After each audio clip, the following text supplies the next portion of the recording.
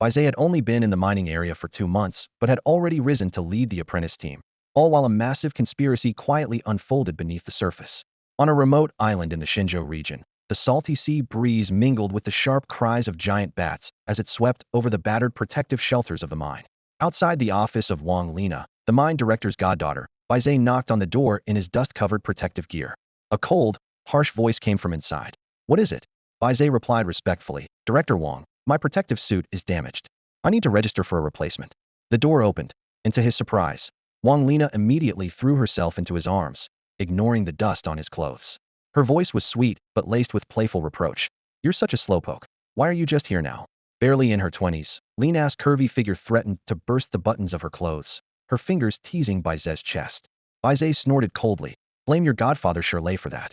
We orphans are treated like cattle, barely given a break. I had to sneak out just to see you." Lina laughed coquettishly, seizing the moment to stand on tiptoe and press her lips to his. After their soft embrace, she leaned into him and whispered, "I heard that in the Pokemon allocation next week, they're giving out a drill burrow and a carrying artisan." Baize's eyes sparkled with hope. Those two high-quality Pokemon could be a huge help for his future training. But Lina sneered, "Forget it. Shirley saved that useless second Pokemon for his son Shurjin. The other is probably reserved for the guard squad." Baize sighed in frustration. "Since Shurjin is the mine director's son, I guess I'll have to pick from among Sandshrew, Geodude, and Machop." Suddenly Lina leaned close to his ear and whispered, "Tomorrow we start developing the new mine shaft. He'll be the recorder. When they're halfway through, they'll have the iron ants hiding in the mine take out Shurjin and the mining team, then make it look like an accident. The rest I'll handle." Baize felt a surge of dark delight and kissed her fiercely. Their struggle ended playfully when he suddenly gripped her neck and sneered, "Lina, you're a real damn vixen." Lina flicked her eyes at him without a care, a sultry smile curving her lips. "If I'm a vixen, then what are you?" Baize grinned broadly. "Me? A mutt. Vixens and mutts go together forever." They shared a laugh before finishing to discuss their deadly plot to shape the mine disaster. Then Baize left the office and returned to his dormitory. The room was stifling, heavy with the smell of sweat and mildew, but Baize winced less than he used to. He sat cross-legged on the floor and meditated. He wasn't a native of this world. Before crossing over, he was just an ordinary gamer from Blue Star. On a stormy night, a lightning strike hurled him into this Pokemon-filled alternate realm. At first, had hoped to be a destined Hiroto capture legendary Pokemon, win the league championship, and ride a legend.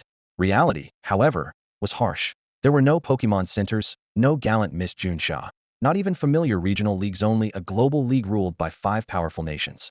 Baize had landed in the Shinjo region, dominated by the Dragon Kingdom. His craving for Pokemon companions remained unchanged, but as an undocumented outsider, he couldn't legally buy even the most basic Pokeballs. Choosing the dark path, he sold himself to this remote mining island, entering a bleak laborer's life. But even in the muck, he vowed to live with dignity. Through sharp perception, he climbed to apprentice team leader and forged an alliance with Wang Lina, the mine director's goddaughter. Their relationship was woven with scheming and strategy, but he felt no regret or shame. Lina seemed a mere ornamental flower, but was in truth a powerful trainer. Her level 36 Crobat was the strongest on the island after the director and the guard captain. She also kept secret a level 38 Pokemon Iron Ant, known only to Baize and herself. By chance, Baize uncovered her embezzlement of Pokemon resources. Learning she was also a kidnapped orphan only strengthened their resolve to escape the island. To solidify their alliance, Baize used his charm to fully win Lina's heart. They were now inseparable partners in both love and conspiracy. Time passed unknowingly until a dark-skinned youth burst in like an arrow, shouting, "Baize, I'm back. Got some ice water ready for you." Baize, lying on his bed, pointed to the water on the table and smiled. "You're always the best to me, brother." The youth, Sumu, downed the water in one gulp, then frowned in complaint. "That damn mine director sent us to scout the new mine shaft. Those old miners all have Pokemon, yet he wants us to be cannon fodder." Baize soothed him quietly. "It's okay. We'll watch each other's backs. Besides, in a week we'll get Pokemon too." Summer's mood eased somewhat. "True. With Pokemon, we can be tougher. What do you think we'll get?" Baize recalled Lina's words about the drill burrow and carrying artisan, but kept a calm exterior. "Who knows? Let fate decide. No matter what, we'll finally shed the apprentice miner label." Soon, the other apprentices trickled back to their dorms, each deflated and complaining about the new mine shaft, utterly exhausted. They chatted briefly before falling into deep sleep. In the dead of night, the dorm was filled with loud snores. Baize's mind worked ceaselessly, turning over plans for what was to come. Morning light pierced through the thick sea fog as over 30 mining apprentices stood neatly lined up at the cave entrance. Years of harsh physical labor had left deep marks on their young faces. Sallow skin, cracked lips, sunken eye sockets, and backs bent from hauling heavy or baskets. Even their breath carried the metallic dust of the mines. Baize cast a sweeping glance over this group of walking corpses, then suddenly raised his voice. Everyone, perk up. The mine chief himself promised that if we complete this exploration successfully, we'll not only get time off, but also receive starter Pokémon. His words hit like a hammer on an anvil, sparking a flicker of hope in their otherwise dull eyes. Someone muttered quietly, "Really get out of this hellhole?" Baize said nothing but sneered inwardly. Even Wang Lina, a top-tier trainer, was stuck here. These ordinary apprentices stood no chance. Still, he had to admit, the morale boost was real. A faint flicker of life stirred in the ranks. Suddenly, loud laughter echoed from afar. Shurjin strode up arrogantly with his Nidoro in tow, followed by 10 fully armed miners. The purple forepaws of the Nidoro struck the ground one after another, kicking up clods of dust. "Master Shurjin," Baize immediately plastered on a sycophantic grin. "Your Nidoro looks more and more powerful these days." "Ha ha ha, you've got an eye, boy," Shurjin boasted, patting his Pokemon's back. "She's level 13 now, about to evolve into Nidalino. My dad's got a moonstone ready, next will be Nidoking. With that, I might just become a top-tier trainer." "Of course, Master Shurjin, your talent is unmatched. You have a brilliant future ahead," Baize said, bowing low but already scheming how to take this guy down. Shurjin despised these orphans and knew his Nidoro was only elite-grade quality, yet he liked Baize's bootlicking ways. Seeing Baize about to choose a starter Pokemon, he waved a hand. "A few days ago my dad got a batch of novice Pokemon. There's a high-grade Machop in the reconsider it yours." "Thank you, Master. I'm deeply honored." Baize put on a look of humble gratitude while secretly mocking. "That's not the only high-grade Machop I want." At that moment, Wang Lina sauntered up in heels, swaying her hips. She shot Baize a coquettish glance as she came close. His heart skipped, fearful Shurjin might notice. Luckily, Shurjin was immediately drawn to her and practically bounced over. "Master Shurjin, you look so dashing today," Wang Lina purred, her slender fingers teasing his shoulder. "My Noivern's with my godfather now, so this time I'm counting on you to protect me." The love-struck boy flushed deeply, stammering over his words. Baize watched with cold eyes, silently cursing the fairy, but he had to admit Wang Lina was clever. With just a few words, she completely bewitched Shurjin. "Everyone listen up." Shurjin hastened to show off, announcing loudly, "We're heading into the mine now. Miss Wang, stick close to me. The rest, move out in your groups." The new mine development was mainly to check whether any wild Pokemon lived in the caves. They often attack the miners because their homes are being destroyed. The usual residents of the mine are mostly weak Pokemon like Sandshrew and Diglett. Originally, the spoiled young Master Shurjin, driven by desire, walked at the front, pretending to look cool while secretly observing Wang Lina behind him. But after just a few minutes, the pitch-black surroundings scared him so much his legs went weak, and he hurriedly pushed a few apprentice miners to the front to act as pathfinders. The group groped their way forward for about half an hour when suddenly a huge boulder blocked their path. Before Shurjin could say anything, 2 veteran miners stepped forward to inspect it, then reported back. "Young Master Shurjin, the way ahead can only be cleared by explosives or by having a Geodude self-destruct." Without hesitation, Shurjin pointed at 2 apprentices behind him. "You two, go set up the explosives." Their faces instantly turned pale. This job was so dangerous one mistake could mean a broken leg, but no one dared argue and reluctantly obeyed. After lighting the fuse, the 2 dashed backward as fast as they could. Bang! A massive explosion echoed, rocks flying everywhere, and the blocked tunnel was completely blasted open.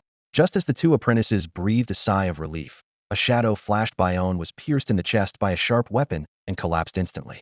The other had no time to help and scrambled back to the group. "That's a Sandshrew, probably low level," one veteran miner said gravely, about to release his Pokemon to deal with it, but Shurjin stopped him. "Wait, let my Nidoran handle it." Shurjin, seeing the Sandshrew's level was lower than his own Nidoran's, and noticing Wang Lina wink at him, immediately felt motivated. The old miner stepped aside. "Nidoran, peck." Nidoran lunged, its sharp beak gleaming. The Sandshrew crouched and slipped sideways nimbly, curling into a ball and quickly using rollout to slam into Nidoran. Nidoran slammed hard against the rock wall and was knocked out instantly. "So dumb. Can't even dodge that." Shurjin fumed, recalling Nidoran to its Pokeball in frustration. Baize quickly stepped forward to smooth things over. "Young Master Shurjin, Nidoran just had a bad day today. Sandshrew took advantage of it." He turned to the apprentices and glared, "Right?" The apprentices quickly nodded. "Yes.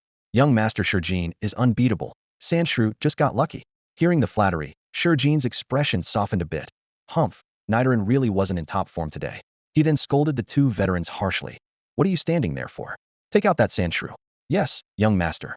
They released a level 21 Machop and a level 23 Diglett. The Sandshrew, sensing danger, tried to flee but was ordered by one miner. "Diglett, use your Sand Tomb ability to trap it." The ground churned as mud and sand instantly bound the Sandshrew's paws. The other miner barked. Mac hop, bullet punch. A flash of light, and the Sandshrew collapsed, unable to move.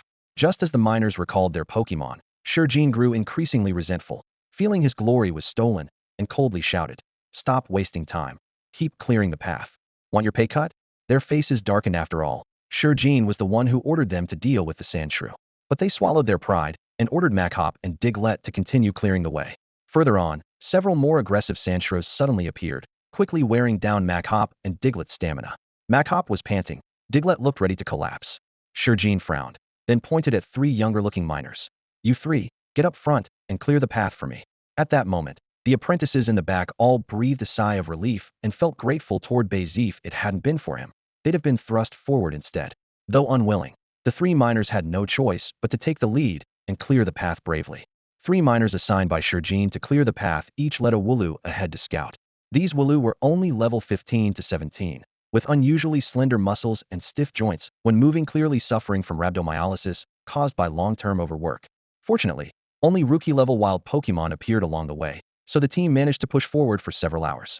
Suddenly, one sweaty-faced miner staggered back, breathing heavily. "Young Master Shurjin, the path ahead is blocked again." Shurjin, chatting with Wang Lina without looking up, waved his hand casually. "You three go deal with it.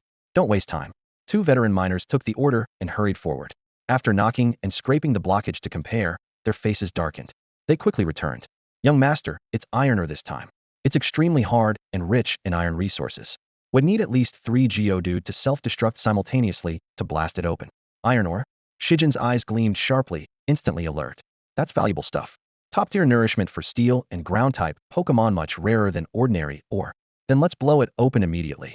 Before he finished, one miner frowned and lowered his voice. "But young master, the foreman insisted we keep at least 2 Geodude in reserve to protect you. If trouble comes later, it'd be dangerous without them." Shurjin furrowed his brows. He knew well that using all 3 Geodude for blasting would leave only 2 just over level 20 Wooloo, as Gart's a risky gamble. He hesitated, while Baize nearby smirked quietly, pleased inside if they didn't blast the ore, the plan would stall. He exchanged a knowing glance with Wang Lina. Wang Lina stepped forward, her tone respectful but tinged with subtle disdain. "Young master, since Godfather gave the order, let's withdraw for now. After all, your safety is the most important."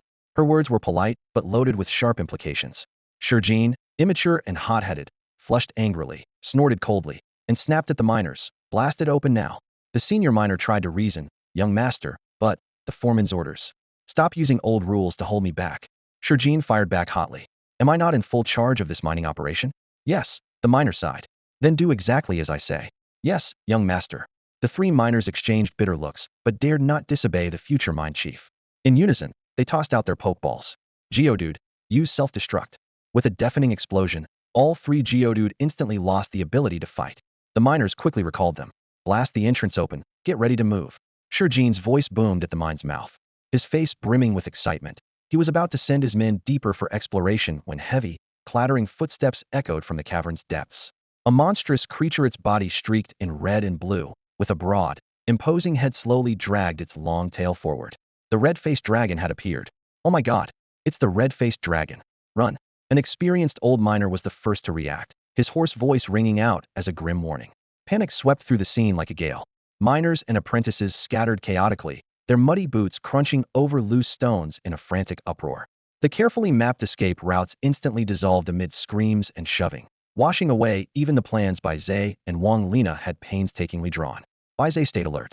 Sensing the danger, he grabbed Wang Lina and turned sharply, sprinting away. After a few dozen steps, Wang Lina lowered her voice. "This red-faced dragon must be at least level 30. Should we send out Iron Ant now?"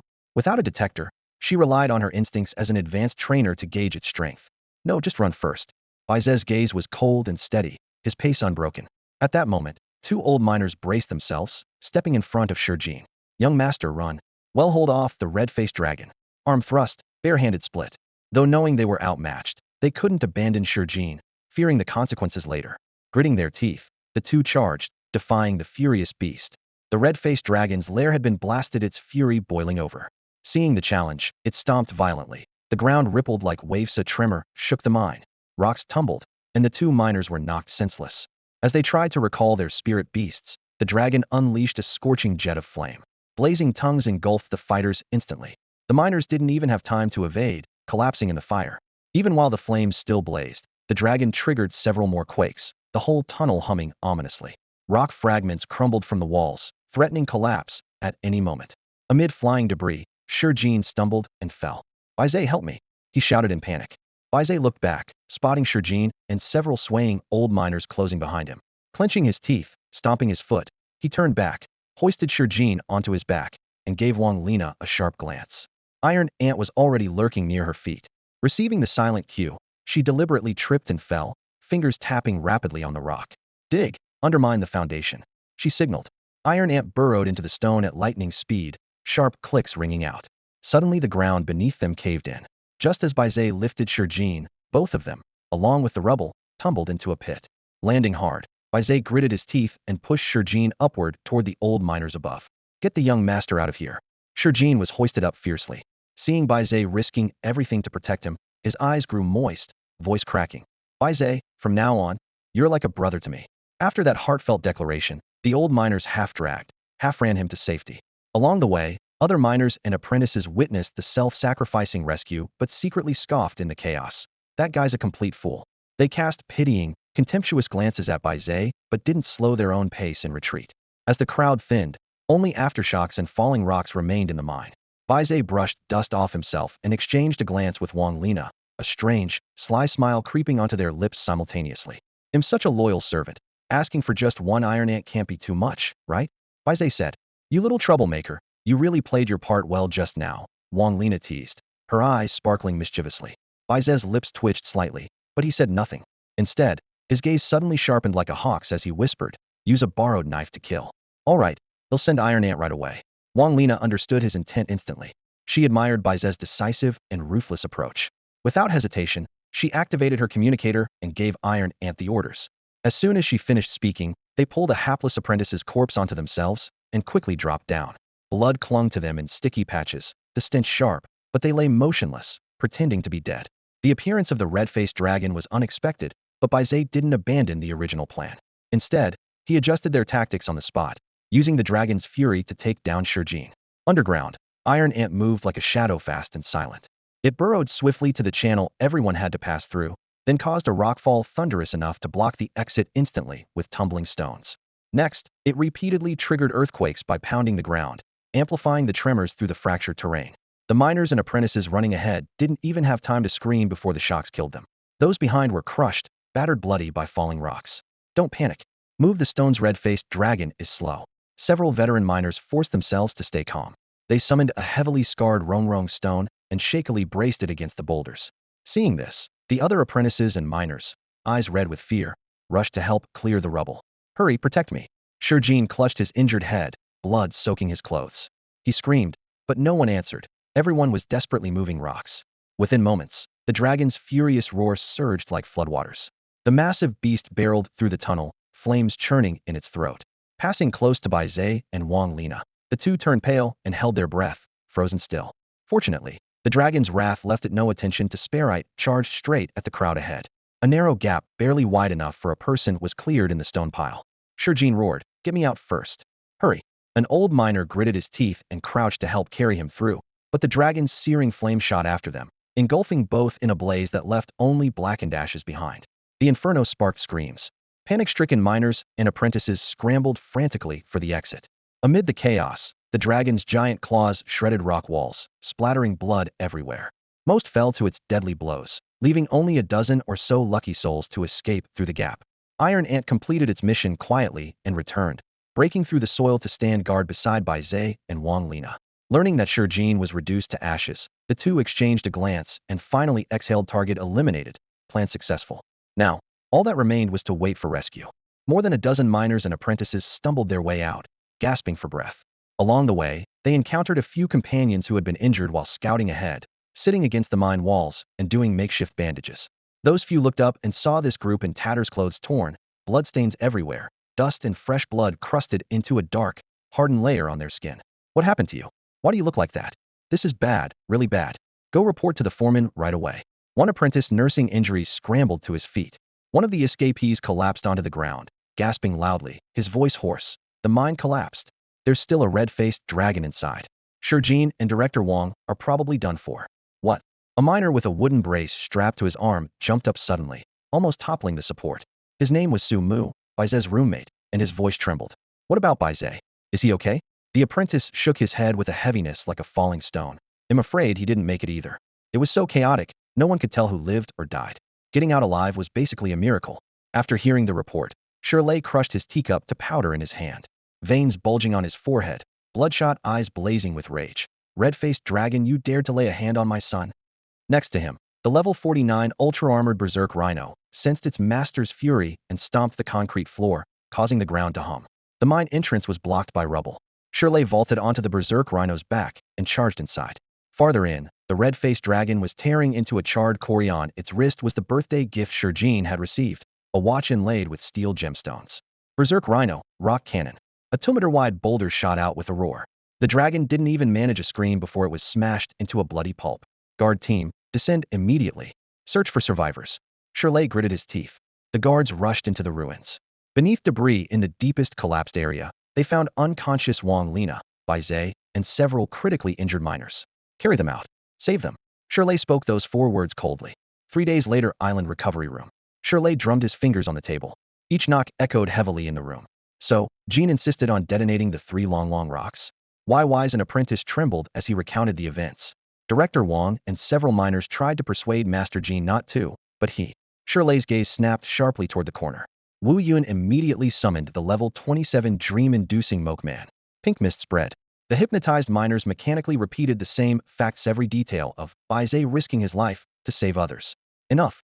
Shirley waved his hand. The hypnosis confirmed the 2 miners had told the truth. Several days later, after the worst of his grief over his son had somewhat eased, Shirley summoned Baize alone. Baize deliberately loosened the bandage on his forehead until blood seeped through. As soon as he stepped inside, he felt Shirley's gaze land on him, then shift down to the dusty watch on the desk. I've heard what you did. Shirley's voice suddenly sounded 10 years older. He stroked the dusty watch with his fingertip. Jean's last words, I will make good on them. Baize looked up sharply, his eyes immediately reddening. Foreman, 2 only meant to. Call me Godfather. Shirley pushed a pokeball and a box of basic ground-type energy cubes toward him. This drill burrow was originally meant for Jeaner, but now it was yours. From today on, you are officially my adopted son, Shirley said solemnly with a low voice. My son will surely repay your kindness in the future. Baize didn't hesitate. He dropped to his knees, forehead pressed to the ground, his voice choked but clear. Yes. Thank you, honorable adoptive father. Go now. Spend the next few days healing, and get familiar with your starter Pokemon, Shirley said, gesturing with his hand. Once outside the office, Baize stopped at the corner of the hallway.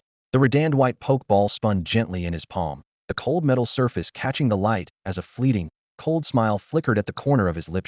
Baize had finally achieved what he desired. He wouldn't even need Wang Lina to curry favor with Shirley for him anymore. Under the night sky, he returned to the small courtyard Shirley had arranged for him. The days of sharing quarters with the minor apprentices were over. Now his new status granted him an independent courtyard, gray tiles and blue bricks, with specialized training equipment set up in the yard. Baize closed the gate behind him, took a deep breath, and pressed the button. Come out, my first Pokemon. The redand white sphere cracked open, releasing a dazzling white light. Snap! The novice-level drill burrow landed steadily, its 2 large metallic gold claws held in front of its chest. Its black, bead-like eyes nervously fixed on the unfamiliar human before it. The rookie is definitely cautious, Baize thought quietly, though a gentle smile appeared on his face. He knew that unless he could win this drill burrow's genuine trust, all his efforts before Shirley would be for nothing. Fortunately, he held the key to breaking through its defenses, the box of basic ground-type energy cubes. He slowly knelt down and pinched a brown cube, placing it on the ground. Little guy, don't be nervous. Try this. A strong mineral fragrance drifted up. The drill burrow's nose twitched as it sniffed. Then with a satisfied goo sound, it darted out its claws and snatched the cube into its mouth. The sweet yet slightly salty taste spread instantly. It squinted its eyes in bliss, its sharp teeth softly crunching away. Baize lifted the corners of his mouth. Success. Drill burrow, I've got plenty more energy cubes like this, and even better ores you'd love. Want to try some? The drill burrow nodded eagerly. Do you want to climb to the peak of your mouse life and become the king of the Sandstorm squad? Another enthusiastic nod, its eyes shining with hope. Sensing the moment was right, Baize launched into his persuasion technique, painting a dazzling future in golden light.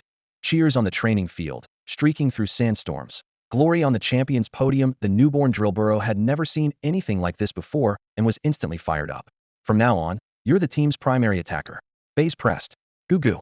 The drill burrow thumped the ground excitedly, the sound echoing with a deep tone. Come on, show me what you've got. Baize stood and pointed at the heavy wooden training board nearby. Goo. The drill burrow's claws glowed pale white, its sharp metallic blades flashing cold under the moonlight claw sharpening complete. Awesome. Baize cheered loudly. Encouraged, the little guy's momentum surged. It leaped up and slashed downward with its claws.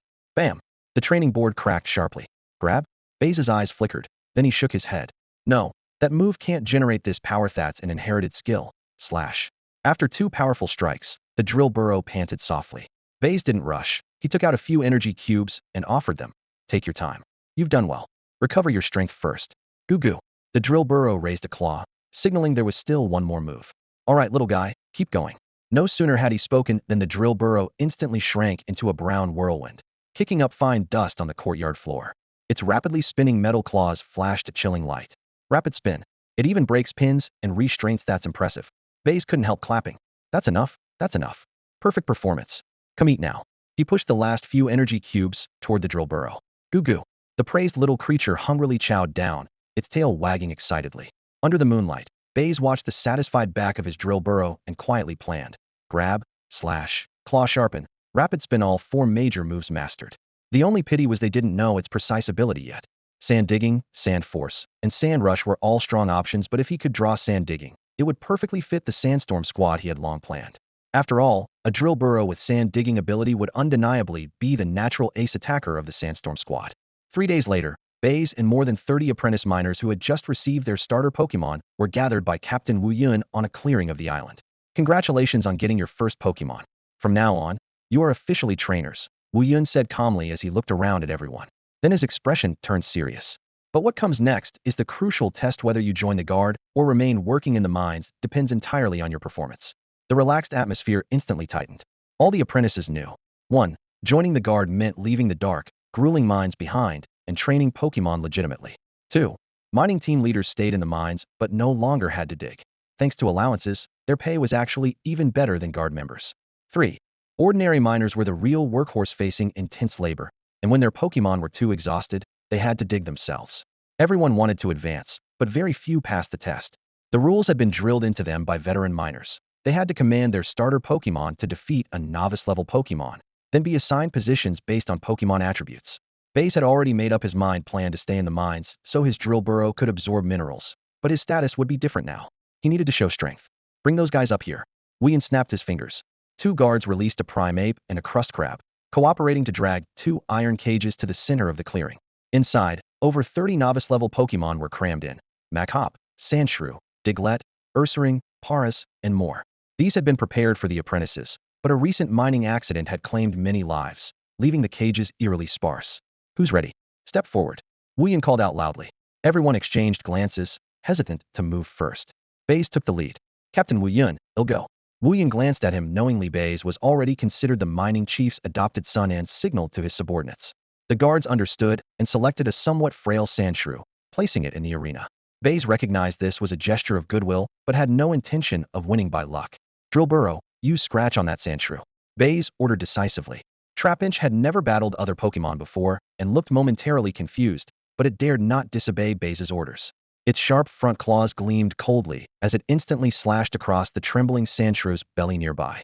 The soft skin was torn open by the sharp blade, blood spurting out as the Sandshrew fell stiffly, without even a cry. While Pokemon lacked the near-death protection of Pokeballs, death came swift and absolute. The apprentices watched the blood soak into the yellow sand, yet each of them rubbed their fists in eager excitement. Their earlier hesitation was just lack of real combat experience. They were already used to seeing trainers and Pokemon lying dead on the spot.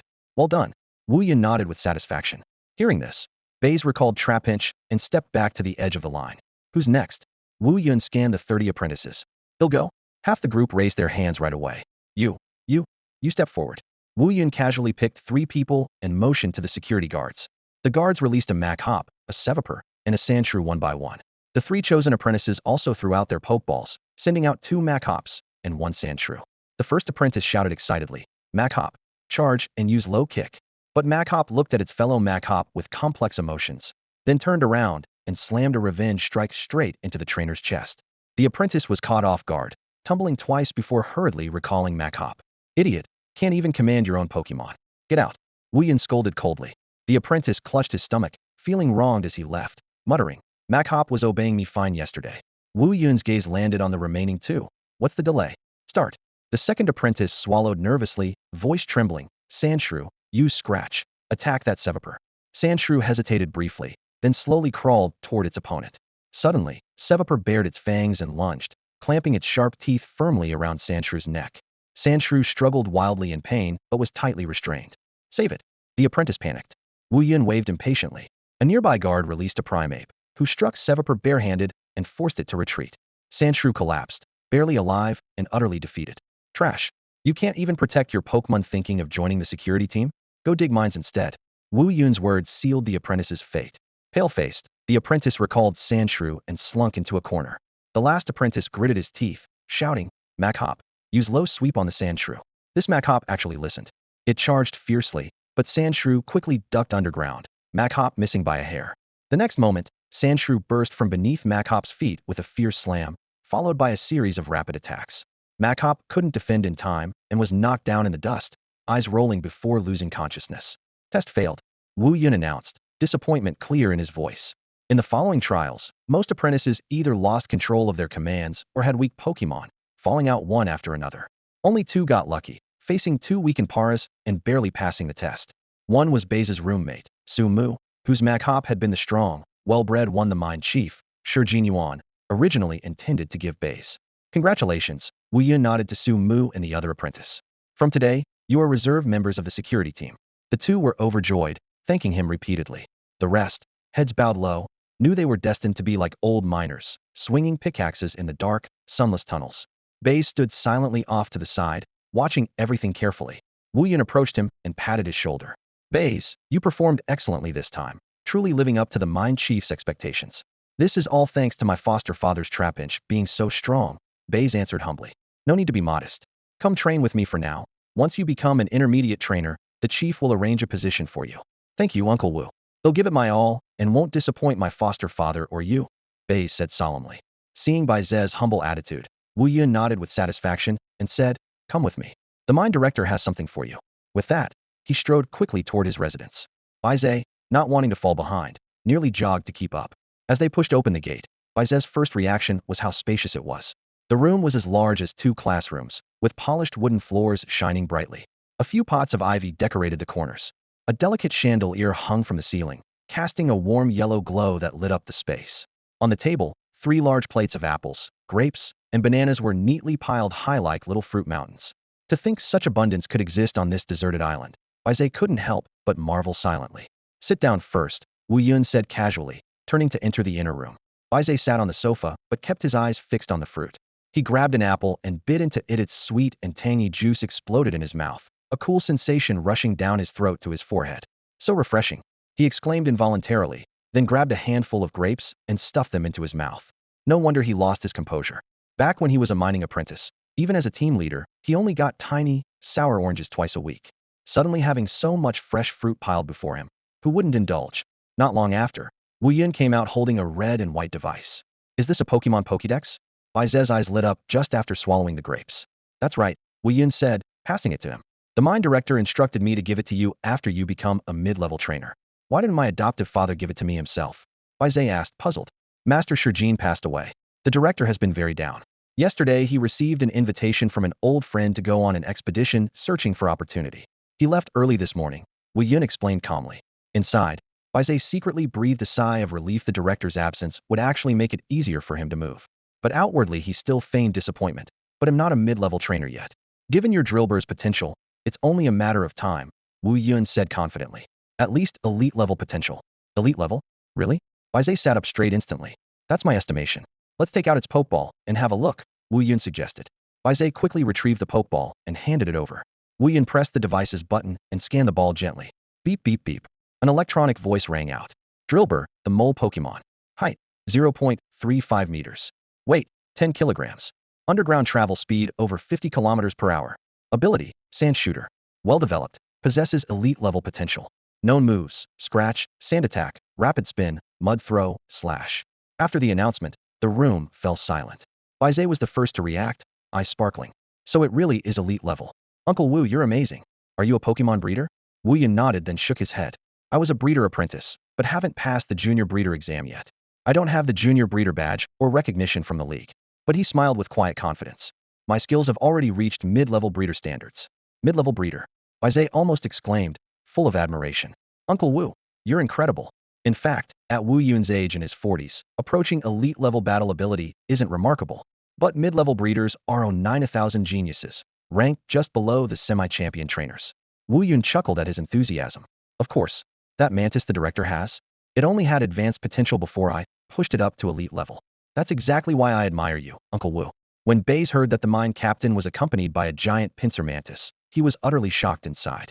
Yet on the surface, he still gave a thumbs up, quickly closing the distance between them with a few casual words. Adding some flattering remarks, he made Wu Yun feel quite pleased with himself. Seizing the good mood, Baize brought up several difficulties he had encountered in breeding his screw groundhog. How to adjust the nutritional content of the eggshell, whether to increase steel-type energy intake during the claw calcification period, the ideal humidity level for cave environments, and so on. Wu Yun answered immediately, addressing each point in detail and generously sharing practical tips from his own experience. Baize praised him again, his tone full of admiration and sincerity, which made Wu Yun beam with delight. No one dislikes hearing compliments, and Wu Yun was no exception, especially when they touched on his professional strengths. He clapped Baize on the shoulder and laughed heartily. Xiaobai, would you be willing to learn the skills of a breeder from me? As soon as the words left his mouth, Baize suddenly took a step back and knelt down with a thud. Master above, please accept my bow. Good, good, good. Finally, I, Wu Yun, have a disciple, Wu Yun said quickly, helping him to his feet. The system knowledge of a breeder was more valuable to Baize than gold. Though he had experience playing Pokemon games in his previous life and knew some secrets unknown to others, actually raising a living Pokemon with his own hands was completely different from just feeding it berries to level up. Now, with a ready-made teacher willing to impart all his knowledge, Baize couldn't wait to formally become his apprentice. For knowledge, for his future, for reaching the pinnacle of his life, he knelt without any hesitation or burden. At that moment, he felt like Song Lian in the essay Sending Eastward Student Ma. Carrying his book trunk on a long journey to study it was all worth the hardship and suffering. Train as usual on your own, but visit me every 2 days. I'm very strict with my apprentices, Wu Yun said with a serious tone. He'll give it my all. Baize clenched his fists tightly, his eyes shining with hope. From then on, Baize reported to Wu Yun every 2 days, sticking to it for a full month. The depth of knowledge from an intermediate breeder truly was extraordinary. Wu Yun broke down many details meticulously. Why certain Pokemon suddenly stop obeying commands. When mental counseling is needed instead of physical training. How to formulate trace element diets for different Pokemon types. He gave the anime's Alice's Dragonhead Groundhog as an example. This Pokemon became withdrawn after losing a hopeless match and only opened up once its trainer helped it overcome its shadow. Wu Yun summed up, Pokemon aren't humans, but they have emotions and thoughts. Anyone who treats them like tools will suffer sooner or later. Hearing these words from the usually stern Wu Yun left Baize momentarily dazed. Daydreaming? No, master. You are absolutely right. I've just had a sudden realization. All right, that's it for today. Wu Yun closed the book he was holding and took out a small glass vial from his drawer. Inside sparkled metal fragments with a faint blue glow. I see your screw groundhog is about to break through to intermediate level. These CHIE steel fragments will sharpen its claws. Take them. Thank you, master. Baize accepted it respectfully. Over the month, Wu Yun not only taught him personally, but also gave him extra lessons from time to time, treating him almost like his own son. By studying breeding texts from around the world, Baize gradually understood that breeder knowledge was often passed down strictly through family lines, leaving outsiders with no way in. His respect and gratitude toward Wu Yun grew daily, but deep down, a question lingered. What on earth had happened that made an intermediate breeder willing to serve as a bodyguard captain under an elite trainer? Uncle Jiang, you're finally back. Why are you a day later than usual this time? At the long table in the cafeteria, Baize had just set down his empty plate when he looked up to see Vice Captain Jiang Fu of the guard team leading several members, covered in salt, frost, and dust, hurrying over. Water was still dripping from their clothes. Clearly they hadn't even had time for a hot meal. Baize's heart tightened, and he bolted to the window, shouting at the cook, add 2 portions of meat, a pot of soup, and heat up a few more bowls of rice. Ah, don't even mention it, Xiaobai. Jiang Fu waved his hand, exhaustion written all over his face. This trip to Tyrant Shark Harbor to pick up supplies, the journey there was smooth sailing, but on the way back we ran into a crazed Gyarados. We fought it off hard, everyone got injured, and we had to make an emergency landing to treat our wounds. Lost a whole day. Gyarados. An image of that blue giant dragon roaring furiously through the waves flashed through Baize's mind, yet he exclaimed with genuine admiration, that's Uncle Jiang for you. Even a Gyarados couldn't stop you. You're always kissing up, kid. Jiangfu pretended to be annoyed, but the corners of his mouth lifted in a smile. After dealing with Baize twice, he genuinely liked this clever and considerate young man, well-spoken, tactful, and respectful to his elders. I'm telling the truth. Baize efficiently set out the bowls and chopsticks, then brought out all his treasured rum. Warm up your stomach first. Hey, that's what I'm talking about. At those words, Jiang Fu and his team members' eyes immediately lit up. Drinking was strictly prohibited during voyages, but now that they'd returned successfully, a few glasses of throat-burning liquor were just what they needed. After several rounds of drinks, Jiang Fu's floodgates opened. Baize, you really are a worry-free kid. Not like my brat of a son is only 2 years older than you, but argues with me all day long. He insisted on going to sea with me. I wore my lips thin before finally getting him placed with Old Wu to study to become a Pokemon breeder, but he just can't sit still. Uncle Jiang, you're too modest. Baize refilled his glass. I heard from brother Jiang Tian that his Mankey is close to evolving, and his Timber has trained to intermediate level. He's quite talented. Jiang Fu let out a long sigh. Off kid does have a knack for it. I gritted my teeth and pulled out half a lifetime savings in league currency, 5,500,000 total, and asked quarry manager Shirley to get an elite level Timber. That price could have bought a starter Pokemon, but I thought the potential was higher, so I bit the bullet and chose it. He drained his glass in one gulp, his rough fingers wiping across the rim. I wanted him to study to be a breeder because I don't want him walking my path. Spending a lifetime at sea as a pirate doing shady work, licking blood off the knife's edge, it's not the right way. If he really becomes a breeder, I'll fight tooth and nail to get him an official league identity so he can live with dignity. The lamplight illuminated his salt-stained face as Baize nodded silently. The man before him possessed the combat power of an advanced Trainera level 35 primate. And a level 33 Corphichiate, he'd already passed the golden age for breaking through to the peak, with no energy left to raise new Pokemon from scratch. These days, he mostly ran supply missions for quarry manager Shirley, having become the Mine Island's most trusted confidant. After a few more glasses, they chatted about news from the outside world. When the conversation wound down, Baize committed all the useful information to memory, then stood and clasped his fists in farewell. Uncle Jiang, take your time drinking. I'm off to train. At the training ground in the evening, bonfires cast the rock walls in red, and metal humanoid targets stood silently within. Baize exhaled deeply and patted the robust Excadrill at his side, now at level 19. Its steel-gray carapace gleamed coldly, its two scythe-like massive claws appearing even sharper, with ground, steel, and rock-type energies surging and filling its body. He raised his arm and issued a clear command. Excadrill, target the dummy. Use dig. As soon as Baize got back to his courtyard, he began testing the new digging skill that Screw Diglett had just learned. The little guy zipped straight into the soil in a flash, then burst up from beneath the dummy's feet the next moment. With a swift swipe of its claw, it shattered the dummy into pieces. Well done, Baize exclaimed excitedly. Now, spin at high speed without a target go. Screw Diglett pressed its front paws together and spun rapidly like a top, kicking up little dust whirlwinds around its feet. That's it. Faster. Just like that. Baize shouted encouragement. As the speed soared, Screw Diglett's face gradually paled. Seeing it about to give out, Baize kept cheering. Come on. Keep spinning. Focus your attention on your claws. Aim for the dummy and charge forward. But just as it tried to dash, it got dizzy from spinning so fast and fell flat with a thud, its ears still swirling like tiny whirlpools, looking dejected. Goo goo. I'm no good, it muttered sadly. Who says that? Baize crouched down to comfort it. You've improved so much already. Keep practicing a bit longer, and you'll definitely master the drill run. Goo? Really? Of course. Look, you've already gotten great at Slash, Metal Claw, and Dig. Drill Run is an advanced move only rarer Pokemon learn. It's supposed to be tricky. Screw Diglett finally shook its head lightly, its spirits lifting. Baize gently rubbed its little head. And in my heart, you'll always be the best, Screw Diglett.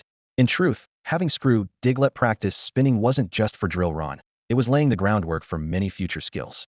As a speedy attacker, what mattered was being fast, precise, and fierce, not standing and trading hits. Being able to spin was key. Goo. He'll work hard for sure. Screw Diglett perked up, got back on its paws, and wanted to keep training. Wait, no more for today. Let me show you something good. Baize laughed and pulled out the CHI steel block his master Wu Yun had given him, along with a bottle of basic ground-type nutrient potion, placing them on the ground.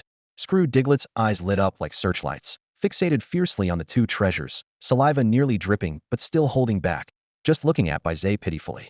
Go ahead, eat up. I got these just for you. Baize chuckled at how cute it was. With permission, Screw Diglett immediately grabbed the steel block and potion, chomping away quickly. Eat slower. No one's going to snatch it from you. Baize watched, feeling content seeing it enjoy the meal. That ground-type nutrient potion wasn't cheap, retailing for a full 800,000 league coins. A rare dragon-type nutrient started at 2.5 million. Actually, Getting this potion had been pure luck. Baize had originally planned only to supplement Screw Diglett's diet with soft soil and refined steel stones. Last month, Baize received a 30,000 league coin salary and casually exchanged for 10 pokeballs from his master Wu Yun. While patrolling, he encountered a group of lobster soldiers and caught 5, one of whom had a hidden ability. Normal lobster soldiers sold for under 30,000 each, but with a hidden ability could fetch around 550,000. In the end, he asked Jiang Fu for help and sold it for 700,000, giving Jiang Fu 100,000 for his trouble and handing the remaining 600,000 to his master, who then got the nutrient potion. In truth, Wu Yun already took great care of him. The CHI steel block alone was worth 1.5 million, not to mention how much he taught him all the time. Although Wu Yun hadn't officially guided him in mixing nutrients yet, Baize knew it was just a matter of time. Goo. After gobbling down the metal chunks and nutrient pellets, the screw groundhog perked up instantly, jumping straight to level 20. There was still energy digesting inside its body, so it would probably hit level 21 soon. Awesome. Here, have these as snacks. Baize happily pulled out some soft sand and refined steel stones he had prepared in advance from his backpack, scattering them in front of the screw groundhog like tossing candy. The grains of sand mixed with metal fragments sparkled subtly in the sunlight. The screw groundhog sniffed excitedly and immediately bent down to nibble. After just a couple of bites, it suddenly perked up its ears, as if detecting some invisible signal. The next moment, it clasped its front paws together and dropped its body suddenly, spinning rapidly in a spiral. Hey! Baize was startled and took a half step back, narrowing his eyes to watch. This time, the screw groundhog spun more smoothly and swiftly than before, its sharp claws cutting through the air with a low humming sound. Baize judged it still couldn't unleash its straight drill, but it clearly had a new development. Wait, he suddenly widened his eyes. As the screw groundhog's spinning intensified, the sand beneath its feet was whipped up, fine grains swirling in the air, blurring the surroundings. Baize stared at the gradually forming vortex, throat dry, whispering, could this be a sandstorm? No sooner had he said that than a small sandstorm kicked up in the yard. A column of yellow-brown dust rose high, the howling wind carrying the crackling sound of tiny sandstones slapping against the walls. The fierce wind scattered metal fragments everywhere, but it lasted only about 20 seconds. The spinning then abruptly stopped. The screw groundhog landed steadily as the dust fell like a sudden downpour. When the dust settled, Baize and the little guy were both covered in a layer of dusty sand people staring at each other. Baize swallowed a mouthful of sand before bursting out laughing. Ha ha. Screw groundhog, you're a dust mouse now. Goo goo. The screw groundhog proudly lifted its head and hopped excitedly around him. Baize brushed the dust off his clothes and played with it a little more before letting it continue training. Back under the porch, his mind was still racing. Reality's screw groundhog had actually learned a weather skill like Sandstorm. In the game, you automatically get it at level 20, but in reality, even many that evolved into Drill Bill's Long-Tu Diju never learned it. If it could master this move, it could independently alter battlefield conditions during fights, an enormous advantage. Thinking this over, Baize suddenly realized, as a mid-level trainer, he couldn't keep freeloading off the island's public resources. He needed to find an official position. Since Stone Lei, his cheap adoptive father, had given him the screw groundhog and the Pokemon encyclopedia, he had disappeared without a trace, so it looked like he would have to talk to his master Wu Yun tomorrow. Honestly, he most wanted to become a team leader in the mines. Being stuck on this island, improving his strength was the top priority. He planned to train the screw groundhog toward quasi-champion level, but that path would burn money, like water-stable income was a must. The mines were dangerous but rich in rare minerals and wild Pokemon. If luck was on his side, just picking up some or could be a windfall. Whether he could ultimately achieve his goal would depend on Master Wu Yun's arrangements. But wherever he ended up, it would all hinge on what Master Wu Yun decided tomorrow. Baize, today we're not going to study about berries and fruits. Instead, I'm going to teach you the essential Pokemon first aid knowledge every beginner breeder must master. In a spacious but somewhat cluttered room, Wu Yun slapped a stack of first aid handouts down on the low table, his expression more serious than usual. Yes, master. Baize immediately sat upright, hands resting on his knees, eyes fixed intently on Wu Yun, even controlling his breathing to stay focused. Seeing his apprentice's intense concentration, Wu Yun nodded with satisfaction. Not bad. You really have what it takes to be a breeder. Master, why do you say that? Baize blinked curiously.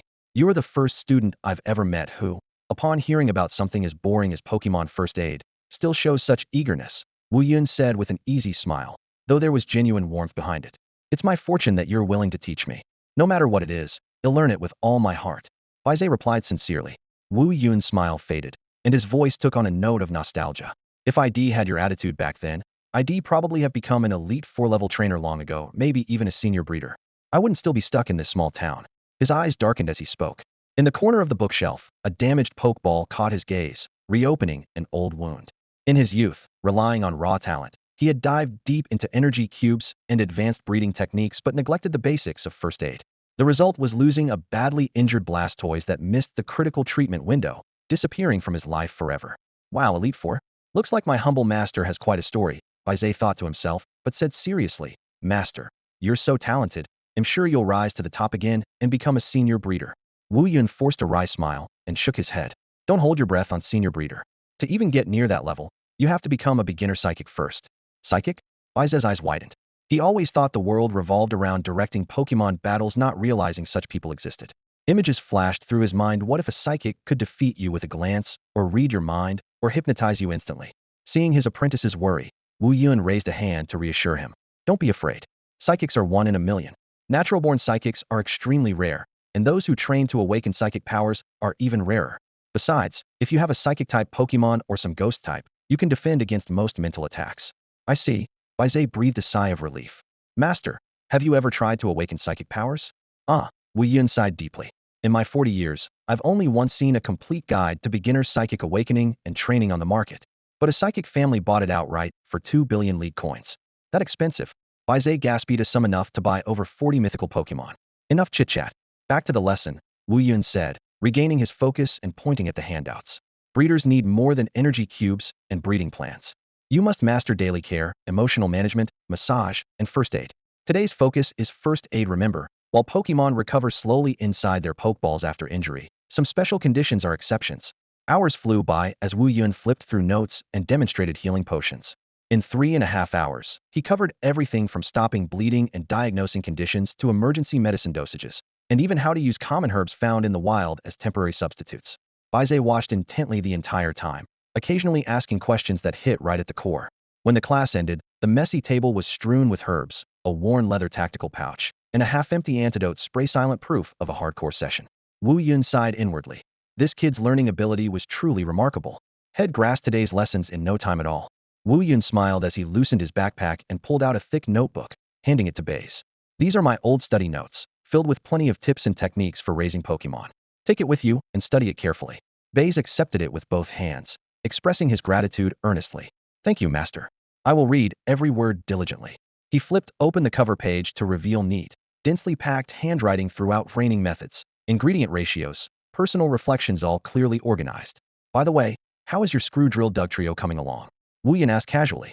Yesterday it just advanced to the intermediate level, Baize said, straightening up with pride that he couldn't quite hide from his tone. Oh, a spark of delight flashed in Wu Yun's eyes. Let me see it, then.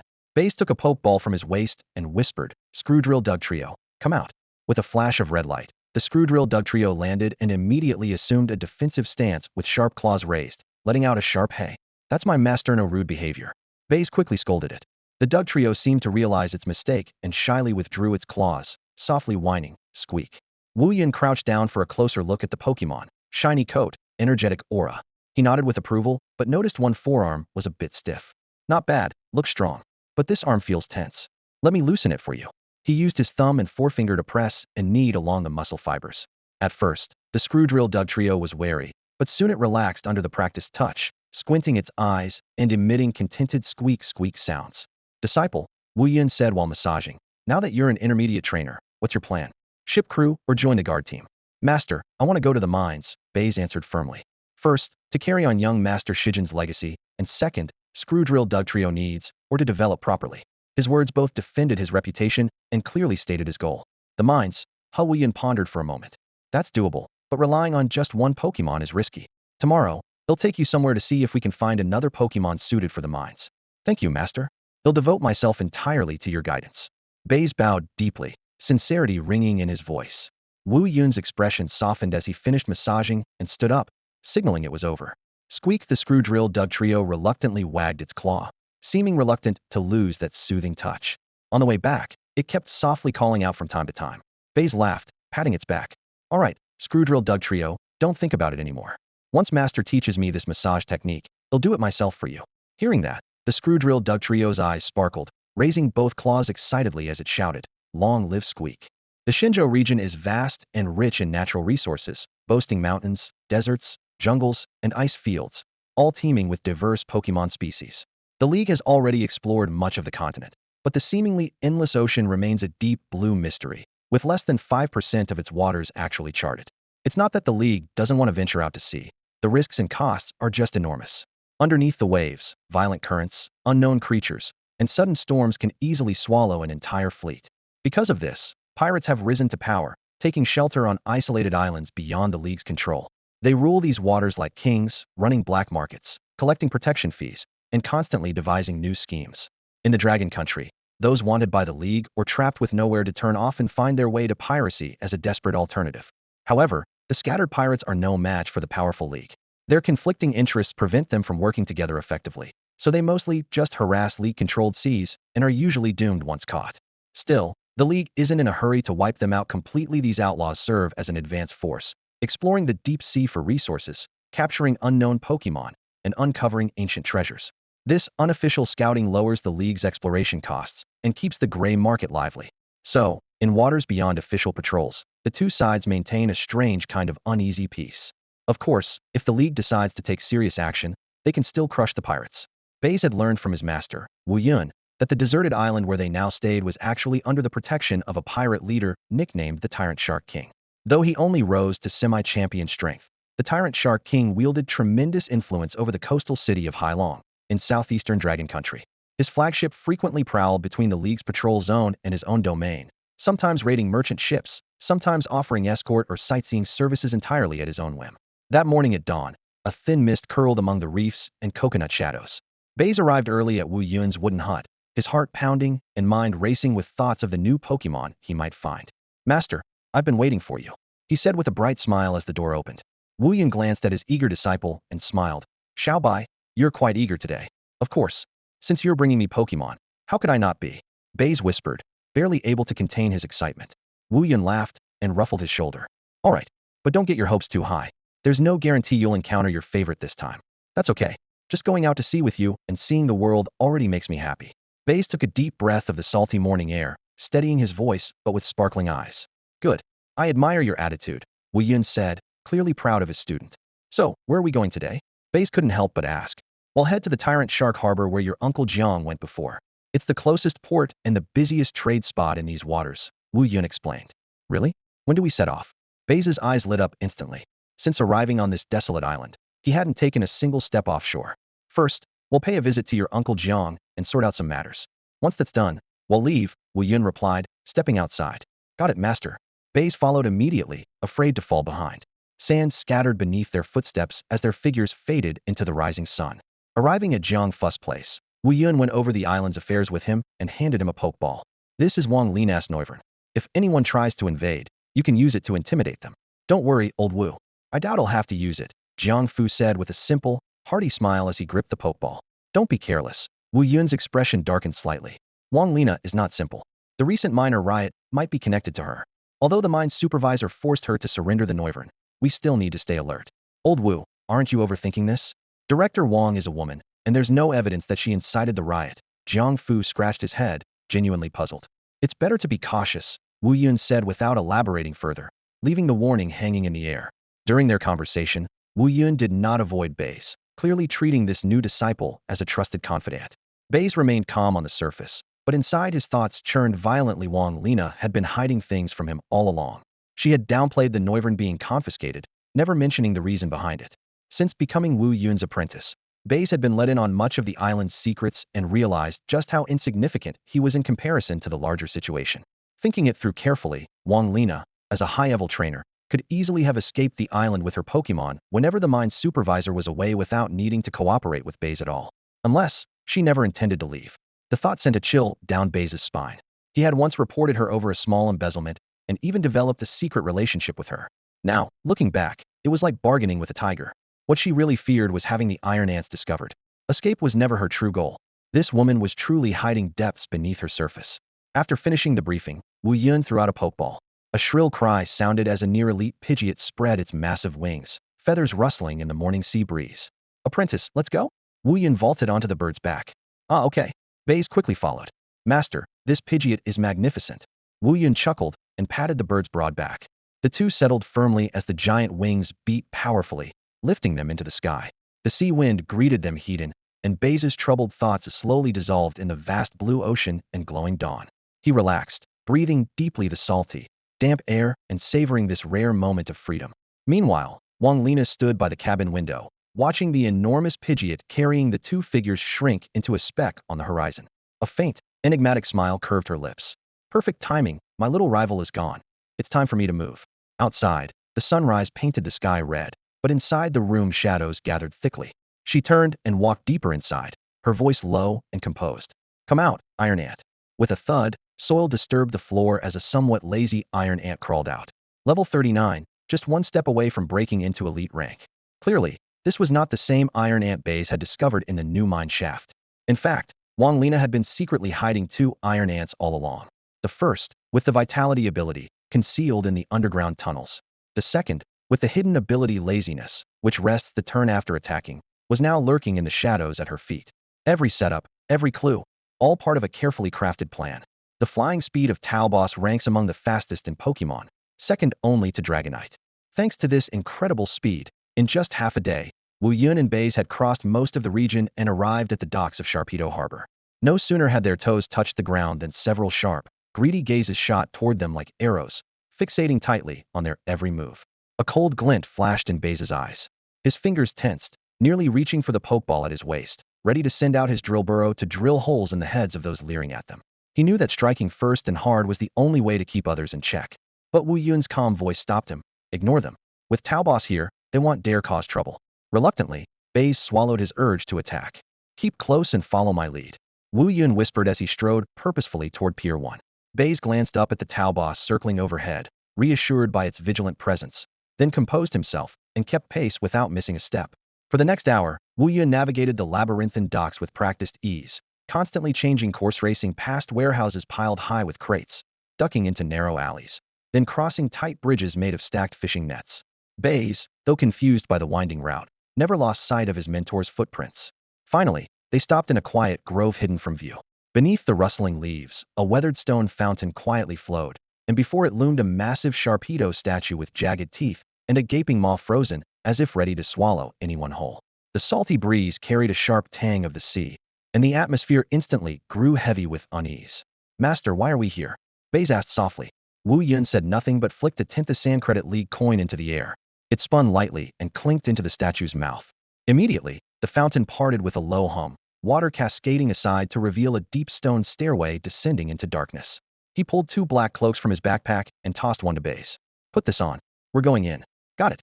Baize quickly donned the cloak, but pulled low to shroud his face in shadow. This is the black market of Hailong City, Wu Yun explained as they descended. It's backed by local bigwigs and the Sharpedo King himself. You'll find all kinds of people here. He warned in a low voice, say as little as possible. Don't show any weakness. With that, he looked up and called out. Talboss, you've flown far enough. Time to come back. He tossed a luxury ball, and a red light enveloped the circling bird, whisking it away. Then he pulled out another luxury ball and declared loudly, now it's your turn to shine. Swampert. The red light exploded out, releasing a massive quadrupedal fish Pokémon that landed firmly. Covered head to tail in blue and yellow armor plates, its powerful front fins pounded the ground, kicking up dust, while its large tail fin whipped up a roaring wind. Swampert growled deeply. Its orange fin mane bristled, and an overwhelming aura blanketed the area. Baize's pupils contracted sharply. One of the starter Pokémon, Swampert. Its presence even rivaled the Talboss they'd just released. Head thought his master only had a level 39 Talboss. He hadn't expected such a secret trump card. Wu Yun, oblivious to his apprentice's surprise, calmly explained, you have to show some muscle in the black market, or you'll quickly become a target. Understood. Baize swallowed his excitement and nodded respectfully. They entered the corridor one after the other. The damp stone walls glowed eerie under the dim yellow lights. Wu Yun continued quietly. The black market is a shady place for illicit deals, not recognized by the League. Laws are routinely broken here. Selling Pokemon, and even Pokemon eggs indiscriminately, is normal. Normally, to buy eggs or Pokemon, you'd have to go to official shops and show proof of identity to transact. Because of the monopoly held by the Alliance and the noble houses, the rarest and best Pokemon appearing in elf shops were nothing more than the starter trio, and even those were extremely scarce. Once such Pokemon popped up, the local elites would snatch them all, leaving ordinary folks little chance to buy them even if they had the money. As a result, most commoners had no choice but to settle for cheaper, easier to raise grass-type or bug-type Pokemon like Weedle, Caterpie, or Kakuna. These were affordable and low maintenance, but had limited potential. This was still a glimmer of hope for ordinary people, but for Baize, an outsider who had time-traveled here, that path was completely blocked. He had no ID, no registration, was a total black market ghost. Lawyer Zhang San's sarcastic words echoed in his head. The ways to make money are all written in the criminal code. With neither money nor connections, Baize had no choice but to seek fortune in peril. And the black market offered exactly that kind of risk. A 300 profit margin was enough to make someone put a noose around their neck, let alone returns that could be thousands of times higher. So, almost every city spontaneously developed black markets of varying size. There, you could find rare goods vanished from official markets. Even top-tier Pokemon items and precious waterstones tightly controlled by the Alliance were openly sold on stalls. The Alliance pretended to turn a blind eye. They didn't want the commoners to rebel, and with huge profits involved, more than half of the top officials secretly had a foot in the illicit trade. All right, nobody talks nonsense from now on. Seeing more and more people dressed like them on the street, Wu Yun hushed the group. Baize obediently nodded, but his eyes flicked around nervously. The more dangerous and chaotic, the more he wanted to watch. Scammer. This Squirtle egg is dead, won't hatch at all. Pay me back. A booming angry shout rang out ahead. A bulky man dragged a golem, cursing wildly at a street vendor's stall. The hoarse roar instantly captured everyone's attention. The vendor barely glanced up, expression cold and indifferent. No returns or exchanges after sale. Fine then, you scammer. Die. Golem poison sting. The man swung his arm. Golem suddenly raised its head, jaws open, releasing a volley of poison needles like a rainstorm toward the vendor. Everyone's heart jumped, as if they saw the vendor being riddled with stings. At the critical moment, the vendor tossed out a redanned white pokeball. Clawitzer, defend. A flash of light, and the crimson Clawitzer appeared, spreading its claws midair. A green energy shield instantly formed, crackling as it blocked every poison needle. Shellblade. The vendor's face darkened. Water spun rapidly in Clawitzer's right claw, shaping into a sharp water blade. With a gleam, Golem barely had time to cry out before it was cleaved down instantly. The level difference was clear. Golem was just level 26, while Clawitzer stood at 36. The outcome was never in doubt. Golem. The man's heart broke, hastily reaching for his pokeball to recall his Pokemon. Just then, Clawitzer's eyes blazed fiercely, its huge claw sweeping like a guillotine. Crack. The man's head burst like a watermelon, blood splattering everywhere. Wu Yun frowned and pulled the stunned Baize to his side. Let's go. Don't get involved in these crowds again. Yes, master. Baize snapped back to reality, his heart pounding wildly. Remember, killing in the black market is allowed as long as you pay enough Alliance coins afterward. Wu Yun casually added. After walking another 10 minutes, they stepped into a dimly lit tavern. Dear readers, Delta is just too entertaining. I barely got time to write it all. The tavern was in a remote location. When the two men stepped inside, they saw no other customers, only the middle-aged owner behind the bar leisurely polishing a glass. The dim yellow pendant light cast a hazy glow over the counter, and a crooked price list on the wall displayed various drink names. The owner kept his head down as he wiped the glass, speaking in a lazy tone. What would you like to drink? The price list is all up there. Wu Yun didn't mind and tapped his right fist gently 3 times on the bar, then said in a low voice, Boss son, 2 Scarlet Marys, please. As soon as he finished speaking, the glass polishing stopped abruptly. The owner suddenly looked up sharply. His sharp eyes immediately locked onto the black robe Wu Yun was wearing, and a flicker of excitement crossed his gaze. Master Wu. Wu Yun nodded slightly in acknowledgement. Upon confirmation, the owner quickly composed himself, wearing a respectful expression as he gestured them to follow, and led Wu Yun and Baize upstairs. To be cautious, he also released a near-elite level Marnie to stand guard at the stairway. The Marnie's red eyes were fierce, and its sharp ice blades gleamed coldly under the light. Seeing the Marnie, Baize felt a chill in his heart. What surprised him wasn't the Marnie's level, but the fact that this ice-type spirit was here in Hailong City on the southeastern coast.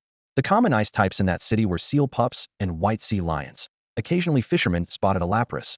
To be able to keep a Marnie, Boss Sun was clearly no ordinary man. Baize guessed silently. The upstairs room was simply furnished, but clean. A wooden table held a purple clay teapot and several cans of tea leaves. Just as Boss Sun was about to make tea, Wu Yun raised a hand to stop him, his voice low and direct. Boss Sun, my apprentice needs a fresh beginner Pokemon. Do you have any spirit eggs? Don't try to fool me with some low-grade ones. At this, Boss Sun's expression shifted slightly. He awkwardly rubbed his hands. Well, he smiled wryly. Master Wu, to be honest, the Basha gang recently held an underground auction and took all the decent spirit eggs I had left in the shop. The Basha gang? Wu Yun frowned deeply, repeating the name quietly. Then he asked, when is that underground auction? 5 days from now, right here in the black market. Boss Sun immediately pulled out 2 dark red admission tickets from his pocket. Here are the tickets. You can try your luck. Wu Yun nodded slightly and pocketed the tickets. He then took out 3 boxes of medium-grade ice-type energy cubes, emitting a faint blue glow from within his robe, and neatly placed them on the table. Boss Sun hurriedly waved his hand. Master Wu, these tickets are a gift for you. Despite his words, his eyes were fixed greedily on the 3 boxes of energy cubes, like a wolf eyeing its prey. He knew well that medium-grade energy cubes were strictly controlled by the League and rare on the market, usually acquired through merit points exchange, purchased from a great family, or smuggled from the black market. 3 boxes of medium-grade ice cubes would sustain a Marnie for half a year. If resold, they could fetch at least 4.5 million League coins. My apprentice also needs a pure blood trainer status, Wu Yun continued. Boss Sun looked troubled. Ordinary trainer status is doable, but pure blood. Seeing this, Wu Yun said nothing but took out 2 more boxes of medium-grade normal-type energy cubes from his robe. Sun Gus' eyes instantly lit up with excitement, but his expression remained hesitant. Wu Yun, tired of beating around the bush, said bluntly, if it's not possible, we'll find someone else. All right. Please have a seat and wait just a moment, Sun Gu replied quickly, afraid Wu Yun might walk away. He hurriedly pulled out his phone and rushed outside to make a call. After Sun Gu left, Baize muttered softly, Master, you really don't have to spend so much on me. A fledgling bird must spread its wings eventually. I won't be able to be by your side forever. Having the status of a legitimate trainer will make your path smoother in the future, Wu Yun said earnestly. Master Baize's eyes grew moist. When he first became an apprentice, he only wanted to learn some skills and respected Wu Yun as a teacher, nothing beyond that. But now, he truly felt the depth of that care. All right, a real man.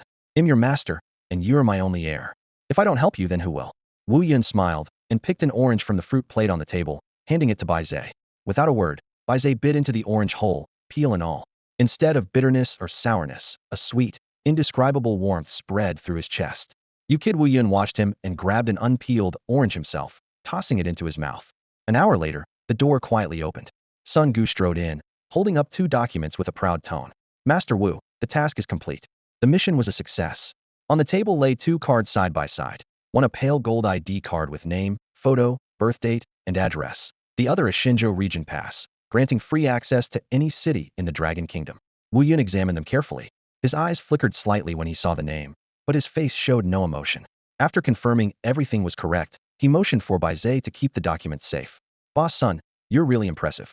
Just 1 hour, and you easily earned 6.5 million from me, Wu Yun said casually. Not at all. I'm just handling affairs for higher-ups, Sun Gu replied modestly. Boss Sun, I think you misunderstood. It's not that I mind the price, but this ID. Wu Yun's tone shifted, revealing some concern. Don't worry, Master Wu. There's absolutely no problem. The family of 3 on this ID was wiped out by pirates long ago, Sun Gu confidently assured him, patting his chest. Wu Yun nodded slightly, exchanged a few more words, then left the tavern with Baize. The wind was strong at the street corner. Baize held the ID to his chest, marveling, I never expected the ID I've dreamed about would be made so quickly.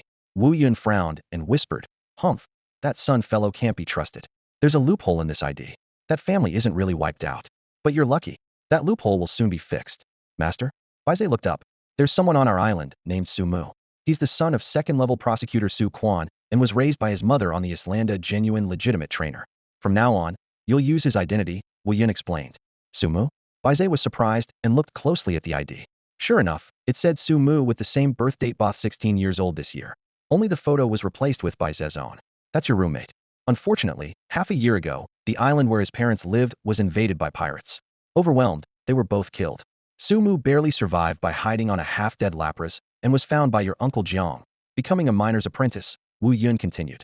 Baize recalled the months he spent with Su Mu. The boy always had a sunny smile, hardly like someone who had just lost both parents. Seeing him lost in thought, Wu Yun thought Baize was worried about the identity slipping. He patted his shoulder reassuringly. Don't worry, Xiaoze. When we get back, they'll take care of Su Mu. Then you'll truly be Su Mu. Indeed, this was his master, ruthless, willing to kill and burn without a second thought. But Baize didn't mind.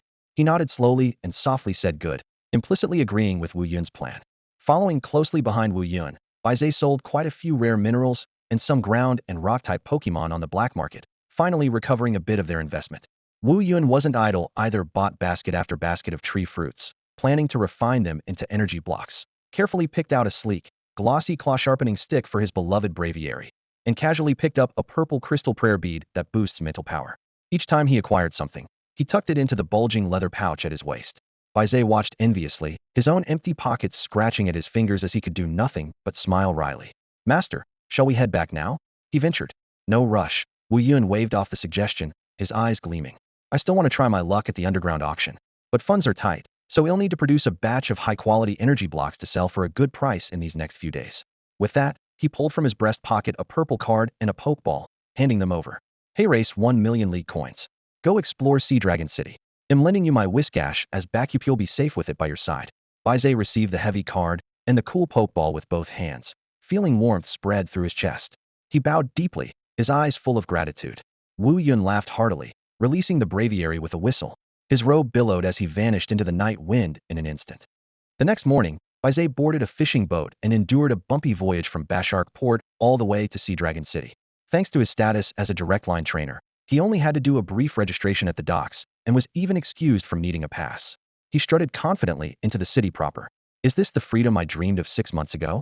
He mused, watching throngs of people on the street. It all seems so within reach now. Even with 1,000,000 league coins in hand, he never considered running off with Master's Whiskash. The ruthless pirate, who kills without blinking, was also a caring mid-level breeder. If he truly fled, that would be madness. Shaking off his doubts, Baize took a deep breath infused with salt sea air and the scent of street food. Metallic gleams from Pokémon gear displayed in shop windows, the aromas of grilled squid and sweet crispy tree fruits drifting from nearby stalls, small Pokémon frolicking around their trainers all at once. The heavy burdens pressing on his shoulders seemed to ebb like the tide. Yet the exhaustion of a sleepless day and night weighed heavily on him. Rubbing his sore eyes, Baize decided to rest at the Pokémon Center first, feeding and airing out his Sandscrew Diglett, and seeing if his elite trainer status came with any perks. Soon, he found a white-roofed, red-trimmed Pokémon Center at a main road corner. Pushing open the door, the cool blast of air conditioning swept away the summer heat. Behind the reception desk, a young woman in a pink and white nurse's outfit looked up. Her name tag read Xuanyue.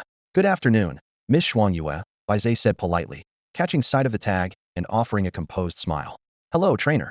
How can I help you today? Xuanyue's voice was gentle, like warm spring sunlight. In her early 20s, her curved eyes and soft features gave an immediate sense of approachability.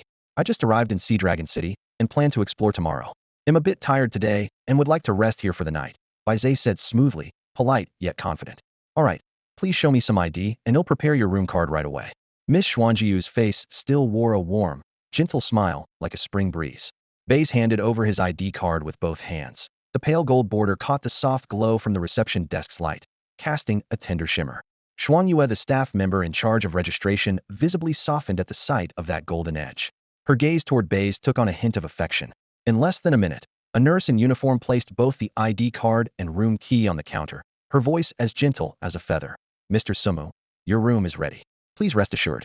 Later, staff will bring you and your Pokémon a delicious dinner. We hope you enjoy your stay in Hailong City. Thank you, Miss Xuanyue, Baize said loudly, gratefully taking the card and key and returning her a bright smile filled with warmth. The door closed behind him, and he eagerly threw out a Pokeball. Come out, Gear Underground. A flash of white light, and Gear Underground called out with a cheerful hey, before darting into Baize's arms like an arrow, its tail wagging furiously. All right, I'm playing with you, Baize said, stroking its soft fur as they began chasing each other around the room. Within minutes, the claw-sharpening board provided by the Pokémon Center was scratched to shreds by Gear Underground's 2 large paws. Then, it jumped on the treadmill, stepping on the rolling belt with a creak while flailing its 2 paws like a comical little clown. Baize laughed so hard he bent double. He opened his backpack and pulled out a can of basic energy cubes, then carefully sprinkled some soft fine sand and a few shavings of premium steel scraps on top. Remember to eat while you play, and no digging holes, okay? I can't afford to pay for repairs. Gear Underground nodded in response, and Baize, exhausted, dragged himself back to the bedroom. The soft mattress felt like a cloud, wrapping him completely, the most comfortable sleep had ever experienced in his life. After an unknown amount of time, a faint but chilling voice whispered in his ear, "Order S. Wake." Baize suddenly sat up, heart pounding. The room was still the familiar setup, and Gear Underground lay sound asleep at his feet. He breathed a sigh of relief. Just a hallucination. He walked to the window and pulled back the curtains. Outside, the night was still pitch black, and the distant city lights twinkled. He murmured, the night view has its own charm, but sleepiness quickly returned. He tucked a little blanket over Gear Underground, lay back down himself, and closed his eyes, slipping back into sleep almost immediately. In his dream, he stood in the center of an endless grassland where an ancient giant tree soared into the sky. Suddenly, dark clouds gathered overhead, the thick blackness hanging so low it nearly touched the grass tips. A crimson glow bathed the land in a blood-like hue. Then, silently floating in the air, a blood cocoon appeared. It drifted like a ghost, voraciously absorbing the life energy from everything around it. In an instant, the blood cocoon burst open, transforming into a massive blackened bird. Its wings were like blades slicing through the sky, casting a vast shadow over half of the heavens. This was Yveltal. Baize let out a stunned cry, his fingers trembling uncontrollably as he stared fixedly at this legendary Pokémon before him, his breath caught tight in his chest. Just as he was about to get a clearer look, his thoughts suddenly flashed to that ancient tree from earlier. His heart skipped a beat, and he spun around in a rush. The towering ancient tree, long standing silent, now radiated dazzling vitality. Its branches pulsed like a heartbeat, thousands of green lights swirling along them. In the next moment, the tree morphed into a grand, majestic stag with imposing antlers. Xerneas. The aura of the ex-Pokemon's arrival washed over him, sending chills down Baize's spine. Y and X are both here. What about Z? Baize murmured, barely finishing the thought when the sky suddenly rippled with a ghostly green light. Zygarde appeared silently, exuding a cold and oppressive presence. His snake-like eyes scanned the battlefield without hesitation. Then two massive, disc-shaped green beams struck down, nailing Yveltal and Xerneas firmly in place. The shockwave raging around them forced the two legendary Pokémon to revert to their original forms. An ancient tree and a blood cocoon quiet once again. The thunderous roar abruptly stopped. Baize's legs buckled and his consciousness felt like it was slipping away. Moments later, his eyes snapped open as he jolted upright in bed. Had it all been a dream? Yet the distant rumble still echoed in his ears, and the pounding in his chest refused to fade. Shaking off the daze, he hurried over to the dormitory sink, splashing his face with cold water. The ice-cold liquid dripped down his chin as he grabbed a towel and roughly wiped his face, finally steadying his breath. The faint whisper ringing in his mind, Order Awakening, resurfaced once again. Order must mean Zygarde. Awakening, could it mean X and Y are about to revive? Baize rubbed his temples, feeling his head grow heavier with every thought. If those two gods woke up and the three met, it would surely be world-shaking. He couldn't help but grumble. This Sunito, isn't it feel just like a flightless versus fathead fish showdown?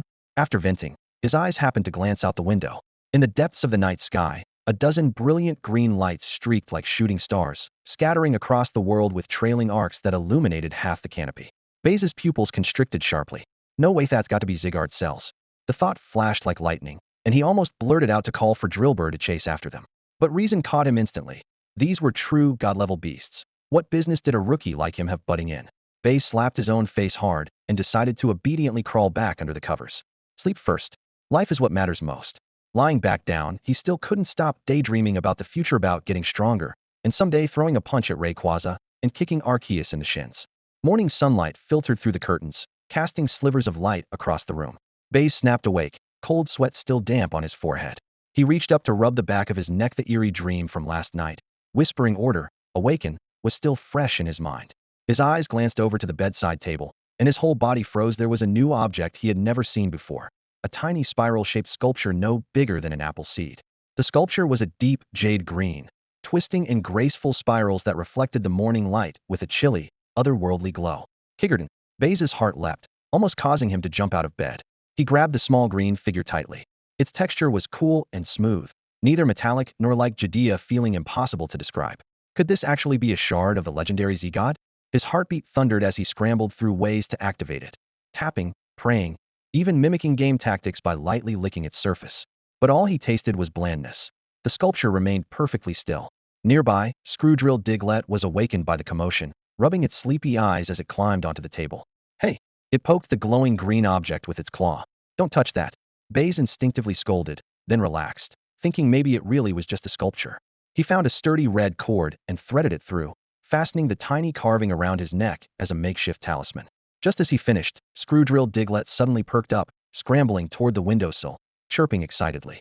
Baize followed its gaze to the sky outside, where faint streaks of ethereal green light flickered eerily, almost matching the scenes from his dream. Is Kigerton's cell being summoned? His eyes sparked with intensity, but he quickly composed himself. Let's go, little guy. Today, we'll find you a new partner. Downstairs, the Pokemon Center buzzed with activity. Miss Frostmoon, sorting through some papers behind the front desk, looked up and her eyes brightened instantly. Mr. Sumo, did you rest well last night? Her voice was soft as she unconsciously twirled a strand of hair around her finger. Baize gave a slight nod, offering a measured smile. Thanks for taking care of things. Everything's fine. He gently patted Screwdrill Diglett's head, resting on his shoulder. If you ever need a guide in Sea Dragon City, I'd be happy to help. Frostmoon's voice lowered, almost afraid the words might be carried away by the wind. Her eyes carried a mix of hope and nervousness. Baize bowed slightly in return, his tone kind but firm. I appreciate your offer, but I'm mainly here to find a new member for my team. Do you know where I can find good quality Pokemon in the city? A flicker of disappointment crossed Frostmoon's eyes, but she quickly masked it with a professional smile. If you're a league-certified trainer, you can go to the Azure Breeding House. They might have the 5th-generation starter Pokemon for sale.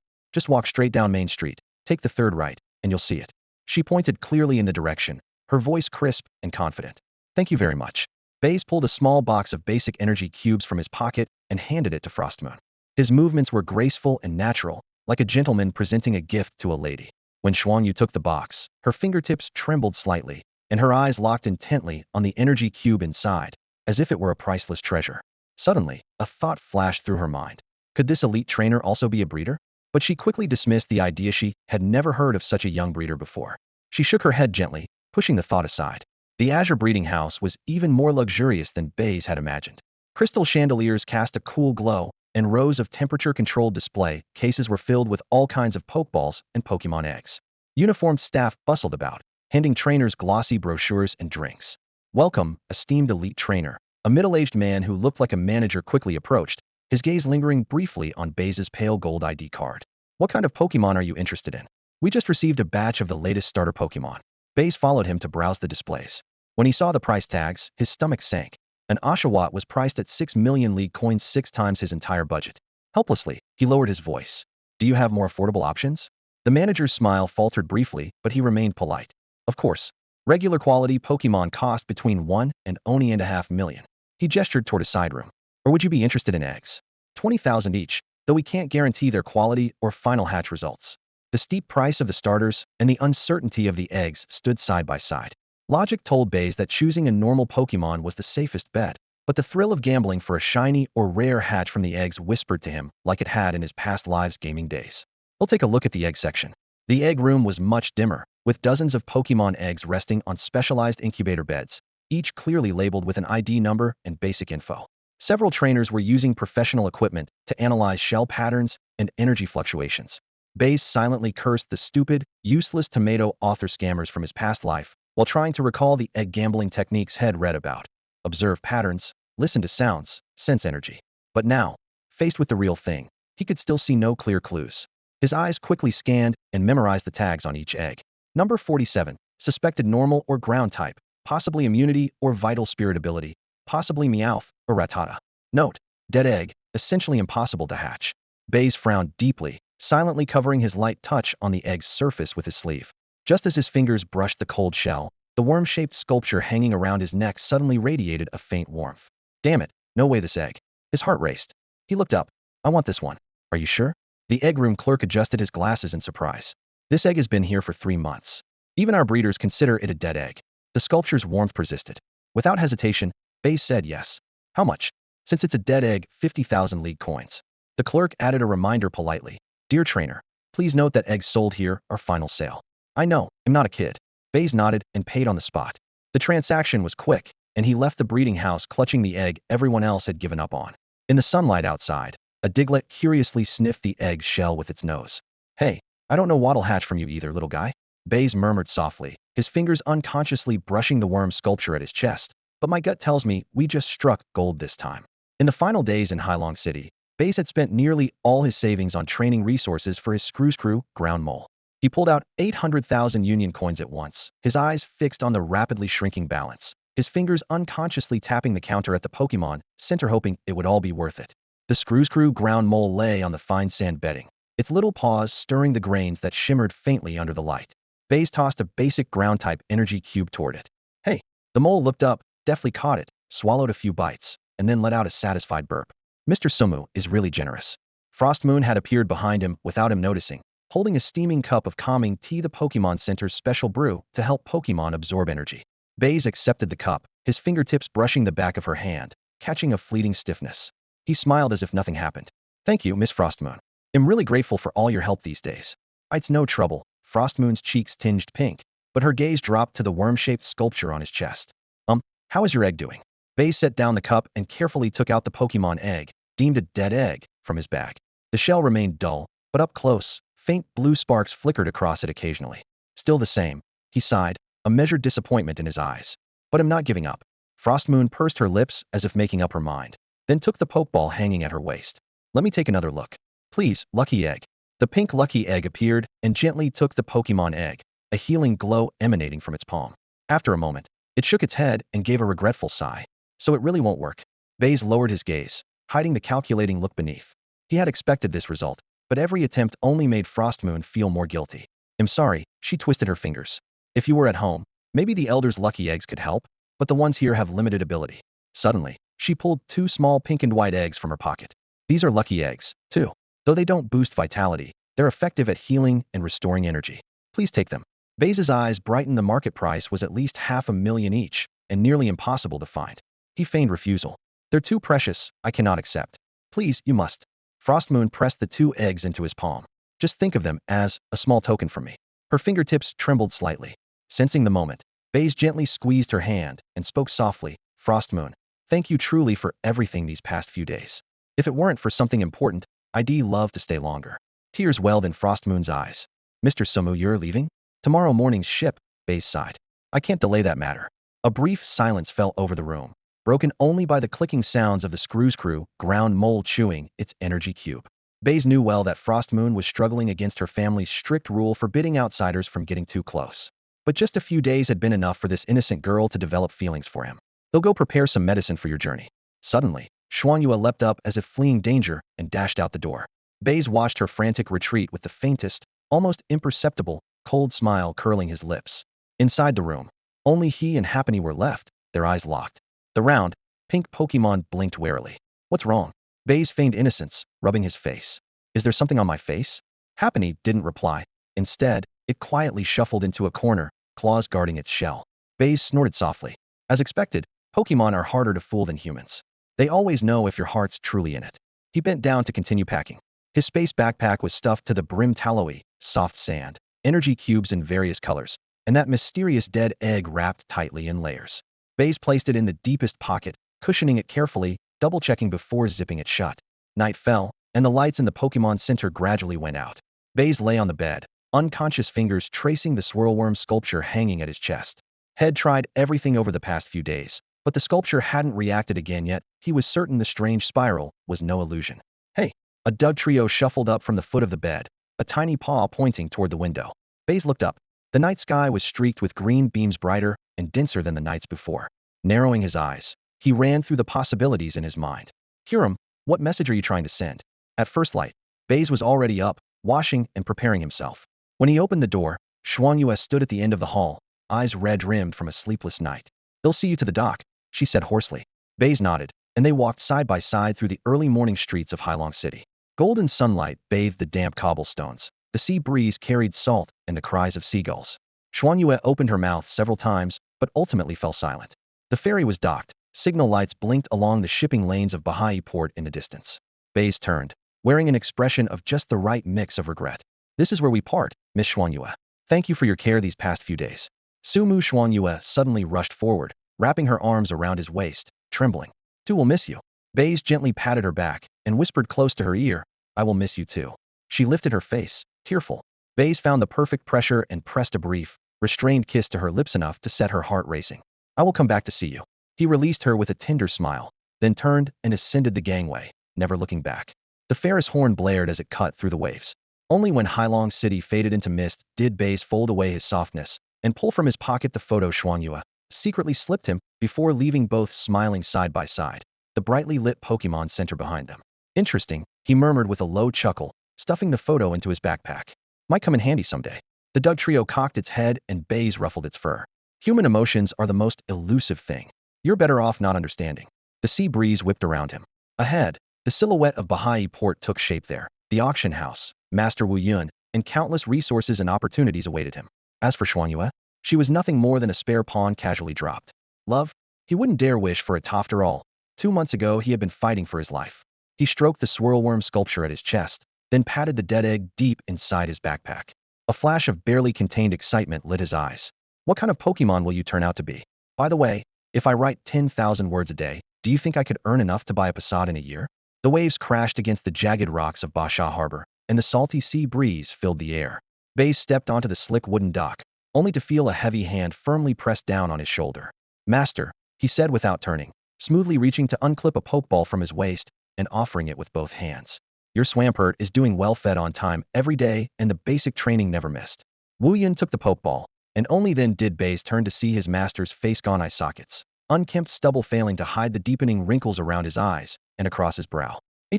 With a flash of light, the massive Swampert appeared at their feet, muscles more defined than before. But Wu Yun's complexion remained leaden gray. Baize narrowed his eyes, quickly switching to an expression of concern. Master, what's wrong? You look terrible. Wu Yun raised a hand to halt him, eyes scanning the bustling crowd at the harbor. We'll talk on the boat. Once aboard the yacht Wu Yun had rented, Baize busily boiled water and warmed a teapot, the fragrance of Tiguanyin tea cutting through the damp sea air. While waiting, he pulled a delicate gift box from his luggage. Master, I saw this in Hailong City. You've used your razor for years. Wu Yun tore open the package to reveal an ordinary electric razor, worth less than 200 alliance credits on the market. His lips twitched slightly. Thoughtful. He gently traced his fingertip over the razor's body, a small gesture that made Baize certain his master was facing trouble so serious it overshadowed even his basic self-care. Received some bad news. Need to verify it. Wu Yun set the razor aside, voice low. Tomorrow's auction, stay close and don't wander off. Yes, master. Baize lowered his head in response, but a strange light flickered in his eyes. Night fell as the two slipped into the black market. Passing through a back alley, they reached an abandoned warehouse, the underground auction site. After handing over an invitation, they entered a dimly lit room where dozens of leather seats were arranged in a wide fan shape. Wu Yun didn't pause, but led his disciple straight to their numbered seats, whispering, "Remember, whatever you see or hear here, not a word once we leave." Baize nodded obediently, but his gaze swept the crowd in the shadows, a shipping magnate, a mining conglomerate director, even an alliance council member. All wore masks, yet none could hide the commanding aura of their high status. The auction began in earnest, bids rising and falling with fervor. When a mid-tier water energy cube reached 6 million credits, Baize instinctively clenched the bank card in his pocket. Less than 200,000, embarrassingly poor. Want it? Wu Yun asked sharply from the side. Baize quickly shook his head. I'm just curious. This quality of energy cube normally sells for 4 million max. Black market prices easily double. Wu Yun snorted. People buying here either have money to burn, or his words cut off abruptly as his gaze fixated on the newly presented item. The bidding dragged on, boring Baize, until the auctioneer pulled back a velvet cloth to reveal a twisted shell sculpture almost identical to the one hanging at Baize's chest. Item number 73, an unknown relic, starting price 50,000. A sudden wave of heat surged through Baize's chest. He quietly pressed the whirlworm sculpture hidden beneath his shirt, forcing down the strange sensation, then casually raised his auction paddle. 50,000. The once noisy hall instantly fell silent. Small, obscure trinkets like this rarely attracted any attention. The auctioneer confirmed there were no competing bids and swiftly brought down the gavel. What's the point of buying that thing? Wu Yun, sitting beside him, raised an eyebrow. Looks interesting, Baize replied with an innocent smile. Could be a nice decoration, too. Wu Yun snorted but didn't press further. Seizing the moment amid the crowd's chatter, Baize slipped the sculpture into his pocket. The two whirlworm sculptures gently clinked together, and a faint vibration passed through the fabric to his palm. His heartbeat quickened in response. Midway through the auction, a giant mantis covered with deep knife scars, its metal armor cracked and worn, was brought onto the stage. Baize clearly felt Wu Yun's shoulders stiffen, his breath growing heavy. Elite class giant claw mantis. Trainer confirmed deceased. Starting bid 8 million. The auctioneer announced. 10 million. Wu Yun suddenly raised his paddle, his voice hoarse. The hall erupted in murmurs. Some whispered that this steel-type bug Pokémon was severely injured and near death, its potential almost tapped out, with a market ceiling around 10 million. 12 million. Came another bid from the back. Wu Yun sprang to his feet, lowering his voice but unable to hide his frenzy. 15 million. The chaotic bidding war raged on, but he eventually won with a high bid of 17 million. As the gavel fell, he immediately grabbed Baize and rushed backstage. In the dimly lit transfer room, Wu Yun's hands trembled as he held the pokeball containing the giant mantis, his gaze sharp as a blade. Who was its previous trainer? How did they die? The staff took a step back, stammering, "Client privacy. Speak." Wu Yun tossed down a heavy box of intermediate energy cubes. The lid thudded against the table. It was sent to auction by a senior trainer named Tai Yun, the staff hurriedly explained. He claimed to have found it near a mysterious island off the open sea. The original owner had. Take me to him, Wu Yun said coldly. Now, Tai Yun was a weathered middle-aged man, his left eye marked by a deep scar. Seeing the box of energy cubes, his lips trembled before he took a swig of strong liquor and finally spoke. Our captain, the giant claw mantis trainer, and 6 elite trainers chased a blue orb for 3 solid months. He traced a swirling shape with his hand. That island was cursed. It drifted, even 8 ships. Then suddenly, the entire island sank. A massive whirlpool shot up at the surface and swallowed everything. Only the giant claw mantis and an armored bird washed back ashore. Leaning against the wall, Baize listened while quietly rubbing the 2 sculptures tucked in his pocket. Silent now, they still conveyed faint pulses through his palm. Blue orb? Wu Yun's voice tightened. Tell me more. Tai Yun shrugged. All I know is it's called the Supreme Power. Nothing else. The captain himself never figured it out. We sailors were ordered to stay near the surface, too afraid to do more than watch the whole island vanish down the whirlpool. The news was grim. Wu Yun's expression darkened as he suddenly grabbed Baize's arm. Come on, we're heading straight back to the mining island. As they left the auction house, Baize quietly asked, Master, stepfather, did he perish? Yeah. Wu Yun's reply was gruff, his eyes bleak. Night fell. The Black Sea glimmered under the yacht's mast lights as the bow sliced through the waves. On deck, Baize skillfully grilled seafood, the fat sizzling on the coals. The salty ocean breeze tousled his dark hair. The 2 whirlworm sculptures hung from his neck like metallic pendants, reflecting the moonlight. He could clearly feel his sculpture greedily absorbing the faint energy from its companion. In the cabin, Wu Yun struggled to calm the restless giant mantis. Baize's smile faded as he entered, carrying golden-brown grilled fish. He handed it to his master, then placed tender shrimp before the mantis. The carnivorous metal insect's eyes lit with delight. With a massive claw, it scooped up the whole skewer in one bite. Moments later, it bowed its massive head before Wu Yun, completing their bond. The same favor he had received when helping it break through the elite rank was now returned. With this trust established, Wu Yun quickly pieced together the terrifying events on that island. Amid towering tsunamis, a shadowy orca phantom blotted out the sky, and the raging waves swallowed the island and its inhabitants whole. Only it and the armored bird survived. Kagard Blue Orb Kyogre? Wu Yun murmured, clenching his fist. Baize turned back toward the deck, the sea breeze carrying its briny tang. He gazed down at the 2 whirlworm sculptures hanging on his chest, his eyes brightening. How fascinating. Back inside the cabin, Baize whispered softly, excitement sparkling in his gaze. As a Pokémon enthusiast, hearing the names of legendary beasts stirred his entire being with anticipation. As they neared the mining island, a sharp, salty sea breeze filled Baize and Wu Yun's nostrils an acrid blend of gunpowder smoke, blood, and rusty iron that made them nauseous. Speed up. Wu Yun immediately sensed something wrong and ordered urgently. Yes, master.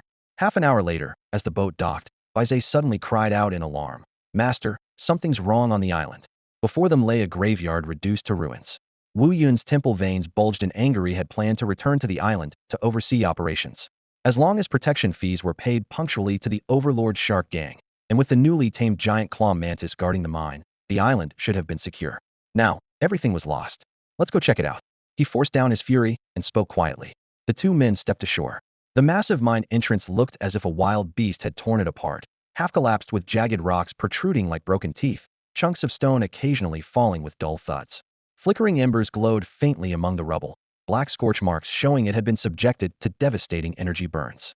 The ground was littered with bodies, guards still wearing their uniforms, alongside their Pokémon. Mytana, Machop, Rhyhorn, each twisted in death, blood staining their limbs. The dried blood appeared almost black in the moonlight. The air reeked of blood, burnt flesh, and mining dust. Who did this? Wu Yun clenched his fists until his knuckles whitened. Baize's pupils narrowed.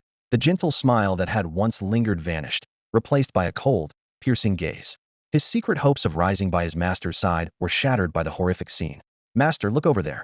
He pointed toward the central watchtower that hadn't collapsed. On a wooden beam, a corpulent corpse was nailed, roughly Deputy Captain Jiang Fu, his bulging eyes frozen in terror and despair. Search the area. Wu Yun's voice was low and hoarse, but commanded without question. He and Baize summoned their Pokémon Swampert, Sizer, Staraptor, and Steelix and cautiously ventured into the deadly ground. Deep inside the collapsed tunnels, Swampert sensed moisture, while Sizer swung its sharp claws to clear debris. In a narrow gap propped open by a massive boulder, they found several barely alive survivors. In the dim light, Baize recognized 2 familiar but battered faces: Su Mu and Jiang Fu's son, Jiang Tian.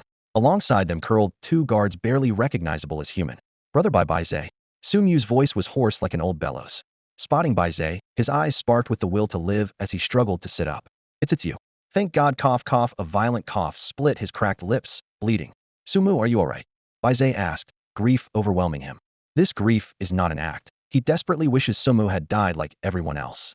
Jiang Tian knelt at the mine entrance, his eyes vacant and glassy, his face smeared with blood and dust, looking utterly lost. When he saw Baize and Wu Yun, his remaining instinct made his shoulders twitch, curling up into a ball. Nearby, The porter and the monkey creature lay sprawled among the rubble, breathing so lightly it was barely noticeable, their bodies covered in wounds, life hanging by a thread.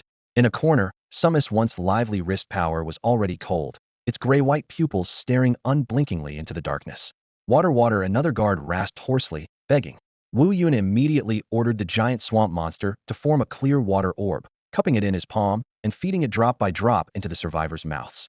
The cool water soothed their parched throats, allowing a few of them to finally speak. It's Wang Lina. That bitch. That venomous woman. Jiang Tian swallowed hard, his hoarse roar scraping like a dull knife on metal, tears mixed with dirt and blood dripping from his chin. She commanded 2 iron ants and slaughtered the entire island. Sumu clutched his ribs, voice trembling as he continued. She had already set a trap. One of the iron ants' its trait is laziness. While Vice Captain Jiang Fu was inspecting deep in the mine, it suddenly attacked and stole the great mouthbat's spirit ball.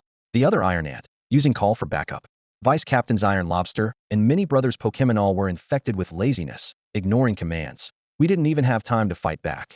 Choking back sobs, Jiang Tian finished the rest. She ordered the lazy iron ant to dig wildly at the support beams using dig, rock blast, and earthquake. The entire mine shaft collapsed.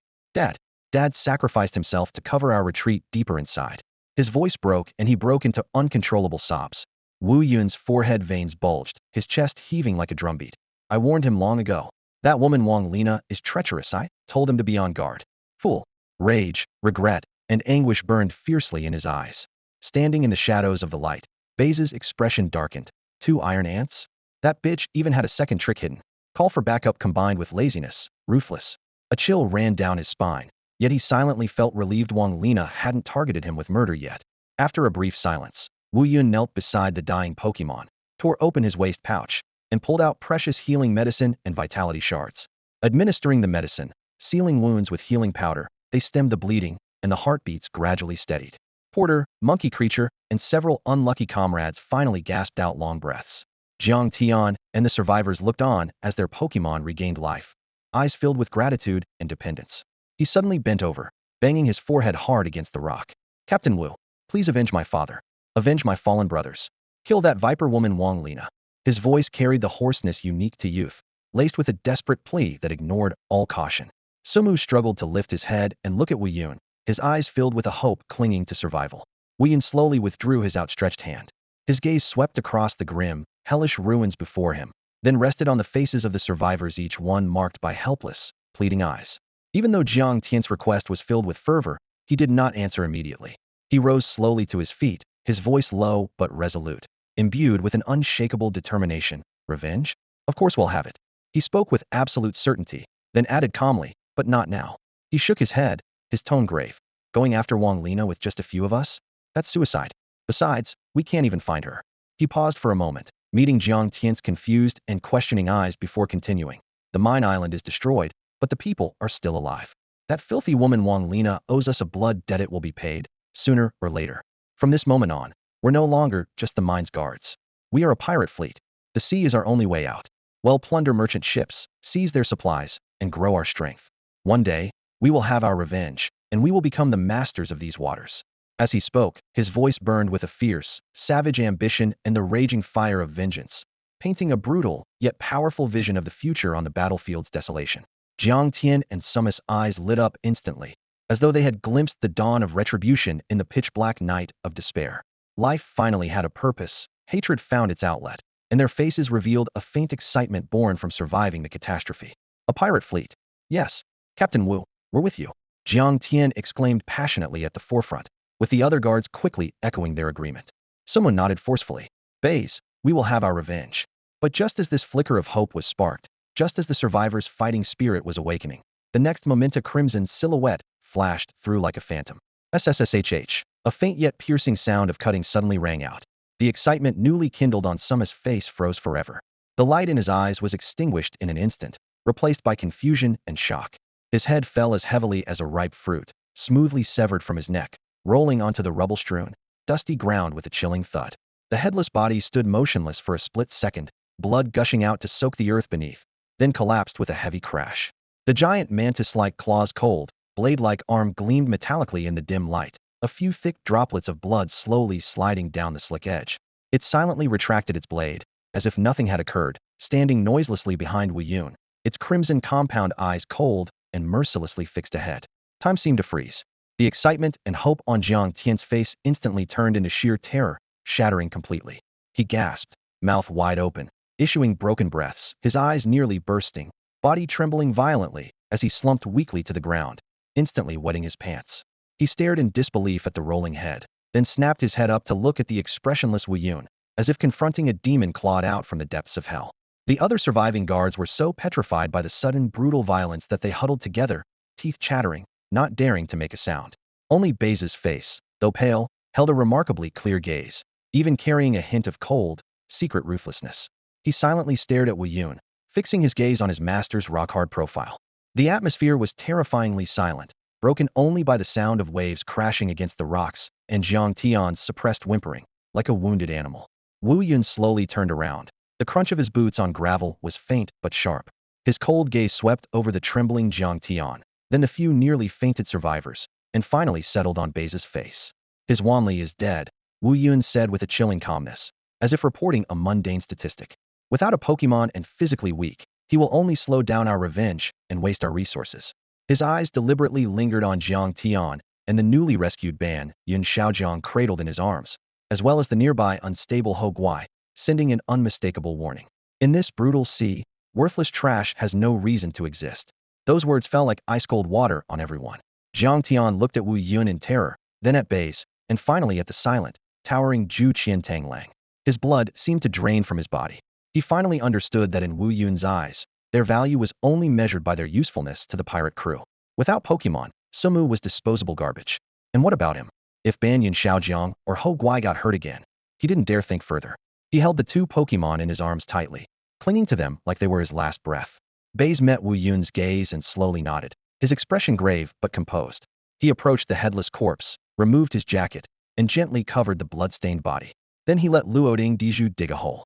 As soil flew, the warm scent of blood lingered in the air, but Baize remained calm. His master was quietly sealing up the last trace of his identity. Sumu and Wanli were laid at the bottom of the pit and buried layer by layer in earth. Baize sighed inwardly. The world is cruel, so I will live on for you. A trace of self-mockery crossed his mind. Had stolen Sumus' identity and now spoke lofty words. He was nothing but a hypocritical, cold-hearted villain. Yet this act softened Jiang Tian and the other survivors slightly. After tidying up and treating wounds, Baize began to boost morale. He raised his voice. Brother Jiang Tian, we're veterans of this ship. Once the Qihong finally set sail, while all soar like dragons leaping over gates, becoming superior men. Looking toward Wu Yun, he spoke with conviction. Wu Yun understood perfectly. Pulling from his pocket packets of precious Pokemon materials, glowing crystal shards, freshly picked miracle tree fruits, and rare energy powders, and handed them out to the guards. Everything will get better. I, Wu Yun, promise to make all of you superior men.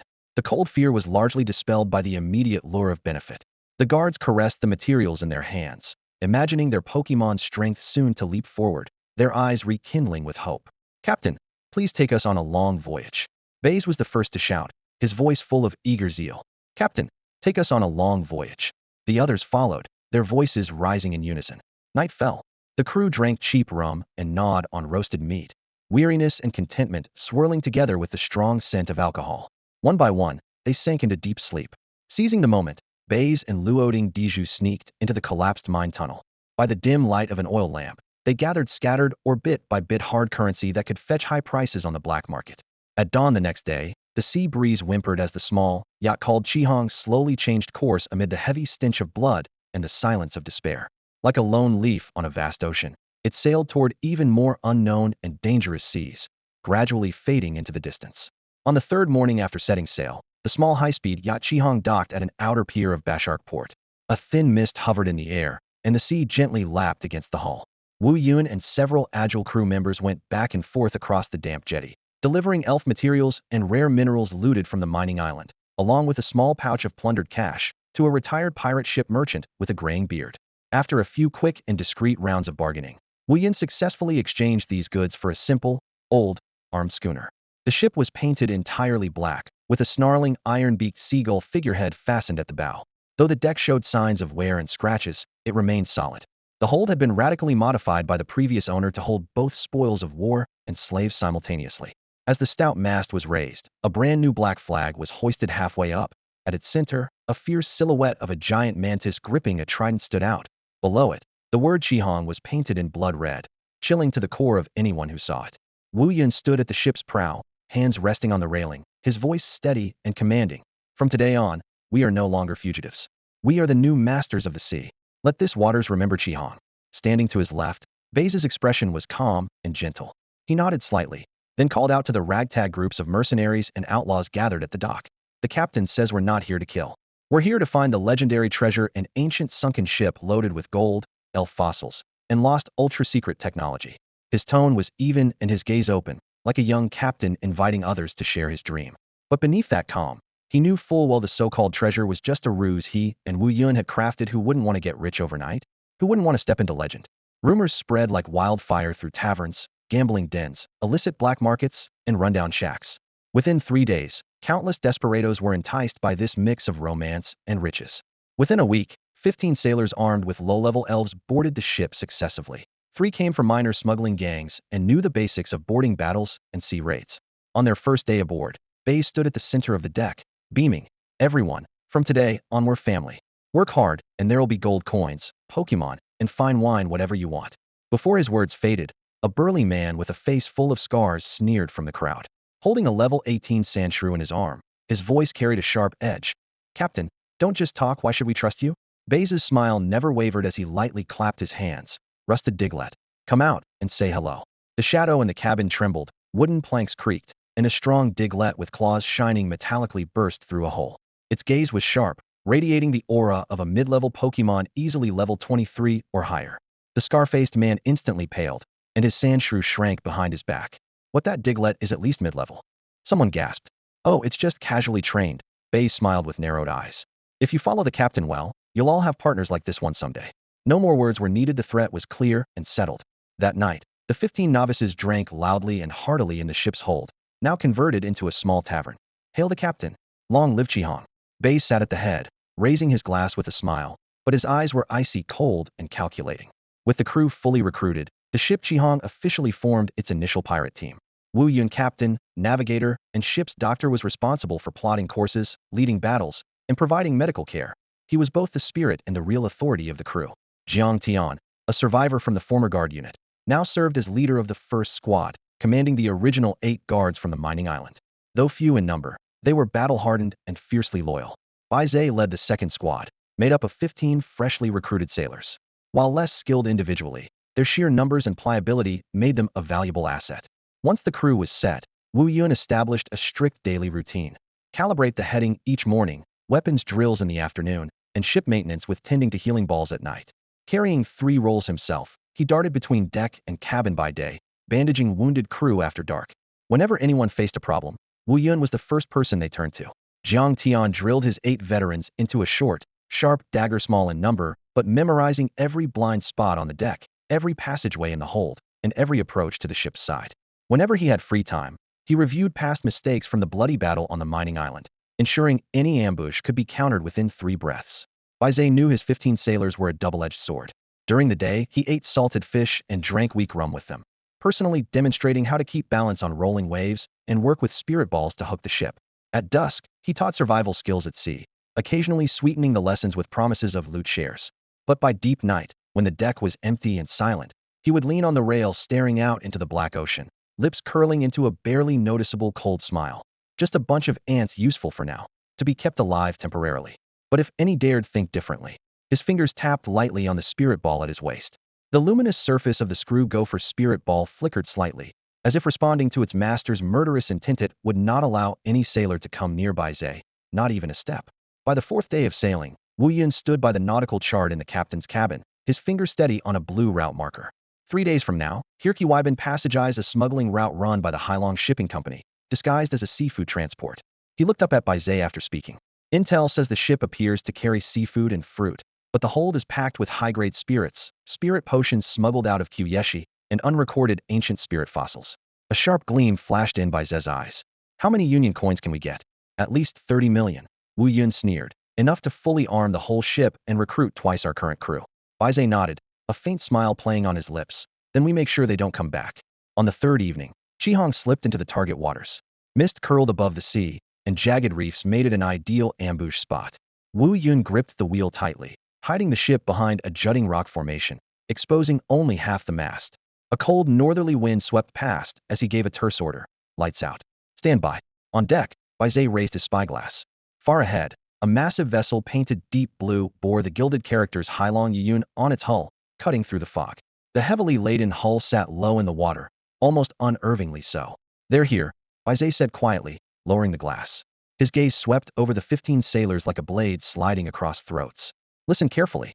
When the captain gives the order, act accordingly. Share the loot if we do well, but anyone who disobeys." His glance stopped on a scar-faced man who had challenged him before. Baize's tone softened like that of an older brother. "You know the consequences." The scar-faced man's Adam's apple bobbed as he nodded firmly. "Understood. I will follow your command completely." Baize smiled slightly, patting the man's shoulder gently. "Good. Work hard, and he'll make sure you're rich and honored." But in his heart, Baize had already decided. If that man ever betrayed him, the screw-gopher spirit ball would swipe his head clean off. Wu Yun's voice cut through the sea fog like a razor-sharp blade. Baize stood on the foredeck of the Qihong, fingertips tracing the cold barrel of his musket. The metallic chill sent a shiver through him. At his feet, Loosenut the groundhog scurried anxiously, its hard alloy claws scraping fresh grooves into the wooden planks. Ahead, 15 sailors held their breath. Their elemental spirits lobster soldier, razorfish, mole rat, geodude, and hyena dog tensed every muscle, the quiet air almost alive with the faint sound of contracted sinew. Fire! 8 modified cannons thundered simultaneously, the deafening roar tearing through the mist. Flames from the blasts illuminated Baize's usually gentle smile, but in his eyes, a colder light flashed, sharper than the fire. Cannonballs tore into the defenseless Hailong fishing transport. Though outwardly a common cargo ship, in this moment it was as fragile as paper.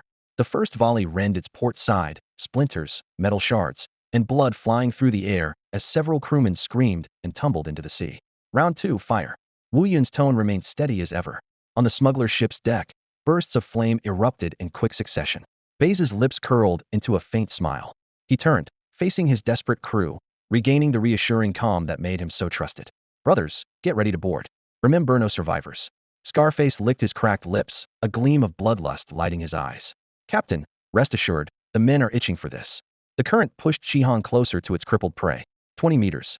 Wu Yun raised his hand, and 3 main spirits manifested simultaneously. The colossal swamp beast crashed into the sea like an iron mountain, sending a towering wave rising. The giant claw mantis spread its metallic wings, humming with reflected cold light. The mighty eagle soared, golden feathers slicing sharp arcs across the misty sky. "Jiang Tian, port side. Baize, starboard." "They'll take care of their leader," Wu Yun said briefly. Baize saluted with quiet grace. "Understood, Captain." The moment he turned, his gentle smile faded entirely, replaced by a sudden, piercing coldness. Loosenut leapt onto his shoulder, its claws catching the deck light like ominous bloodstains. The boarding fight erupted with jagged, tearing screams. Baize didn't rush forward immediately, instead standing at the railing to survey the brutal scene. The 15 desperados were far fiercer than expected. Scarface's mole rat tore a crewman's chest open with a single swipe. A one-eyed sailor wielding geodude smashed 2 guards to pulp. Even the weakest youth slashed the cook's throat. Not one faltering. "Seems there's no need to make an example," Baize muttered under his breath. Raising his hand, a burst of musket fire cracked through the chaos, bullets catching an insurgent about to ambush Scarface. Blood splattered across the scarred man's face. He looked back to see Baize nodding with a smile, returning a grateful glance. "Captain." Movement in the hole below. Someone shouted. Baize's eyes narrowed sharply. "Loosenut, burrow." Raw earth element energy pulsed from Loosenut's claws as it slammed down, with chips flying.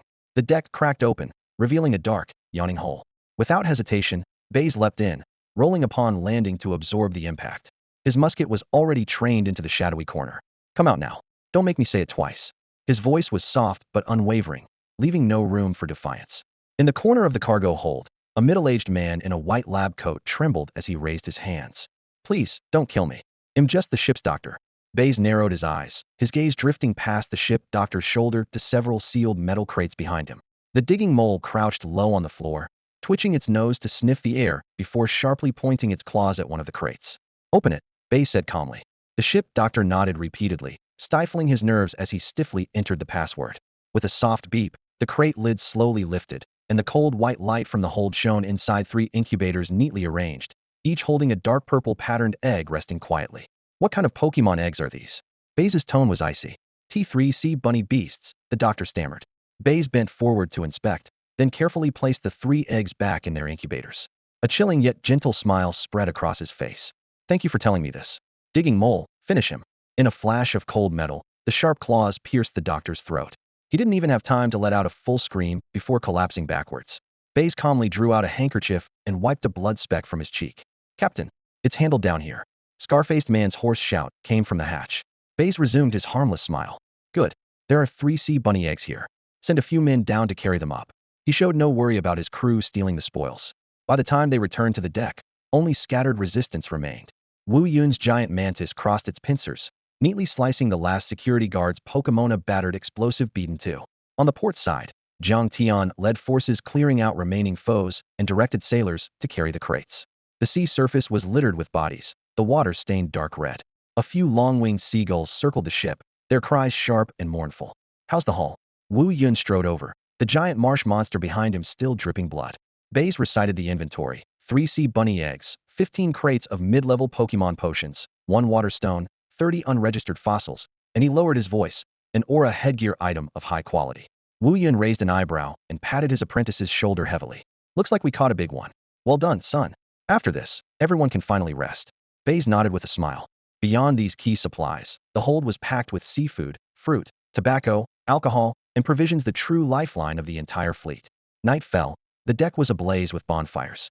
During the celebration feast, Baize returned to his usual approachable captain demeanor, going table to table with a jug of wine, praising the crew's bravery and promising that everyone would share the spoils once they reached shore. The sailors cheered continuously. Many had already scavenged treasures from the raid, some even capturing 3 Pokemon at once, their faces radiant with excitement. After several rounds of drinking, most were swaying and stumbling drunk. Baize slipped away quietly, avoiding the noise to pace out onto the moonlit deck. By the railing, Wu Yun looked up at the stars and, hearing footsteps, didn't turn around. Here, one of the sea bunny eggs for you. Thank you, master. Baize cupped his hands respectfully. No need. Wu Yun waved it off. I've seen them all 3 have elite potential. One even has a hidden ability dream trait. Choose carefully. I want the water trait, Baize said without hesitation, rejecting sand power outright. In his plan, sea bunnies were never damage dealers. Wu Yun approved his apprentice's judgment. Starting tomorrow, keep learning breeding knowledge from me. But you can't stay on the ship all the time. Baize walked to Wu Yun's side. The moonlight made his smile look especially sincere. Yes, master, I will study hard. As he spoke, he was already secretly plotting the future for his second Pokemon, the shellless sea bunny. Though its base stats were mediocre, it could outlast legendary beasts with sheer endurance, earning it the nickname Kyogre's father. Its typing was strong, with only a quadruple weakness to grass. Skills like Earth Power, Warm Water, Self-Recovery, and Ice Beam gave it well-rounded support. Most importantly, Baize desperately needed a water-type Pokemon to handle the unpredictable ocean. In the days that followed, the Qihong set out through many trials and finally reached the Orange Archipelago, thousands of nautical miles from Hailong City. Those scattered islands, each was garrisoned by official forces, their scale far beyond what outsiders imagined. The first order of business upon docking was handling the loot from the previous raid. Wu Yun acted swiftly and decisively, selling off all the resources within half a day to net over 46 million alliance credits in one fell swoop. He then distributed the profits according to merit. Baize received 5 million, Jiang Tian 3 million, and the remaining 18 survivors each got 500,000. The crew erupted in cheers, flooding bars, gambling halls, and the shopping district with the Qihang's presence. As for their fallen comrades, everyone tacitly understood their belongings would be inherited. With the money divided, Wu Yun made an executive decision to grant everyone 3 days off to eat, drink, and enjoy themselves thoroughly. After replenishing supplies, the Qihong set sail again. To strengthen their crew, they recruited 20 new sailors, assigning them to Baize's and Jiang Tian's teams respectively. Additionally, Wu Yun purchased 50 boys aged 13 or 14 from black market traffickers, intending to train them as apprentices. Morning light slanted across the deck, carrying the salty sea breeze. Baize crouched at the rail, fingertips gently stroking the hardened, cool front paws of his Duracraw, a touch familiar and comforting. Let's work hard today, little buddy. He pulled from his waist pouch an energy biscuit mixed with Malian powder. Duracraw grasped the biscuit with both paws, crunching enthusiastically under Baize's attentive care. It had already reached level 26. With the last bite gone, Duracraw nudged Baize's palm with its snout, its brown eyes sparkling with determination. Baize scratched its head affectionately. You want to learn rock slide, huh? Then we'll need to boost your rock-type energy. He pulled several chunks of freshly cracked rock from his backpack, placing them in a custom mortar and pestle. Grinding, the silver-gray powder glimmered in the sunlight. This powder activates your internal rock attributes, he explained, mixing it into a thick energy paste. Your main type is ground, but ground and rock are compatibly no problem. Eager, Duracross swung its paws, causing a few stones on the deck to tremble and drift up briefly before falling. Its ears drooped in disappointment, letting out a soft whimper. Baize crouched to meet its gaze. Don't rush, skills don't come all at once. A bright idea struck him. Hey, that's how I taught Pikachu. Without hesitation, he jumped to his feet and slapped his own cheeks to psych himself up. Watch closely, Duracraw. He took a deep breath, raising both arms overhead, as if drawing power from the very earth and sky, his serious expression amusingly earnest. First focus your mind. He closed his eyes tightly, brow furrowed, arms trembling lightly. Then concentrate your rock energy. Duracraw was captivated, sitting upright with wide eyes. Baize suddenly shouted, Polar Sandstorm, thrusting his arms forward as though hurling a gigantic boulder. Silence blanketed the deck, broken only by distant seagulls' cries. Baize blinked and suddenly realized something, his face flushing bright red. Wait, I think I got it wrong. He scratched the back of his head awkwardly. Rock Slide is supposed to summon falling rocks onto the opponent, but the move I just did was more like a rock cannon, wasn't it? Squeak squeak. The screw mine rolled on the deck, letting out a series of squeals that sounded like laughing uncontrollably, its little paws beating the wood with a staccato rhythm. Baize paused for a moment, then couldn't help but laugh along. Well, I definitely don't have Ash's smarts. Mouth move, shooting seed machine gun. As their laughter died down, he leaned over and gently picked up the screw mine, brushing the wood chips and dust sticking to its dusty fur from his fingertips. Seriously though, my demonstration was a little off, but the direction's right. Take your time, one day, you'll master Rock Slide. The screw mine contentedly rubbed against his chin, emitting a low purr.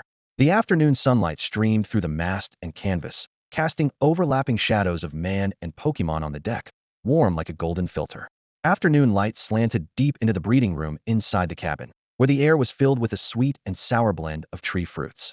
At the workstation, Wu Yun wore goggles and rolled his sleeves up to his elbows, stirring rapidly with a glass rod over a steaming metal pot. Just in time. Pass me the filtered thornhorn juice from over there. His eyes stayed fixed on the pot, steady in both speech and movement. Baize set the screw mine down, jogged over, and handed him a cup of oranger juice. Wu Yun accepted the measuring cup, tilted his wrist, and let a few drops fall into a blue-purple paste. The moment the liquid touched it, the whole pot instantly turned a bright orange, releasing a fresh citrus aroma. The secret behind energy blocks lies in the mix and heat control, he explained, a fine sweat forming on his brow. 1 second or 1 degree off, and the effect could be totally different. Baize listened closely. The screw mine mimicked his posture, nodding seriously, making Wu Yun chuckle softly. Little guy wants to learn too? He said, wiping his hands as he took a finished energy block off the shelf.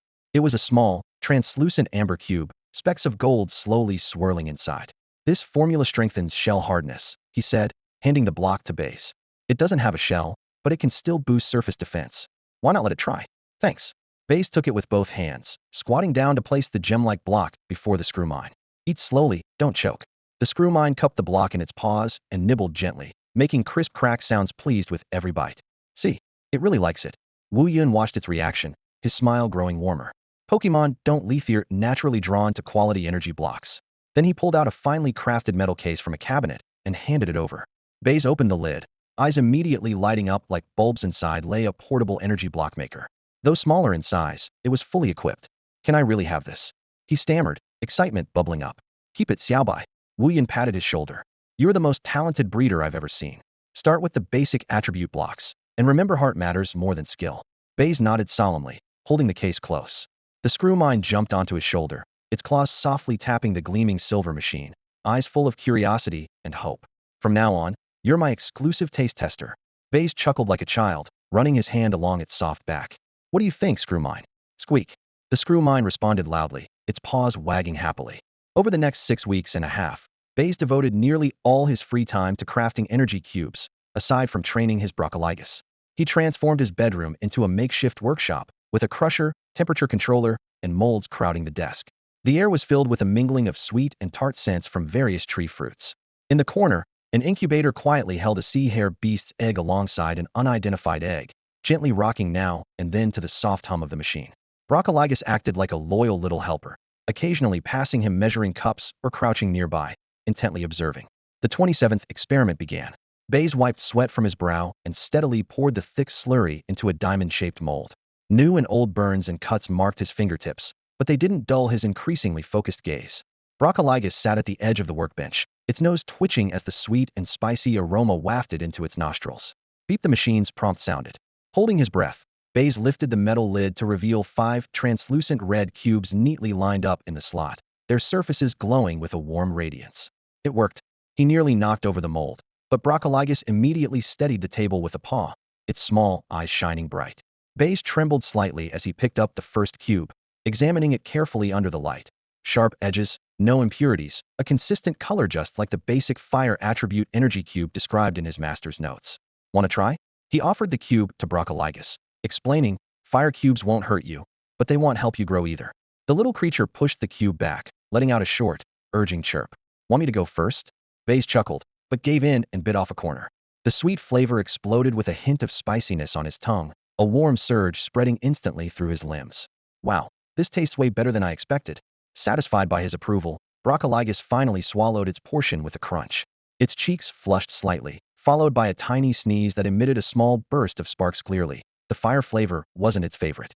Huh, guess the cubes really do have to match your type, Baize said, scooping it up and spinning around once. Don't worry, we'll make you an earth-type one right away. As he poured the earth-type fruit mix into the grinder, the worm sculpture on his chest suddenly blazed with heat.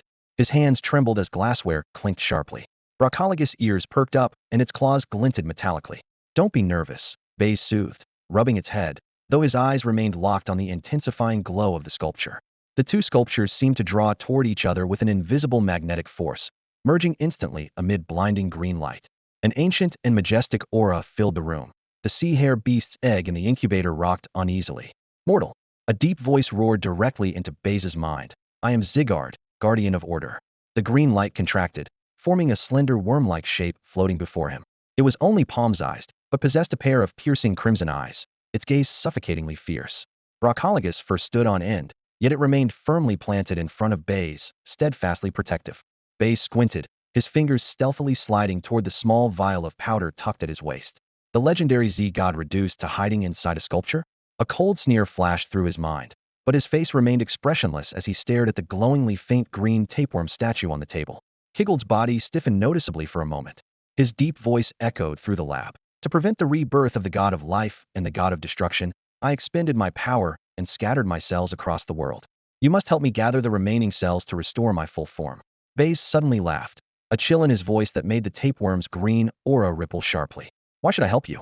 Impertinent. Kiggled's voice thundered like a storm, shattering nearby glassware into flying shards. I am the order keeper appointed by the creator god Arceus. You mortals, save it. Cells are just cells, Baize interrupted, the smile vanishing from his face. Slowly wiping tree sap off the back of his hand, he continued, God or no god, at the end of the day, you're just a bulky Pokémon. If you want to cooperate, show some sincerity. The tapeworm's core swelled suddenly, emerald energy flames licking upward. You dare threaten a god? Baize grabbed a custom spray bottle from the table corner and sprayed a precise stream of purple liquid at the tapeworm. Kiggled let out a sharp shriek as his body instantly shrank by half. Poisonous spray, Baize said softly, but with a touch as cold as a knife. A blend of venoms from 27 poison-type Pokémon, plus 3 hybrid toxins. Highly corrosive. He gently stroked the head of a nearby drill burr, but his gaze remained icy and unreadable. You really thought I wouldn't be on guard after that sculpture suddenly crashed onto my desk? Thought I'd be grateful when you tipped me off about that dud egg? The tapeworm struggled to flee but found the air thick with fine, dust-like powder, a mix of paralysis and sleep spores. Baize had seen the signs of Kiggled's awakening days ago, covertly preparing everything for this moment. Tell me now, how do you feel about being a god? Baize bent down and pulled out a sealed glass jar from under the lab bench. Opaque liquid bubbled with dark purple froth under the light. Any idea what this is? Kiggled was silent, inching backward in apprehension. Concentrated excrement from Grimer's habitat, stockpiled over 3 months. Baize's grin deepened, making the tapeworm's skin wrinkle. If you don't cooperate, I wouldn't mind leaving you soaking in it a while. Even a core needs energy, right? I've also prepared a special nutritional meal for you. You dare? Kiggled trembled in fury. Once I regain my strength, the first thing I will do. Kill me? Baize scoffed coldly. Then you'll never recover your other cells. Lowering his voice, he said, I know your secret, Kiggled. You're made of multiple cores and countless ordinary cells. The anime showed 2 cores, able to summon nearby cells to evolve. 10, 50, 100. If I lock you deep in an underground cesspit, who could you call upon? The tapeworm went completely rigid. Cooperate, or stew in sewage. Baize tapped the jar. Red light flickered in Kiggled's eyes several times before fading out. What do you want? That's better. Baize's smile returned. I help you find your cells. You provide support when I need it. A fair trade. How could I possibly stand equal with mortals? The forceps reached in again, lifting the tapeworm toward the jar's opening amid the stench. Kiggled twisted wildly. Stop. I agree. No, I consent. I consent. Should have said that sooner. All this, I that, pretending to be a god. Baize put down the forceps and gently laid the tapeworm back on a soft custom cushion. From now on, you're just little Z. Welcome to the team. The drillbur curiously stretched a paw to poke the weakened tapeworm, but was softly stopped by Baize. Don't bother, drillbur. Little Z is one of us now. He narrowed his eyes at Kiggled, voice low but sly, provided he keeps his word. I'm a man of my word. Little Z snorted without protest. Deep down, he didn't want to be dunked in that jar of filth every day. Baize knew this was only a temporary surrender. The real game was just beginning. But he wasn't afraid, like playing the strong against the weak, the big bully style. Come on, Xiao Zi, how did you end up choosing me? Baize smiled faintly and pushed a softly glowing energy cube toward Xiao Zi, who was curled up into a vermiform shape. Humph, so you want me to do your work for you? Xiao Zi lifted his slender antennae, his stubborn pride still intact. Oh, still as stubborn as ever. Baize teased in a Sichuan dialect, relaxed as he reached for a jar filled with murky liquid nearby. Wait. Xiaozi twisted around to block him. At that moment, I was out of energy and just happened to see you being so polite and helpful to that nurse, so?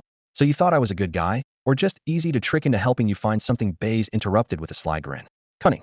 Xiaozi snapped, but still swallowed the energy cube in one gulp. Baize took the chance to ask, so, tell me, what's the deal with that dead egg you wanted me to pick? He pulled out the dead egg he had gotten in Hailong City from behind his back and held it in his palm, gently rubbing it, as if trying to sense the pulse of life beneath its thick shell. Is it just too weak to hatch? You are just as dumb as that nurse girl. Xiaozi rolled his eyes and motioned for more food with his claw. This egg's vitality and signs are shockingly strong. It's got to be from a legendary Pokémon. The outer layer is coated with a ring of unchanging stone elements that blocks any scanning. No one can detect the life inside, so everyone thinks it's dead. And the little one inside can't break through that shell either. Without hesitation, Baize pulled out a whole box of energy cubes from his bag and handed it over, his eyes bright like he'd discovered a new continent. So if we scrape off that outer elemental layer, it has a chance to hatch. In theory, yes, Xiaozi licked his lips. But you have to be super precise. One slip, and it really will become a dead egg. Baize nodded thoughtfully, but was already brimming with confidence in his skills. Xiaozi devoured the energy cubes in a flash, then streaked away as a green light, diving into the sculpture and shouting back, once I get close to any cells, they'll be able to sense them. Don't worry, I'll do everything I can. Baize promised, beating his chest. 2 weeks later, night was as dark as ink. Inside the ship's cabin, Baize sat cross-legged with a neatly arranged array of finely crafted tools before him. A screwed eyelet curled at his feet still bore faint scrapes from training earlier that day. Baize gently traced the surface of the dead egg with his fingertips, feeling the subtle bumps and dents that was the disguising layer of unchanging stone elements. Almost there, almost done, he whispered, his tone soft and coaxing. The finest carving knife spun lightly between his fingers, its tip flashing cold in the lamplight. Baize followed the contour lines, gradually scraping away the outer layer with perfect precision enough to avoid damaging the real eggshell, but removing the barrier blocking new life. Screwed eyelet flipped over and let out a soft purring sound. Baize glanced down with a smile. Over the past 2 weeks, this little guy had trained harder than ever, constantly sharpening itself, and had now reached level 28. With a squeak, Luoding the ground mole suddenly woke up, ears perked alertly. Baize immediately stopped carving, bent down, and gently stroked its head, his voice barely above a whisper. Bad dream? The warmth of his palms soothed the ground mole's nerves. It nuzzled his hand and closed its eyes again. The room was quiet except for the occasional faint clink of the carving knife against the wooden stand. The late-night oil lamp cast a golden-red glow, clearly illuminating the egg, knife, and sandpaper on the table. Baize focused intently on etching the intricate pattern onto the eggshell, working steadily until 3 in the morning before packing away his tools. He wrapped the egg in a soft cloth, then lay down with Luoding in the narrow cabin bed. Though dimly lit, his eyes remained bright, thoughts swirling. Tomorrow, he would let Luoding try the rockfall move again. He muttered softly to himself before closing his eyes for a short rest. At dawn, the sea breeze and sailors' chants echoed on deck. Baize stood firm and called out loudly, "Rockfall!" Luoding swung its arms forcefully, the deck trembled, and a dozen massive rocks tore through the air, crashing into the blue sea and sending towering waves spraying. The sailors and apprentices erupted into cheers and applause. Lord Baize, mighty as ever. Baize simply nodded slightly and smiled humbly. Now, everyone on the ship recognized him as Lord Baize. He quickly went to Luoding's side, half crouched, and patted its head. Well done. His approving tone made the ground mole puff out its chest with pride. Not bad, little guy. You're progressing fast. Master and Captain Wu Yun approached with a nod of approval. By the way, the sea hare egg you left with me a few days ago is doing well. I've added some advanced nutrient solution, and ITLL hatch in a few hours. Thank you, Captain. Baize bowed deeply, his gratitude for his master growing even stronger. Go get the egg. Everything is ready. Wu Yun patted his shoulder and turned back to continue commanding the crew. Baize returned with the incubator, closed and locked the cabin door behind him. The ship rocked gently, and under the lampshade, the incubator emitted a soft glow. The eggshell trembled slightly. He brought a specially prepared energy cube rich with the scent of tree fruit, with a touch of pale blue powder mixed in. Come out soon, little one. I've prepared something tasty for you. He placed the bowl beside the incubator, his voice full of genuine anticipation. Squeak. Luoding leaned on the table edge, watching the egg nervously. Crack. The eggshell split along its first fissure. After a moment, a shy, pink little head peeked out. The shellless sea hare, shaped like those from the Western Sea, shook its crest, tiny spike-like horns on its back glinting in the light. Its nose twitched, soon catching the aroma of the energy cube. Here, try this. Baize dipped his fingertip into the soft energy cube and offered it. The sea hare hesitated at first, then licked lightly the moment its eyes brightened. The little creature dove head first into the bowl and greedily devoured the treat. Baize sat quietly watching, lips curling into a smile, taking his time before attempting to bond with it. Luoding followed suit, pulling treats from his pouch to share with the new companion. The sea hare, sensing the friendly, familiar scent, touched its paws tenderly against Luoding's, sharing the food in warm affection. After a while, the now round and full sea hare climbed onto Baize's side and gently rubbed its soft body against his arm, eyes shining with trust and hope. Want me to tame you? Baize asked softly. The sea hare nodded eagerly. He took out a deluxe ball and lightly tapped its forehead. Beep, beep, the red light flashed. Ding. Capture successful. I've tamed a shellless sea hare. Baize couldn't contain his excitement and shouted out. Hey! Luoding cheered, waving a paw. Even the dead egg resting quietly in the corner seemed to sense the moment and trembled slightly.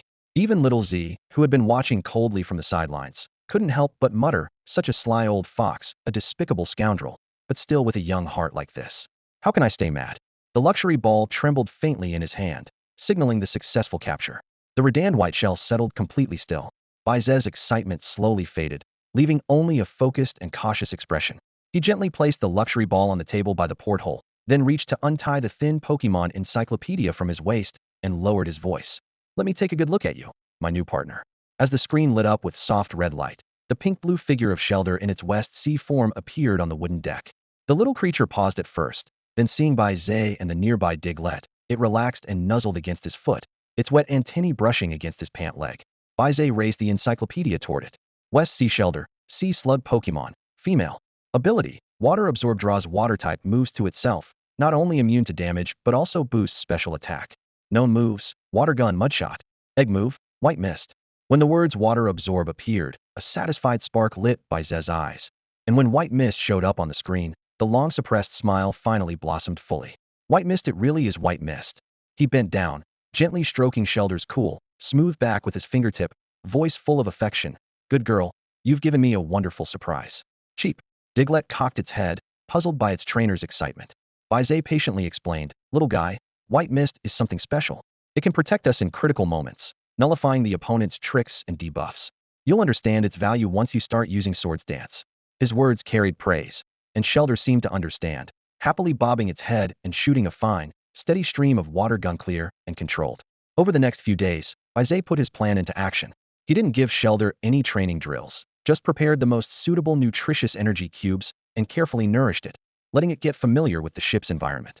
Yet, what surprised him was, every day, while he and Diglett exercised in the designated training area on deck, Shelder would voluntarily jump out of the pokeball and quietly watch from the edge. Diglett practiced Scratch, Metal Claw, and even tried to harness ground and rock energy, hoping to master Rock Slide soon. Every sweaty effort was quietly observed by Shelder's moist, big eyes. One early morning, while the morning mist still lingered and the sea glistened like scattered silver, Baize was instructing Diglett on controlling rock energy output. Out of the corner of his eye, he caught sight of that pink-blue figure.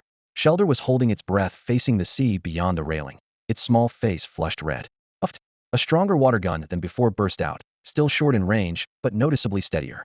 Then it curled its soft tail to scoop up dust from the deck, clumsily attempting to form a mud ball and throw it farther, practicing mud shot. The mud often fell apart midair, but it never lost heart, taking a deep breath and trying again. Baize stopped his instruction with Diglett and just watched quietly for a while. The shellmet also noticed the little girl's effort and called out to Baize, seemingly speaking up on behalf of the shellless sea hare. No sooner had the call sounded than a genuine smile bloomed on Baize's face, his eyes curved like a proud father's.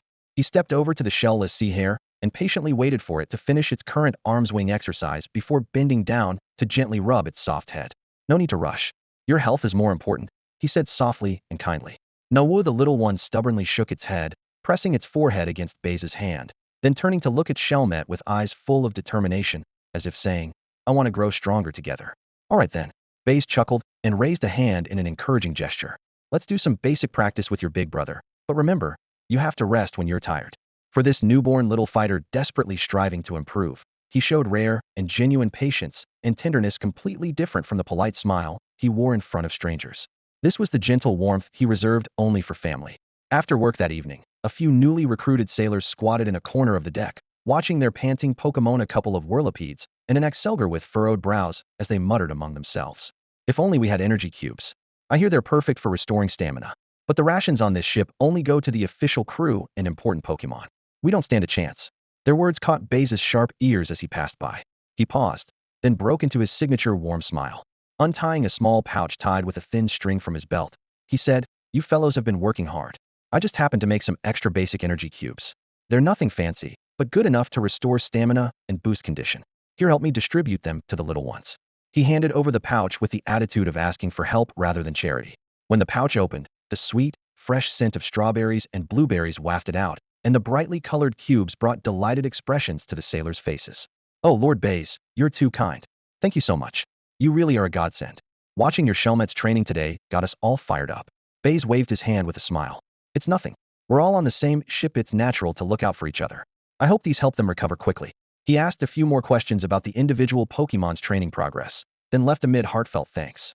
Turning the corner of the cabin, his smile remained gentle, but his eyes were calm as a still mirror. A few basic energy cubes earned him goodwill, reputation, and a stable position. When the time came, these low-ranking sailors might provide unforeseen intelligence and assistance. Being called Lord Baize was a taste he savored deeply. Back in his room, he looked at the Pokemon egg, mostly showing its blue-purple shell now, and felt a surge of satisfaction. For 2 months, he had poured immense care and patience into refining every detail. Whenever night fell and the only sounds were the gentle breaths of Shellmet and the shellless sea hare who had recently joined, he would work intently under the lamp. His movements were incredibly precise and steady, the carving knife inching millimeter by millimeter into the dull, ugly, unchanging keratinous layer of the stone-like element. The blade reflected a cold white line under the light, synchronized with his even breathing, resembling a silent yet exacting surgical procedure. To avoid disturbing the life inside the egg, he mentally rehearsed each cut and every slight move of his fingertips dozens of times before actually executing them. This cycle repeated relentlessly for 2 days and 2 nights. By the deep night of the 3rd day, under the dim yellow work lamp, he finally used the fine blade to gently lift off the last patch of the grayish keratinous layer. In an instant, the true color of the eggshell burst into his sight, deep, noble shades of blue and purple, like where the night sky meets the ocean's surface. The smooth surface shimmered with a soft glow, the natural patterns resembling waves and clouds, subtly shifting with the light. Baize distinctly felt a faint yet powerful life force radiating through the shell, a stark contrast to the previous lifeless stillness. Success! He exhaled a long breath, sweat dripping from his forehead into his hairline, his eyes filled with accomplishment and curiosity. His glance fell on a stack of instant coffee jars beneath the table, and only then did he realize his fingers were trembling slightly, a sign of both exhaustion and excitement. He reached out and gently stroked the cool, delicate shell. The life inside seemed to respond to the touch, the shell vibrating faintly. Heyo! No.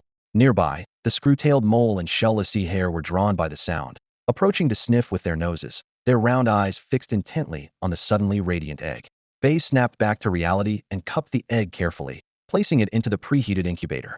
The soft velvet lining felt like clouds, and the temperature was maintained perfectly for embryo development.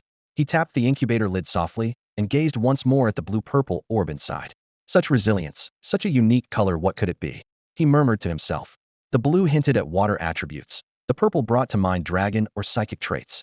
Thoughts raced through his mind, and he was surprised by his growing impatience. After all, this egg had consumed countless hours of his efforts. The life inside was no ordinary creature. Perhaps it would become a family member, perhaps a powerful companion. Rest well. He leaned close to the incubator, his voice low and tender. Soon, you'll finally see the world for yourself. The incubator's steady warm glow gently enveloped the blue-purple egg, filling everything with hope. On the deck of the Qihong, a flash of evolution light, though not dazzlingly strong, was striking enough to draw attention burst forth, accompanied by a powerful roar. As the light faded, the once scrawny little porter was gone, replaced by a muscular iron-bone earth golem, shoulder hefting a thick steel beam, eyes blazing fiercely. Huh. Yes. This is great. Captain Zhang Tian slapped his thigh with excitement, his face beaming with pride. After all the money he had poured into high-grade nutrient fluids and strength enhancers these days, the investment was finally paying off. The iron-bone earth golem let out a deep growl and swung the steel beam, tearing through the air with a whoosh. Its energy fluctuations surged all the way up to level 27, clearly having absorbed every last trace of leftover evolutionary power. Crew members crowded around, their eyes burning with enthusiasm, voices buzzing with comments. Captain Jiang, amazing. The Ironbone Earth Golem has a totally different presence. This team just leveled up big time. Hearing the compliments, Jiang Tian felt even more pleased. At that moment, Baize, attracted by the commotion, hurried out of the cabin. Seeing the evolved Ironbone Earth Golem, his face showed just the right mix of surprise and delight, his tone warm and sincerely enthusiastic. Captain Jiang, congratulations. The Ironbone Earth Golem really is formidable. As he spoke, Baize pulled a delicate wooden box from his waist pouch inside, neatly arranged where beginner energy blocks offered it with both hands. Just a little something to help reinforce the Ironbone Earth Golem, to celebrate the evolution. Hope it proves useful. Jiang Tian was already gleeful, and Baize's thoughtful gesture made him feel even more appreciated. Laughing heartily, he took the box. Old brother Baize, you're too kind. I won't refuse that. With enthusiasm, he patted Baize's shoulder, the force of his palm surprisingly strong. Suddenly, Jiang Tian's eyes flicked between the Ironbone Earth Golem and Baize's spinning screw mole at their feet. His fighting spirit surged. Brother Bai, how about a spar? Let your screw mole and my new partner face off, give everyone a show. A faint gleam flashed in Baize's eyes, barely noticeable. He had been worried about lacking a suitable opponent to test the screw mole's newly mastered rock slide move and refined close combat skills. Jiang Tian's invitation was an unexpected blessing. Offering a modest but hopeful smile, Baize replied, well, Captain Jiang's Ironbone Earth Golem just evolved and is at its peak power. I'm afraid my screw mole doesn't stand a chance. But having the chance to spar with you is a rare learning opportunity, so we'll be counting on your guidance. No matter his true thoughts, Baize always presented himself as courteous and gentlemanly in public. News of their imminent battle spread across the deck instantly. Sailors and apprentices eagerly cleared a space, spontaneously forming a circle to watch. The match is on, the match is on. Captain Jiang's Ironbone Earth Golem is level 27, unstoppable. Lord Baize's Screw Mole is level 28, a technical master. Place your bets now.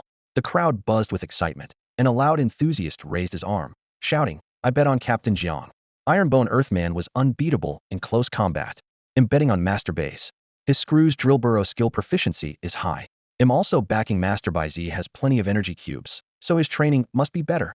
Go, Master Baize.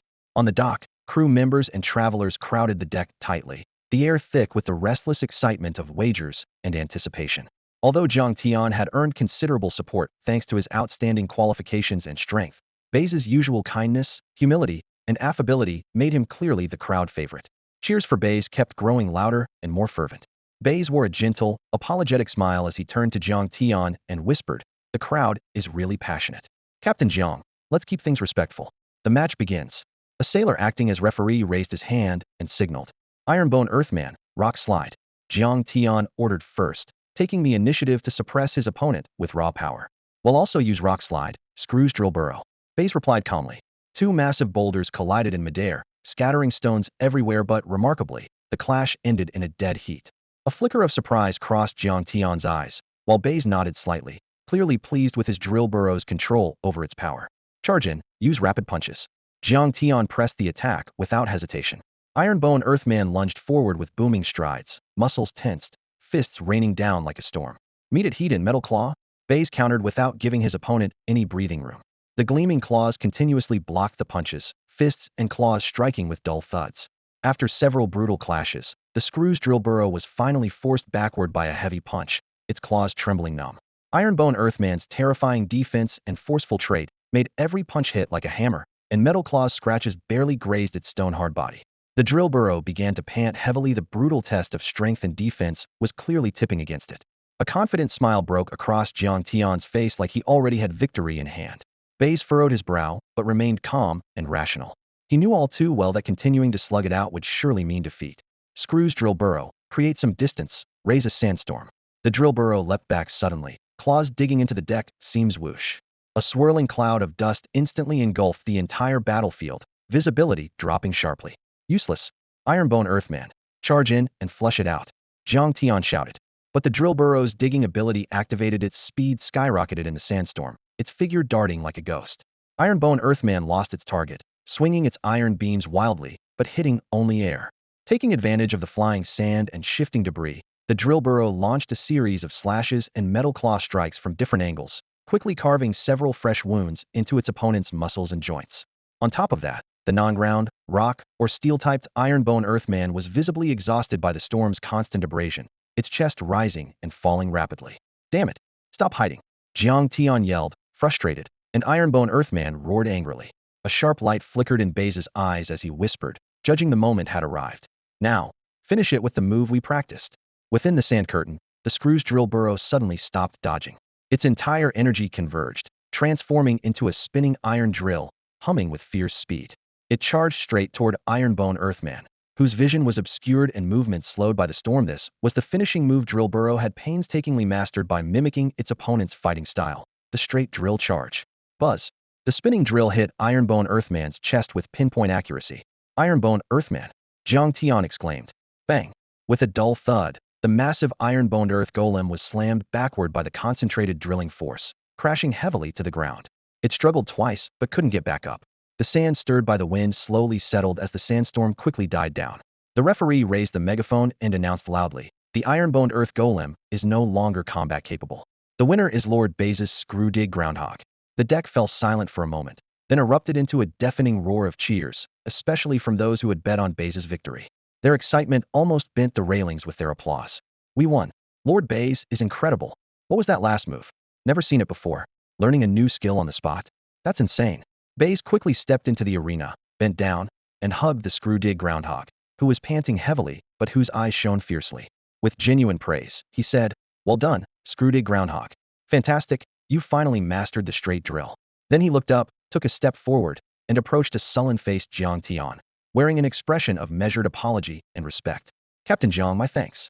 The iron-boned earth golem's strength is truly formidable. Our victory is pure luck.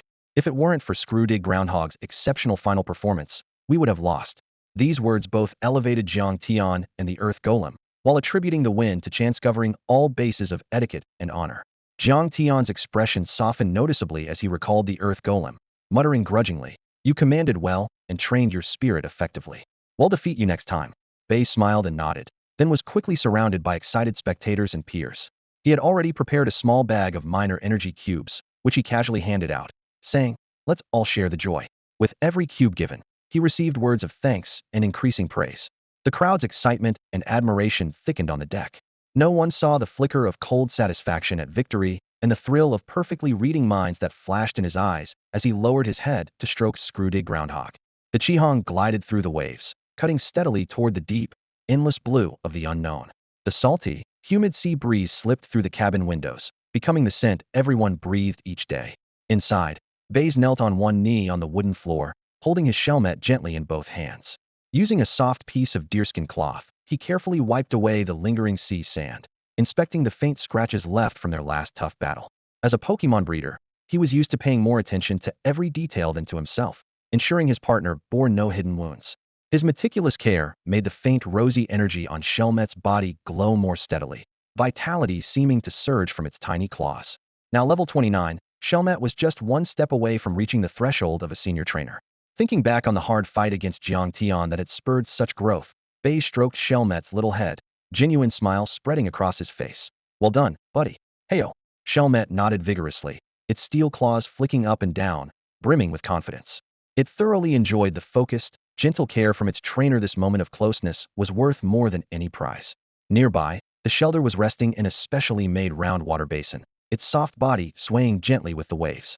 Watching its companion get tended to, it let out a quiet woo of envy, eyes fixed pleadingly on Baize. Baize reached over and scratched its cool head in reassurance. Don't worry, little one, your turn to shine will come soon. The ship shuddered lightly as the hull pressed against the dazzling blue horizon where sea met sky. Thanks to the precise steering of their master Wu Yun, The Qihong was heading into deeper waters, richer in resources, but hiding deadly dangers. Baize knew well that opportunity and risk always traveled hand in hand. True to his expectations, the calm didn't last long. One afternoon, while the crew busily went about their tasks on deck, boom, the bottom of the ship was hit as if by a giant hammer, tilting sharply to starboard. Then, a deafening roar thundered through the air. Enemy attack. Wild Pokémon, shouted the lookout on the tower, his voice hoarse with warning. Below the ship's rail, the sea froth boiled as a frenzy of water-type Pokémon surged forth. Dense schools of Magikarp battered the hull repeatedly, splashing white spray.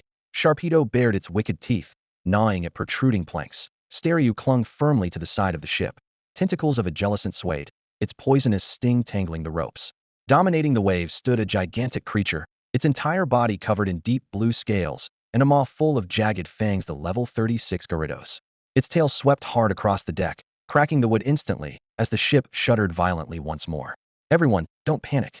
Captain Wu Yuan's loud voice rose above the howling wind and crashing waves. He strode resolutely to the bow, calm and decisive.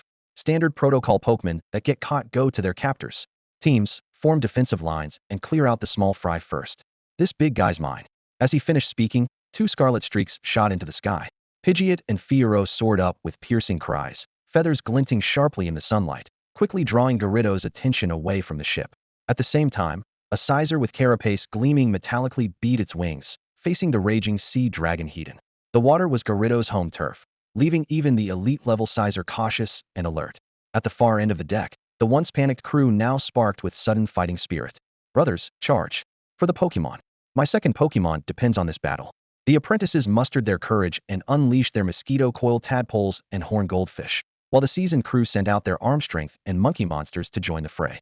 The deck instantly erupted into chaos, a whirlwind of light and sound as various skills clashed relentlessly. Baize stood by the rail, his gaze sharp as a blade, rapidly scanning the battlefield. The screw groundhog's ball remained firmly in his hand. Unopened, this chaotic melee was the perfect arena to test the newcomer's courage and potential. Your turn, Shellless Sea Hare, he said, flicking a premium ball with practiced ease. No. A pink Shellless Sea Hare landed on the deck, immediately facing off against a fierce fangtooth fish charging in like a surfer. The little creature recoiled at first, but a steady command from Baize cut through the noise. Hold still. Take its water cannon Hedon. The fangtooth's water cannon struck like an arrow, but upon hitting the sea hare's soft skin, an invisible vortex absorbed every drop. Blue light burst across the sea hare's body, swelling its presence, the draw water ability activating. Now, counter with your own water cannon. No. Gathering all its strength, the sea hare unleashed a water jet several times thicker than before. It tore through the air with a shrill whistle, smashing the fangtooth several meters away into the sea, sending massive waves crashing. Well done, Baize murmured in approval. Like a floodgate opening, attacks poured in. Agate jellyfish's bubble beam, water cannons from other starfish, all swallowed and converted into new energy by the Shellless Sea Hare. Its special attack soared rapidly, growing frighteningly powerful in moments. No. Another seemingly ordinary water cannon ripped through the air.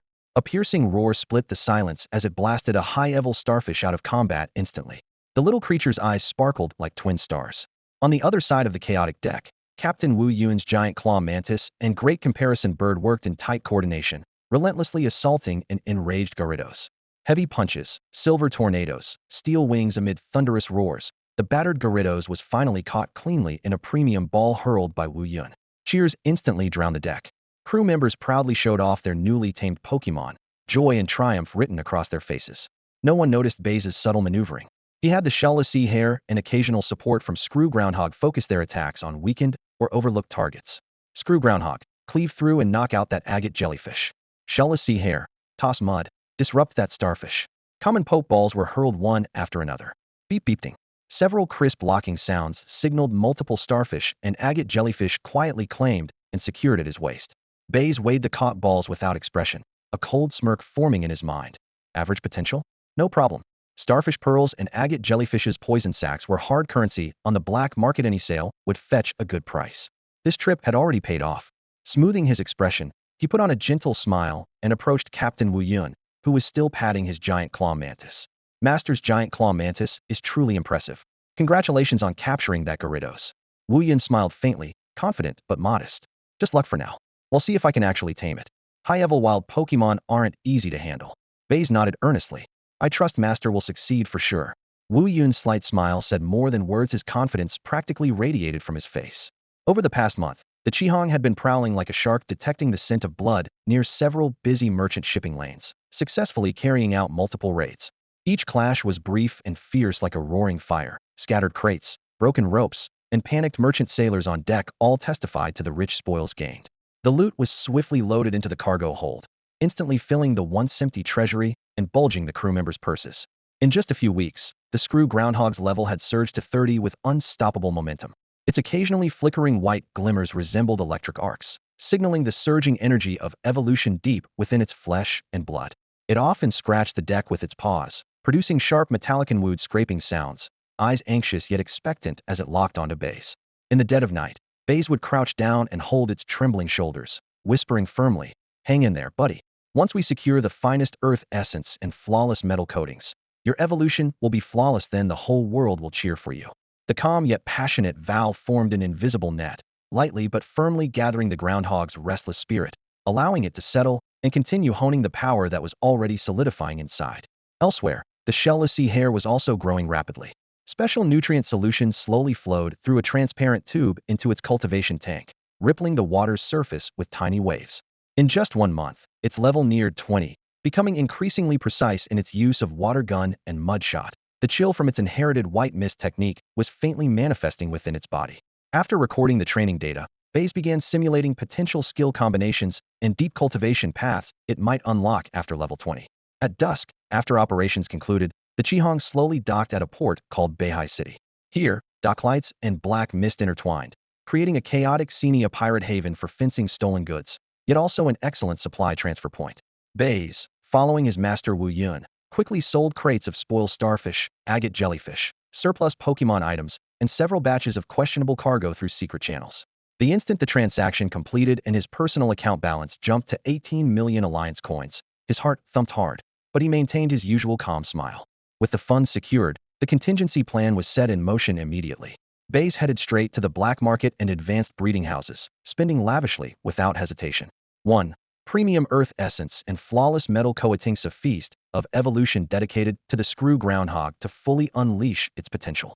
2. Pure waterstone shards and special high-grade lubricants used to prepare the sea hare's exclusive cultivation fluid, enhancing its water affinity and skin resilience. 3. Boxes of various berries, both as advancement materials for the energy cube craft and for daily training consumption. 4. 2 one-time use skill learning discs, Awakening Power Fire 2 million and Awakening Power Ice 3 million, the ice type costing more due to tactical scarcity. Though the sum poured out like flowing water, Baize didn't even bat an eye. Investing big in himself and his partners was his trademark. Back in his cabin on the ship, Baize immediately began teaching the new skills. He inserted the disc glowing with a fiery red light into the special reader, aiming it at the curious-looking nose pass. Nose pass, close your eyes and feel the different energies inside you. Try to channel them out. Mastering this will give us an edge when dealing with grass and steel types later. The crimson glow flowed along the beam into Nosepass's chest. The little creature trembled lightly, took a deep breath, and focused with closed eyes. After a moment, it suddenly snapped open its sharp claws. Whoosh. A small ball of orange-earth flame flickered at its fingertips. Though only thumb-sized, it radiated intense heat. The first success was already a great start. He didn't stop and immediately replaced the disc with one emitting a cold, icy blue aura, aiming it at Shelmet. Little one, compress and condense the white mist inside you until it becomes a sharp, piercing blade. The ice blue light surged in, and Shelmet let out a satisfied "nuah-woo" sound as a thin frost formed on its skin. Suddenly, the air before it froze solid, and a delicate shard of ice energy drifted out. The awakening of an ice-type power, perfectly compensating for its weakness to grass types. Both discs were transitional skills, yet they greatly expanded the team's offensive capabilities. As night fell, the wind on deck died down. Wu Yun called Baize into the captain's cabin. He poured a strong drink with his own hand and handed it over, his gaze flickering in the dim light, pride mixed subtly with a hint of melancholy. "Xiaobai, you're the most talented kid I've ever met," Wu Yun said quietly after taking a sip. "Not just in battle, but even your breeding skills are exceptional. The purity of your energy cubes most professional breeders couldn't achieve that. But if you spend your whole life here as a pirate hiding from the light, that's simply wasting your potential." He looked up at the endless stars beyond the porthole. "The world is vast. There's the League Conference, the Master Tournament, breeders revered by all. That's the stage for you. Go see those places I never could, and fulfill the dreams I left unfinished in my youth." Holding the cup, Baize's fingers tightened slightly. He bowed his head, then raised it again with eyes reddened and voice quivering. Master, thank you. Without you, I wouldn't be who I am today. Your dreams are my dreams. I swear I won't let you down. Wu Yin patted his shoulder firmly. Good boy. No rush to leave. I still have some top secret stuff, advanced recipes for energy cubes, special breeding techniques, high-level wilderness survival, and mineral identification skills. They'll teach you all of it. When you finish, you'll disembark in glory. I will follow your guidance, Master, Baize said respectfully, earnest and determined. Leaving the cabin, only the dim glow of the corridor lanterns cast mottled shadows. The warmth on Baize's face faded instantly, replaced by a calm, profound expression. He swirled the last drops in his cup, lips curling into a cold smile. Wu Yun's plan suited him perfectly. Pirate life was too risky with a low ceiling, while a legitimate identity would open doors to power and fame. Gratitude was there, but ambition burned brighter than any tenderness. Before leaving, he would squeeze every drop of knowledge from his master's lifetime of experience. That was the greatest gain. I am the man who will punch Dialga and kick Arceus, he shouted silently inside. He stared out at the glittering nightscape of Baize City, his eyes blazing with unhidden ambition. Inside the sealed cabin, the lighting was deliberately dimmed, leaving only a few focused lamps.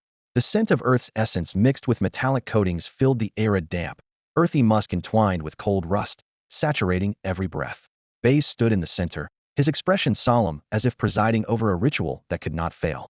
Before him, the screw mole desperately suppressed the surging urge to evolve, its sturdy body trembling slightly, the gleam of its sharp claws flickering in the shadows. Now's the moment, screw mole. Baize whispered the command while slowly pouring the prepared nutrient solution, a thick blend of premium Earth's essence and flawless metallic coating over the creature. The milky liquid trickled through its fur as Baize carefully rubbed it in, focusing on the razor-sharp claws and the smooth dome of its head. The moment the solution touched its skin, it ignited energy within like sparks hitting oil. Hail! A terrifying roar shattered the cabin, a blinding white light exploding outward to engulf the screw mole. The evolutionary glow blazed brighter and longer than ever before, its energy waves making the metal walls hum. Within that flickering flame, the mole's shape stretched, tore, and reshaped violently. Baize stared unblinkingly at the light, knuckles whitening on clenched fists. This was his greatest and most dangerous gamble. Failure was not an option. Finally, the light subsided. A taller, more imposing figure rose, streamlined steel textures gleaming coldly under the lamps. A massive rotating drill horn sprouting menacingly from its head like a spear, arms ending in longer, sharper claws. The screw mole was gone, replaced by the powerful dragon head mole standing proudly at the deck center. Its eyes were sharp as blades, radiating an overwhelming aura that swept across the room. The burst of evolutionary energy instantly propelled it to level 33. Habitually, it shook its drill horn, the polished tip sparking with tiny flames of force barely contained, almost tearing the rules themselves. Roar! A deep, resonant growl shook the heart as it demonstrated its new killing move, horn drill. Theoretically, a brutal skill capable of a one-hit knockout. A fierce light ignited in Baize's eyes. Horn drill perfect. This is amazing. He panted as countless strategies flashed through his mind. Sandstorms, white mist, visual disruptions. As long as they could exploit a weakness, this strike could become their ultimate ace for an upset victory. He immediately ran a full diagnostic on the dragon head mole: energy intensity, body density, nerve reflexes, elemental affinity, every metric soared. This talent quasi-Tianwang level, almost touching the threshold of a Tianwang. It worked, it really worked, Baize murmured, his knees weak with excitement. He stepped forward, disregarding the residue of nutrient solution on its body, and gripped the cold, hard steel neck tightly, his voice trembling with joy. I knew it. I knew you could do it. Our efforts weren't wasted. Quasi-Tianwang level, the future could even be Tianwang level. We will make it. His happiness was utterly sincere, born entirely from his deep affection and the massive resources invested in his original companion who had shared life and death struggles and ambitions alike. To celebrate this historic moment, Baize allowed himself a rare indulgence. He took out the finest energy cubes, mixed up tree fruit cocktails, and even brought a small bottle of champagne meant for humans. The cramped cabin quickly filled with the sweet aroma of alcohol and the subtle fragrance of the energy cubes. Light reflected off the metal walls, casting warm, dancing patches of glow. Dragapult sat cross-legged by the table, its sharp little claws carefully pinching a specially made alloy energy cube as if holding a rare treasure. Shelder floated gently in a small bucket filled with nutrient solution and broken snacks, its tail fin softly swaying and sending up tiny droplets. In the corner, the mysterious egg inside the incubator quivered rhythmically, its surface repeatedly reflecting the faint, golden cabin lights. Baize raised his glass to lightly clink it, the amber champagne bubbling delicately against the glass. His face lit up with an unabashedly bright smile. Z, come out and enjoy the party. He then took the score sculpture hanging from his neck and solemnly placed it beside the head of the table. Green light flared suddenly as Z's core phantom reluctantly appeared, a proud, tapeworm-like shape whose outline had solidified just slightly more than before. Humph, making such a big show, I thought you somehow found my cells, Z said sourly as its small eyes scanned the table. Baize immediately softened his expression, smiling sincerely as he pushed a small dish of top-quality universal energy cubes toward him. Don't say that, Z. Today is an important milestone. The stronger Dragapult gets, the better our chances to find your cells. His voice was gentle, comforting, and earnest. I promise, once I'm done with things on the ship and learn how to be a breeder, the moment I set off on the journey, my first priority will be to travel the world and help you regain your strength. Your power is an indispensable part of our family. He emphasized family with deliberate weight. Z glanced at Dragapult and Shelder, who looked up at Baize with complete trust, then back to Baize's sincere face. Letting out a muffled grunt, it finally uncurled the energy cube and popped it into its mouth, tacitly accepting. It had indeed seen Baize's consistent kindness and care for Pokemon. Those actions could not be faked, deepening Z's quiet trust and reliance on him. What Z didn't realize was that behind this promise hid Baize's view of it as a tool with immense potential and usefulness.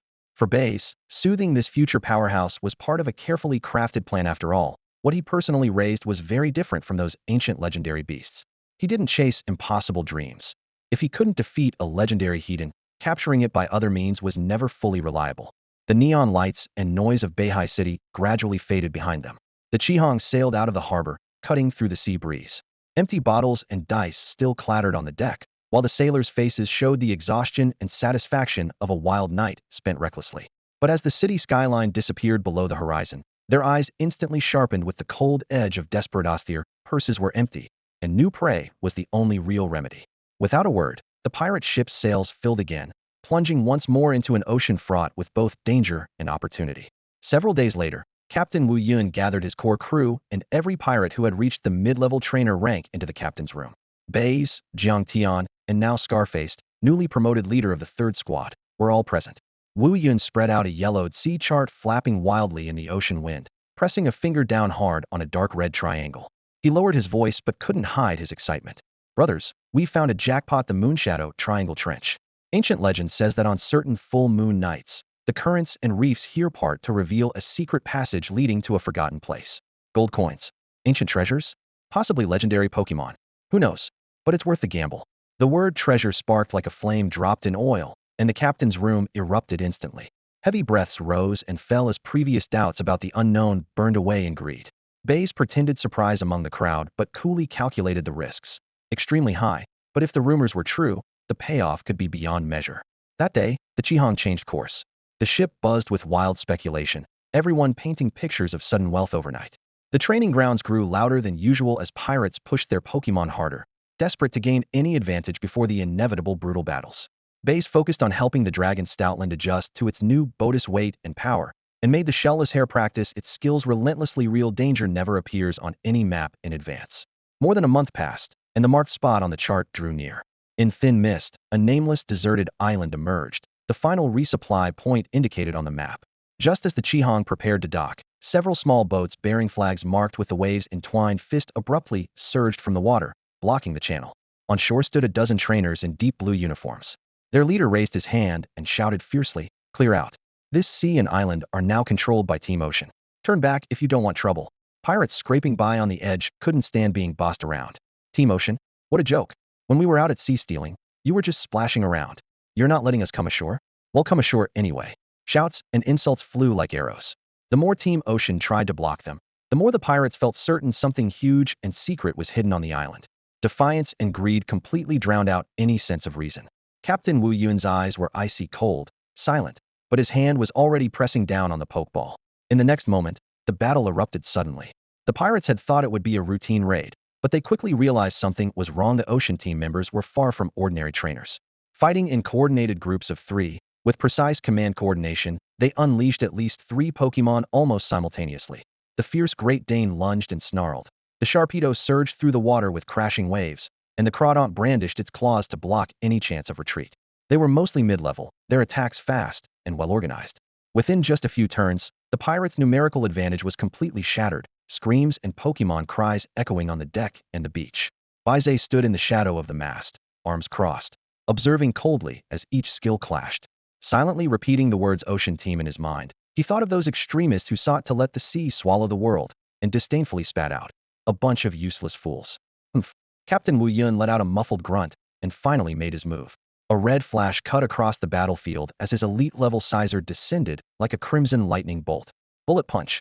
A blur darted forward, smashing a Great Dane flying through the air, unconscious on impact. Then metal claw. A cold gleam sliced the air. Crawdon's mighty claw shattered, and Sharpdo's tough hide was cleaved apart. With every dazzling strike, an ocean team Pokémon collapsed, blood and debris scattering. In less than a minute, the tide had turned completely. Wu Yun's ruthless assault crushed the ocean team into full retreat. Lord Chilian will not spare you. The ocean's wrath will consume. The ocean team's small leader, bleeding profusely from his chest, was torn apart and knocked down by a sizer's cross-shear attack, still spitting curses. Wu Yun's expression was cold and unmoving as the sizer raised its claws and delivered the final blow, a bloody arc marking the end of the threat. The pirates abandoned all caution, cheering as they surged deeper into the island, looting everywhere. Rare Pokémon like Torkoal hidden among the coral reefs and Clamperl by the shore were caught one after another, their scared cries ringing out continually. Wu Yun slipped through the trees alone and reached a bush-hidden cave entrance. A pale blue glow spilled from the opening. He leaned in and soon emerged holding a palm-sized shard of deep blue. The fragment shimmered with ocean hues under the sunlight. A faint, unreadable smile curled on his lips, but he still hadn't fully grasped its meaning. Baize silently watched the entire scene, casually sorting through the loot. Several newly caught Torkoal. That flash of blue sparked his curiosity. Lord Chilian? Kyogre? How intriguing. He voiced his question to the companion in his mind. Xiao Zi, what do you make of that thing? Xiao Zi's voice echoed in his consciousness. It has the power to awaken someone, but unfortunately, it's just a fragment. Still, wearing it long-term can enhance a water-type Pokemon's potential. That powerful? Baize's interest was piqued. Then, Order Guardian, don't you have anything like that to boost your power? Humph, naturally I do. Xiaozi replied proudly. Haven't you noticed you've already begun sensing elemental properties in the air almost like a Pokémon yourself? What? Baize was stunned. Recalling the subtle elemental fluctuations he felt earlier, sudden excitement surged through him. So we'll be able to use moves just like Pokémon in the future? Of course, Xiaozi said without a hint of modesty. Once I regain some strength, psionics and aura powers will be nothing but trash before me. The power of order I grant you is enough to crush them all. Xiaozi spoke with overflowing confidence. About half a day after Baize and the others left that nameless deserted island, an ethereal call echoed across the horizon. A huge 7-star bluebird, its body pure white and wings like floating clouds, swooped down from the clouds. With each powerful beat of its wings, a strong wind swept across the island, instantly dissipating the lingering stench of blood. On the bird's back, a man in his early 30s dressed in a deep blue, high-ranking uniform flipped down and landed. His sharp, stern features appeared even more cutting in the sea breeze. He was one of the ocean team's officers, but right now he showed not a trace of composure. Stepping over the black ashes and overturned debris of ship planks scattered on the ground, he carefully inspected gunshot marks, shattered rock walls, and scorched vegetation before confirming the fallen team members among the gravel none were alive. The farther he went toward the island's center, the darker his expression grew. When he reached a cave entrance obscured by thick rock, all that greeted him was hollow silence. The stone altar that had once held the azure fragment was completely empty, and even the unique energy signature had vanished. The fragment has been taken. His pupils narrowed sharply as he growled. Pulling out an encrypted communicator, he took a deep breath of sea air and lowered his voice. Lord Mercury, I have failed in my duty. The Moonshadow Island outpost was attacked by unknown forces, and the entire team was shattered like jade. The azure fragment, which was recharging its energy, has been stolen. After a brief silence on the other end, a piercing female voice burst out, each word burning with anger. Worthless. Not even one fragment protected. Do you realize how crucial that key is? Azure, recover it at all costs. If you fail, go drown in the ocean trench. Yes, I understand. I swear to redeem myself with my life. Sweat beaded on his forehead, but he answered with unyielding respect. The communication cut off. He lifted his head, his iron blue face like a blade in the sea wind. Flipping back onto the 7-star bluebird's back, his eyes scanned the vast ocean below like a hawk's. The ship Chihong had long since disappeared, but a cold, focused light flared in his gaze, locking onto his prey. Several days later, the Chihong reached a relatively calm sea area. Deep inside the cabin, the tension in Baize's room was palpable, almost enough to ignite the air.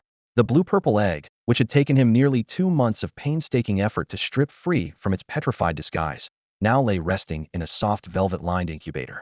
The eggshell trembled violently as fine cracks spread across its surface. Baize held his breath, eyes never leaving the shell, his palms damp with sweat. Usually adept at masking his emotions, even he couldn't hide the nervous hopes swelling inside. A gastrodon crouched guard on the left, its dark eyes flickering with concern. A shellos curled up on the right, its antennae trembling slightly. They all sensed the strong pulse of new life. His new companion was close at hand. Crack! The crisp sound broke the silence. The shell split open, and a small figure stumbled out. It wasn't the usual deep purplered, but a pale blue all over, exuding a noble and mysterious glow. Its large, round eyes reflected the incubator's soft light. Two tiny fangs peeked out, showing newborn confusion and curiosity. A shiny one. A shining, glimmering Scorpy. Baize was momentarily stunned, then joy almost overwhelmed him. As a trainer, he understood the rarity and potential of a shiny Pokémon.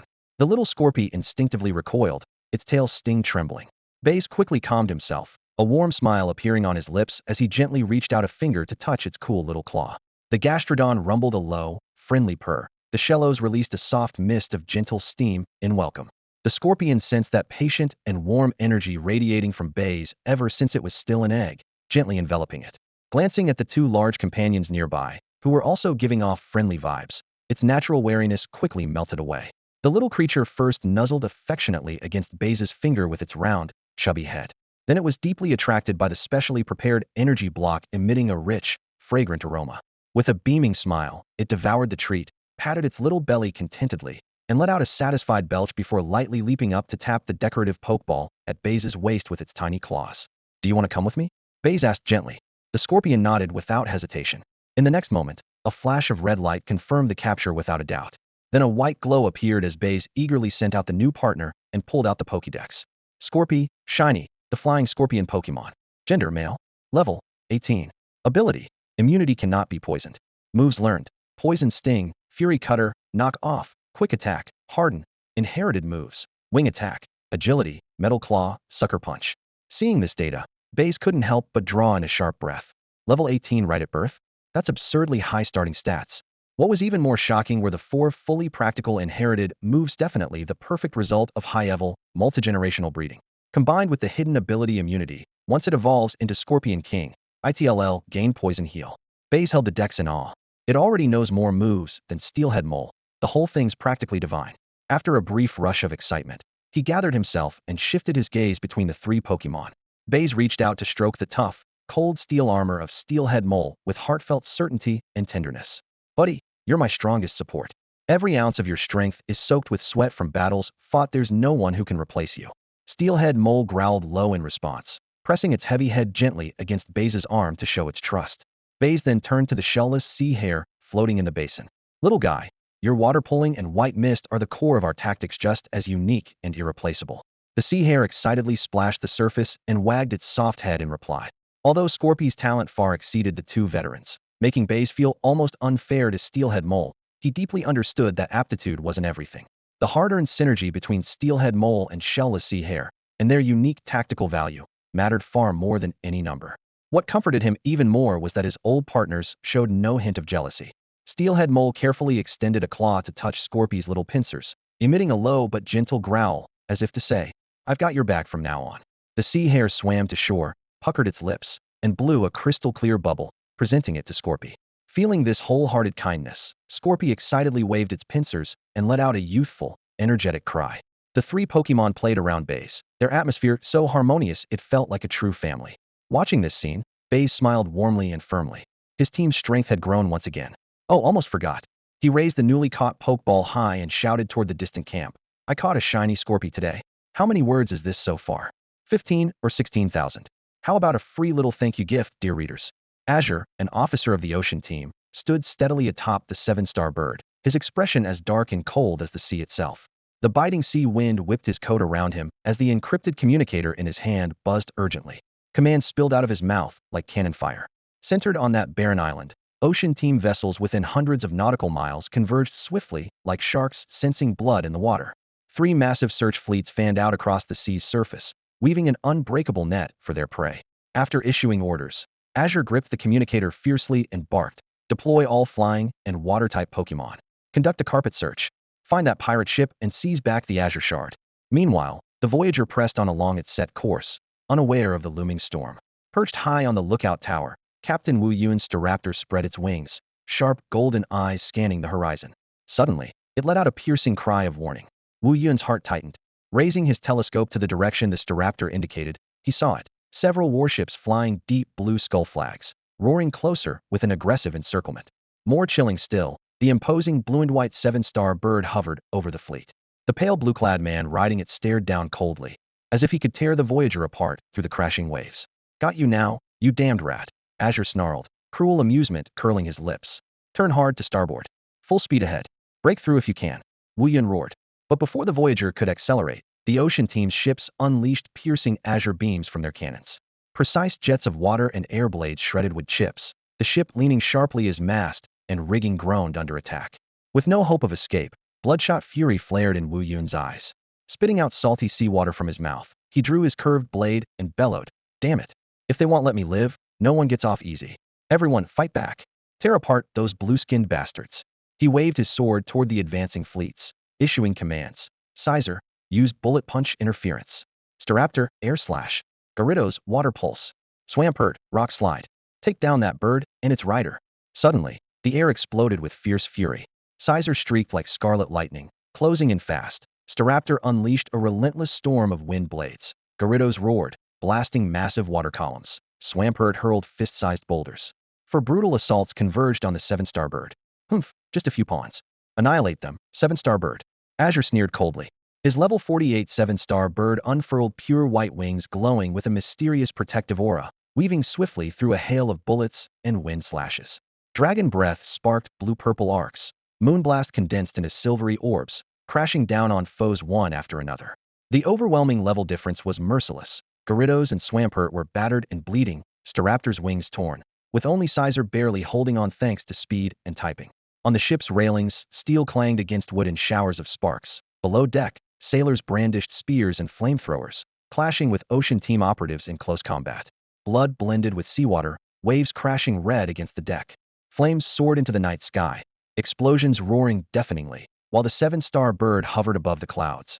Azure's gaze as cold and lethal as ice, locked on the Voyager. Below, the brutal boarding fight turned bloodier still. The Ocean Team members were highly trained and worked seamlessly together, each commanding 3 mid-level Pokémon, surging onto the deck of the Chihong like a tidal wave of blue. The mighty Houndoom bared its fangs and ripped fiercely, while the Garchomp accelerated forward with a crushing bite. The Bastiodon shot swiftly across the deck like a high-speed star, metal claws flashing coldly. Despite the pirates' fierce bravery, they were instantly overwhelmed by this crushing firepower, and numbers screams, explosions, and Pokémon cries echoed endlessly. Blood seeped through the cracks in the deck, staining the wood a deep crimson. One by one, Jiang Tian's ironclad golem roared defiantly, standing between his master and danger, his steel arms swinging like reinforced beams. Still, 3 Houndoom knocked him down from both sides, splintering the metallic arm bones as he slammed heavily onto the planks. His core glow dimmed, his death mechanism triggered in an instant. Ironclad golem, return now. Jiang Tian reached for his pokeball, but before he could press the button, a speeding Garchomp pierced his chest from behind.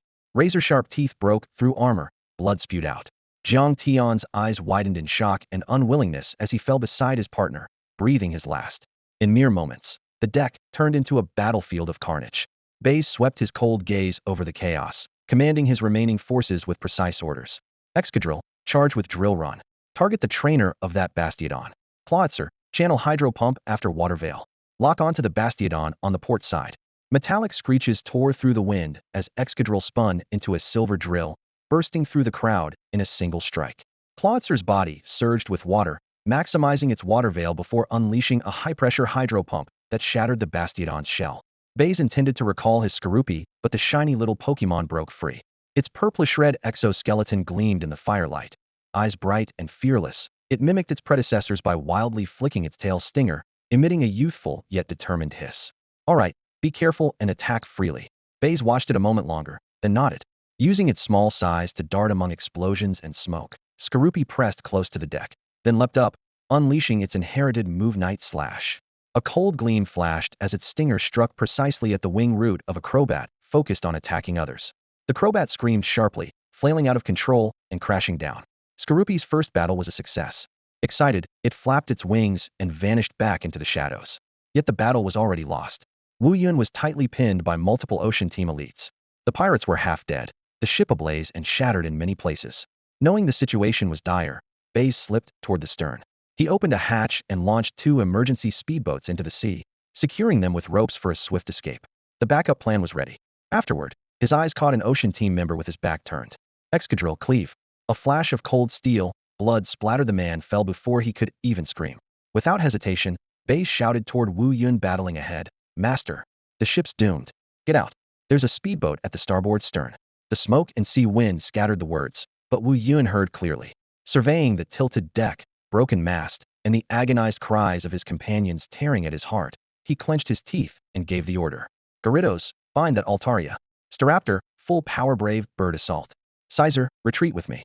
The badly wounded Gyarados roared and surged upward, its massive body wrapping around the Altaria. Staraptor burned its last sparks of life into a blazing red shadow, striking with a fierce brave bird attack. The crash sent feathers flying. Altaria's cries wavered, blue plumage scattering everywhere. But in the shockwave, both Gyarados and Staraptor drew their last breaths, crashing heavily into the sea. Seizing the precious moments bought at such a cost, Wu Yun and Baize leapt into the already launched speedboats. The ropes were cut by blades. Engines roared as they sped through waves, fleeing the wreckage of the Qihong in fragments. The wounded Altaria tried to pursue, but was repeatedly blocked by Sizer's desperate defense. Weakened, it watched bitterly as the 2 speedboats became mere black dots on the ocean, disappearing into the horizon. The wreck of the Qihong slowly sank, fragments and bodies drifting across the bloodstained sea. Ganbu Weilon stood atop the broad back of the Qishi Qingyao, his face ashen. The bird's chest feathers were singed and torn scars left by Gyarados and Fiero's desperate strike, a clear sign of severe injury. Most urgently, the azure fragment was missing, the target had escaped, and the fury burning inside him threatened to explode. Kill every last one of these scraps, Weilon ordered coldly. The ocean team members sneered, raising their weapons and aiming at the captured pirates who had survived the battle. The deck quickly filled with desperate cries and pleas for mercy. Just a second before the gunfire, a scarred, sharp-featured man fell onto the deck, rolling and crawling as he screamed through tears, "Sir, spare me. I know I've seen that blue fragment. It's in Captain Wu Yun's hands. I also know Baize and Wu Yun. They're amazing breeders. Especially Captain Baize. His energy cubes are top-notch. Alive they're worth more than dead, sir." Desperate to survive, he spilled everything he knew, even exaggerating the value of the 2. Weilon narrowed his eyes, temper briefly cooled as a spark of interest appeared. Breeders? Energy cubes? Interesting. He waved to halt the execution, a cold smile curling his lips. Looks like we need to retrieve the azure fragment and catch a couple of gold-neglaying hens on the way. Chase them. They won't get far. Under the cover of night, a speedboat tore through the waves recklessly, the fuel gauge dangerously close to empty. Inside the cabin, Wu Yun's giant mantis and giant swamp monster were soaked in blood, barely conscious and unable to fight. Behind them, the ocean team's searchlights, like relentless death eyes, drew steadily closer. Seeing this, Baize grit his teeth and released Dragonite Moundrat, Sehabit, and Scorpius, ready for a desperate last stand. Wu Yun stared at the pursuing ships, his face grim and resolute. "Xiaobai this time. I'm afraid it's the end. Master should have let you off the ship earlier." He gave a hoarse laugh. "He'll use this battered old body to hold them off. You find your chance, run as far as you can." Baize clenched his fists, unwilling to accept defeat, yet unable to find a way to overturn the vast power gap. Just as Wu Yun was about to unleash his last fighters for a final desperate strike, suddenly, something changed. The full moon hung high, its pure light shimmering. The rest of sea fell eerily silent. In the next moment, as if an invisible giant hand parted the waves, the water slowly split on both sides, revealing a deep channel. Within it, 7 colored lights flickered, and bizarre glowing walls looked like a gateway to an unknown world. Wu Yun froze for half a second, then burst into joyous disbelief, his voice trembling with excitement. "It's open. It really opened. Xiaobai, it's the treasure, the moonlit passage of the triangular trench. Hurry, that's our chance for survival." The sea wind howled. The pursuers roared in fury, but there was no time to hesitate. Baize and Wu Yun exchanged a glance, helped their injured comrade to his feet, and drove the boat into the dazzling, mysterious corridor of water. The channel closed behind them, cutting off the chasing lights. From hopelessness to salvation. Without any hesitation, the 2 of them instantly reversed the speedboat's direction, pushing the engine to full throttle, and charged headlong into the shimmering yet perilous rainbow-hued passage. The bow skimmed across the water's surface as waves of colorful light roared in, as if a giant maw was opening to swallow the boat whole. Behind them, the churning sea slowly closed shut. The sapphire-eyed pursuer caught sight of this scene and froze in shock. Beside him, the scar-faced pirate prisoner who had earlier suggested surrender eagerly pressed against the railing, pointing at the narrowing rift while shouting, "Sir, that is the legendary treasure passage of the Triangular Trench, said to appear only on full moon nights. It holds endless riches. They must be rushing in to find the treasure." Treasure? The blue-eyed man's gaze suddenly flickered like it was set aflame, greed instantly drowning out all reason. If he could recover the sapphire shard and capture those two, and on top of that claim the legendary treasure, his military glory would skyrocket, maybe even landing him a top command post. All ships, follow and enter the passage at full speed. Anyone who falls behind will be punished according to military law. His voice trembled with excitement as he furiously waved the command flag. The fleet's engines roared to life, splashing waves, each ship squeezing into the swiftly closing prismatic rift. Inside the passage, the shifting lights and shadows twisted like a kaleidoscope. The speedboat bounced through the surging flood of colors, disoriented by a surreal lack of direction, as if surfing a warped time-space tunnel. Fortunately, after less than 2 minutes at full throttle, the boat suddenly felt light and broke free, plunging out the other side with a splash. Baize and Wu Yun barely had time to steady themselves before being stunned by the sight before them. It was a world turned upside down. Overhead stretched a deep, dark indigo sky, devoid of sun, moon, or stars, but faintly glowing with ethereal phosphorescence. Below, instead of sea, was a bottomless, pitch-black void. Suspended within were hundreds of massive shipwrecks, dilapidated wooden sailing ships with broken masts resembling bleached bones, rusted steel hulls of giant steamships tilted askew with shattered portholes, varying in age and build, but all equally lifeless. Layered upon one another, they formed a colossal airborne graveyard of sunken vessels. What made the hair stand on end was the occasional glimpse of pale, translucent grayish figures slipping between the wrecks, their outlines blurred. They floated emitting intermittent low moans, like bone-chilling winds. Whenever the eerie draft swept past, a thin frost formed on the speedboat's railings. A cold chill ran down Baize's spine. He instinctively edged closer to Wu Yun and, voice dry, whispered, "Master, what are these things?" Wu Yun's expression remained calm, but intense as he fixed his gaze on the nearest ghostly figure and said gravely, "Don't scare yourself. These are probably ghost-type Pokémon that inhabit this place, like Jengar or Mismagius.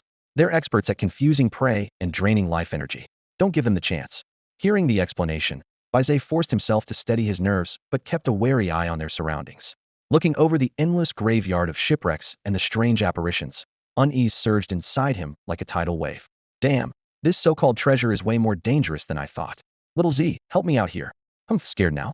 Little Z's voice murmured dully inside Baize's mind, heavy with undisguised resentment. "You didn't hesitate to throw me into a cesspit back then. Enough nonsense. If I die, you'll be stuck here forever too. How will you keep collecting cells then?" Baize's heart pounded, palms slick with sweat, as his gaze locked onto a flickering gray shadow. Though he came from the 21st century and considered himself a materialist, he still had an instinctual fear of ghosts. Not just in real life, but even when reading late-night horror novels online, he never dared click on the scariest categories. Even as a fan of Jengaron of his favorite Pokemon, this living specter barely eased his dread. Don't panic, don't panic." Little Z quickly switched to a soothing tone. "I just sensed there's no big baddie here, only some ghost-type Pokemon." Little Z hurriedly reassured him. Z's comfort helped ease Baize's nerves somewhat, bringing him a bit of peace of mind. Wu Yun reached out to push aside a broken plank, stepping through with Baize into the tilted, sunken ship before them. Since Wu Yun's Pokemon were still recovering, the task of staying alert fell to Baize's excadrilled dark brown metallic claws like two short shovels, ready at any moment to shred any threat that approached. The cabin was cold and damp, the salty sea breeze mingling with the scent of rotting wood, stabbing their noses like icy needles.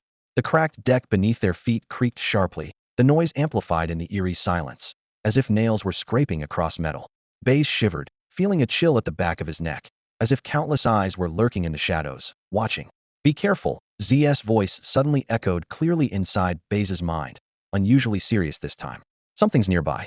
The energy signature is strange, but there's no sign of aggression for now." At least an immediate ambush seemed unlikely, just as a flicker of safety sparked in Baize's heart. The fear of the unknown quickly crushed it again. Suddenly, a nebulous purple smoke quietly formed behind Wu Yun, stretching into a twisted, grinning face as it emitted a sinister chuckle. "Eh." Wu Yun was startled and spun around quickly, hand reaching for his pokeball at his waist. "Pincer." "Wait, master." Baize stepped forward quickly, holding up his Pokédex at the mist. "Jengar, Gas-type Pokémon, level 45. The electronic voice cut through the chill that seemed to drop further in the cabin. "Level 45 Jengar." Baize and Wu Yun exchanged looks, both gasping.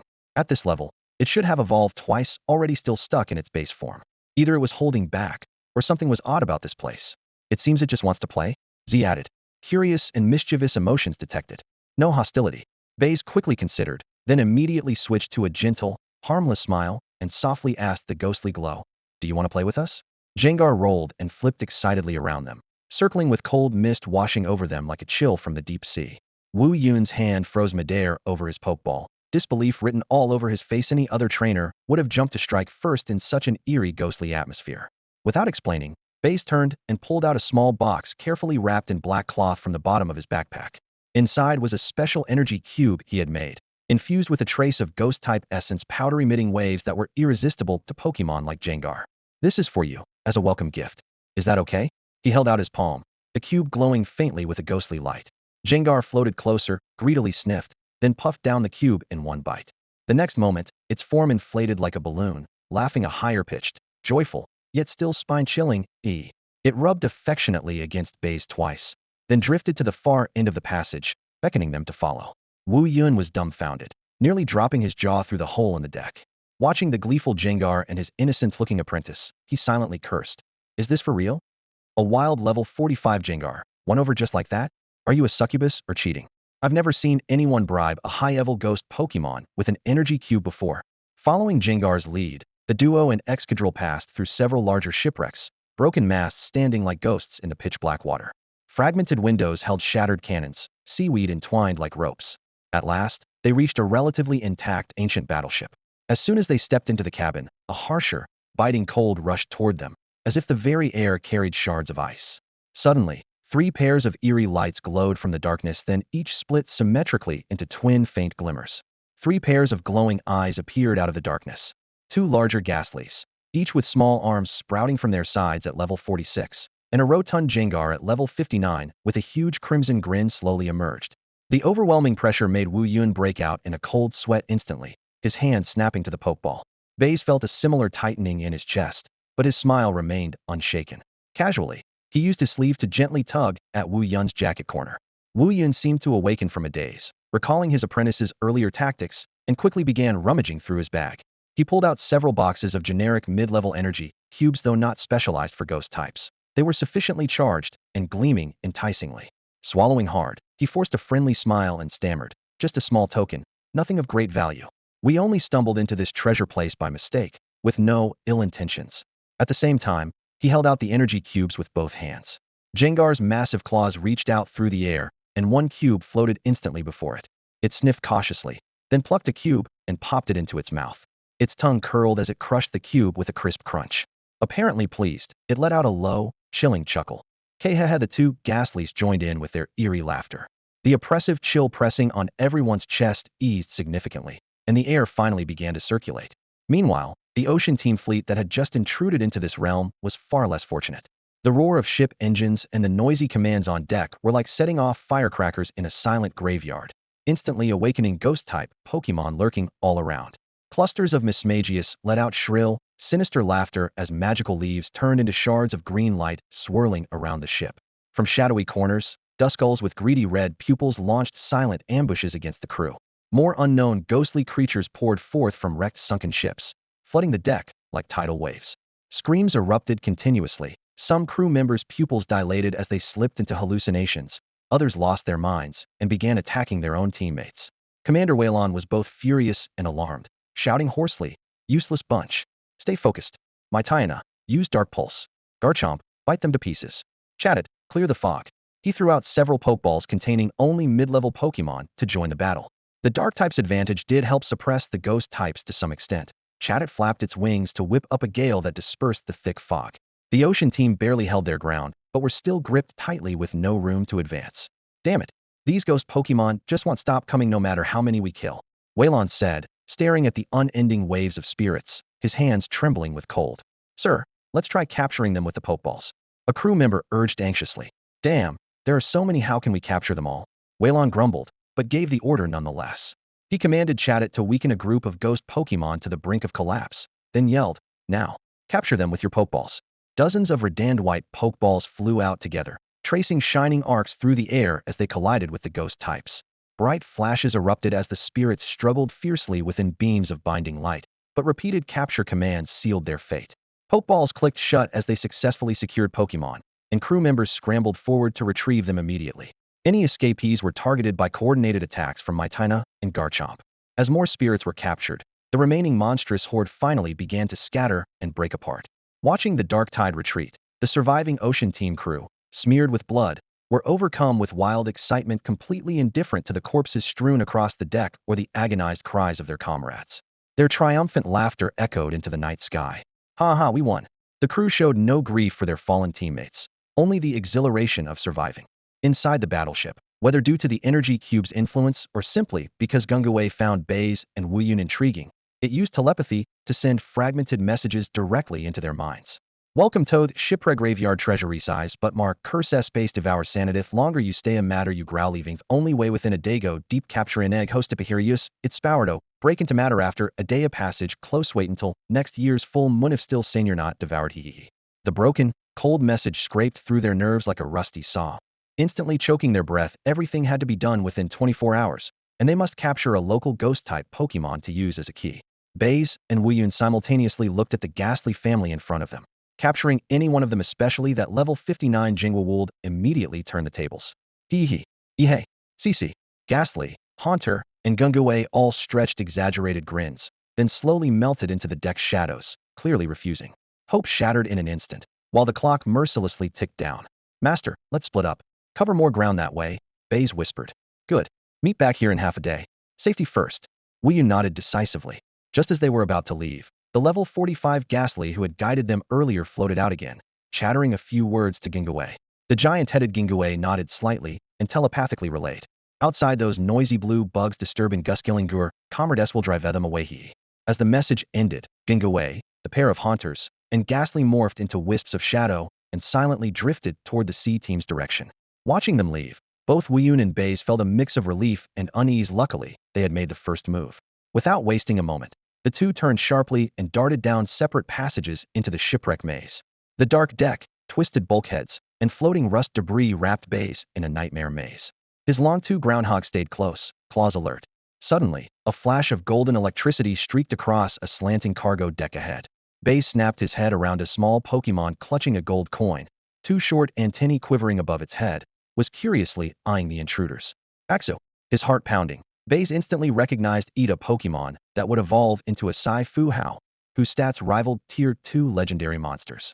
With its unique abilities and signature trait, it stood alongside All-Steel Dragon as a prodigy-level powerhouse. His greed entirely drowned his reason. Long-2 block it. Use Metal Claw? Baize's voice cracked sharply.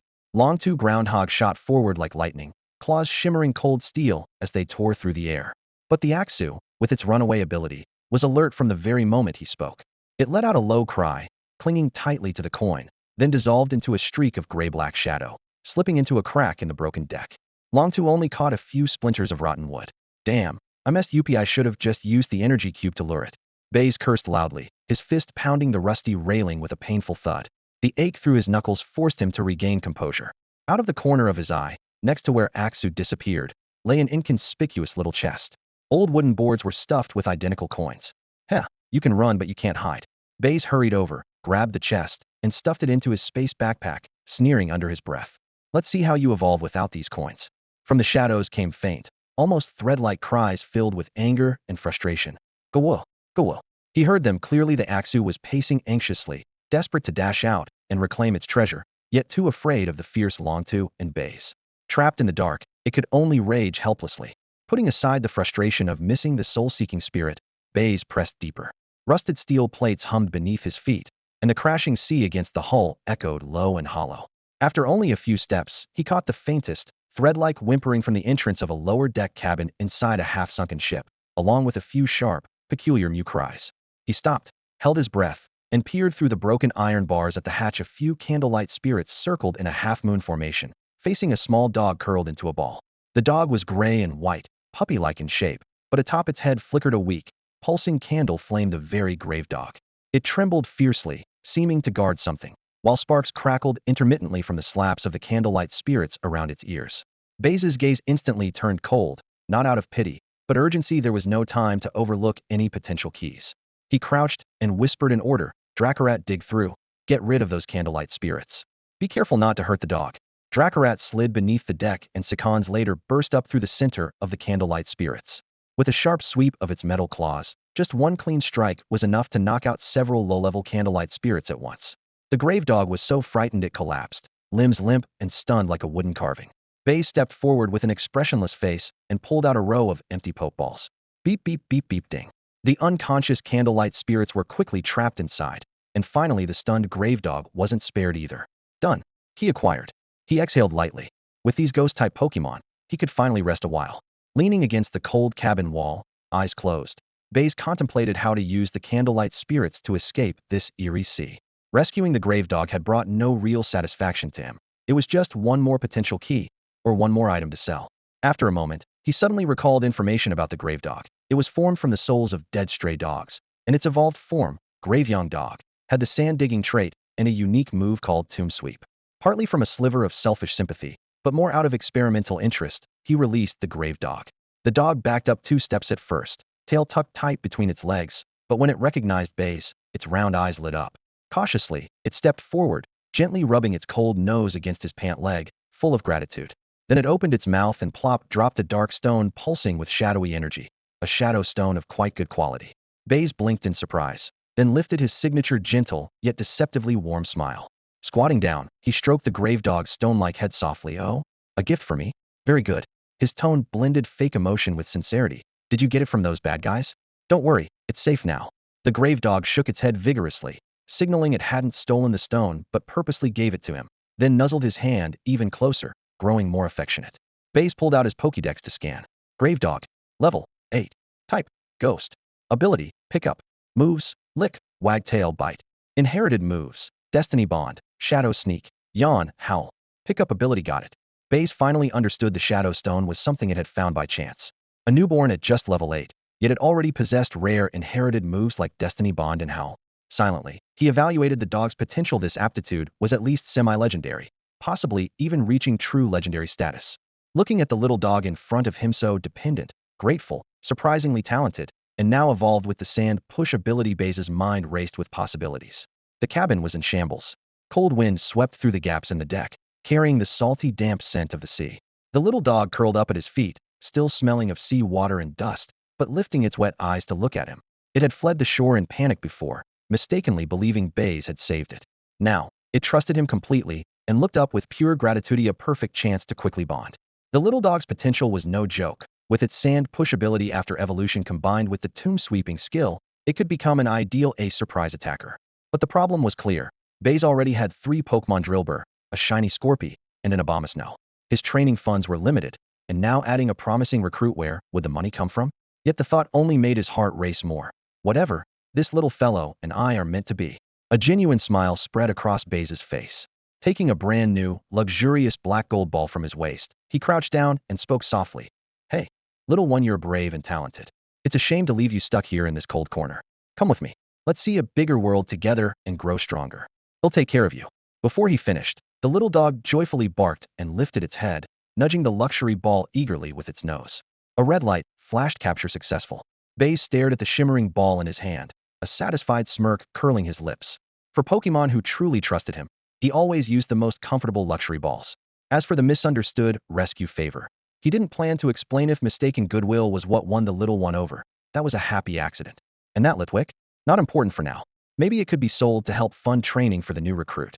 His mind flashed through a battle strategy. If anyone managed to take down his Sandstorm Core's ace Drillbur, there was a backup plan. Scorpy would step in with Substitute, Protect, Toxic, or Taunt, followed by Swords Dance and Agility. Even if his opponent got insanely lucky and beat Scorpy too, the final boost from Scorpy before fainting, plus the little dog's evolved sand push ability combined with the stacking tomb sweeping damage, would show them true cruelty. Tomb sweeping hit base 50 power, adding 50 for each fainted ally, stacking up to a terrifying 50-50 damage, a move feared by many. He clipped the luxury ball back onto his waist and straightened his coat. Hey, little guy, you haven't met your new family yet, have you? He tossed out luxury balls one after another, releasing Scorpy and Abomasnow. Then he shouted with a loud voice, Drillbur, come here and meet the little brother you just saved. Red light flickered nonstop, and the cramped cabin instantly buzzed with life. Abomasnow lumbered over, curiously sniffing the little dog, and softly saying nah while exhaling a cool mist as a greeting. The lively shiny Scorpy locked its bright yellow eyes on the smaller newcomer, chittering excitedly, and twirling its pincers rapidly. It circled the little dog twice, then gently bumped heads a clear message. Finally, I'm not the smallest anymore. You're my little brother now. Startled by the sudden warmth, the little dog took a cautious step back, its dark blue-tipped fur fluffing slightly. But Abomasnow's soothing mist and Scorpy's harmless head bump gradually calmed it down. Just then, Drillbur returned from guard duty with steady, confident strides. Evolved, tall and imposing, its metallic drill glinted coldly under the cabin lights, radiating an aura of intimidation. The little dog shrank its neck, but Drillbur bent down and gently tapped its forehead with the hard drill, issuing a low but friendly "Heyo," solemnly announcing, "Don't be afraid. I've got your back. Welcome to the team." Leaning against the cabin wall, Baize watched this heartwarming scene unfold and couldn't help but smile genuinely. He pulled out prepared energy cubes and placed them neatly in front of each Pokémon. "All right, from now on, we're a family. We take care of each other, got it?" The little dog looked around at the enthusiastic Scorpy, the gentle Abomasnow, the formidable Drillbur, and the trainer who gave it warmth and food. At the spot where its ghostly heart had long since stopped beating, a new, unprecedented warmth surged. Steeling itself, it lifted its head proudly and gave a faint but resolute woof. Carefully, it stepped forward and nuzzled Scorpy, Abomasnow, and Drillbur in turn before curling up at Baize's feet, its little tail wagging furiously. After resting for a while, Baize didn't rush to the rendezvous point immediately. Taking advantage of the moment to close his eyes and conserve energy, he scanned the eerie deck around him. Most of the wandering ghost-type Pokémon were only between level 20 and 30. This was a rare opportunity he couldn't afford to waste. With a slight smirk, he muttered to himself, "Perfect, you two little ones can sharpen your battle skills." He raised his hand, releasing two red beams of light onto the ground, a Shelder and a Scorpii with a strange gleam. Then he tapped the Pokeball at his waist, signaling Drillbur to stay alert. His command was concise and calm. Priority is quick, effective experience gain. Drillbur, keep watch. Soon, he locked onto a level 25 Mimikyu and a level 26 Misdreavus. Scorpii, taunt Mimikyu and block its status moves. Shelder, use Water Pulse on Misdreavus. The battle erupted instantly. Scorpii fluttered its wings and narrowly dodged Mimikyu's Shadow Ball. The dark energy punched a fist-sized hole in the battered ship's mast, clearly more powerful than usual. Oh, Baize's eyes sharpened. It's holding an item that boosts ghost-type moves. Surprise replaced caution, and he made a snap decision. Scorpii, smack it. A violet-black dark-type energy bloomed at the tip of Scorpia's tail, striking Mimikyu with a sharp smack. A cursed talisman, radiating an ominous aura, fell onto the deck. As soon as the talisman touched the ground, the Pokeball at Baize's waist popped open, and Yamper eagerly dashed out. The little one's eyes lit up as it grabbed the talisman and trotted back, sitting by Baize's feet, wagging its tail and proudly presenting the treasure. Baize paused, then chuckled, bending down to rub its cool head with a teasing tone. "Sharp eyes and quick hands, you know good stuff when you see it." Truly, a hardworking pup growing up fast. Without the item's boost, Mimikyu's Shadow Ball lost much of its power. Baize raised his hand and signaled, "Scorpii, finish its sucker punch." Scorpii vanished into a purple afterimage, dark energy gathering at its tail tip. Seizing Mimikyu's moment of panic, it delivered a fierce sucker punch, knocking Mimikyu out of battle instantly. On the other side, Shelder's rhythm was frighteningly steady. Water Pulse hit with a ripple of energy, followed by Ice Beam. Though not super effective, it was enough to wear down Misdreavus. Every time Misdreavus counterattacked, Shelder healed using Recover, stubbornly dragging the fight until exhaustion, then finished with a final water gun. The brief but efficient battle ended. Baize nodded in satisfaction. Shelder's stamina and healing, combined with Scorpius burst damage, fit perfectly with his training strategy. After a quick cleanup, he called back his Pokemon and patted Yamper, who was still gripping the cursed talisman tightly. "All right, keep this safe for now. We'll study it later." Only then did the little one happily return to its Pokeball. After a short rest, Baize set off toward the agreed rendezvous point. Yet, what he saw there was far more devastating than he had imagined. Wu Yun leaned against a broken mast, his body soaked in blood. The giant mantis and the swamp beast lay nearby, exhausted and clearly battered from the fierce battle. Baize sprinted across the cracked deck, catching sight of Wu Yun's chest stained with clotted blood, his breathing shallow and ragged as if he might collapse any moment. Cough. Ran into that blue-clad officer. Wu Yun lifted his head weakly, his voice hoarse. "Blue-clad officer?" Baize quickly knelt down, checking Wu Yun's pulse at his neck while asking, "Where is he?" "Not exactly doing well either."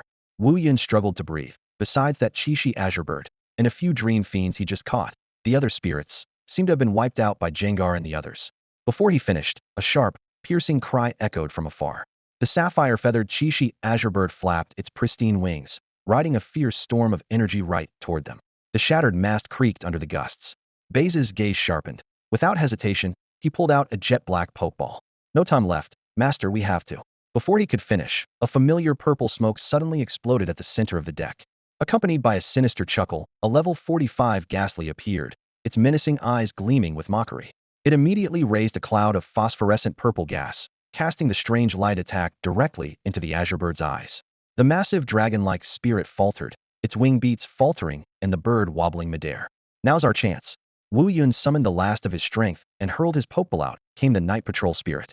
Night Patrol Spirit, shroud the deck in black mist. The black fog surged like a tidal wave, instantly swallowing the deck. The night wind, tinted raven blue and heavy with a fishy stench, muffled the sound of the crashing waves beneath the thick haze. Let's go? Baize dragged Wu Yun to his feet with one hand, raising the keystone high with the other. As their keystones glowed in unison, the space around them violently warped, their forms fading into the dark mist. Goodbye, Ghastly, Baize whispered. The Ghastly responded with a sinister laugh, staying behind to stall the Azure Bird. Splash! The sudden contrast of cold and heat passed, and the two were swallowed by the icy sea water. The biting salt stung their mouths and nostrils as they flailed desperately, until they both grabbed onto a broken floating plank.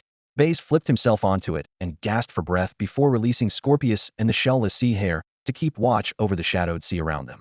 Cough! Xiaobai, we survived. Wu Yun leaned on the edge of the plank, his voice trembling but ringing with the wild joy of having escaped death. Yes, master. Baize wiped seawater from his cheek, his heart pounding fiercely.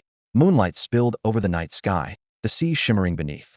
The wreckage drifted and slowly sank in the distance, and the chilling Ghastly's laughter, along with the Azure Bird's angry cries, were no longer audible.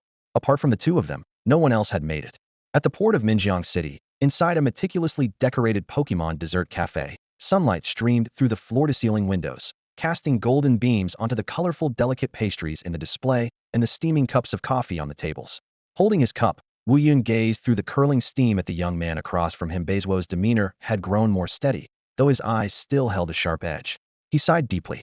3 months was enough time for them to heal their wounds, and for him to fully grasp just how frighteningly fast his apprentice had grown. Baize's strength now approached his own prime, even surpassing him in certain details. "I'm getting old," he murmured, rubbing his finger along the cup's rim. A quiet melancholy and weariness slipped into his voice. "This world belongs to you young people now. These old bones of mine just can't keep up anymore." "Master, you're too modest." Baize set down his fork with a measured sound, an expression of humble respect softening his face. "Without your careful guidance, I wouldn't be where I am today. Your experience and wisdom, I still have a lifetime to learn from them." Years of habit made his earnest act flawless. His eyes shone with genuine reverence for his mentor. Wu Yun shook his head, no longer engaging the conversation. From his worn canvas bag, he carefully pulled out a thick notebook wrapped in oilcloth, its corners frayed from use. He placed it solemnly before Baize. "This is the fruit of decades of my labor," he said hoarsely, tinged with reluctance. "Inside are all the formulas for energy cubes, plus some secret elixirs not meant for the light of day. They can slowly enhance a Pokémon's aptitude. I hope you pass this on. Don't let it be lost." Baize took it with both hands, feeling its heavy weight through his fingertips. His expression instantly grew serious as he gave a firm nod. "Don't worry, master. I will. Your skills will not vanish under my watch." His words hit the table with conviction, though his mind was already calculating something this valuable could always be used as leverage. That's good. That's good." With his burden lifted, Wu Yun finally relaxed, but looked even older now. "I want to find some obscure little town where no one knows me. Open a small shop selling ordinary energy cubes and berries. Enough to get by, just a way to drag out what's left of my days." Baize remained silent, offering no empty comfort, saw everything clearly. The deaths of Pteranodon and Gyarados saving him, the near-fatal wounds from Mega Scyther and Swampert, all had ground down this man's ambition and fierceness. The Wu Yun sitting here now was just a pitiful soul wanting to hide away and nurse his wounds. The aroma of coffee slowly faded in the silence as the two sat wordless. After a while, Wu Yun stood, his hands nervously rubbing together, his face full of unease and struggle. Gathering what courage he had left, he whispered in a hoarse, barely audible voice. "Xiaobai, I am not really Wu Yun. My original family name is Wu, and my given name is Yun.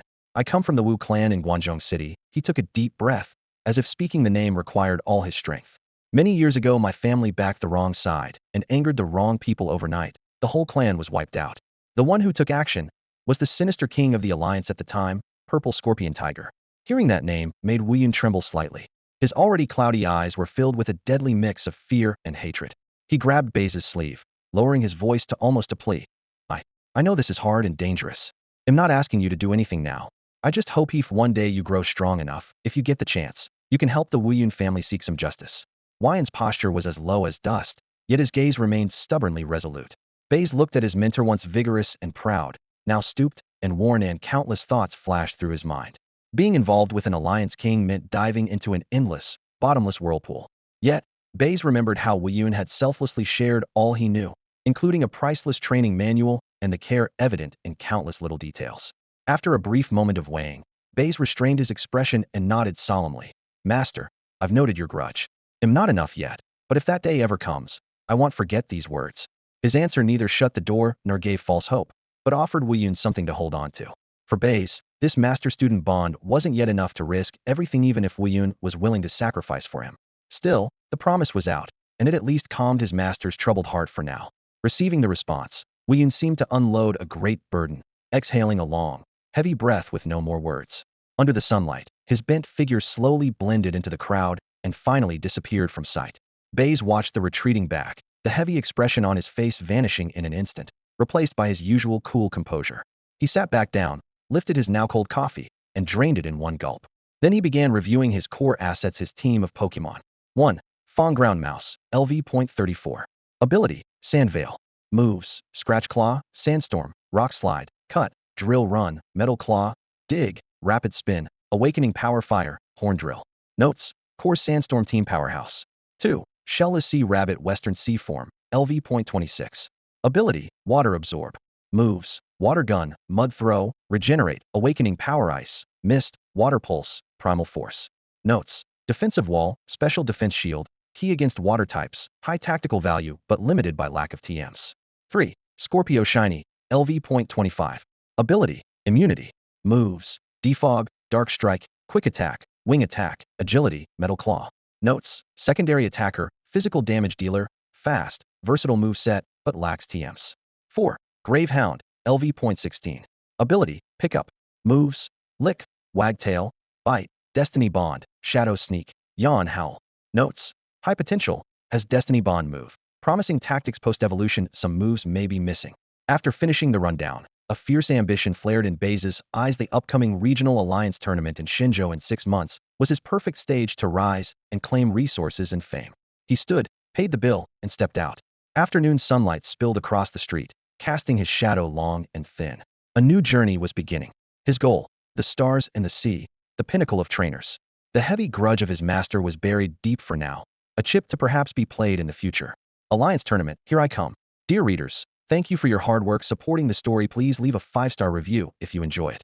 In the early morning of Minjiang City, the daily rhythm of life gradually stirred awake. At the street corner, a time-honored snack shop that had been around for decades had already set up outdoor tables and chairs. The air was thick with the steaming broth mingling with the smoky scent of charcoal. Baize picked a seat by the street and settled down, a bowl of freshly served rian steaming hot before him. Inside the bowl, wafer-thin dumpling skins wrapped tender pork filling, repeatedly lifted and lowered in the clear soup. A few vibrant green scallions floated on the surface, accentuating the bright colors. He picked one up, gently blew on it twice, and then took a bite. The skin was supple and smooth, the meat tender and juicy from long pounding, while the unique charred aroma of roasted pork blended with the broth's fresh flavor, bursting on his tongue. This is real food. Baize couldn't help but murmur, eyes half closed in pleasure, his face radiating pure satisfaction. Remembering his days on the ship, where fish and crab appeared every day and jellyfish sashimi showed up occasionally, he joked to himself that he was nearly pickled like salted fish. Compared with that, biting into the solid meat of a 4-legged animal was truly gratifying. He ate with focused attention, savoring nearly every scallion and drop of soup, as if determined to etch the long-missed taste of land deep into his memory. This seemingly ordinary bowl of rian now outshone any gourmet delicacy, completely soothing his stomach and heart, both tormented by seafood for so long. After filling his stomach, Baize entered the Minjiang City Pokémon Center feeling refreshed. The bright lobby smelled faintly of herbal medicine, so quiet he could hear the occasional metallic clink of a pokeball shifting. Approaching the front desk, he placed his ID and pokeball on the pristine counter and spoke gently. Hello, is there anyone scheduled for a warm-up battle this morning? The nurse at the front desk, named Fuchi, wore a sweet smile. She took the documents and, with practiced fingers, tapped the terminal screen. Okay, let me check him. Unfortunately, the trainer who booked this morning hasn't arrived yet. Before she finished, the screen lit up with bold words: League Lineage Trainer, Advanced. Dragon Mime Jr. Fucus' eyes immediately brightened. her professional smile gaining an extra warmth and enthusiasm. Oh, so Mr. Baize, you're already an advanced trainer at such a young age, and part of the league lineage no less. Truly promising. Welcome to the Minjiang City Pokemon Center. If there's anything you need, just let us know. We're committed to providing the best service. By now, the name on his ID card had long changed from Sumu to Baize. He had spent 5 million in the black market and invented plausible reasons after all. As a distinguished league lineage trainer, it only made sense to travel under his own name. Facing Fucus cordiality, Baize maintained a polite and modest smile. He was used to scenes like this. From Shuangyu to Fuchi now, nurses in every city seemed to have a special way of recognizing and flattering promising trainers like him. You're too kind. I'm just fortunate, that's all, he said sparingly, striking the right balance accepting goodwill without seeming overly familiar. Fuchi covered her mouth lightly to laugh, a hint of admiration and helplessness in her gaze. It's no luck. Trainers like you have limitless potential ahead. She seemed eager to chat more with Baize, and took the initiative to say, for those of us working at Pokemon centers, our greatest wish is simply to live a peaceful life and properly raise our partner happily. If we can lay a solid foundation of support for the truly talented clan members, or those who make huge contributions to the family like the elders bearing the L surname, are more than satisfied. Her casual remark hinted at a vast and rigid system. The L family almost monopolized Pokemon healthcare across the 5 major regions. Most nurses like her spent their entire lives tied to one city, accompanying a single happy and quiet dedication, becoming a small but indispensable cog in that massive machine. Changing one's fate usually had only one path: to achieve enough merit for the L family, or to marry into it through a talented trainer, in hopes of earning that distant and prestigious L surname. That reminds me, similar to the L family, there's also the Boju family, who monopolized the police system. Rarely opening up, she leaned in with lowered voice tinged with mystery and reverence. You'd think the League wouldn't allow such families to exist. But legend says that thousands of years ago, these 2 families were cursed by a tremendously powerful divine beast. No trainer from their line can ever break through to champion rank. Anyone who tries or accidentally gains that level of strength, whether trainer or Pokemon, faces backlash that quickly leads to their downfall. It's terrifying. A flicker of understanding crossed Baize's eyes. No wonder the League tacitly allowed the 2 families deep roots in healthcare and policing. A family that can never produce champion-level trainers, no matter how large, poses no fundamental threat. This cruel curse ironically became their safeguard.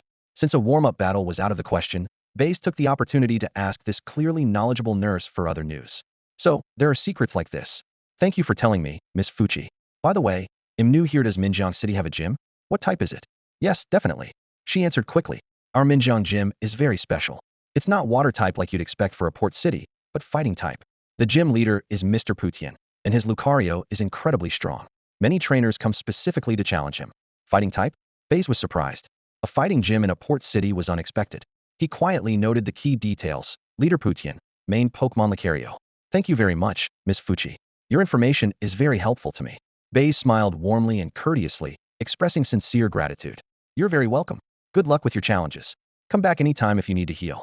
Miss Fuchi waved with a genuine smile. Exiting the Pokemon Center, Baize stroked his chin and looked toward the harbor. A fighting gym, huh? Perfect for letting Scorpio train a bit. A calculating smirk curved his lips. Following the map's directions, Baize headed toward the fighting dojo, only to find the main street packed with people shoulder to shoulder, the air ringing with gongs and drums. The narrow street was nearly swallowed up by colorful stalls, incense smoke curling in the air, each step thudding in time with the rhythmic beats. Long tables on either side were piled high with fish, shrimp, conch shells, coconuts, and fresh flowers, the strong smell of the sea mingling with sandalwood incense. The crowd wore neat blue and white traditional attire, their faces solemn and reverent. Frowning slightly, Baize reached out to stop an elderly man with graying temples. Sir, may I ask what's going on here? Is the road closed today? The old man squinted at him, his speech carrying a distinctive coastal rolled R. You're from out of town, aren't you? Today's the grand festival in Minjiang City to honor the sea god, Luochia. We thank him for favorable winds and bountiful catches, and pray for smooth monsoons and safe voyages next year. Look, the statue they're carrying at the front is the sea god himself. Following the elder's pointing finger, Baize saw dozens of bare-chested men sweating as they carried a large silver-white bird statue at the head of the procession. Its wingspan stretched nearly 3 meters, feathers layered intricately. The bird's head was bowed slightly, dignified and graceful, a deity who governs ocean currents and monsoons. Luochia. What a waste of time, Baize thought bitterly. He planned to slip down a side street to detour, but a clear, urgent voice cut through his thoughts. Master of the Putian Dojo. Are you the master? I've come to challenge the dojo. Please accept my challenge. The voice came from a boy wearing a baseball cap, probably a couple of years younger than Baize. He pushed through the crowd, reaching to stop a middle-aged man in a dark fighting suit with a serious expression. The boy's bold move instantly sparked outrage among the onlookers. Who does that brat think he is? No respect for tradition. How dare he disrupt the Sea God Festival? Get him out of here. Angry eyes pressed toward the boy like crashing waves. Baize had no intention of getting involved, but then he noticed the pale gold alliance badge on the boy's belt and official trainer ID, just like his own. Changing his mind, he thought it might be worth making an ally. Immediately donning an apologetic expression, Baize stepped forward quickly and grabbed the still shouting boy. Bowing repeatedly to those around them, he said earnestly, "I'm sorry. Everyone, please forgive us. My little brother is young and doesn't know the customs. It's his first time traveling far, and he mistakenly interrupted the Sea God Festival. I apologize on his behalf. Truly sorry." His tone was sincere and humble, like a worried older brother covering for an impulsive sibling. The crowd's anger cooled. A few muttered warnings about keep an eye on your brother, then dispersed. The boy was pulled aside, clutching his chest, still shaken. Thank you. That was scary just now. I'm Gujun, from Shauna City. And you? Baize, he replied with a gentle smile. You're also here to challenge the dojo as a traveling trainer? Yeah. Gujun perked up, nodding eagerly. I'm collecting 8 badges to enter this year's Alliance tournament. You too? Same here. A flicker of interest brightened Baize's eyes. Looks like we're on the same path. Since the festival has the roads closed and the dojo's not accessible, why don't we head back to the Pokemon Center and plan our next move? Sounds good. The two soon returned to the Pokemon Center. Miss Fuchi at the front desk was surprised to see them back so soon, then slapped her forehead apologetically. Oh dear, what a terrible memory of mine. I forgot to tell you the whole city is celebrating a festival today, and the gym leader is definitely taking part. So the gym is closed. Sorry about that. You made a trip for nothing. Baize gently raised his hand, lightly flicking his fingertips, his face maintaining a warm and polite smile. It's no problem, Miss Fuchi. We can take the chance to experience some local customs. The festival is quite spectacular. Standing nearby, Gujun nodded along like a puppet following the rhythm, constantly chiming in to show he didn't mind at all. Seeing that the two young elite trainers showed no sign of displeasure, Miss Fuchi finally relaxed, her expression visibly easing. She eyed the two energetic newcomers before her, suddenly inspired as her eyes brightened. Right. Since we can't challenge the gym for now and have some free time, why don't you two have a Pokemon battle? Our center's training field just happens to be available. A battle? The moment she said that, Gujun's eyes lit up like bulbs, excitement flooding across his face uncontrollably. He spun toward Baize, hands clasped together, eyes pleading eagerly. Baize. Big brother Baize. Let's battle. Please. It's a perfect warm-up. Baize looked down at Gujun's innocent, eager expression, quickly weighing the pros and cons. Facing an elite trainer of the same level would give him a sense of his peers' overall skill, and it would also test his new partner's real combat abilities. Definitely a win-win, with no downsides. With that thought, he looked up, a subtle smile curving his lips. All right, sounds good. I look forward to it, Gujun. That's awesome. Gujun was so happy, he nearly jumped for joy. Finally, a battle. Miss Fuchi smiled even more brightly, nodding enthusiastically. They'll go prepare the venue right away. What battle format will you two use? Baize pondered briefly. How about 2v2? I want to give Tianxia and Wu Kuhai 2 some practice. No problem. 2v2 it is. Gujun rubbed his hands together, full of confidence. Soon, guided by Miss Fuchi, the two walked down a spacious, brightly lit corridor and entered the standard battle arena inside the Pokemon Center. The battle zone was lit with soft gray and white tones. The electronic scoreboard was already glowing. The air carried a faint mix of metal and disinfectant. The two trainers took their positions at opposite red and blue corners. Their eyes met, and the battle spirit instantly ignited. An impromptu warm-up match was about to begin. On either side of the battlefield, Gujun's team radiated fierce determination. He was the first to throw his Pokeball. Go, my partner, Doublade. A burst of white light scattered as a sleek Doublade stepped onto the field. The two sharp sword blades in its hands clashed, sending up fine sprays of water. The level 29 marker gleamed on the arena's giant screen, highlighting the pedigree of this official league trainer. Baize remained calm, flicking his fingertip against a luxury ball. Your turn, Skorupi. Within the blue and white light column, a pale blue, shiny Skorupi beat its delicate wings, its sparkling eyes curiously scanning the opposite side. Wow, a shiny Skorupi. Gujun's eyes widened in awe. Baize, you're amazing. You actually caught such a rare Pokemon. Baize smiled faintly, his tone modest. Just lucky happened to come across it. Battle start, called Ms. Fuchi, the temporary referee, as she swung her arm down. Doublade, strike first with Razor Shell. Gujun's voice crackled with intensity. Doublade crossed its arms as a water blue blade shimmered into existence, slashing fiercely through the air. Skorupi, gain height, then use toxic spikes. Baize responded in a low voice. The shiny Skorupi flapped its wings powerfully, narrowly leaping above the blade's arc. It flicked its tail, purple-hued needles launched back as counterattacks. Hold the line, Gujun urged. Double-blades shell blades clashed as a blue-green barrier materialized, blocking the toxic spikes entirely. The needles shattered into purple mist that hissed on the ground. Good. Water pulse, followed by aerial ace. Then finish with waterfall, don't give it a chance to breathe. A roaring water ball surged forward, then double-blade dove in a silvery arc. The aerial ace forced Skorupi to roll evasively. Then the waterfall left a turbulent trail as double-blade pressed the attack. With type advantage, Gujun's offense crashed like a tide. Skorupi skillfully dodged and rolled using its agile form and soaring height, sometimes blocking with its metal claws, sometimes diving sharply to strike, yet it remained pinned within double-blade's assault, the situation growing critical.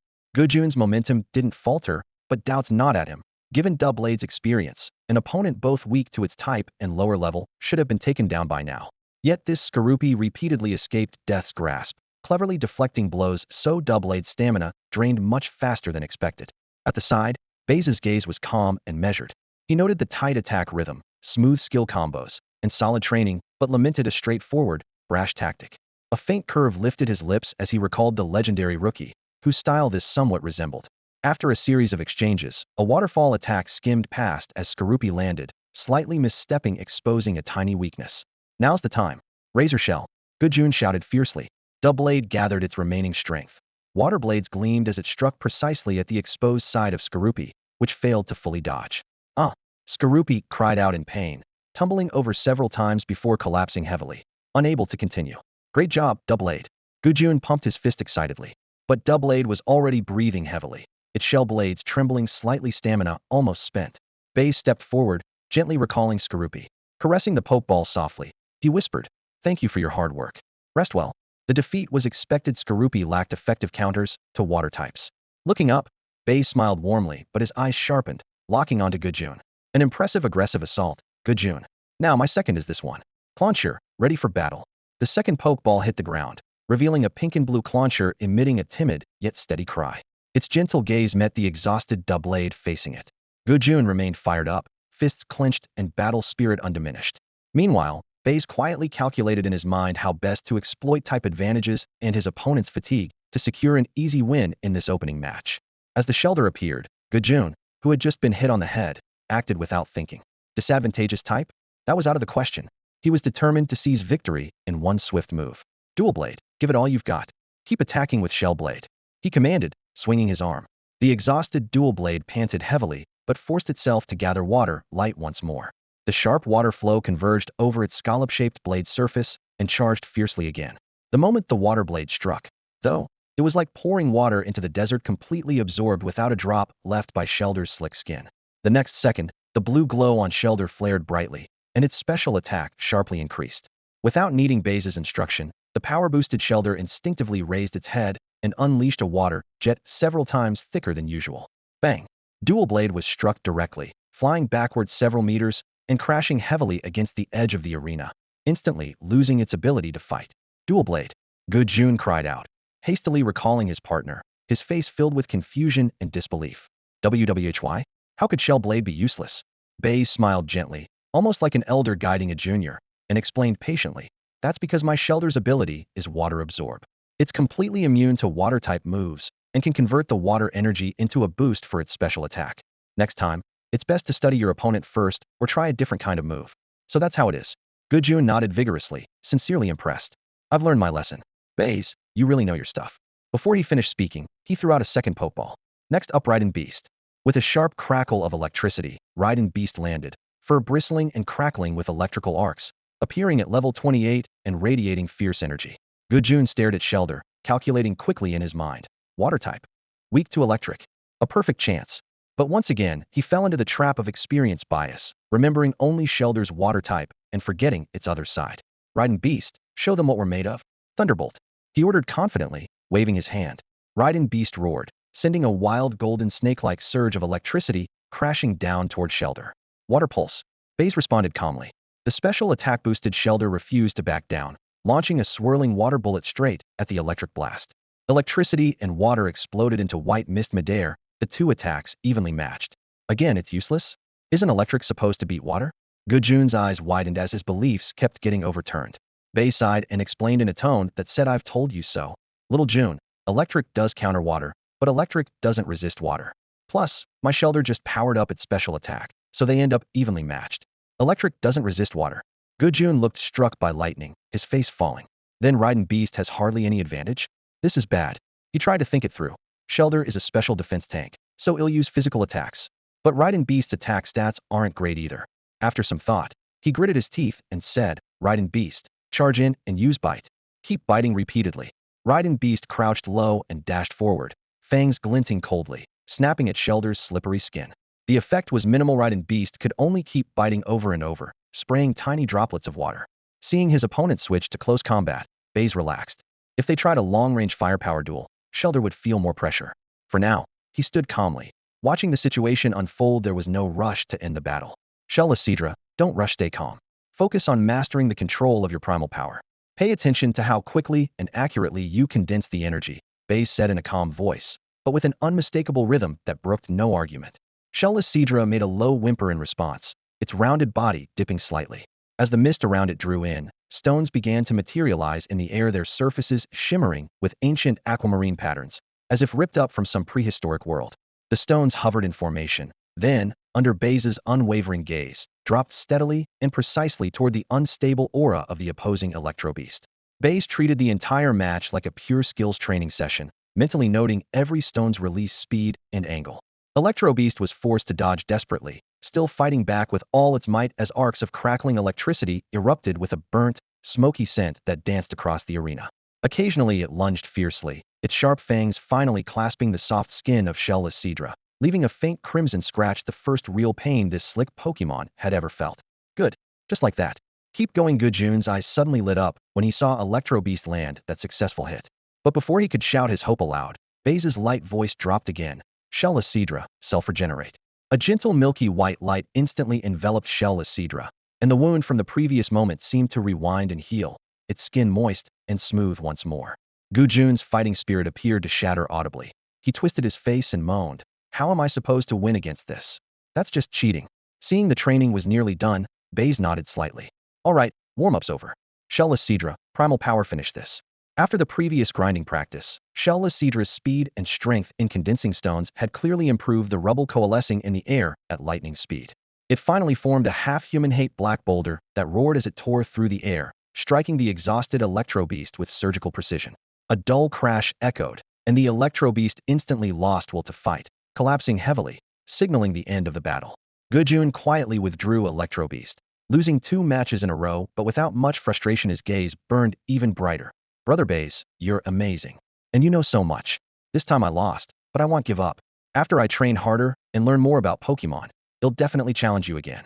Baize looked at this passionate and sincere young trainer with a gentle, encouraging smile. Great, you're welcome anytime. You're strong, just need more experience. Though he said this, inside Baize wasn't overly concerned about the next match. But making a friend who was a promising direct line trainer never hurt. Although Baize won easily against Gujun, the battle exposed some gaps in his team's skill set. Back in his room at the Pokémon Center, he flipped open his notebook and began mapping out a plan. 1. Scorpio needs more moves for disruption and wearing down opponents. Stealth Rock and Spikes can forcibly block enemy switches. Substitute and Protect create opportunities for safe attacks and scouting. Toxic is crucial for breaking through bulky defenders. 2. Shellless Hair as the special defense core also needs Stealth Rock and Spikes. Protect is indispensable. Scald offers greater threat than Water Gun and can inflict burn. Ice Beam covers grass types. Learns Earth Power for a powerful ground special move. 3. Trapinch replacing Metal Claw with Iron Head to broaden its offensive range. Protect adds survivability. 4. Yamper too low level now, so start by learning Protect to stay alive. The substitute Protect Toxic strategy has to be prioritized, he muttered. As his pen scratched on the paper, a wave of anxiety crept in. The number of skill discs needed was staggering, and most were expensive, rare commodities. Finished with his plan, he headed downstairs to leave and happened to see Gujun chatting with Miss Fuchi at the front desk. Baize casually mentioned he was heading to the Pokemon shop to hunt for skill discs. Gujun's eyes lit up. Right. My Double-Aid and Rakus moves are too basic. I'm coming too. Maybe there are powerful moves that fit them. Clearly, had learned from his defeat. Let's go. Baize shrugged. 2 heads were better than 1, and it wasn't like they were up to no good. They soon arrived at Minjiang City's largest official Pokemon shop. Shelves were stacked with discs, and blue light from the Pokédex terminals shimmered invitingly, promising variety. But as Baize checked his list item by item, his brow furrowed steadily. Stealth Rock, Spikes, Toxic, Scald, Ice Beam, Iron Head, mostly all out of stock or simply not on the shelves. In the end, they found only 4 Protect discs tucked away in a corner. TCH, as expected, any rare discs are monopolized or strictly regulated by the big powers. He scoffed silently, but kept a deadpan face, swiping his card without hesitation for 2.8 million league coins. He saw it as an investment in his family above all else. Gujun watched nearby, lips tight. After a round of browsing, he didn't buy anything either too pricey or not immediately useful. At checkout, Baize asked the clerk bluntly, "Do you have any sources for even rarer skill discs? Like Stealth Rock or Ice Beam?" "Sorry, sir," the clerk shook his head. "Those rare discs are heavily controlled, don't stock them here." Then, suddenly remembering something, his tone brightened. "You're trainers from out of town, right? Perfect timing. In 2 days, to celebrate the Sea God Festival, Minjiang's major families are co-hosting the Little Lugia Cup, a youth trainer tournament for under 25s only. The prizes are generous." He spoke quickly, eyes gleaming. "First prize is your choice of a starter Pokemon Bulbasaur, Charmander, or Squirtle plus any one rare skill disc of your choice. Second place wins a Grass, Water, or Firestone, or a Pokemon item, plus a rare skill disc. Third place also gets a rare skill disc. Even if you don't make the top 3, the top 10 receive pretty good participation prizes." Hearing this, Baize and Gujun's eyes lit up almost simultaneously. Rewards like starter Pokemon and rare skill machines were enough to get any young trainer's blood pumping. But just as the excitement peaked, Gujun hesitated. "We still have to challenge the gym. What if it takes up too much time?" The clerk smiled and waved away the concern. "Don't worry. The fighting-type gym leader in Putian is one of the chief referees for the tournament. During the competition, gym challenges are temporarily paused. Plus, those who perform well can leave a good impression on the Putian gym leader, which will definitely help with future gym battles." In a single sentence, their last doubts vanished instantly. "Great. Let's sign up." Together, they quickly filled out the registration form, scanned their fingerprints, and confirmed their ID cards under the clerk's guidance. Once everything was verified, they received their competition numbers. Outside the store, Gujun couldn't wait and waved goodbye. "Baize, I'm off to train hard. See you in 2 days at the competition. I'm going to get a good ranking." Before finishing his sentence, he was already rushing toward the training grounds. Baize watched his friend's back disappear around the corner, but remained calm. 2 days isn't enough time to spend solely on boring training, he murmured to himself. The Little Lugia Cup was destined to attract top talent. Training alone wouldn't be enough. He put away his registration ticket, pulled his hood lower, and blended into the bustling crowds of Minjiang City. Relying on the skills head honed with Wu Yun surviving in the gray zones, he picked up on the hidden signs and street signs, secret codes on walls, and casual exchanges of glances a way to trace the city's shadows. His target, the black market. He needed rare berries and special minerals that were hard to find in regular shops, and he also hoped to gather intelligence about other competitors. If luck was on his side, he might even find a handy little gadget. Baize never went into a fight unprepared. Being ready in advance was his habit. His battle had already begun from this very moment. Deep within a shadowy alley of Minjiang City, after passing several subtle checkpoints, Baize expertly draped a large black cloak over himself, concealing his face. The alley was narrow and damp, with sewage seeping through cracks in the bluestone and running deeper into the darkness. The air was thick with the musty smell of mold mixed with the sharp sting of kerosene lamps. Baize summoned his companion, a level 34 evolved Dragachi. Its shell gleamed with a cold metallic sheen, radiating an obvious aura of menace. Silently, it followed close to his feet, its amber beast-like eyes scanning the nearby crowd.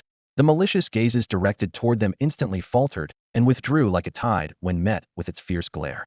Here, strength was the only valid passport. Beneath the cloak, a cold smile curved Baize's lips, but inwardly, he harbored quiet gratitude toward Master Wu Yun. Without the mentor's thorough explanation of the black market's rules, nuances, and survival tactics, Baize wouldn't be so composed. Sometimes, a foundation of knowledge is even more valuable than skills. He first purchased several common tree fruits and cultivation materials from stalls on the outskirts, then followed the crowd deeper into the black market's free trade zone. The lighting dimmed here, and various vendors spread their goods carelessly across oilcloths, tattered blueprints, dull crystals. Bizarre-looking devices' authenticity depended entirely on one's discernment. Baize's gaze suddenly fixed. One stall owner was also cloaked in black, head bowed low. Beside them stood a level 53 withered wood spirit. Resembling a decayed tree, cracks in its trunk seeped eerie green phosphorescence, exuding a chilling aura that seemed to drop the temperature around it. The spirit acted as both guardian and intimidation. What truly caught Baize's attention was a tusk-shaped artifact displayed on a soft cushion. The tooth gleamed white as jade, with natural serrated edges sharp enough to seem to slice the air itself. A fine, thread-like swirl of energy clung to it, causing a prickling sensation. A near-perfect quality sharp fang. Baize's heart leapt. This was precisely the key item to evolving his scorpion companion, and its quality far exceeded anything else on the market. If the scorpion evolved using this, its potential would be unleashed to the fullest. Baize was determined to have it. How much for this? He asked in a low voice, getting straight to the point. Not for sale, only trade, came the hoarse voice beneath the black cloak. I want something of equal value from the ghost or demon categories, or something that piques my interest. The value couldn't be measured in currency alone, so this didn't surprise Baize. After a moment's thought, he withdrew from his spatial pack a high-grade, cursed talisman taken from the tomb pup and carefully restored. The edges of the black talisman paper shimmered faintly with purple veins, radiating strange, ghostly energy. How about this? The vendor glanced at it and shook his head. The energy's chaotic and quality's a bit low. Not enough. His words held weight. Baize sighed internally, ready to give up and seek other options. Wait. The stall owner suddenly spoke again, seemingly afraid Baize would leave for good. The voice under the cloak was hesitant yet resolute. Since you're sincere, add 10 million alliance coins, and it's yours. The tone sounded like a loss-making deal for him. Baize halted, thoughts racing. 10 million was no small sum, but compared to this nearly flawless sharp fong, it was a bargain. The vendor obviously urgently needed cash or highly valued the cursed talisman. Deal. Baize didn't hesitate at all. He turned around immediately and replied calmly, as if he were just buying a head of cabbage. He raised his hand, opened the transfer interface, and his fingertips swiftly glided across the glowing screen. The payment was transferred instantly. Once the funds showed up, he slid the cursed talisman covered with black veins across the stall. The vendor glanced down at the balance, then hurriedly stuffed a sharp, cold, gleaming tooth into Baize's palm, as if afraid he might change his mind. The next second, the vendor packed up the shabby cloth canopy and vanished into the night with his goods. The smooth yet sharp fong pressed against his palm, sending a subtle but real sting that lifted Baize's spirits. The rest of his shopping went smoothly hidden in a dusty corner of the market. He even purchased a second-hand skill disc for 7 million alliance coins. Though old, the disc's toxic energy fluctuations were stable. Back in the safety of the Pokémon Center's secure room, Baize wasted no time assigning his spoils. First, he embedded the toxic skill disc into the learning device and directed it toward the curious, wide-eyed Scorpy. Scorpy, really feel this power. It will make you harder to deal with. The device emitted a faint purple beam as energy flooded into Scorpy's body like a tidal wave. Scorpy closed his eyes, his tail's stinger trembling slightly as he silently absorbed the new knowledge. After that, Baize took out the precious sharp tooth but did not hand it to Scorpy. Instead, he turned and offered it to the nearby Alolan Diglett. Alolan Diglett, you keep this for now. Use your ground-type energy to gently nurture it. Alolan Diglett growled softly in response. Its sharp claws firmly gripped the tooth while a gentle, pure earth energy wrapped around it layer by layer, coating the bone like fine sand. Scorpy tilted his head with curiosity, his eyes glowing dark purple. Baize crouched beside him and patiently explained, "It's not time yet. You're not at the right level. Your body and energy haven't reached their peak. When you break through to level 31 or above and your mind and body are in top condition, you can harness this power to evolve. Only then will your true potential be fully unleashed, laying the strongest foundation." This was Baize's judgment and plan as an excellent breeder. Scorpy nodded seriously, though not fully understanding, and immersed himself once more in sensing the poison. With everything arranged, Baize didn't rest. He pulled out freshly bought berries and various instruments, and began preparing energy cubes and nutritional liquids.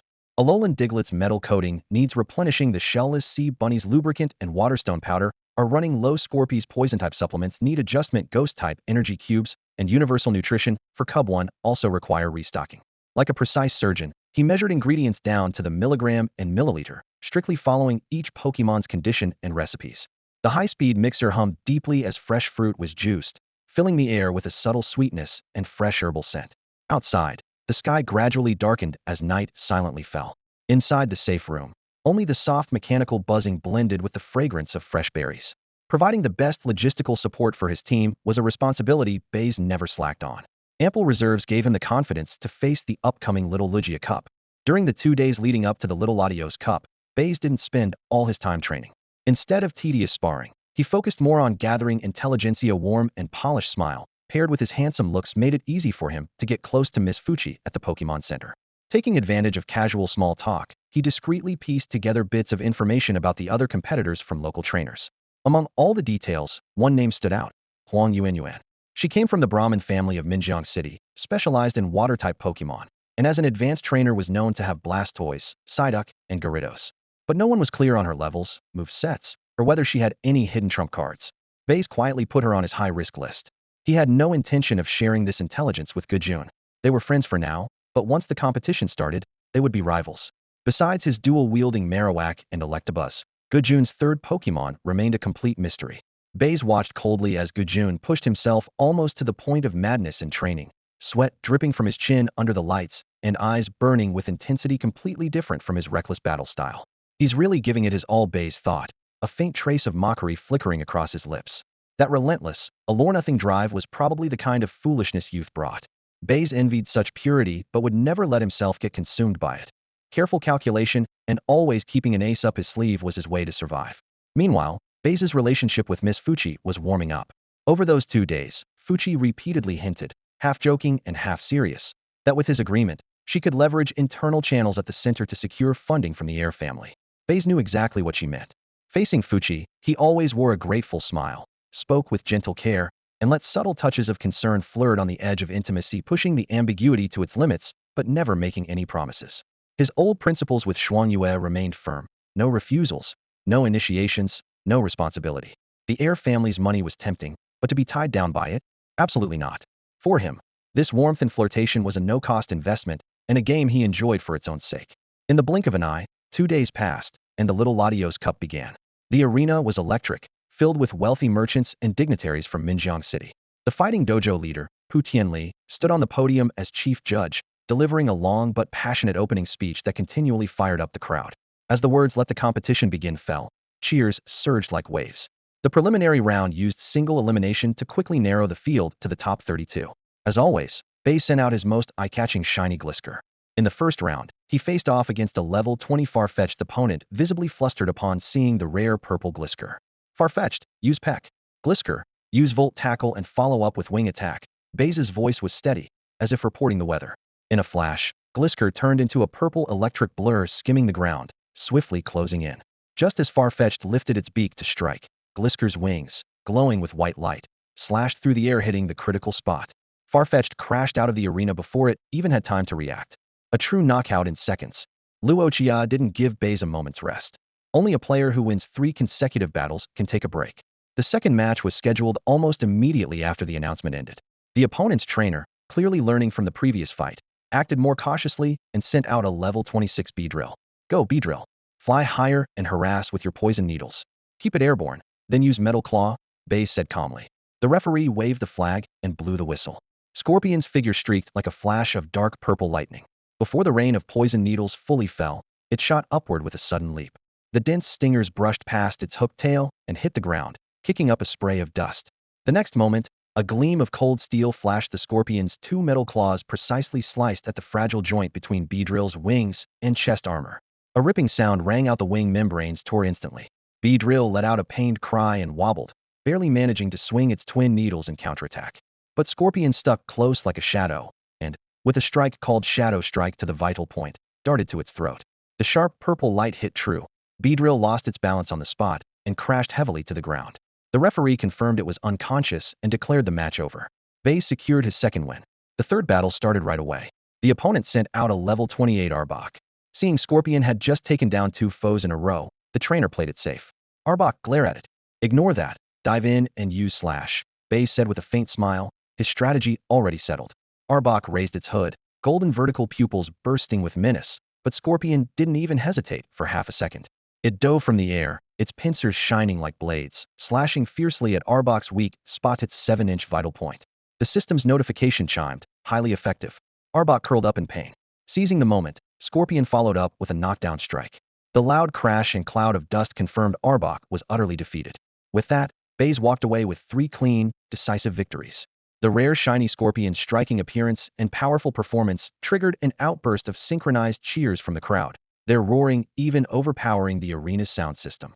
On the high platform judges' stand, the muscular, confident fighting gym leader Pushin watched the boy and the Scorpion intently several times, his expression showing deep interest before he finally gave a slight nod.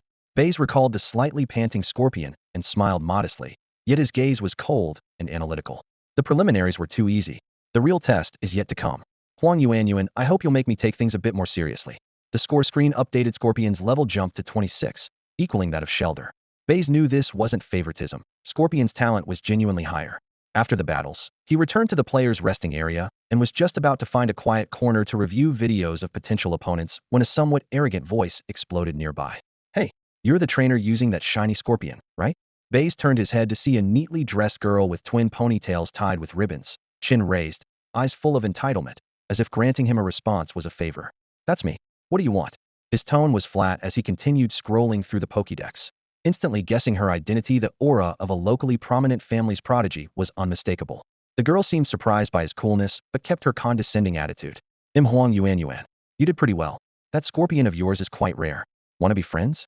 Her tone sounded more like she was bestowing him a privilege. Baize. He closed the Pokédex and stood, barely glancing at her before walking past. If there's nothing else, he'll be going. Huang Yuan Yuan's proud smile froze instantly. She watched Baize's retreating figure, eyes wide in disbelief. Having been the center of attention since childhood, she had never been ignored like this before. She expected that once her identity was revealed, the other person would at least show some surprise or try to win her over. You. She stomped her foot in anger, her gaze locked on Baize's gradually retreating figure. The young man walked steadily without a hint of turning back, as if she were completely erased from his world. Pressing her lips tightly, her nose almost flushed red with fury, she muttered, "Humph. What's he pretending for? It's just dumb luck that he got a rare color spirit. If I ever meet him again in the competition." At that moment, Baize's coldness felt like a blatant provocation engraved in her mind. She silently made a note of it. Meanwhile, another arena had just concluded. Gujun dragged his slightly injured Shuangrenwan, nearly bounding into the resting area, sweat trickling down his temple, but unable to hide his excitement. Baize. Baize. I won. I made it to the top 32. His loud voice drew curious glances from passing competitors. This guy's really good. Someone murmured in admiration. But Gujun paid no mind, held Shuangrenwan's sphere high in his hands. Shuangrenwan was awesome. Took a few hits, but Miss Fu Chi said it'll heal quickly and won't affect the later rounds. Baize turned to face the burst of enthusiasm. Looking at the boy whose face wore his emotions plainly, he put back on his polite and gentle mask, his tone measured with approval. Congratulations, Gujun. Well played. Inside, he was calculating rapidly. With Shuangrenwan at level 29, as long as Gujun avoided opponents with extreme attribute counters or tricky strategies, making it to the top 32 was predictable. Hee. Gujun scratched his head, brimming with confidence. We'll both do our best next round. Maybe we'll even face off in the finals. Baize smiled, not raining on his parade. Yeah, let's work hard together. Yet in his heart, he knew better than anyone every match beyond the top 32 would no longer be a simple warm-up. Huang Yuan Yuan and other hidden masters yet to appear were the real tough challenges. Of course, Gujun might also have his secret ace up his sleeve. It was simply not time to reveal it yet.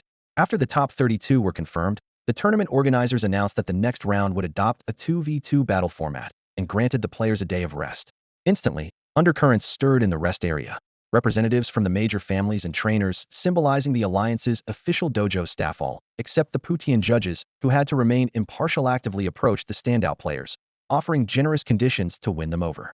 Baize and Gujun, as dark horses with rare Pokémon and impressive performances, naturally became prime targets. But both politely declined every invitation, citing the need to let their Pokémon recover, and chose to return to the Pokémon Center first. Back at the center, after the routine but completely unnecessary checkup performed by Happiny on their Pokémon, Baize returned to his room. In the afternoon, a knock sounded on the door. Baize opened it and froze for a moment.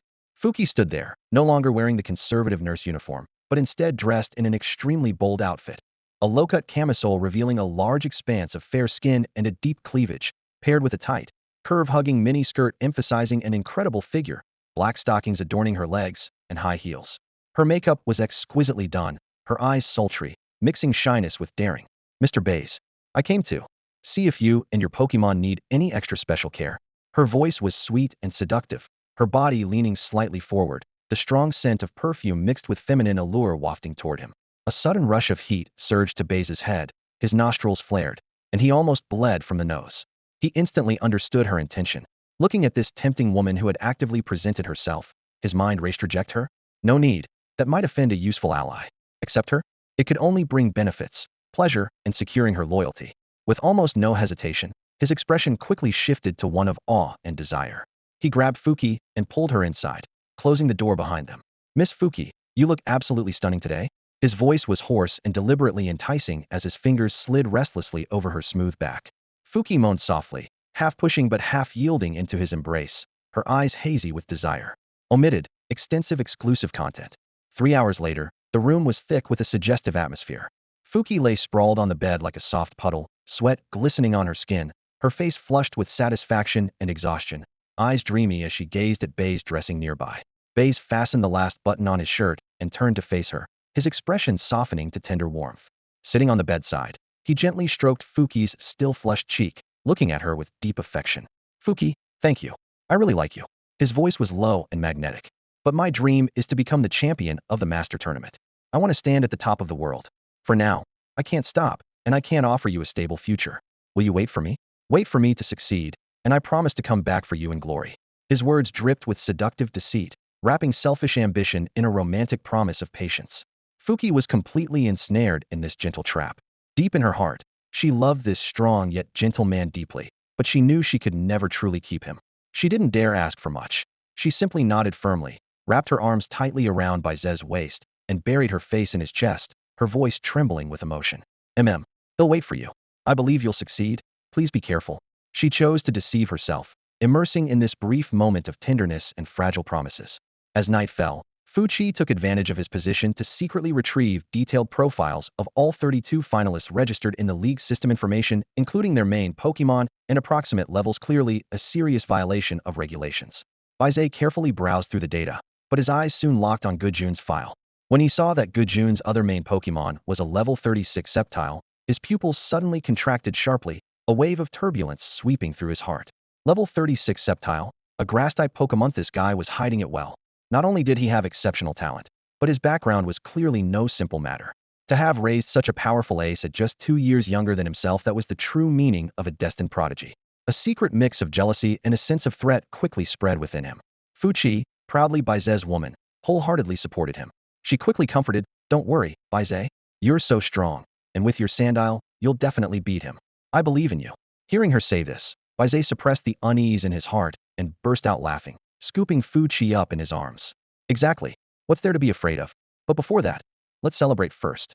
Holding Fuchi, who let out a surprised squeal, he headed back to the bedroom, where the room once again filled with joyful, intimate sounds. Meanwhile, Huang Yuanyuan also received critical intelligence specially sent by her family. She opened the files, her gaze first landing on Baize's information detailing his shiny Scorpy, Sandile, and Shella Sea Slug. Her eyes then shifted to Gujun's dossier, listing his Doublade, Electivire, and notably the level 36 Sceptile. That Sceptile's power was outstanding and highly troublesome. At the bottom of the report was a special note, suspected deep background. These revelations instantly deflated Huang Yuanyuan's usual arrogance. Her expression turned serious and even revealed a trace of nervousness. She realized this competition was far more complicated than she had imagined. Yet instead of becoming discouraged, her fighting spirit was ignited. She muttered to herself, "Sceptile? Humph, I wonder if it can withstand my Gyarados flamethrower." Her words carried both challenge and confidence. In another room, Gujun was completely unaware that he had become the center of everyone's attention. He carefully wiped the luxurious Pokeball in his hand, his gaze resolute and full of determination. "Old buddy had enough rest?" he whispered, his eyes shining with anticipation. "Tomorrow we fight side by side to take the Little Lugia Cup. Let's show them what we're made of." The Pokeball gently trembled, as if responding to its trainer's expectation. A pure, confident smile blossomed on Gujun's face, embodying youthful passion and energy. The official battles for the Lokia Cup's round of 32 began. As the referee declared the match started, Baize and his first-round opponent Li Yinyan stepped onto the stage one after another. A flash of internal intel from Fuchi crossed Baize's mind. This guy was just a common trainer who had barely clawed his way into the top 32, using 2 Bugdapisa, level 26 Butterfree, and a level 27 Ariados. His talent was decent, but nothing special. The report also noted that this challenger was sponsored by the Huang family. The reality quickly confirmed this. Li Yinyan held his head high and loudly taunted toward the stands. "Humph. It's just a different colored Ariados. What's there to be so proud of? You don't even show respect to Miss Huang Yuanyuan? Today, they'll teach you a lesson so you'll see that there are always stronger people out there." Baize didn't even bother to look at him. He responded calmly. A lion never concerns itself with the barking of wild dogs by the roadside. His voice was soft, but carried directly to Li's ears. The referee waved the flag. "Go, Ariados." Baize threw out his Pokeball. Silver and purple light exploded as the shiny Ariados spread its wings, eliciting cheers from the crowd. Li Yanyan's face flushed red from the roar, and he nearly shouted, "Butterfree, show him our power. Use sleep powder." A cloud of green powder flew through the air. "Dig." Baize's command was cool and steady. The Ariados flicked its hooked tail and burrowed underground, causing the powder to miss completely. Wally Yanyan's surprised shout was cut off as the ground suddenly exploded. Ariados burst from beneath Butterfree's feet, its tail glowing with dark energy. Night Slash, target the weak spot. Bang! Butterfree screamed as it was flung high into the air, its wings fluttering unsteadily. Before it could land, Baize issued another command, acrobatics, wing attack.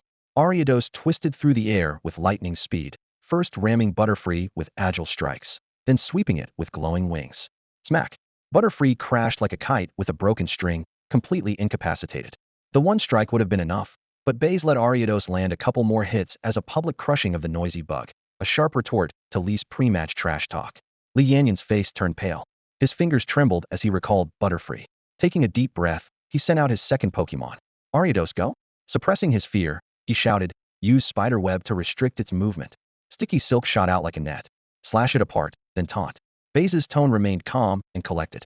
Ariados' claws slashed through the webs, tearing the sticky strands to shreds. Then it hooked its claws mockingly and let out a harsh taunt. The challenge worked. Ariados flew into a rage, losing the ability to use any status or buff moves.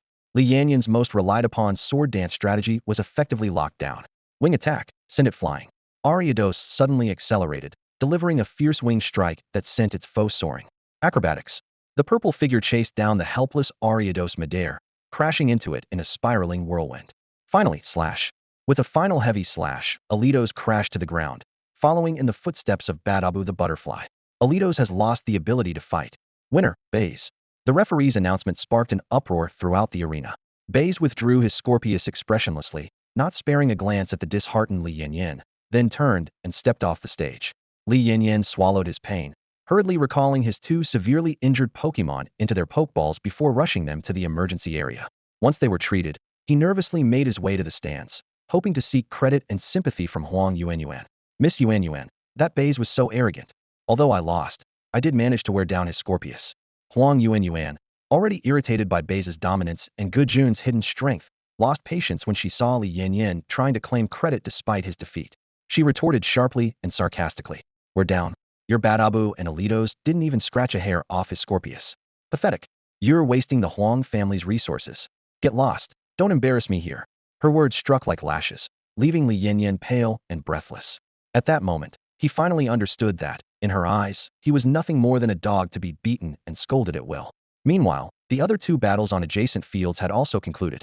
Gujun's double-blade Maru crushed his opponent with a fierce assault, advancing easily. Huang Yuanyuan, relying on her high-level Psyduck, secured a victory without much trouble and also entered the top 16. With that, the true competition was only just beginning. The three standout contenders now all pushing for higher rankings and richer rewards. On the high platform, Puissant Gym Leader and one of the chief referees stood with folded arms, his gaze sharp and intense. He had watched the battles from start to finish, and Baize's swift, nearly ruthless domination had especially caught his attention. Unlike other spectators who only marveled at the strikingly colored Scorpius, Puitian's focus was on the trainer himself. The boy's extreme composure, decisiveness in issuing commands, and the deliberate ruthlessness in maximizing his advantage all piqued his interest. This young man is intriguing, he murmured, motioning for his assistant. Soon, a complete dossier accessible through the league system was delivered. Baize, birth name Sumu, officially registered as a core league trainer from Hailong City. Orphaned years ago when his parents were killed by pirates. Took on the name Baize after a friend who sacrificed himself to save Sumu. Traveled and grew stronger on his own with core league support. Current rank, advanced trainer. Though the information was sparse, it froze Puitian's gaze. Orphaned, pirates, solitary journey, keywords painting the image of a boy struggling to survive amid blood and fire. The maturity and ruthlessness far beyond his years did not seem born of cruelty, but of survival instinct. With this in mind, Puitian's previous unease at Baize's harsh tactics faded, replaced by understanding and admiration. A promising talent, he stroked his chin, quietly deciding, if left unguided, that spirit will go astray. After the match, I must have a talk with him. The league is the only place where his sharp edge belongs, where he can direct that ruthless energy against true enemies. He felt a budding sense of responsibility to nurture this boy who had lost his family and fought alone, hoping to help him find warmth and belonging in the league again. What Puitian did not know was that the real Su Mu had long since died. Now, Baize was neither Su Mu nor Baize, simply was Baize. The top 16 contestants gathered, but the organizers soon realized only 15 had shown up. Staff quickly confirmed the reason. One competitor had had their Pokemon seriously injured in the previous round. Despite emergency treatment, the Pokemon couldn't recover in time to fight again, forcing the trainer to withdraw reluctantly. Thus, instead of a straightforward 16-8 elimination, it became 15-8, meaning one player would get a bye and automatically advance. To avoid any doubts or accusations of unfairness, the referee panel decided the head referee, Putian, would personally oversee the draw. At the center of the hall stood a long table with 16 numbered bamboo sticks, one of which was marked by. The lighting highlighted the wood grain on the sticks, adding a solemn atmosphere to the whole venue. As Baize stepped forward, Putian unusually spoke first, his tone carrying clear admiration. Baize, I'm really looking forward to your performance. Baize's heart stirred slightly, but his face immediately took on the grateful, respectful demeanor of a junior being praised. He bowed lightly and said, Chairman Putian, you flatter me. I've just been lucky. You are the true genius and a role model for all of us younger trainers. He showed full respect and humility, looking every bit the rookie honored by his senior's attention.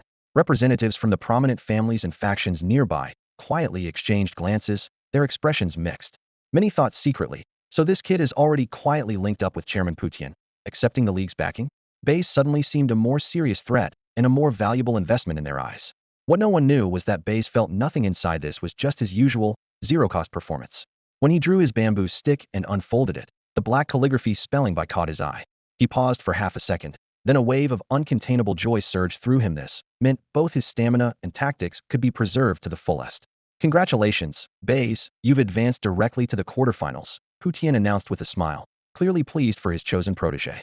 The audience immediately burst into envious gasps and chatter. Gujun squeezed next to Baize and gave him a hard slap on the shoulder. Baize, your luck's unbelievable. Straight into the top 8. Baize tucked away the bamboo slip, still wearing that humble smile of it's just luck. Yeah, just a bit fortunate. Now it's your turn. They'll be rooting for you. The quarterfinal battles began right away. Since he had a bye, Baize settled into the front row of the audience to watch his friend Gujun's match intently. Gujun's opponent was Chunyu, an apprentice at the fighting gym known for steady, solid moves. Chunyu sent out his level 29 iron palm wrestler, a massive figure standing center ring, with thick, shield-like palms. Gujun countered with his own level 29 double-blade Maru, its white blades gleaming coldly under the lights. Without any greetings, the referee signaled the start. Iron palm wrestler, gather energy. Chunyu ordered sharply. Double-blade Maru, don't give it a chance. Water pulse. Gujun responded quickly.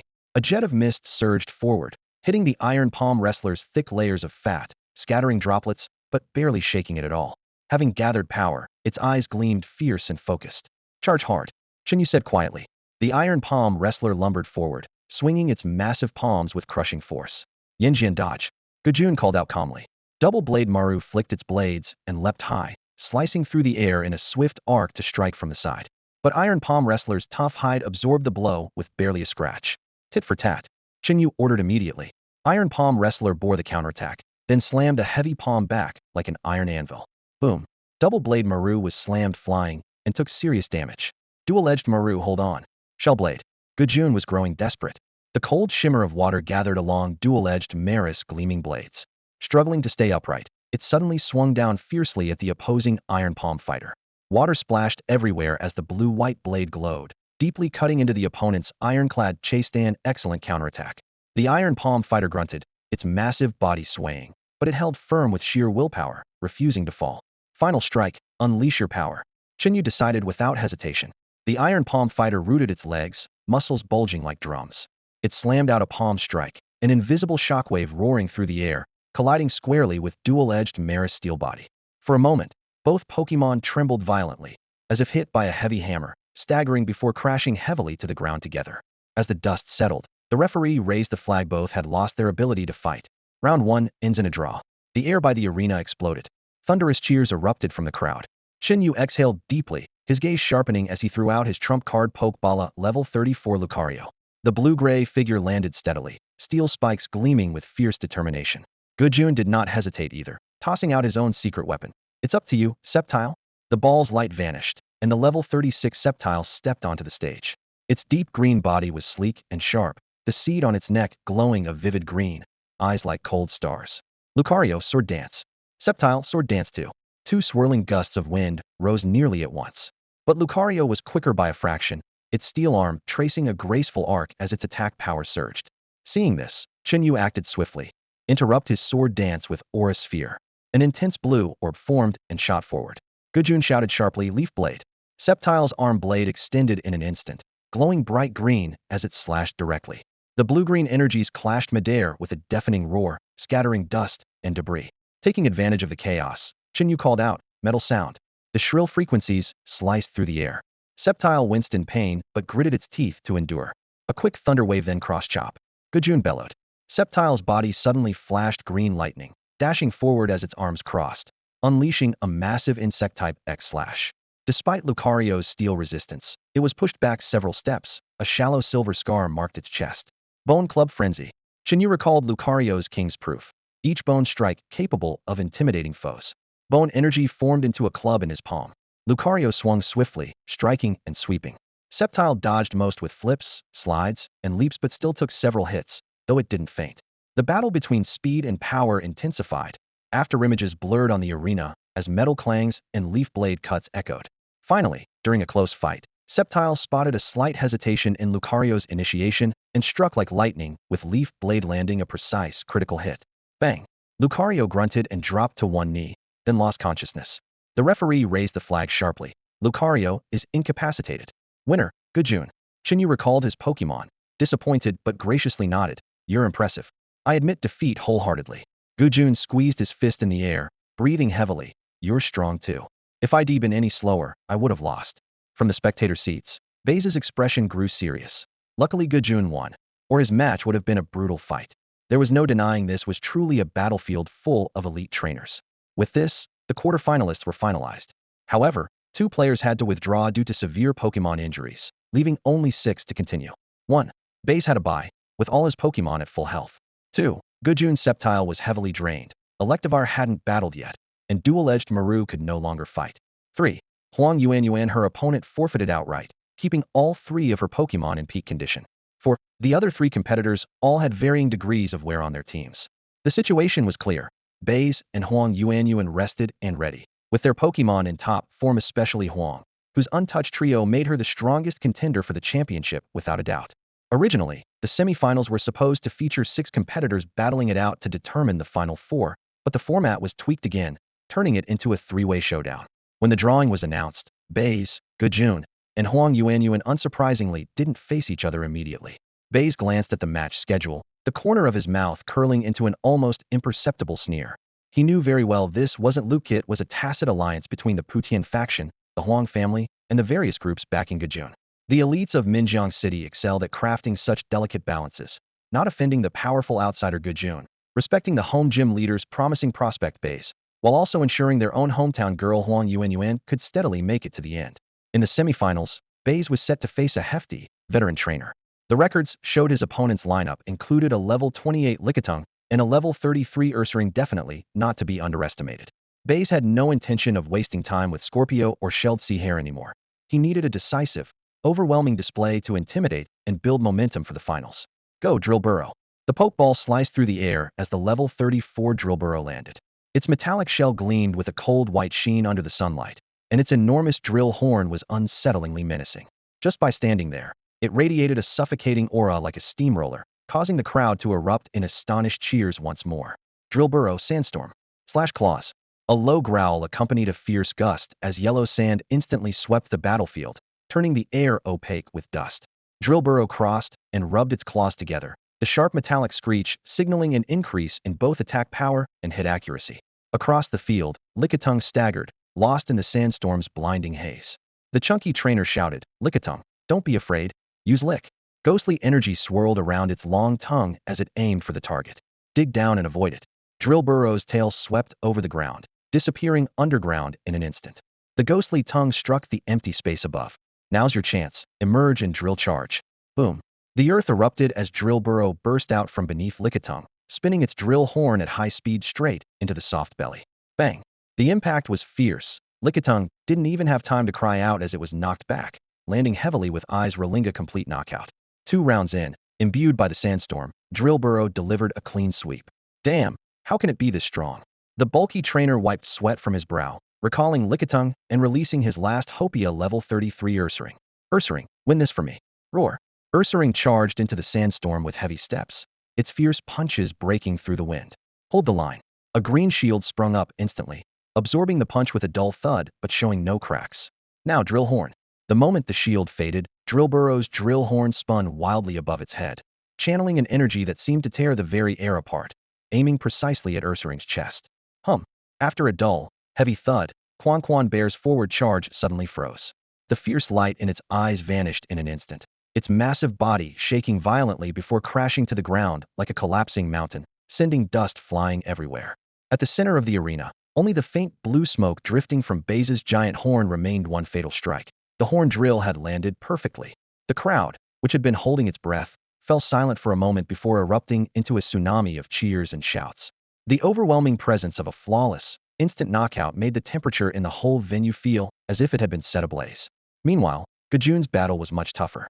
The Lizard King was still wrapped in emergency bandages, its body marked with tiny wounds, yet it relied on incredible willpower and elemental advantages to slice through two opponents in succession, completing a second one against two to stagger into the final three.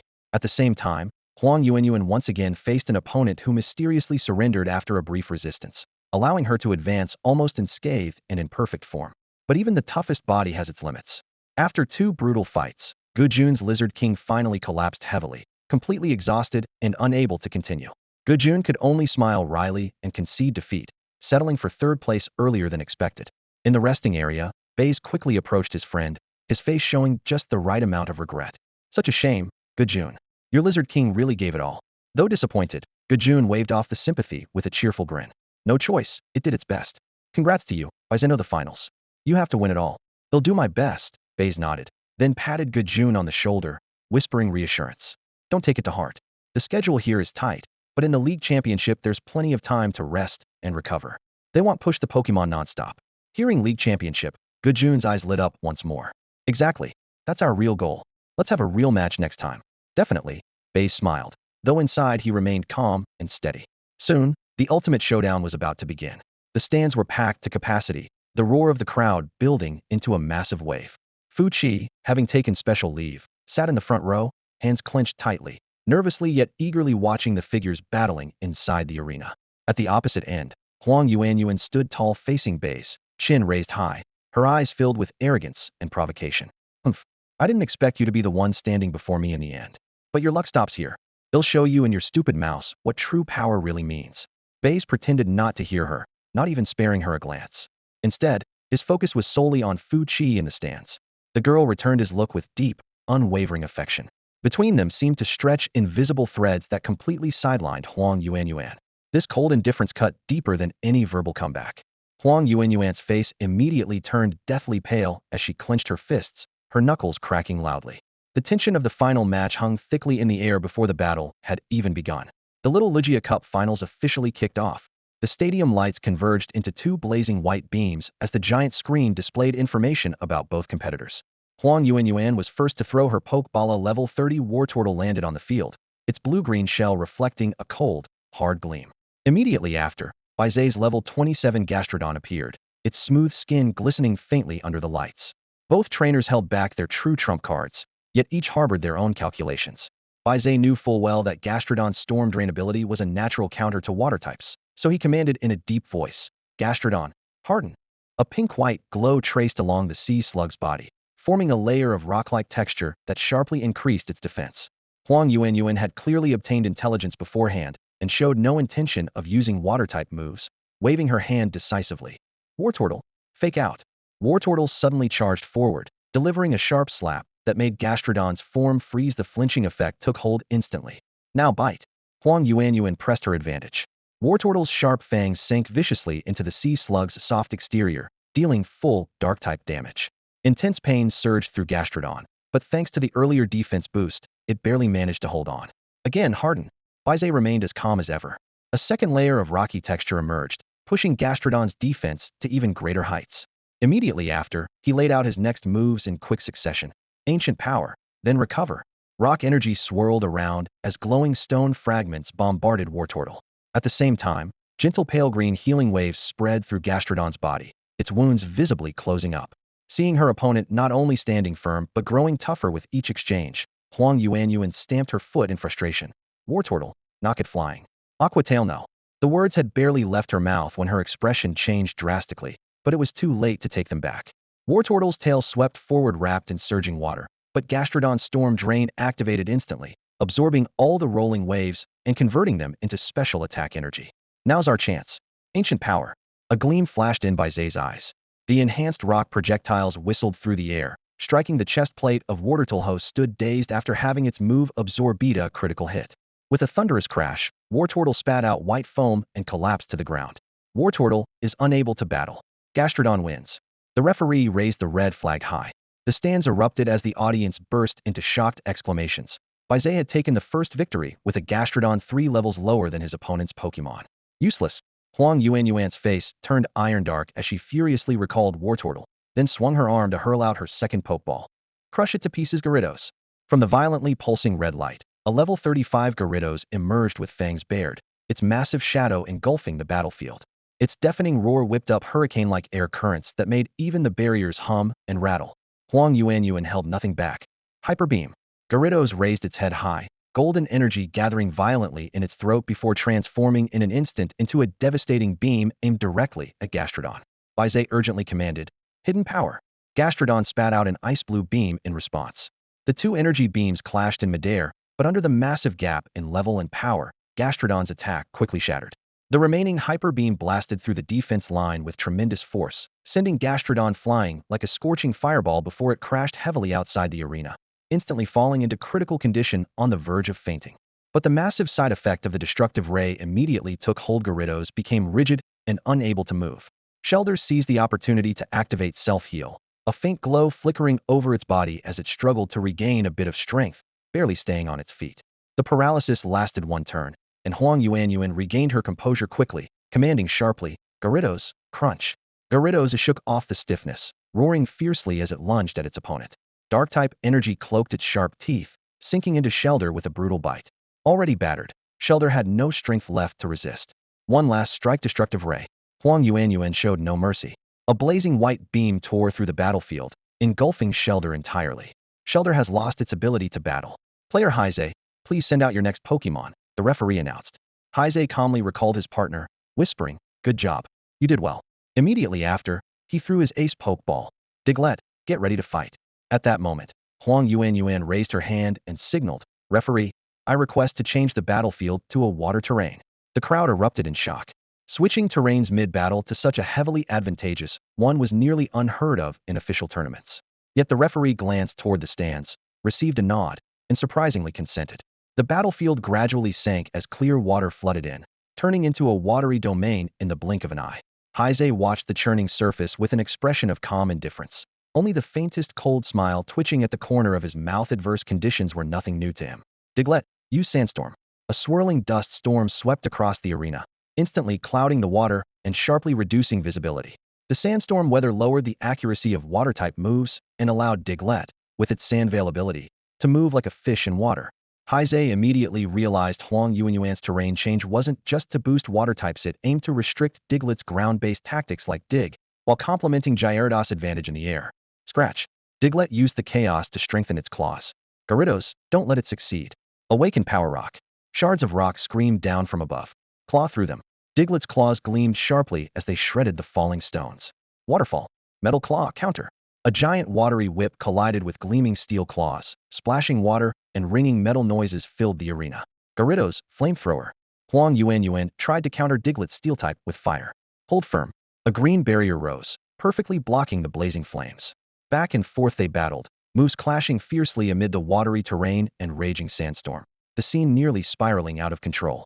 Gyarados expended high-energy moves like Destructive Ray, Crunch, Waterfall, and Flamethrower, its stamina plummeting quickly.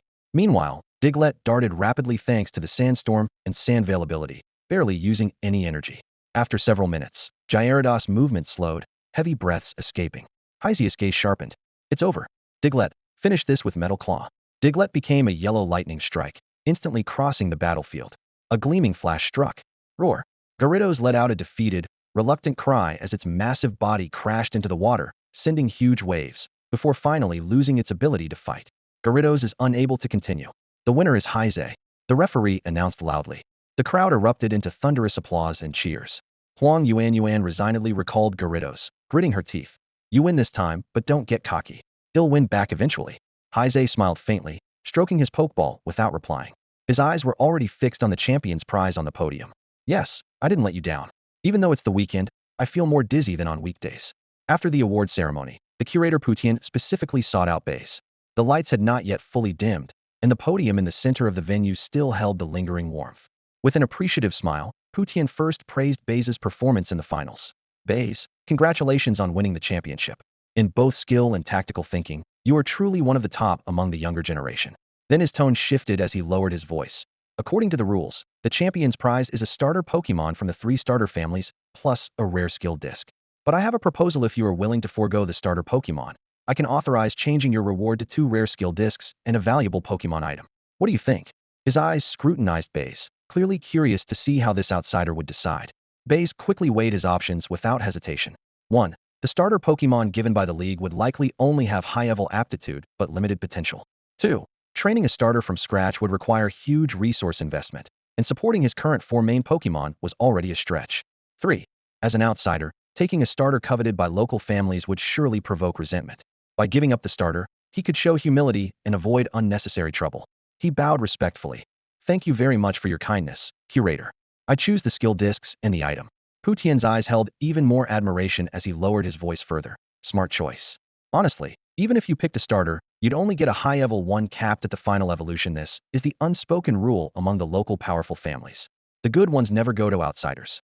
I can tell you're a promising talent endorsed by the league itself, so I'm just giving you a heads up.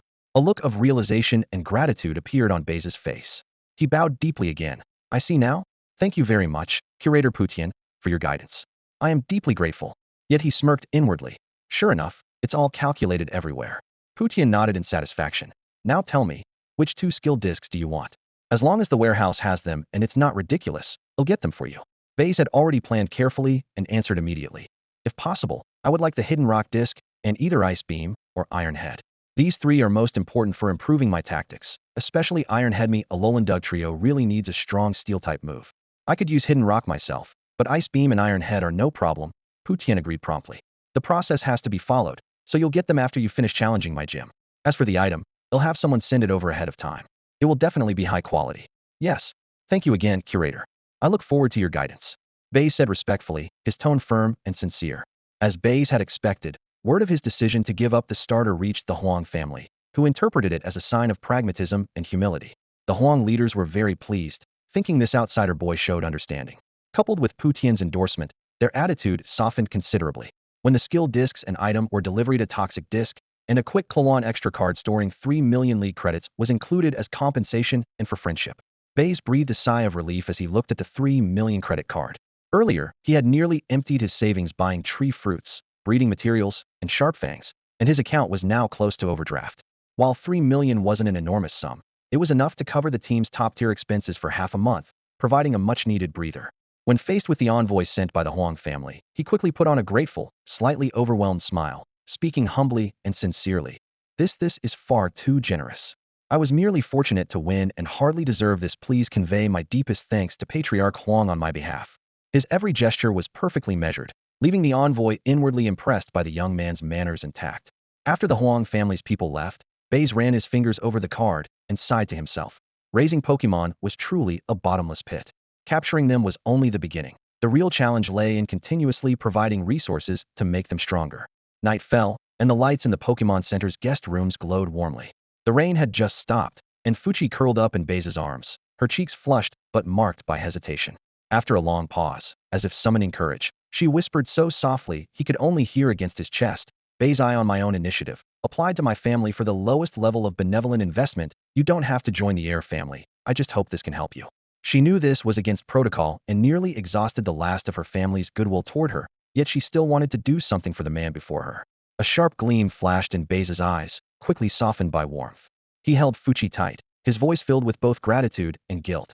Fuchi, you've done so much for me, I don't know how to repay you. As the night deepened, amid tenderness, he was already planning his next gym challenge and resource allocation. All the affection he felt was ultimately fuel for his ambition had to grow stronger, step by step, to reach the top. At the morning's Little Latios Cup debut, he had seen so many peers with powerful backgrounds and dazzling talent. I've just finished writing 1 chapter after waking up. Next, I plan to incorporate various cultures and customs from across the country to shape the Pokemon, like playful pandas from Chengdu. I'd really appreciate any suggestions. Thank you so much. I want to write this book well and hope everyone enjoys reading it. Wishing you all happiness and joy. Once again, thank you for reading. After a day of rest, Baize and Gujun's Pokemon had fully recovered and were in peak condition. The two arrived at the fighting dojo side by side, spirits high as they chatted about facing the gym leader Putian. Pushing open the heavy wooden doors, they were surprised to see a familiar face Jinyu, who had battled Gujun at the Little Lokia Cup. Jinyu, what are you doing here? Gujun asked bluntly, as was his nature. Jinyu smiled and raised a hand to calm them. Gujun, Baize, hello. I'm a disciple of Master Putian. The league suddenly called last night, and the master has already left Minjiang City overnight. The gym won't be open to challengers for now. He paused, then added, but before leaving, the master made a special exception having seen your strength firsthand, especially Baize winning the Little Lokia Cup. He decided to directly approve your challenge. With that, he pulled two metal badges from his pouch, shaped like boxing gloves and glinting sharply in the light. Jinyu solemnly handed each badge into their palms. This is amazing. We got the badges straight away. Gujun almost jumped in excitement, the badges creaking tightly in his grip. Though equally pleased, Baize only gave a small smile and spoke calmly. Thank you to Gym Leader Putian for the recognition. And thank you, Jinyu. Jinyu nodded, then produced two silver skill discs and placed them before Baize. These are your rewards from the master, Iron Head and Ice Beam. Taking the discs, Baize felt the hall was substantial with these skill machines. His Alolan Dugtrio's battle power would reach the next level. Just then, Chinyu's expression grew a bit sheepish. Baize, I have an awkward request. Could we have an onion-on match? The master says my Lucario hasn't had enough sparring against strong opponents. I want to learn from you. Baize considered for a moment. Chinyu's Lucario was no weakling, a perfect test for the new skills. Plus, having just received a favor from his teacher, it wouldn't be polite to refuse. He looked up, confident. All right, I was just about to try out this move's power. No sooner had he spoken, Baize drew out the Iron Head skill machine, symbolizing new power. He threw a pokeball, and with a shimmer of silver light, his Alolan Dugtrio landed on one knee, eyes shining like red gems. It clearly sensed its trainer was about to teach it a new move, pawing at the ground excitedly. Baize bent down to gently stroke its textured forehead plate, voice soft but steady. Alolan Dugtrio, let's go. I believe you can master this quickly. Encouraged, the Pokemon nodded vigorously. Baize pressed the skill machine to its forehead plate and hit the activation button. A pale blue beam spread instantly, enveloping the whole Alolan Dugtrio. It closed its eyes, trembling slightly, as if savoring the data flood from the disc. After several silent minutes, it suddenly opened its eyes and swung its head in a sharp arc through the air, emitting a low, confident growl. Iron Head was now part of its arsenal. Seeing this, Baize's face lit up with a gratified smile. He knew that with Excadrill's natural talent, fully mastering this skill shouldn't be too difficult. Immediately after, he and Chunyu walked side by side into the center of the gym's battle arena. The lights came on, and the metallic floor reflected the silhouettes of both trainers and their Pokemon. Baize made the first move, sending out his level 35 Excadrill. Tempered by the tournament and subsequent rest, this ground-type Pokemon had reined in its violent aura, yet appeared even sharper than before. Chinyu likewise threw out his Pokeball, and his ace Lucario landed at level 35, planting both feet firmly, its aura power rippling outward. The two powerful Pokemon locked eyes, and battle intent ignited instantly. Excadrill, Sandstorm. Lucario, Swords Dance. Howling sand particles whipped up a brown wall of wind across the field, vision instantly clouding. Lucario leaped into the dust storm, crossing its arms and spinning several times, the sharp aura from Swords Dance surging dramatically. Lucario, Aura Sphere. A blue and white orb of light tore through the sandy veil. Dig to dodge. Excadrill's sharp claws probed the ground, burrowing underground in an instant. The light sphere struck only the metal floor, leaving a ring of scorch marks.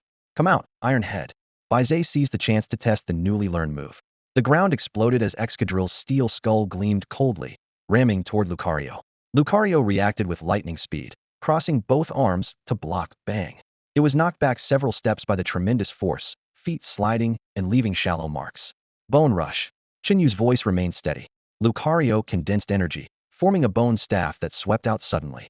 Excadrill raised its sharp claws, slashing to parry. Clang, clang, clang. A series of metallic collision sounds echoed, sparks flying everywhere. Lucario, Force Palm. An invisible shockwave erupted at close range.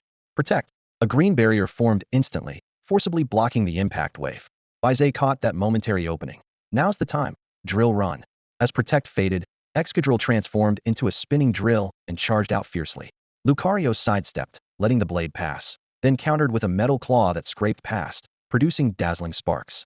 Both Pokemon's stamina rapidly declined as the battle reached a stalemate. The sandstorm gradually weakened, the ground covered with cracks and craters. Baize waited for his opportunity. Finally, at the precise moment when Lucario's old momentum was spent and new strength had yet to rise, he decisively commanded, "It's over, rock slide." Excadrill roared as massive boulders fell consecutively from above. Lucario dodged several, but the last one struck its shoulder heavily, forcing it to its knees before collapsing. As the dust settled, Chenyu raised his hand and declared, "Lucario is unable to battle. The victor is Baize." After recalling Lucario, Chenyu laughed heartily. "Amazing. Your training and commands. Your grasp of skill timing, I am truly impressed." Gujun, who'd been watching from the sidelines, felt his blood pumping as he pumped his fist and shouted, "That was incredible. Baize, let's have a match too. My Sceptile against your Excadrill." Baize recalled his slightly panting Excadrill into its pokeball and shook his head at Gujun. "Not today. Excadrill just went through a tough battle and needs rest. Besides, our battle should take place on a bigger stage. How about the main tournament of the League Championship?" These words both considered Gujun's feelings and successfully postponed the battle while igniting his competitive spirit. Though disappointed, Gujun eventually nodded vigorously. "All right, I'll see you at the League Championship, and we'll have ourselves a proper match." As night fell, the Pokemon Center blazed with lights. Fuchi found Baize holding an exquisite box, her expression both excited and nervous. "This is a goodwill gift from the elf family." Baize opened the box and was stunned to find a Stealth Rock TM and a card loaded with 10 million league dollars. Isn't this too much?" He feigned surprise, though his mind rapidly calculated the value. Fuchi quickly explained, "I reported everything you winning the championship, receiving the TM gift from the Putian gym leader. The family believes your potential exceeds expectations, so they've increased the investment amount. They said this is just friendly support with no commitments required." Hearing those words about no binding, Baize's last concerns dissipated. "I see. Please thank the family for their kindness on my behalf. I'll remember this favor." He displayed just the right amount of grateful expression. That night naturally involved intimacy. After their passion, Fuchi nestled in Baize's embrace, her eyes full of reluctance. Baize gently stroked her hair, his tone both tender and firm. "Fuchi, I must leave. A new gym awaits me. Thank you for everything you've done for me. I'll leave very early tomorrow, so if I don't run into Gujun, please tell him for me see you at the League Championship." Fuchi nodded with reddened eyes, firmly remembering his request. The next morning, as dawn was just breaking, Baize disturbed no one. Shouldering his pack, he silently left the Pokemon Center, just as quietly as he had arrived. In his pocket were a TM, a card heavy with 10 million league dollars, and blueprints for the future. He planned his next route in his mind, once again embarking on a journey that belonged only to him and his family. Everything in Minjiang City, including Fuchi, he filed away as precisely calculated past events and potentially useful resources. His gaze had long since turned toward the distance and loftier goals. After leaving Minjiang City, Baize had a clear next target, Shijiang City. According to the map and intelligence reports, the official gym there specialized in ground-type Pokemon. For him, whose team revolved around ground types, this city was a must-visit. Only there could he gain more valuable insights into raising ground-type Pokemon. Thinking about how he had almost written Earth-type instead of ground-type again, Baize silently felt relieved for catching the mistake in time. Otherwise, the readers would have criticized him relentlessly. He didn't choose the relatively safe official main road. Instead, as he neared the boundaries of Shijiang City, he plunged straight into the rolling Lushan Mountains. The dense vegetation and complex terrain teemed with wild Pokemon, fierce and numerous, making it an ideal training ground, especially for his Scorpio and Shelly Sea Hare, both of whom still needed plenty of experience. Over the next 3 days, deep in the mountains, the air was filled intermittently with the thundering impacts of skill clashes and wild Pokemon roars. One Scorpio darted nimbly among treetops and bushes, its sneaky strikes becoming ever more precise, while its wing attacks grew stronger day by day. It leveled up smoothly to 29, its body growing sturdier. It was now just a step away from evolving at night by using its sharp fangs. 2. Shelly Sea Hare chose battlefields near streams and lakes. Its control over water pulse and raw power became increasingly refined. It mastered self-healing with ease and smoothly executed its newly learned Ice Beam, also reaching level 29. Unlike Scorpio, its body occasionally flickered with the glow of evolution, but it forcibly suppressed the change. 3. As for Tomb Puppy, Baize deliberately selected weaker opponents like level 15-20 Rattata and Sintret to let it accumulate real battle experience. Naturally timid, the puppy learned through commands and encouragement to ambush using shadow attacks to seize the initiative, bluff with long howls, and even successfully took down a higher-level Zubat using a shared fate move. Its level steadily rose to 20. At dawn on the 4th day, Baize had just finished breaking camp and was about to press onward when the core statue of Kigarudo, which had hung silently around his neck, suddenly warmed up. Immediately, the eager telepathic voice of Little Z burst into his mind. "Baize, hurry, ahead. There's a very strong cellular reaction." Very close. Quick, go there. Little Z's rare excitement made Baize's expression tense. Lead the way, he ordered. Left. Follow that stream upstream. Baize quickly recalled the Pokemon from breakfast and dashed through the dense forest like an arrow. Soon, the woods opened up to reveal a clear mountain lake, its surface calm and mirror-like. Unable to contain itself any longer, Little Z rapidly transformed from the statue into a green whirlpool worm and plopped into the lake. It circled several times at the lake's center. An invisible suction tugged at the bottom, where faint green glimmers slowly floated upward and were sucked into its body. Moments later, Little Z swam back to shore, its form seemingly a bit denser, proudly wriggling its antennae. Haha, not bad, not bad. After absorbing these, I'm finally back up to 3.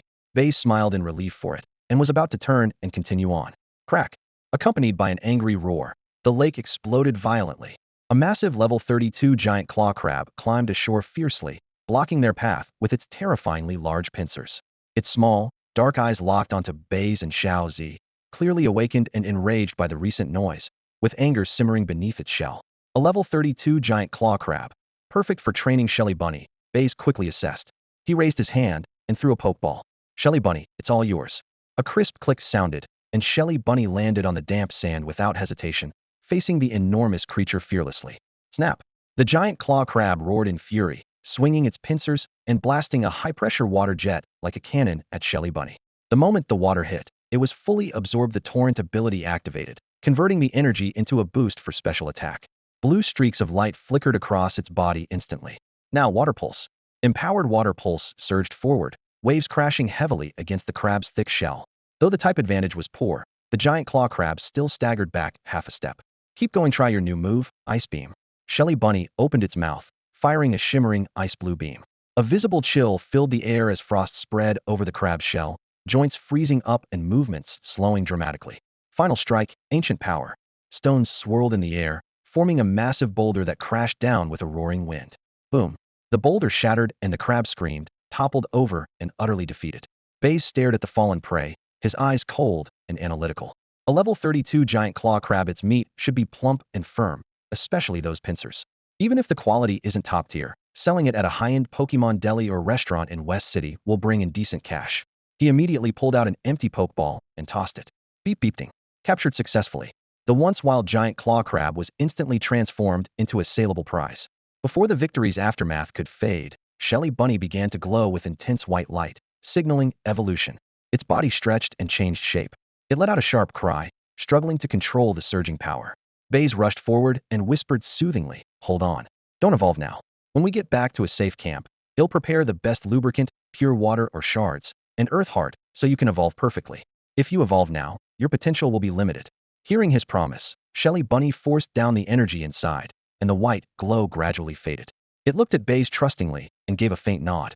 Baize gently stroked its damp forehead with concern. "Good effort, just a little longer. We'll find the right place soon." Then he recalled it into the Pokeball, his gaze filled with care for his partner and hope for the powerful future ahead. Very soon, he would have his second fully evolved companion by his side. Finding a relatively sheltered mountain hollow away from the wind, Baize quickly set to work preparing for the arrival of the shelled sea hare. First, he instructed the dragonhead mole to raise its sharp front claws and, using its digging talent, to smooth and reinforce the rocky wall, carving out a narrow but secure platform just large enough for a few to stand on. Next, the keen-nosed gravehound patrolled back and forth along the rim of the hollow, its nose twitching constantly as it sniffed out any suspicious scents. Meanwhile, the scorpion beat its thin wings to soar up to the tallest nearby tree canopy, raising its pincers high and fixing its sharp brown eyes on the sky and distant forest line, forming a triple-layered watch. With the perimeter secure, Baize took out beakers, mortars, and bags of crystalline materials from his space backpack. He poured the top-grade slippery lubricant into the main container, then ground fragments of the waterstone and the earth heart into powder finer than flour, sprinkling the dust into a glowing, high-energy nutrient solution. Every measurement and stir was precise down to the millimeter, his movements reverent, as if performing a solemn ritual, because this formula determined the life-or-death evolution of the shelled sea hare, leaving no room for error. When everything was ready, he exhaled and relaxed his expression slightly while remaining focused. Placing the pale blue, misty nutrient solution before him, he gently released the shelled sea hare and spoke softly and encouragingly. "Come on, little one. Relax your body, absorb the energy, follow your heart, and complete your transformation. You may begin now." The shelled sea hare looked up at him, then toward the basin of evolutionary source. its small eyes full of trust and determination. It nodded firmly and slid its whole body down along the container wall into the liquid. Instantly, a dazzling burst of evolutionary light exploded forth, brighter and more intense than ever before. Within the glowing veil, its form visibly stretched and expanded, becoming noticeably more supple. The tiny spines on its back sank into deep, spherical protrusions. The signature pink and reddish-brown hues of the West Sea variant grew even more vivid. Its antennae extended into long, slender ribbons, gently waving to create rippling energy waves. The entire process was smooth and graceful, an overwhelming display of life transcending its limits. As the last rays of light faded, a large, calm sea hare beast stood resolute in place. Water energy surged around it, leveling up to stage 32, and it instinctively mastered a new skill, turbid flow. Baize quickly stepped forward, first touching the cool but resilient skin, then using instruments to test the internal energy fluctuations. Finally, he had the sea hare beast release a faint stream of turbid flow. The data matched his intuition: pure energy, stable spirit, and physical strength surpassing expectations. He couldn't help but smile broadly. Excellent. Very well done. Your potential has firmly surpassed a quasi-heavenly king level. All our efforts have truly paid off. The rustling sound came as the scorpion eagerly circled around the sea hare beast, its bright yellow eyes sparkling with envy. It gently tapped its companion with a small claw, then raised its head to look at Baize, urgently expressing its own desire to evolve. Baize laughed and patted the scorpion's head gently. Don't rush, buddy. Your evolution is equally important, but needs more thorough preparation and the right timing. Keep gathering your strength. Trust me, when the time comes, I will have everything ready for you to achieve the perfect evolution. It won't be too late. A deep, resolute voice echoed through the forest, easing the tension in Tianxi's heart. It tapped the ground twice with its stinger, as if nodding firmly. The sea hare beast had just completed its evolution, and Baize was in high spirits. He set up a wooden table in the center of the camp and held a warm, small celebration. He neatly arranged top-tier energy cubes, saved for special occasions, on a tray. Beside them were juicy chunks of various colorful tree fruits. In the most prominent spot, a row of translucent fruit juices were poured into clear glass cups. Their sweet scent quickly filled the air. Little Z, the core of the gigolith hidden inside the stone carving, was unusually lively today. In its green turbellaria worm form, it slithered out from the sculpture's cracks and hopped over to the energy cubes. Its tentacles gently touched the treats before it began nibbling quietly. Gone was its usual aloofness. It squeezed in among the other Pokémon, as if finally accepting the idea of home. Laughter and the aroma of food spread far, attracting a few bold wild Pokémon. Several Patrat peeked out cautiously from behind tree roots. A Pidove perched on a branch, tilting its head as it measured the safe distance. Normally, Baize would wave them away, or even catch them on the spot. But today, his good mood overrode his usual indifference.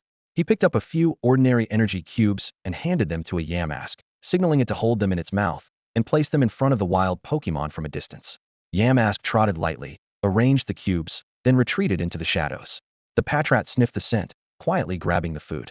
The Pidove swooped down, quickly snatching its piece before several gray shapes darted into the forest, vanishing without a trace. Baize watched them leave, his dark eyes betraying little emotion. Occasionally lending a helping hand seemed to complete this celebration a little more, that was all. This kindness extended no further, and it was fleeting. His softness was reserved only for those he recognized as family.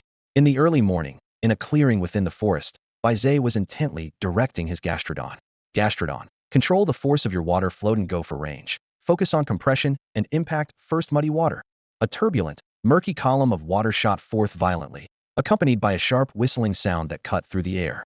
Under its trainer's commands, Gastrodon adjusted the water pressure repeatedly, attempting to compress the water stream into a needle-sharp attack. On the other side of the clearing, Drillbur's metallic drill ground against rock, sending sparks flying. Gligger glided close to the ground, suddenly soaring upward before diving down to practice striking vital points. Houndour clamped its jaws onto a boulder, its fangs embedded deep into the stone surface. Heat waves, dust, and water mist intertwined as this intense and efficient morning training session came to an end. Packing up their gear, Baize led his team into the Lushan mountain range.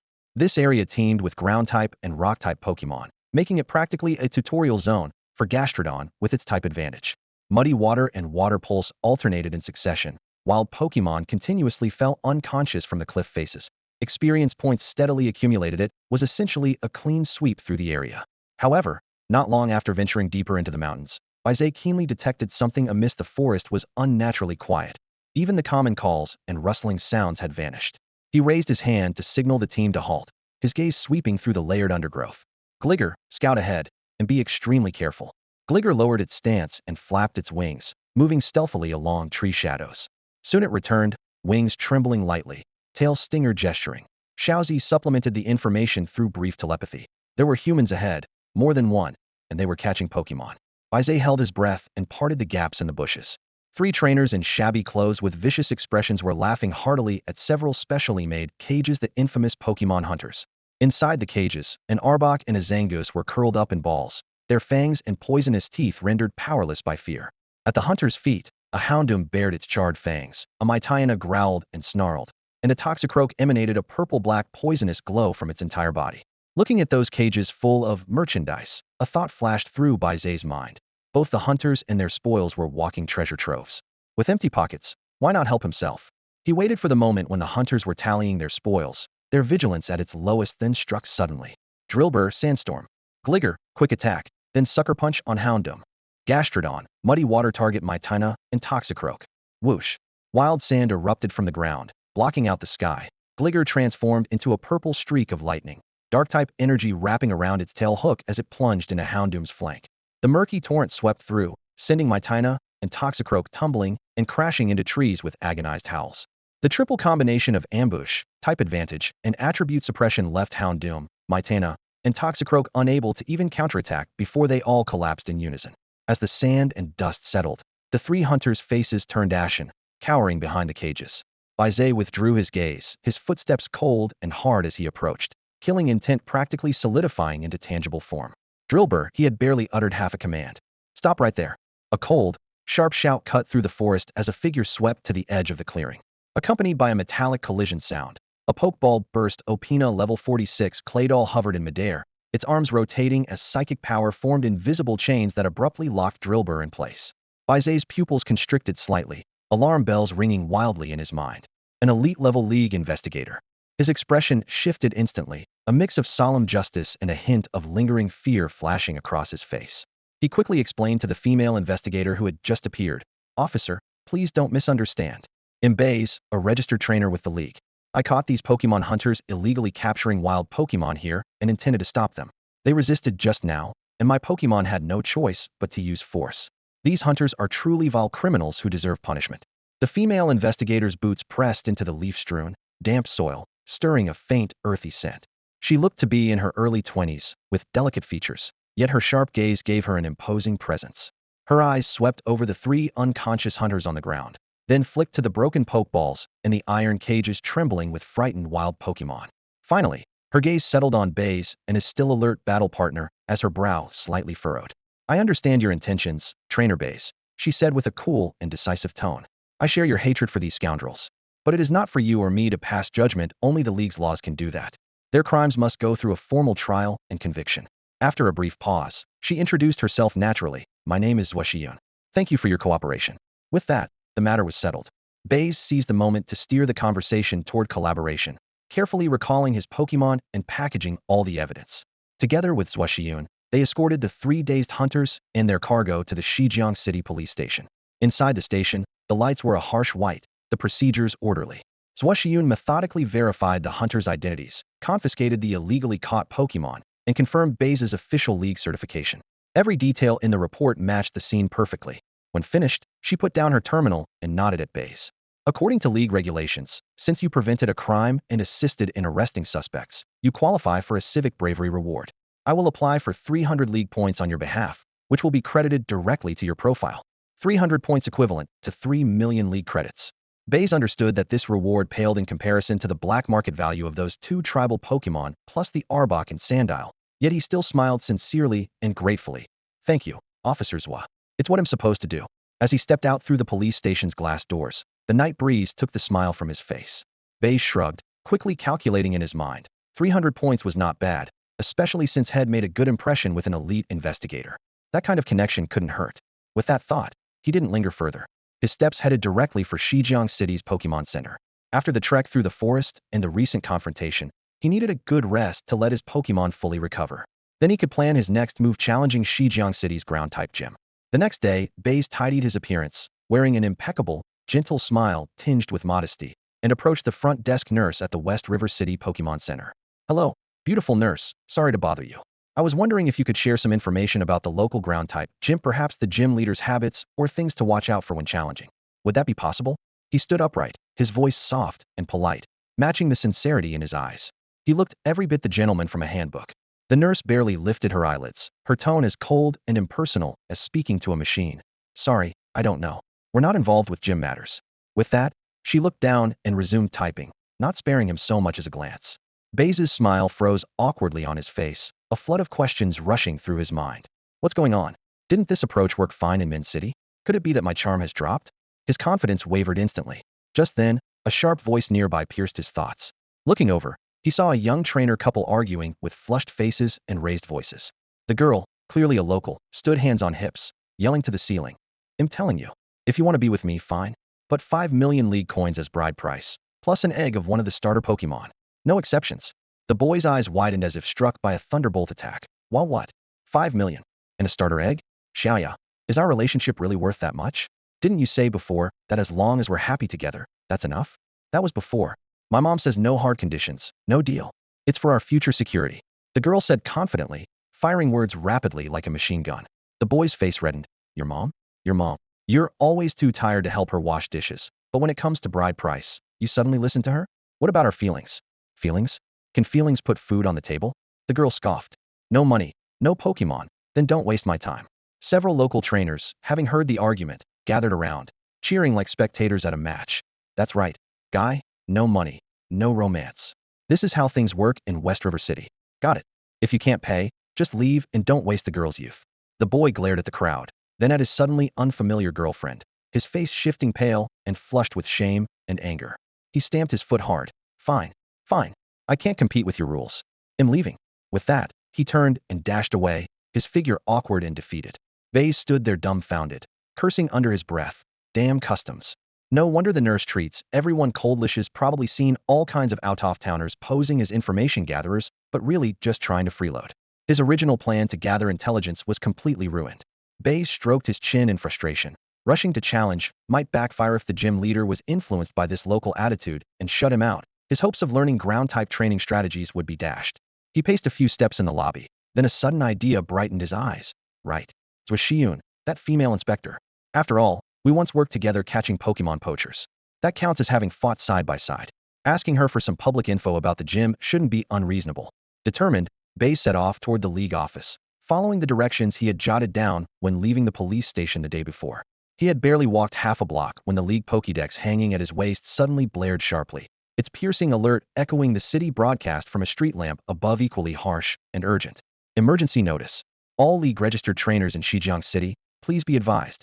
The West City Pokemon Sanctuary is under attack by an evil organization, the Exploration Squad. Trainers with the ability to assist, please report immediately. Repeat, West City. Of all times. Baize frowned deeply. He knew well that if he ignored the league's urgent call, he risked being barred from future gym challenges and league tournaments. Swearing under his breath, he turned on his heel and sprinted toward the west side of the city. Half an hour later, he arrived at the sanctuary's outskirts. Thick smoke and haze draped the forest, while startled birds fluttered chaotically overhead. A group of Exploration Squad members, clad in dark gray uniforms, operated their capture devices to trap rare Pokemon into black spheres. Nearby, League police and arriving trainers confronted them, beams of light and skill attacks crisscrossing the air. The most striking figure was a squad lieutenant sporting a red armband, commanding an elite crow boss whose black wings sliced through the air with deadly precision as it dove and screeched. Baize didn't rush headlong into the main battle. Instead, he weaved through the smoky outskirts, targeting isolated Exploration Squad members one by one. Celio turbulent stream.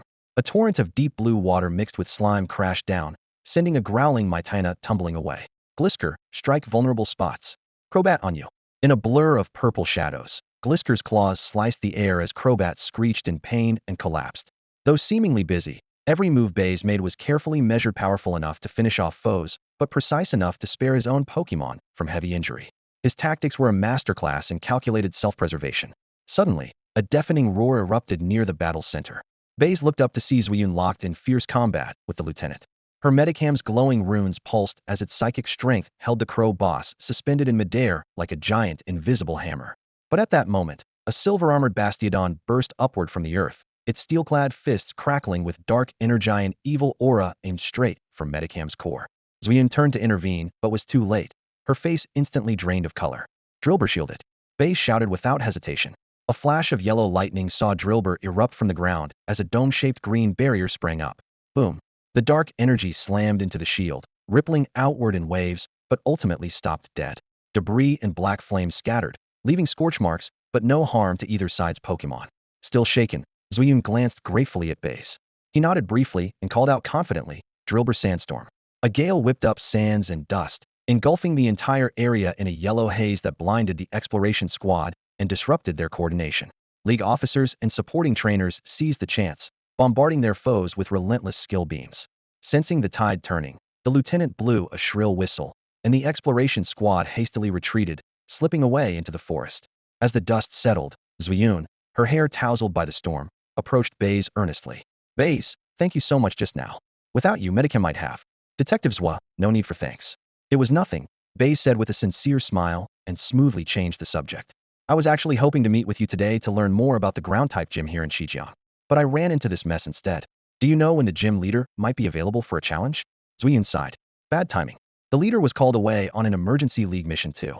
If he were here, the exploration squad wouldn't dare act so brazenly. The latest I heard is his task is almost complete. He should be back by tomorrow at the latest. You can wait if it isn't urgent. Baize's heart lifted at this twist, though his face showed a touch of disappointment turning into hope. That's great news. Thank you for letting me know. I don't mind waiting a day. He paused, adopting a humble tone. Detective Zwa, you're such a young elite trainer. I still have questions about raising ground types, especially Sandstorm strategies. Just now, your Medicam moved more nimbly in the storm than my Drilbur. Would you mind sharing some tips later? Having just been saved by him, Zuyun couldn't refuse and nodded. No problem. He'll clean up here first, then get in touch. Thanks so much. Baize bowed again. The two exchanged the latest Pokemon Pokédex models with a tap of their fingertips, instantly sharing contact information. While in Shijiang City, they'd be able to reach each other almost any time. A long, eventful day indeed. After securing Zwazian's promise to guide him, Baize didn't rush to meet her right away. He didn't want to seem too eager, and she still had official duties to attend to. More importantly, he needed to prove he was worthy of her mentorship after all. To forge iron, the smith must be strong himself. His top priority was to fully prepare for Scorpio's evolution. Scorpio, with both flying and ground types, could dig tunnels without fearing earthquakes and remain unafraid of thunderstorms. To trigger its transformation required extremely specific energy, enormous quantities of pure, high-grade ground-type materials to reinforce its foundation, plus rare substances imbued with flying energy to ignite its potential in the air. Back at the Pokemon Center, he spread out his notebook and drafted a long shopping list, detailing the price per gram of every mineral. The total estimated cost soared into the stratosphere. A few days later, Baize stepped into Shijiang City's black market and finally experienced the rich heritage of this city famed for its ground-type gym. Unlike the murky gray trades in Minjiang City, this place resembled a specialized marketplace for materials. The partially enclosed tunnels smelled of ore and damp earth, a rough, weighty atmosphere. Stalls overflowed with piles of high-grade minerals of every shape. Soft sand was sealed in glass bottles, faint light shimmering through the grains. Hard stones reflected a cold metallic gleam.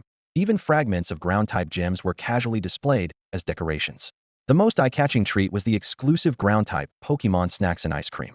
Ultra-fine edible sand mixed with a special tree fruit syrup and frozen into spheres, bursting with sweet fruit aroma and a subtle mineral flavor. Nearby, Sandslash and Rhydon fought eagerly around the stall, and Baize watched in amazement. Such a scene was truly one of a kind. He weaved among stalls, squatting to examine mineral veins and haggling with vendors.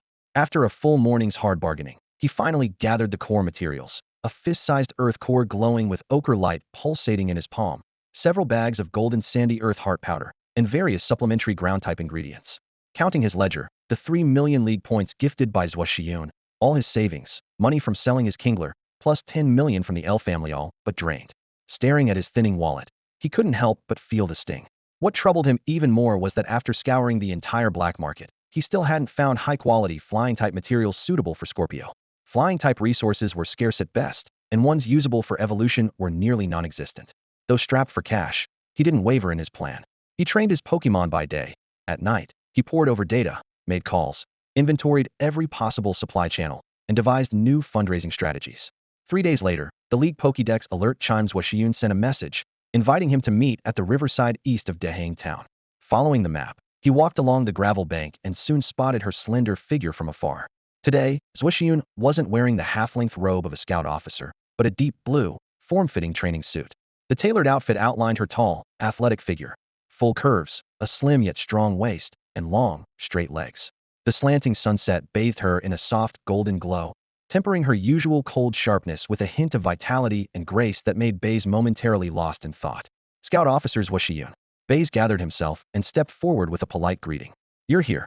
Zwashiyun turned around and transferred an electronic file to Baize. I've compiled some insights on ground-type Pokémon breeding and Sandstorm tactics. I hope you find it useful. Thank you so much. Baize accepted the file with joy, then scratched his head shyly. Officer Zwa, I actually have some breeding tips too. Could you take a look at my Pokémon and tell me where they might be lacking? He threw out 3 Pokeballs. The red light Fatida Trapinch crouched low, sharpening its claws. A Whiscash happily slapped its soft body on the ground. A shiny Dustox spread its purple wings, tail stinger gently swaying in the air. Zwashiyun crouched down, first prying open Trapinch's claws and squeezing its forearms, then wiped the mucus off Whiscash, observing its energy flow, finally stroked Dustox's shell, checking its sheen. As the inspection went deeper, her bright eyes sparkled more. Muscle strength, energy concentration, claw sharpness, shell gloss Baize. You've bred them exceptionally well. Far beyond others at this level. Baize smiled shyly. You flatter me. I just know a bit and haven't taken the breeder certification exam yet. You don't have a breeder certification? Zwashiyun sounded surprised. With your skills, you definitely should. The West City Breeders Guild accepts exams anytime. Passing gets you official certification, a monthly allowance of 500,000 Union coins, plus you can redeem points for rare materials you can't find on the market. 500,000. Rare materials? Baize's heart raced. Had been worrying about money and flying-type materials as Dustox was close to evolving, but needed just that. His eyes lit up. Officer Zwa, what do I need to prepare for the certification? And do you know where I can get high-quality flying-type materials? The Guild's website has all the procedures, Zwa replied with a smile. As for flying materials, once you're a certified breeder, you'll see them in the Guild's internal exchange list. The point cost isn't low, but it's much better than blindly searching outside. Then she pulled a thumb-sized black box from her pocket and handed it over. Here, this is a specialty from Dehang Town called Lightstone. It contains floating energy and reduces the weight of carrying Pokémon. It's crucial for helping your Dustox control flying energy. Baize touched the Lightstonite felt like holding a weightless, smooth crystal. His heart swelled with joy. He bowed deeply, his gratitude so strong it almost shook him. Officer Zwa, this is incredibly valuable. You've helped me so much I really don't know how to thank you. Don't mention it. Just consider it thanks for your help last time. Zwashiyun waved her hand, then turned decisively. Her long hair traced a sharp arc as she left. Baize clenched the light stone tightly and watched her retreating figure, a shrewd glint passing through his eyes. Becoming a certified breeder might just be the right choice.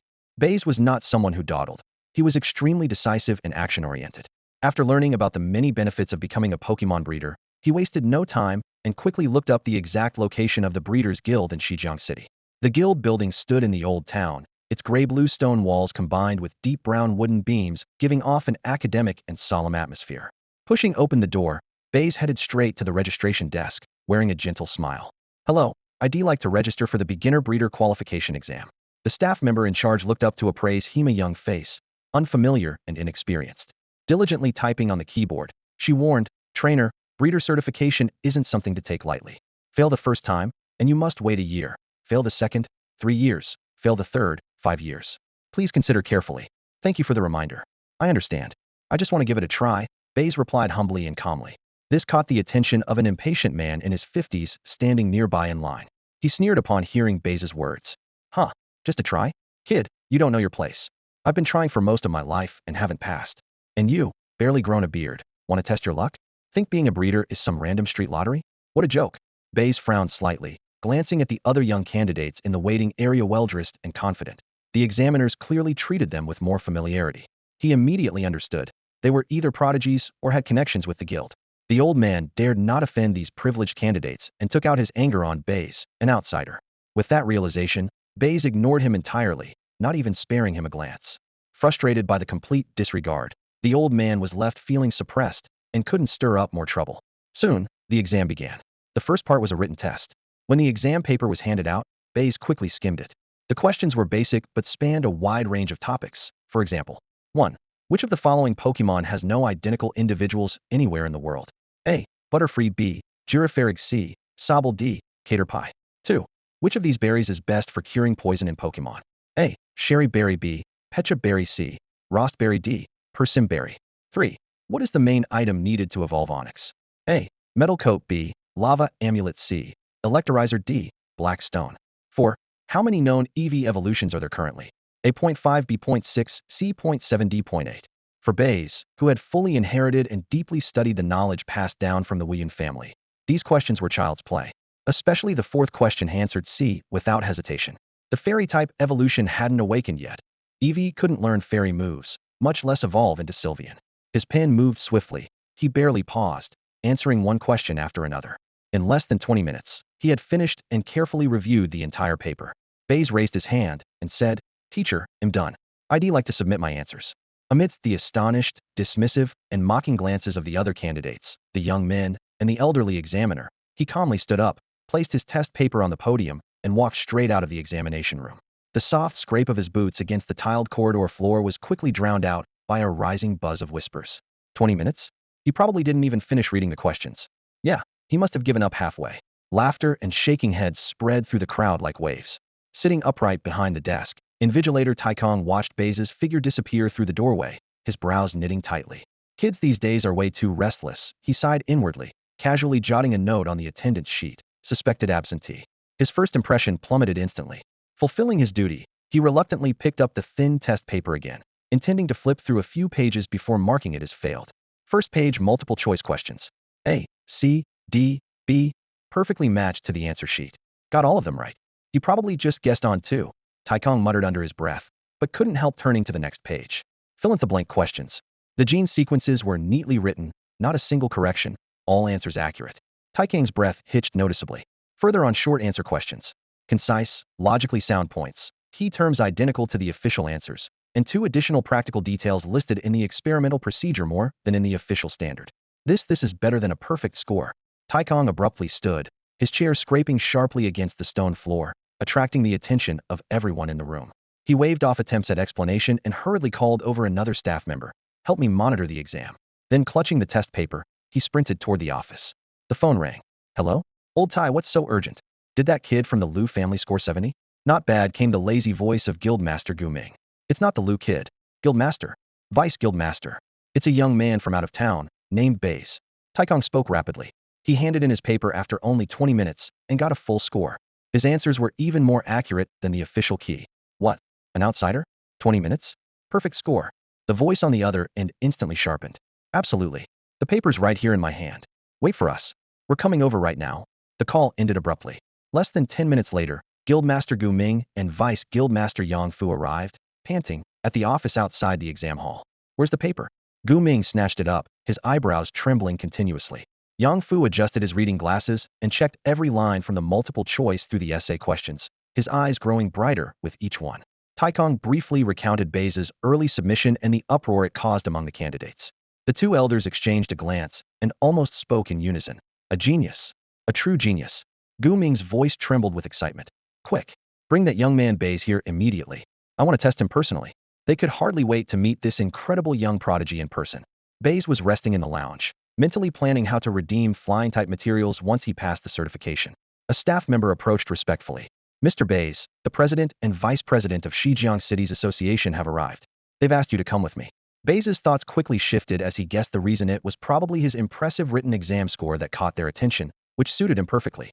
Yet he kept a humble expression, stood up, and lightly straightened his clothes. "All right, please lead the way."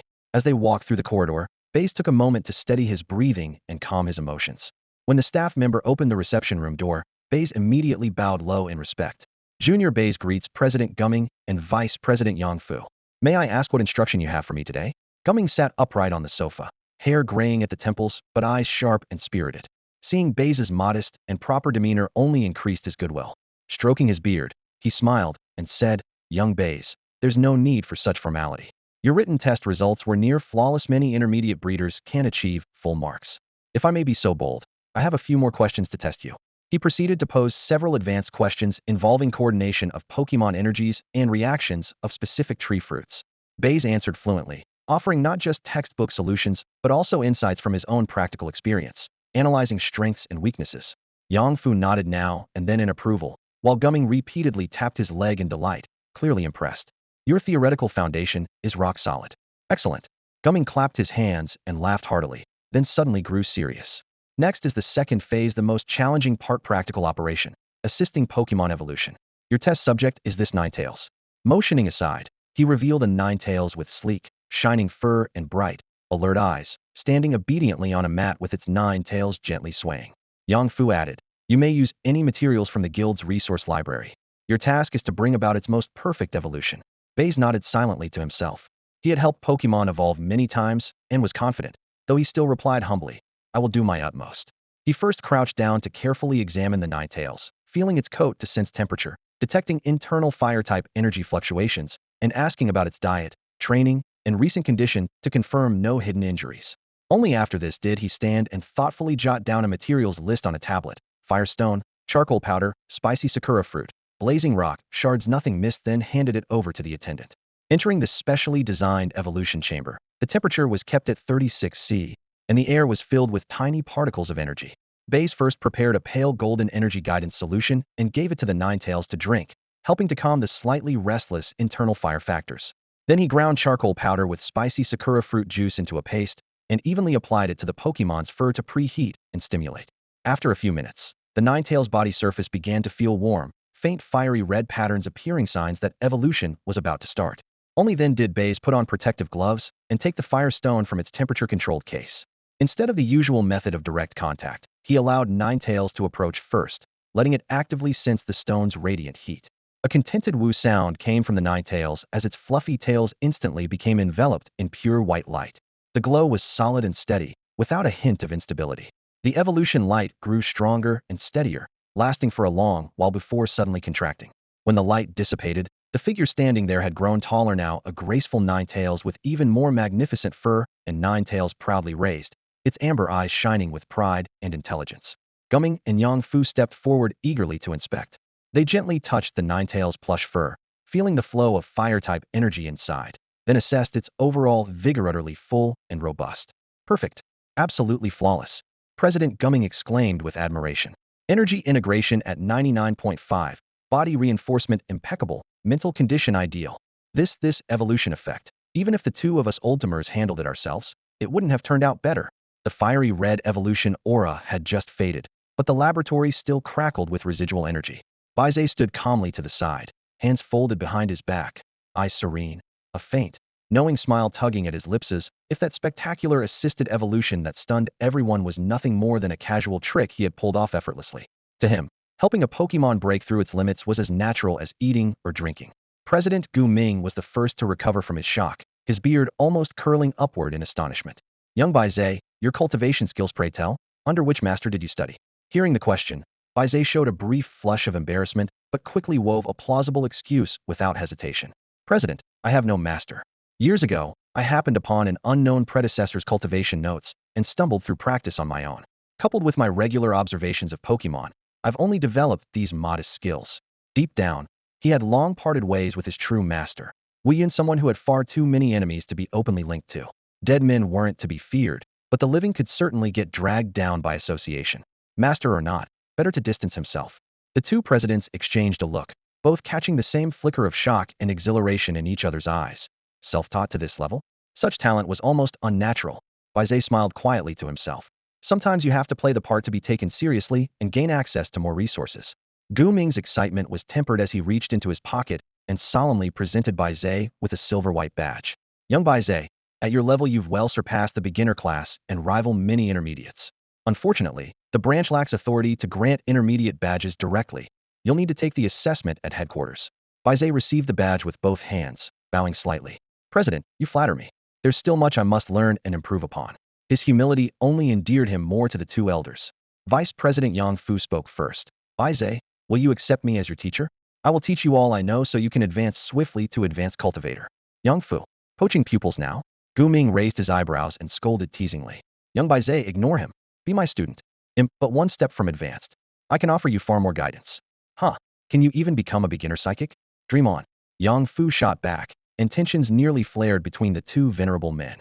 Watching the two dignified elders nearly go at each other, Baize's mind recalled his cheap master Wu Yun's words. Just one step from being a psychic means advanced cultivator. So that step was really this tough? Sensing the growing hostility, Baize stepped forward quickly and bowed deeply. "I am truly grateful for the kindness of both presidents. But my dream lies beyond this. I aspire to be a Pokemon master standing at the very pinnacle of the world. Learning cultivation is only to better raise partners and assist trainers. Please forgive me. Both presidents froze briefly, then their faces clouded with regret. Gu Ming's voice grew heavy with sorrow. Child, your cultivation talent comes once in 10,000 years. Frankly, your abilities as a trainer probably aren't even 1/10th of your cultivation talent. I've met aspiring heavenly kings your age, every achievement backed by massive resources. And you? A shock ran through Baize's heart. Aspiring heavenly kings at his age? So outrageously powerful? Yet his gaze only grew more resolute. Resources? Baize lifted his head, a humble yet resolute gleam shining between his brows. He cupped his fists once more, his voice steady and low. Thank you both, Chairman, for your guidance. I have made up my mind will never abandon the path of a trainer. As for the studies of a breeder, I will not slack off either. Both complement each other. A sudden silence fell over the hall. Chairman Gu Ming exchanged a glance with the accompanying vice chairman, then sighed helplessly and shook his head. Eventually, Gu Ming relented, raising his hand to retrieve from his bosom a dark feather shimmering with purple hues and a deep emerald orb. Since that's the case, you urgently need flying-type materials. This feather from the leader of the King Crow Pack is yours. It contains pure flying and dark energy, far more potent than ordinary materials. And this perfectly refined venomous orb is also a token of my favor. The feather gleamed with profound luster, as if capable of slicing through the air. The orb's surface pulsed with venomous patterns and an icy glow. These two precious treasures were exactly the top-tier resources most crucial for Scorpio's evolution. Baize's heart surged with joy, yet his face was full of sincere gratitude as he bowed deeply. I am truly unworthy of such generosity. Thank you both, Chairman. Your kindness will be remembered forever. Gu Ming studied the youth before him, his reluctance growing deeper by the minute. Suddenly he gritted his teeth and said, Baize, if you are willing to stay in Shijiang City, I will give my youngest daughter to you in marriage. No bride price needed. One day, you can inherit this guild's chairmanship and all I possess. How does that sound? The vice chairman was shocked, and Baize was momentarily stunned. Though secretly amused by the old man's stubbornness, he still bowed respectfully and shook his head with regret, yet gratitude. Chairman, your great kindness is beyond what I can accept. My ambitions lie far and wide. To force me to stay would only betray your goodwill. I would be deeply unworthy. Gu Ming had seen this coming. With a sigh, he patted Baize's shoulder. Very well, I knew I couldn't keep you. If you ever encounter troubles on your travels, just tell any breeders guild you visit to mention Gu Ming's name. We breeders may not be skilled in fighting, but our connections and loyalty are legendary. That is our pride and unity. A chill went through Baize's heart. This was undoubtedly the most practical protective charm he could receive. He stood firmly once more and saluted. I will remember your words, Chairman. Thank you sincerely. With the feather and orb safely packed, and another invisible ally by his side, Baize turned and stepped out of the guild hall. Sunlight fell on his shoulders as he gripped his backpack strap with clear, determined eyes. His next goal, the final push toward Scorpio's evolution. Baize stepped out of the Breeders' Guild, the brand new junior breeder badge on his chest glinting softly in the sunlight. Below the steps, the elderly man who had mocked him earlier waited nervously for his turn. His eyes caught the silver shine of the badge. The next moment, his face went paler than the wall had spent his whole life trying to earn that qualification. Yet this young man did it in just half a day. The old man, sharp as he was, immediately realized he had hit a brick wall. His shoulders tensed as he forced a strained smile in an attempt to appease, but Baize didn't even glance at him. His gaze didn't linger for a second as he brushed past. Being completely ignored like that was a humiliation worse than any revenge. Baize's thoughts had already flown back to the Pokemon Center, focusing on the evolution of his Skorupi. The lobby of the Shijiang City Pokemon Center was as busy as ever. Approaching the front desk, he raised his hand and tapped the bell. The nurse with her head still lowered lazily tapped away on the keyboard. Hello, I'd like to book a room. No rooms available, she replied without looking up, her tone cold as an air conditioner vent. Baize's brow twitched, anger suddenly flaring in his chest. A distinguished alliance breeder being told there were no rooms? He swallowed his rage and spoke as evenly as he could. I thought Pokemon Centers reserved rooms for official alliance breeders. At last, the nurse looked up and glanced dismissively at his chest. A sneer flickered across her face. Oh, reserved rooms? Only for official breeders from Shijiang City. Outsiders. Sorry, that's the rule. She returned to typing, indifferent. For the first time, Baize truly felt how meaningless the label official was without powerful backing. Muttering a curse under his breath, he was about to turn and find somewhere else to stay. Whoa, a junior breeder? So young. From the next waiting area, a Sharpie trainer suddenly pointed at Baize's chest. The high-pitched exclamation exploded through the hall like a signal flare. All eyes swiped toward the badge in unison, filled with surprise, envy, and respect. The nurse at the front desk snapped her head up, confirming the badge. Her face immediately changed color. Sorry, honored breeder. I didn't realize it was you. Before she finished, she straightened up, her attitude flipping from icy cold to boiling hot. Rooms. We have rooms. We always reserve the best rooms for distinguished breeders. The keyboard clattered rapidly as she processed the check-in seconds.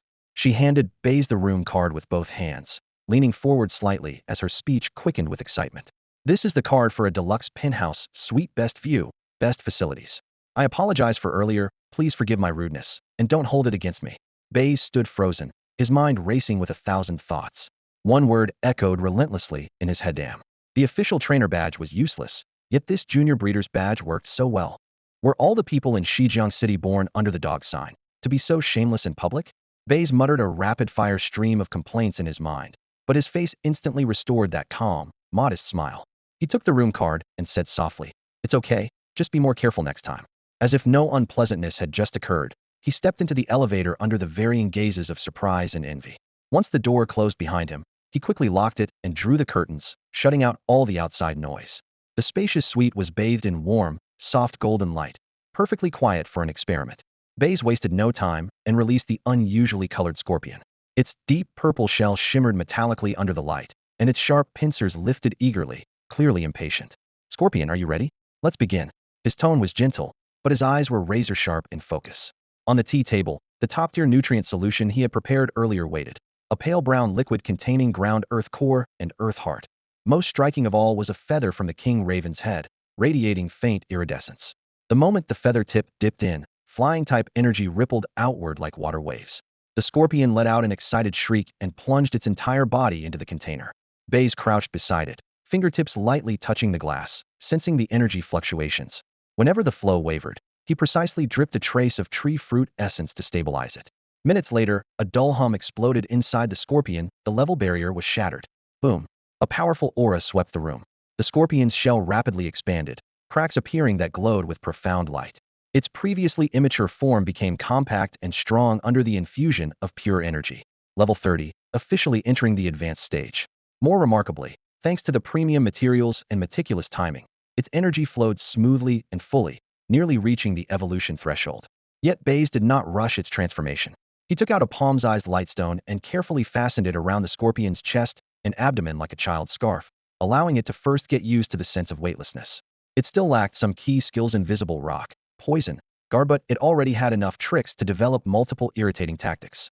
This will be very useful for the upcoming ground-type gym, he mused, fingers brushing the scorpion's sharp wing edges, a calculating gleam in his eyes. Next, he pulled from an exquisite box an almost perfect sharp fong, long nurtured by dragonhead mole to remove impurities. A flash of cold light suggested it could slice through the air itself. Let's go find a quiet and open place. When the moonlight reaches its peak, that will be the moment you evolve into Scorpion King. Baize stood, moving briskly. As the door opened, the hallway light revealed a slender figure leaning against the wall. It was the receptionist nurse from earlier. She had evidently touched up her makeup and deliberately lowered her neckline. Seeing him come out, she quickly forced a flirtatious smile. "Mr. Baize, going out? Need me to do anything? Or if you need company tonight?" The harsh face she had worn before sharply contrasted with this flattering one, stirring a wave of disgust in Baize's heart. He remained composed, offering the same polite but distant smile. "Thank you, no need. I have urgent matters." With that, he strode past her with the scorpion, leaving no room for further words. His footsteps faded down the hall, leaving the nurse standing frozen, a mix of awkwardness and disappointment on her face. For Baize, nothing in the world mattered more at that moment than the scorpion's evolution. Women were just pawns to him. Beautiful, useful women, only more valuable pawns in his game. Leaving the Pokemon Center, Baize headed straight for the famous landmark of Shijiang City, the Tungwang Pavilion. From the outside, the pavilion looked ancient yet elegant, but inside lay a special Pokemon sanctuary established by the League. Lush woods teeming with spiritual energy, surrounded by fences and energy barriers that kept visitors out. Only trainers holding direct lineage identity cards were allowed to stay for brief periods. Baize chose this place precisely for its absolute tranquility, no disturbances, the perfect environment for Pokemon to evolve safely. At the entrance, staff politely but firmly stopped him. "Please present your identification and state your purpose." Baize handed over his League direct lineage ID card, shimmering with blue and gold patterns, and spoke calmly. "Hello, I am Baize, a direct lineage trainer from Hailong City. I'd like to use this site to help my Pokemon evolve, nothing else." The staff swiped the card and relaxed slightly, but still warned seriously, Trainer Baize, welcome. This area hosts many rare wild Pokémon. You may only observe or let your own Pokémon evolve here. Capturing, harming, or causing undue disturbance is strictly prohibited. Any violations will be severely punished by the League, including revocation of your direct lineage status. Can you guarantee this? Rest assured, I fully understand and will comply strictly, Baize replied with an innocent smile, nodding earnestly. I only want a quiet environment for my Pokémon's evolution and will not do anything against the rules. The gate opened, and a rush of forest air greeted him. As he stepped into the sanctuary, the scene stunned him. On a distant golden sandy patch, over a dozen ironclad rhinos and unicorn rhinos lounged lazily, their thick gray armor reflecting a cold gleam in the setting sun. Alongside the sands, a wetland pond rippled as several blue toads inflated their throats and croaked deeply. The ironclad rhino was the evolved form of drillhorn rhino, and the ultimate form of ultra armor rhino groundrock type, with formidable physical defense. The blue toad's final form, Toad King, was groundwater type with the ability free swimming. All high potential Pokemon. Baize's fingers twitched instinctively toward the Pokeball at his waist. As a collector and pragmatist, he struggled to resist the urge to capture. Suddenly, atop a sand dune, he spotted a stocky sand hippopotas resting with half-closed eyes, fine sand puffing from its nostrils. A sand hippopotas. Baize's heart pounded. It had the sand veil ability, the perfect weather setter for a Sandstorm team. In a flash, his mind raced. This place was rarely visited. If he acted quickly enough to subdue the sand hippopotas and neutralize any witnesses, he could stage the scene as an accident. His gaze instantly turned cold and sharp, his brain calculating risks and rewards. But then the staff's warning, the consequences of losing his direct lineage status, and the secret monitoring systems flashed through his mind. No, the cost was too high. Not worth risking everything for just one sand hippopotas. He took a deep breath and forced down the murderous impulse, his expression calm once more. To steady his nerves and perhaps make amends for the dark thoughts earlier, Baize took out a few ordinary energy cubes and carefully placed them at a safe distance near where the Pokémon often appeared, then quickly stepped back. The wild spirits cautiously scanned their surroundings, but were ultimately drawn in by the enticing scent wafting from the energy cube. They crept closer quietly and quickly devoured them. After confirming that there were no nearby spirits, Baize found a spot far from them, yet relatively open, sat down, and quietly waited for night to fall, his heart brimming with anticipation for the successful evolution of the scorpion. As the night deepened, a full moon hung high, casting silver light across the land. Baize brought the status of his rare-colored scorpion to its peak and carefully placed a razor-sharp tooth, long nurtured and nearly perfect in quality, before it. Scorpion, it's time. The scorpion's gaze grew resolute, and with a sudden snap, it bit down on the sharp tooth.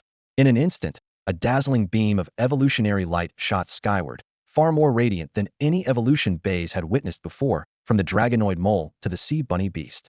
Under the moonlight, the scorpion's form underwent a monumental transformation. Its body stretched and swelled, becoming more lithe and powerful.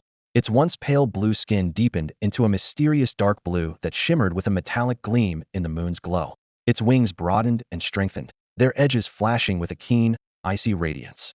The tail thickened noticeably, its venomous stinger at the tip growing larger, sharper, and glowing with a ghostly purple hue. Most striking of all were its pincers, which grossly expanded into massive, fearsome claws that seemed capable of slicing through any obstacle. The evolutionary light lingered, its energy pulsing like tidal waves, powerful yet smooth, utterly fluid without the slightest hesitation. When the glow finally faded, a commanding, majestic rare-colored Scorpion King stood proudly under the moonlight. Its presence was overwhelming, its level instantly soaring from 30 to 34, now only a step away from matching Baize's ace Dragonoid Mole. At the same time, a torrent of skill inheritance flooded its mind. Flame Fong, Thunder Fong, Ice Fong, Venom Strike, and an extremely fearsome ultimate move, the Guillotine Cutter Pincer. This move theoretically held the devastating power to defeat an opponent in one strike. Roar. The Scorpion King released a thunderous roar that shook the heavens, venting the overwhelming power brought by evolution. Baize hurried forward, his excitement barely contained as he stroked the huge, cold yet powerful pincers. Perfect, absolutely perfect. Once again, he was amazed by this rare spirit's incredible talent. The little Z-Core's voice echoed proudly in his mind. Humph. Now you see how sharp my eye really is, right? Baize silently admitted that without the little Z-Core, he would never have obtained this gifted egg. Filled with the joy of success, Baize returned to the Pokemon Center. As soon as he entered, the front desk nurse sprang upright as if propelled by a spring, her sugary voice full of flattery. Mr. Baize, you're back. Everything went well? Can I help you with anything? The woman before him was like a different person compared to days ago, when she coldly refused room reservations to outsiders. Now, after seeing Baize wear the breeder's badge, Her attitude had completely changed. Baize inwardly snickered but kept a calm, gentle smile on his face. It went well, thank you for asking. He deeply reflected on how silently power and status could turn people into grovelers. He politely asked, has the local ground-type gym started accepting challengers yet? Yes, it's been open for a while. The gym leader just returned yesterday.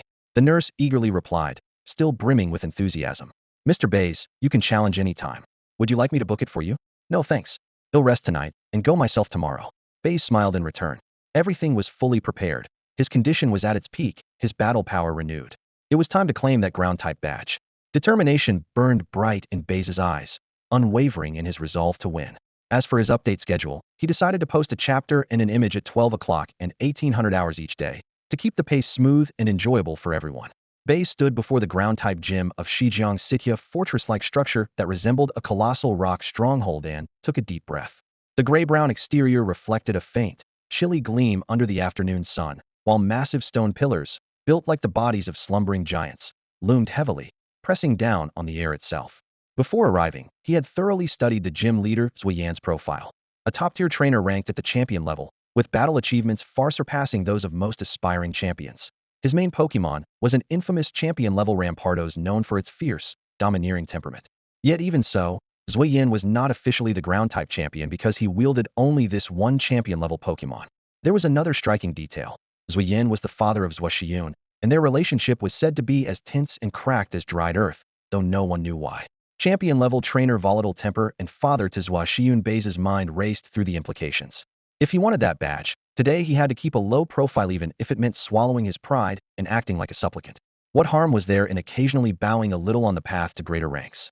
He composed himself, adopted the most humble and respectful smile, and pushed open the heavy metal door. The hinges creaked deeply, as if reminding visitors that here, only the strong earned the right to write the rules. Inside, the hall was sparsely furnished.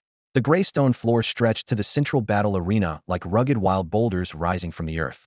Seated in the main position was Zuiyan, a hulking figure like a pillar holding up the sky, his square-jawed face chiseled with sharp edges and eyes piercing like an eagle's. To Baize's surprise, Zuiyan showed none of the notorious ferocity. Instead, he greeted him with a surprisingly kind smile. You must be Baize, the young man who passed the Breeders' Guild examination? Zuiyan's booming voice hit like a hammer on rock. Not bad, already qualified as a junior breeder at your age, and I hear you're close to intermediate level. You're talented. Baize inwardly rolled his eyes at being called just a breeder.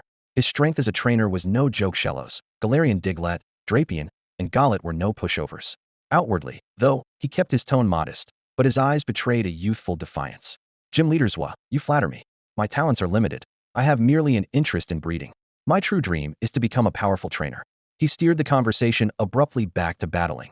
Zuiyan was not offended. Instead, he laughed heartily with growing approval. You've got spirit. I like that. How about this? Let me challenge you personally in a gym match to guide you properly. If you're willing to join the Zwa family and serve us, they'll give you a Shinyan egg of a Tyranitar's, a welcome gift. What do you say? A shiny egg? Tyranitar? That was the keystone of the Sandstorm team, the strongest piece of their core. Such generosity stunned Baize, his heart skipping a beat. Yet alongside the greed, reason and ambition quickly prevailed. There is no free lunch in this world. Was Zuiyan trying to chain his future with an egg, enslaving him to the family? Dream on. In a few years, Baize might catch his own Tyranitar. The old fox sure knew how to calculate. He tightened his expression slightly, but maintained proper decorum, subtly putting some distance between them. His tone was firm and clear. Gym leader Zwa, I appreciate your kindness deeply, but I have grown used to freedom and independence. I have no intention of joining any family. Your guidance is appreciated, but I must respectfully decline this egg. The smile on Zuiyan's face instantly faded, though a polite curve remained at his brow. He shifted tactics, his tone casual, as if making a small request. Oh? So you want to serve the Zwa family? Let's keep it simple. I heard you have a good relationship with the young lady, Zuoxian? Baize's heart tightened sharply. He replied cautiously, we only happen to carry out a few alliance missions together. I've merely been fortunate to receive some favors from Officer Zwa. That's good. Zuiyan waved his hand decisively. All I ask is that you persuade her to quit that dangerous and antagonizing investigator job, return home to inherit the dojo, and accept the family's arranged marriage. If you handle this, the Banjira's egg is yours. His words hit Baize like a thunderclap. Damn. This old man is bold enough to hold a lion's mouth. Does he take me for some wishing turtle in a pond? With Zuiyan's strength and temperament, even if I were her real brother, I'd have no right to decide her fate. If I try to persuade her, and she thinks him just her father's pawn, maybe she'd use her psychic puppet to give me a mental focus blast. Where would I turn for justice then? His face darkened, but his voice remained respectfully tinged with subtle irony. Master Zwa, you flatter me too much. Officer Zwa is ambitious and resolute. It is difficult for outsiders to influence her decisions. I'm afraid I'm powerless in this matter. After being rejected twice in a row, Zuyan's feigned kindness shattered instantly. His expression grew so dark it could drip water. He snorted coldly. Humph, ungrateful. He stood up, not even bothering to look at Baize anymore, and waved to a disciple nearby. You come and spar with him. Without another word, he swept out, leaving Baize frozen in place. Watching his retreating back, Baize's chest burned with anger. Damn. So bossy and shameless. Turns hostile just because I want comply. No doubt Zuyan instructed his disciple not to make it easy and to deliberately give me a hard time. But he forced himself to calm down. Losing patience now would ruin the bigger plan. The badge is the priority. He must get past this hurdle first. As for that old elder, humph, sooner or later he'll find a way to cause him trouble. The Earth-type dojo's training arena felt thick, as if the air had frozen. Baize stood at the sidelines, wearing a humble smile, while scheming rapidly inside. Fine, he'll play the part of a submissive pawn. I expected this before coming. He took a deep breath, burying his emotions deeper with the support of the Breeders' Guild behind him. Zuyan wouldn't dare go too far. Opposite him, Apprentice Shanghai stepped onto the field, clutching a pokeball, his eyes glinting with faint pity. He was half a head shorter than Baize but puffed out his chest and squared his shoulders, trying to intimidate by sheer posture. So you're Baize? Shanghai's voice lowered, disdain dripping from each word. Indeed. Baize smiled innocently in return. Shanghai's lips curled, pity mingled with schadenfreude. We've got no beef. He shrugged, but my master ordered me to teach you a lesson. Baize's pupils narrowed. Of course Zuoyin is petty as hell. I can't disobey orders either. Shanghai spread his hands and feigned helplessness. So I've got to put you down hard. Baize's face remained calm, thoughts racing. Seriously? Not even pretending to hide it? That old fox, Zuoyin sure knows how to play dirty. Without another word, Shanghai strode to his battle station and announced loudly. This is a double Pokemon battle. The challenger may switch their Pokemon at any time. The dojo side will send out first. His voice echoed around the empty arena. Looking forward to the match. Baize bowed slightly, his tone respectful but eyes sharpening with resolve. Baize gave a slight bow, his tone humble, but his eyes were sharp as knives. Shanghai didn't return the greeting. He raised his hand high, holding a pokeball, then hurled it forcefully. Go. Hippowdon. Bang. The pokeball exploded open, and a massive, rough-skinned Hippowdon landed solidly in the center of the battlefield. It was level 35, its bulging muscles rippling beneath a pair of small, sinister-looking eyes. Baize's pupils contracted level 35? That was 5 levels higher than expected. Normally, the lead Pokemon in a gym battle would be around level 30. This Hippowdon was clearly overpowered. Damn, he cursed inwardly. If the first one's 35, the second one's probably level 39, right?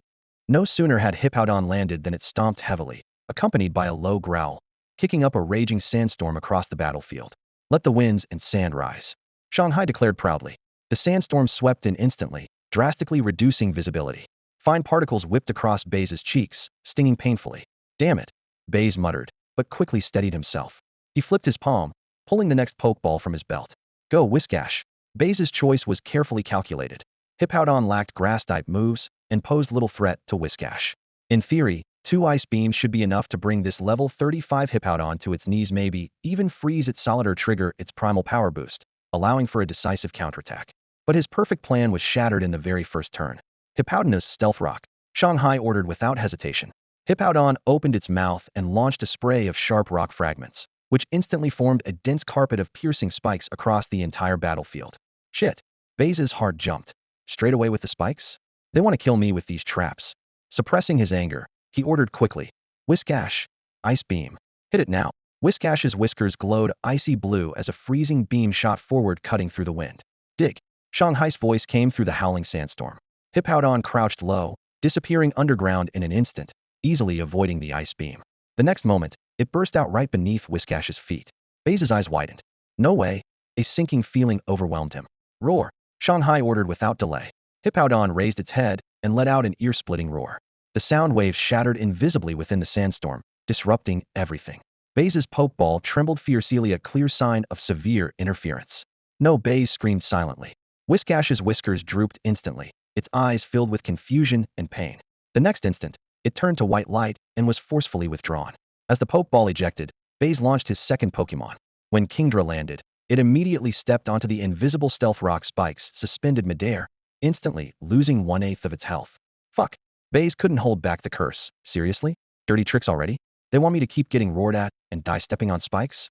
At the sidelines, Shanghai wore a triumphant smile, while Masters Wei Yin sat in the spectator seats, nodding slightly, clearly pleased with his apprentice's performance. Baize took a deep breath, suppressing the anger in his chest. His gaze sharpened like a honed blade. Damn it, he muttered through clenched teeth. Don't blame me for being ruthless. Poisoned orb, activate. Ability toxic healing, activate. He ordered immediately. As soon as he finished speaking, the purple-black orb at King Scorpio's waist suddenly glowed, releasing a faint violet poisonous mist that seeped into its exoskeleton. The toxin spread, instantly poisoning King Scorpio, while toxic healing kicked in, restoring 1/8 of its maximum health every turn. The damage from the invisible rocks was completely neutralized. Toxic healing? Shanghai's eyes widened in disbelief, shock plainly written on his face. He watched helplessly as King Scorpio's health bar steadily climbed, untouched by the invisible rocks. A sly smile curled at Baize's lips. My turn now. King Scorpio, invisible rocks. Then toxic. Finally, hold ground, the triple quality combo. With dust swirling, sharp rocks took shape in Shanghai's half of the field. The next moment, King Scorpio inhaled sharply and spewed a thick cloud of poisonous mist toward Hippo Beast. Almost immediately, a vibrant green shield rose, completely blocking the gusts stirred by Hippo Beast's roar. Shanghai was dumbfounded. What the hell? Invisible rocks, toxic, hold ground? That's even dirtier than me. He had never imagined King Scorpio would wield such a ruthless combination. Baize lightly adjusted his sleeve, smiling without a word when it came to dirty tactics. He was the real expert. King Scorpio, Ice Fang. Frost crystallized on King Scorpio's sharp teeth as it lunged like lightning toward Hippo Beast's side, biting down with a sharp crack. The ice-type attack was devastating. Hippo Beast screamed and collapsed, immediately knocked out of the battle. Shanghai's first strategy crumbled instantly.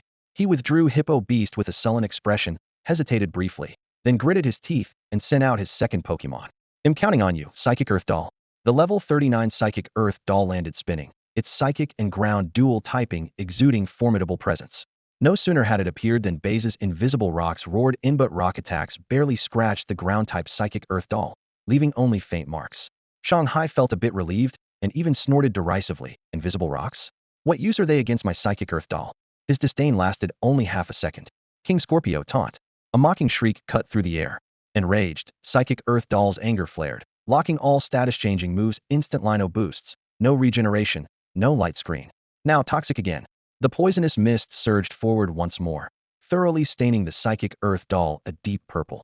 Baize didn't rush to deal damage but kept ordering hold ground to stall turns, occasionally landing hits with acrobatics and Ice Fang like therapeutic scraping. Thanks to constant healing from toxic healing, King Scorpio stood nearly unbreakable. Meanwhile, stacked toxins rapidly drained the Psychic Earth Doll's health dramatically. Shanghai was driven to frustration, veins bulging on his forehead, his command faltering. Finally losing patience, he shouted hoarsely, Psychic Earth Doll, forget defense. Use Destruction Beam. Golden destructive energy amassed inside the Psychic Earth Doll and blazed out in a dazzling beam. Unfortunately, King Scorpio easily dodged it once again. After the destructive death ray struck, the Psychic Doll froze completely. Baize's eyes suddenly lit up, a sharp, icy gleam slicing through the air. This was the flaw he had been waiting for all along. Now's the time. Scorpio King, Scissor Guillotine. The Scorpio King struck like a burst of violet lightning, its massive pincers covered in cold black stripes, a declaration of death itself. With a screech, it lunged forward, precisely clamping onto the Psychic Doll, which was immobilized from releasing the destructive death ray. The finishing move activated. Boom. With a heavy thud, the energy around the Psychic Doll shattered like bubbles, its body stiffening before being violently thrown aside, crashing hard to the ground, completely incapacitated. The Psychic Doll is incapacitated. The winner is Challenger Baize. The referee Shanghai looked pale and shaken, voice trembling as if all spirit had left him. Moments later, Zuyan approached with a face as cold and dark as still water. His tall figure loomed near. He shot a furious glare at Shanghai before snarling low. Worthless. Why didn't you use the Sand Gyrus with its shedding ability? Idiot. That shedding ability could have freed it from status conditions. Though boiling with rage, he didn't cheat on the spot. Instead, he reluctantly tossed the ground badge inlaid with bronze gold tooth patterns to Baize. His tone icy. The badge is yours. From now on, stay away from my daughter. Got it. Baize held the badge in both hands, silently cursing that old bastard's ancestors. But on the surface he put on a look of humble gratitude and quickly bowed. Master Zhua, rest assured, I am just a passing challenger who fought once with Officer Zhua. We hold no close ties. He disguised himself as an ordinary challenger intimidated by a top-tier trainer, smooth and natural like flowing clouds. Once outside the dojo, out of Zuyan's sight, Baize's meek facade shattered instantly into cold bitterness and rage. Damn you, Zuyen, you old stubborn bastard. Arrogant and selfish. This is outrageous. I swear if I get the chance, it'll ruin your daughter utterly. He muttered curses under his breath, his chest heaving. Using your top trainer status to bully the younger generation. Trying to bribe me with a quasidivine egg? Want me to be your mouthpiece? Dream on. Baize glared back fiercely. Eyes like needles locked on the dojo fortress, as if carving this day's humiliation deep into his bones. You old fool, just wait. Time will shift. Today's shame will be repaid 100-fold. Top-tier trainer? You think that makes you untouchable? After venting his anger, he took a deep breath, calming his expression as he carefully tucked the ground badge into his chest. The goal had been achieved, although the process disgusted him. The outcome was at least favorable. The road ahead was still long. Damn it. I can't stand this godforsaken place for another second. Baize quickened his pace toward the Shijiang City exit, muttering curses under his breath as his fingers unconsciously traced the ground-type badge. He'd just obtained an object that filled him with nothing but humiliation. The metal edges of the badge felt cool against his palm, yet pressed there like a thorn. People in Nanhu City and Beihu City love their spice.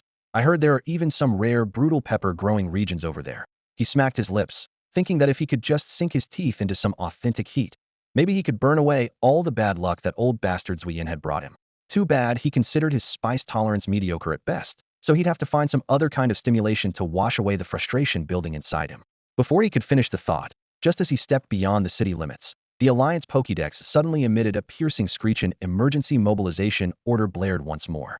Urgent notice. All trainers in the vicinity of Shijiang City, please pay attention. Moxing Mineral Mountain, property of the Zhua family, is under massive assault by the exploration team. The squad leader is Exploration Team Executive Longxing, a champion-level trainer. The situation is critical. Proceed immediately to provide support. Repeat. Shit. Baize cursed aloud on the spot. When will this end? The exploration team again. A champion-level executive. The Alliance report claimed the exploration team wanted ore and rare Pokemon. But would a high-ranking executive personally show up, just for those resources? Pull the other one. Baize sensed something was off. There had to be some dark secret hidden in Moxing Mineral Mountain. Yet with the Alliance's summons staring him in the face, he couldn't very well play deaf and dumb. Baize set his jaw and, following the troops that were rapidly assembling, turned back toward the mountain. Along the way, he set himself a clear boundary. Absolutely no risking his life. Just rack up some Alliance points from the back. Lanisa champion-level battle was well beyond his pay grade. Meanwhile, in the deepest recesses of Moxing Mineral Mountain, boom, the rock face exploded, and stone dust tumbled everywhere. Exploration Team Executive Longxing, accompanied by several elite officers, broke through layer after layer of the Zhua family's defensive blockade, their bodies covered in ash, but their steps steady and resolute. They had finally reached the cavern's most secret core. Torchlight illuminated the four walls, and everyone gasped sharply in unison. This was no ordinary mine. It looked more like a blood-stained sacrificial chamber. In the center of the massive cavern loomed an enormous black bronze cauldron, its surface covered in ancient patterns, its body emanating a dark crimson glow with an ominous, pulsing rhythm. Around the cauldron lay piles of rare ground-type advanced materials, fine, soft sand, fist-sized chunks of hard stone, fragments of heart of the earth, shimmering with bronze-gold light. Any single one of these items was difficult to find on the open market. More horrifying were the four corners.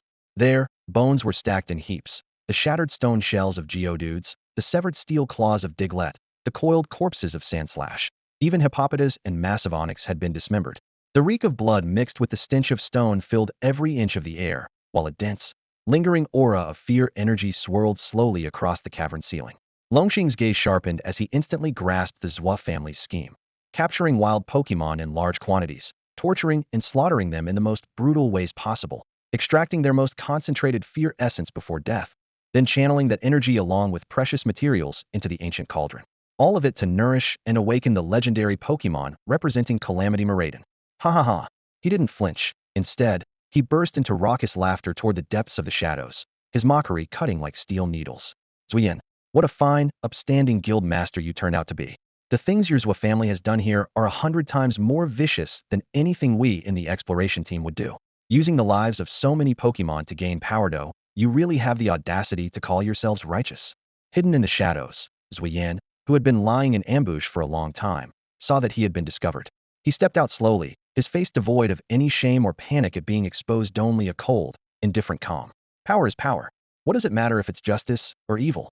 As long as it grants me the strength to awaken the ancient Dinglu, a little sacrifice is nothing. Too bad you've seen what you shouldn't have. Before he finished speaking, he suddenly threw out a pokeball. Mega Aggron, rock cannon. Hold them all in place. With a burst of white light, the level 73 Mega Aggron appeared, emanating a terrifying king-level pressure. Rock energy surged wildly between its hefty arms. Stones cascaded from the cave's ceiling as the air trembled under the force. Long Xing's expression darkened. Without hesitation, he unleashed his trump card. Blastoise, block it. Use Hydro Cannon. The double-barrel cannons atop the level 74 Blastoise's thick shell glowed blue simultaneously. A half-meter-wide jet of water shot forward, colliding head-on with the rock cannon. The two king-level energies clashed violently, shockwaves sweeping through the narrow mine tunnel as if the whole cave might collapse. Before the dust had settled, Zuiyin curled his lips in a cruel sneer. You think that's all I've got? Come out, Tyranitar. Another pokeball exploded open, and the level 82 Tyranitar emerged, trampling the earth with a storm of violent sand. Its massive frame dwarfed even Mega Aggron, its pressure far surpassing that of the latter. What? Level 82 Tyranitar? The intel was wrong. Long Xing and the two deputy commanders behind him went pale, their pokeballs nearly slipping from their grasp. Tyranitar, use Hyper Beam. Mega Aggron, finish off the small fry. Golden beams of destruction and huge rocky shells shot out side by side, targeting the two commanders behind Long Xing. Their hastily summoned Mytena and Camerupt were instantly swallowed by the terrifying energy, losing the ability to fight before they could even scream. The shockwave sent the two commanders flying, badly injured. Scatter. Run. Spread the word. Long Xing was horrified beyond belief, desperately ordering Blastoise to cover their retreat. The remaining members of the exploration team fled down every branch path like dogs without a master. But Zuiyin wasn't about to let anyone escape. His voice turned icy as he commanded, pursue. Left and right, both king-level Pokémon, attack. Rivers of rock and raging sandstorms swept through the mine, murderous intent choking the entire tunnel.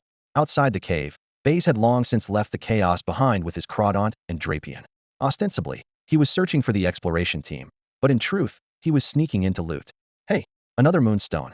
The Zwa family's mine really is dripping with wealth. In a short time, had already pocketed 3 or 4 moonstones, elated. Suddenly, the small Z on his chest flashed red, urgently warning him. Baize, get out of here. Something's wrong. There's a king-level Pokémon battle ahead, and I sense an ancient, evil disaster force awakening deep below, extremely terrifying. Leave now. Baize's smile froze instantly, the joy replaced by a stabbing cold dread. Disaster power? King-level death match? This pond is deeper than I thought. He cursed under his breath. Damn it. This isn't a place to scavenge, it's a death whirlpool. Without hesitation or curiosity, Baize spun around and ran, sprinting desperately back toward the mine entrance. Alliance points, rare minerals, they all became jokes compared to the secret involving legendary disaster beasts and a king-level death match. Escaping this cursed place was his only option now. Deep within the Moxing mine, Long Xing, the elite commander of the exploration team, lay sprawled in a pool of blood, eyes wide open in shock and disbelief. His prized Blastoise was shredded to pieces, its shell cracked, and the cannon barrels scattered across the ground. The scene was brutal and gruesome. A left clan elder hurried over to Zuiyan's side and whispered, Clan leader, the cleanup is complete. However, one elite member of the team managed to escape using his Alakazam's teleportation. That Alakazam is at the quasi-legendary level, and it seems to have recorded the mine's interior with some device. Zuiyan listened without the expected outburst of anger. Instead, a strange calm washed over him. A calm that sent chills down the elder's spine. Oh, it recorded footage? Zuiyan's voice was as cold and hard as the stone deep in the mine. Where's that Alakazam now? The elder replied quickly, it has been hit multiple times by the dark pulses fired by several of our elders' Bonettas. It is severely wounded, barely clinging to life. Zuiyan nodded slightly, his tone emotionless. Good. Order all left clan members. Anyone in the mine not of our clan must be killed without exception. Clean everything thoroughly. The elder trembled but forced himself to ask, Clan leader, what about the trainers who came at the Alliance's call? Should we kill them too? Zuiyan spat the words icily. Kill them. But the elder broke out in cold sweat. The fire-type quasi-champion Jerry is on his way with reinforcements. If we wipe out all the trainers, it will draw too much attention. The Alliance will investigate thoroughly, even us, with all our secrets. Before he could finish, a dark gleam flashed in Zuiyan's eyes. He interrupted. No great family in this world has clean hands. The difference lies only in who cleans them better. Pausing briefly, he adjusted the order. Clear everything within the first 3 levels of the mine. Beyond that, leave those we haven't thoroughly investigated for now. But that escaped officer and his Alakazam, find them at all costs and eliminate all evidence. Meanwhile, inside the mine, Baize was running desperately. His lungs burned fiercely and his legs felt like lead. Cursing under his breath, he thought, damn it, this went south fast. I should have recruited a confide doll or a Dedulli back, then something fast and disposable. Panting heavily, Baize's little Z suddenly issued a warning. Baize. Strong psychic energy ahead. Someone just teleported not far in front of you. Baize cursed again. You've got to be kidding me. My luck is the worst today. Z quickly relayed more information. Don't panic, Z has good news and bad news. The bad news is it's a quasi champion alakazam. The good news is its life force is extremely weak. It's burning its reserves and could collapse any moment, beyond saving. Quasi champion alakazam? Almost dead? Baize's eyes brightened, greed flashing. Kill it. Jackpot. Eagerly, he asked Z, what chance do we have of taking it down? Z responded, at most, 30%. Xiao Z answered calmly. A near stage 7 psychic type's desperate counterattack at the brink of death could turn your brain into mush with just a strong mental strike. There was a 30 chance. Facing the potentially vast legacy left by a near stage 7 Pokémon, Baize decided the risk was worth taking, but he would never sacrifice his own life to pay for it. The next second, he threw out all his Pokeballs. Musegu, stay close and guard at all times. Hitmontop and Drapion, burrow underground and wait for my command to ambush. Hippopotas, unleash white fog to block their vision. He gave the orders all at once. Hitmontop and Drapion immediately dove beneath the rubble, stirring up dirt and dust. Hippopotas raised a milky white mist that quickly swallowed the corridor ahead. Baize crouched low behind a fallen rock slab and stayed put, preparing to control the battle remotely. Beyond the fog screen, the elite officer of the exploration team leaned against the rocky wall, gasping heavily. His chest was soaked in blood, his Hitmonlee battered and bruised, its twin spoons skewed and wobbling, barely able to stand. The sudden fog attack changed his expression drastically. Hitmonlee, be on guard. Hitmonlee gritted its teeth and summoned the last of its willpower. A blue glow flickered deep inside its pupils. Now, Hitmontop, use Iron Head. Rock shards burst as Hitmontop's steel-hard head slammed brutally into Hitmonlee. Hitmonlee, control it with Psycho Control. The officer roared. Hitmonlee clenched tightly, forcibly restraining Hitmontop's charge, but was slammed heavily to the ground. The ambush was thwarted. Baize cursed under his breath, then shouted, Drapion, knockout strike, target the trainer. Hippopotas, use Ice Beam on Hitmonlee. Hitmontop, get up and continue Iron Head. Before his words finished, Drapion darted through the fog like a purple shadow, its tail sting charged with dark energy, piercing the officer's back, blood spraying. Hippopotas unleashed an icy blue beam that froze half of Hitmonlee's body into crystals. Hitmontop charged again, shattering the ice. The trainer groaned and collapsed, his breath suddenly cutting out. Hitmonlee. At the moment his master fell, Hitmonlee erupted in a final furious burst. A roaring psychic storm radiated out from it. Hippopotas was hit hardest, its body twisting painfully and silenced before Baize recalled it back into its Pokeball.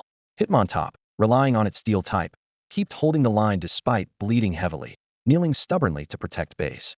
Hitmonlee's body trembled violently, on the verge of collapse. Drapion, knockout strike, finish it. Baize commanded under the weight of despair. An expression of hopelessness flickered through Hitmonlee's eyes. It neither avoided nor dodged. Instead, it focused the last of its psychic energy into a sharp psycho blade aimed straight at Baize. Hitmontop, guard. A green protective barrier flashed up, then shattered in an instant. The psycho blade still bore down on Baize's throat with undiminished force. But in a flash, Musegouth's little dog constantly at his feet leapt forward. Thud! The blade pierced through. The small figure froze midair, then fell to the ground silently without a single whimper. Knowing its frail defense, Musega chose to take the blow on its body instead of reflecting the shockwave back at Baize using guard. Baize's eyes reddened, his heart shaking as scorching emotion and overwhelming fury collided. Musega's place in his heart instantly soared to new heights. Meanwhile, Drapion's tail cut through Hitmonlee's chest. The wise eyes of the fallen Pokémon fixed on the fading Baize, then darkened as its body silently collapsed. Damn it! Baize growled low, forcibly swallowing his grief to prioritize life and the mission. Drapion, disassemble Hitmonlee.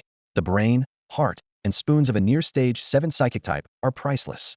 Move fast. He dashed forward and tore the spatial ring from the fallen officer's hand and slipped it into his pocket. Drapion immediately swung its blade to dismantle the body. Baize ordered the heavily wounded Hitmontop to work with Drapion, furiously digging and carving at the rock wall to cause a large cavern, covering as many battle traces as possible. Then he recalled all his Pokémon in turn, scooped up the barely breathing Musegu, staggered, but tore out toward the mine tunnel entrance with all his remaining strength.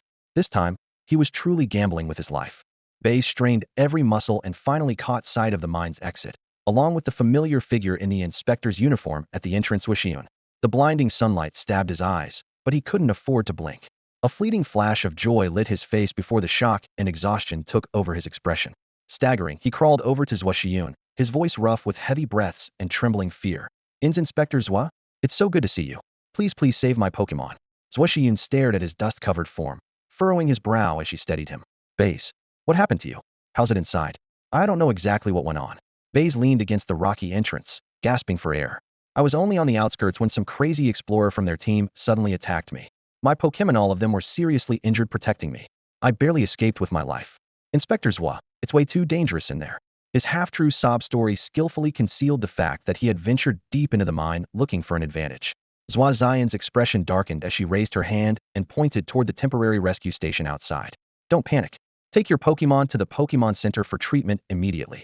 Leave the rest to me. She quickly summoned her colleagues and several officers, then rushed back into the depths of the mine. Watching the familiar uniform disappear into the darkness, Baize finally let out a long sigh, almost collapsing backward. Damn, I can't be so reckless next time. I nearly lost my life. The memory of Musegu sacrificing himself to shield him still sent chills down his spine. Outside the mine, the Alliance's temporary Pokémon Center was already packed with people. Baize showed his junior breeder badge, and the staff immediately switched to professional mode, prioritizing his Pokémon for medical treatment. Happiny and Nurse Joy bustled about, gentle pink light flickering on the treatment chamber walls, but his heart remained heavy with worry. When the treatment was finished, Nurse Joy returned the Pokeballs. Baize's hands trembled as he silently called, Xiaozi, check carefully, are they really fully recovered? Any hidden injuries? Especially Musegu. Don't worry, the electronic voice echoed in his mind. The Alliance's medical technology is solid. They've all recovered well. That little dog's vitality is strong, no aftereffects detected. Relieved by the confirmation, Baize exhaled deeply, feeling the weight in his chest lift. Night fell, and he slipped into his rented safe house, locking the door behind him before eagerly pulling out the spatial ring. A faint glow sparked under his fingertip, spilling out a pile of items. Some damaged Pokeballs, looks like the others were lost much earlier. 15 million Alliance coins. Jackpot. 2 Firestones and a rare Dark Stone Nice haul. Spirit Shards and Spirit Gems should fetch a decent price. What's this ATM for rest? No way. Baize held the metal blue disc with trembling hands, almost jumping with excitement.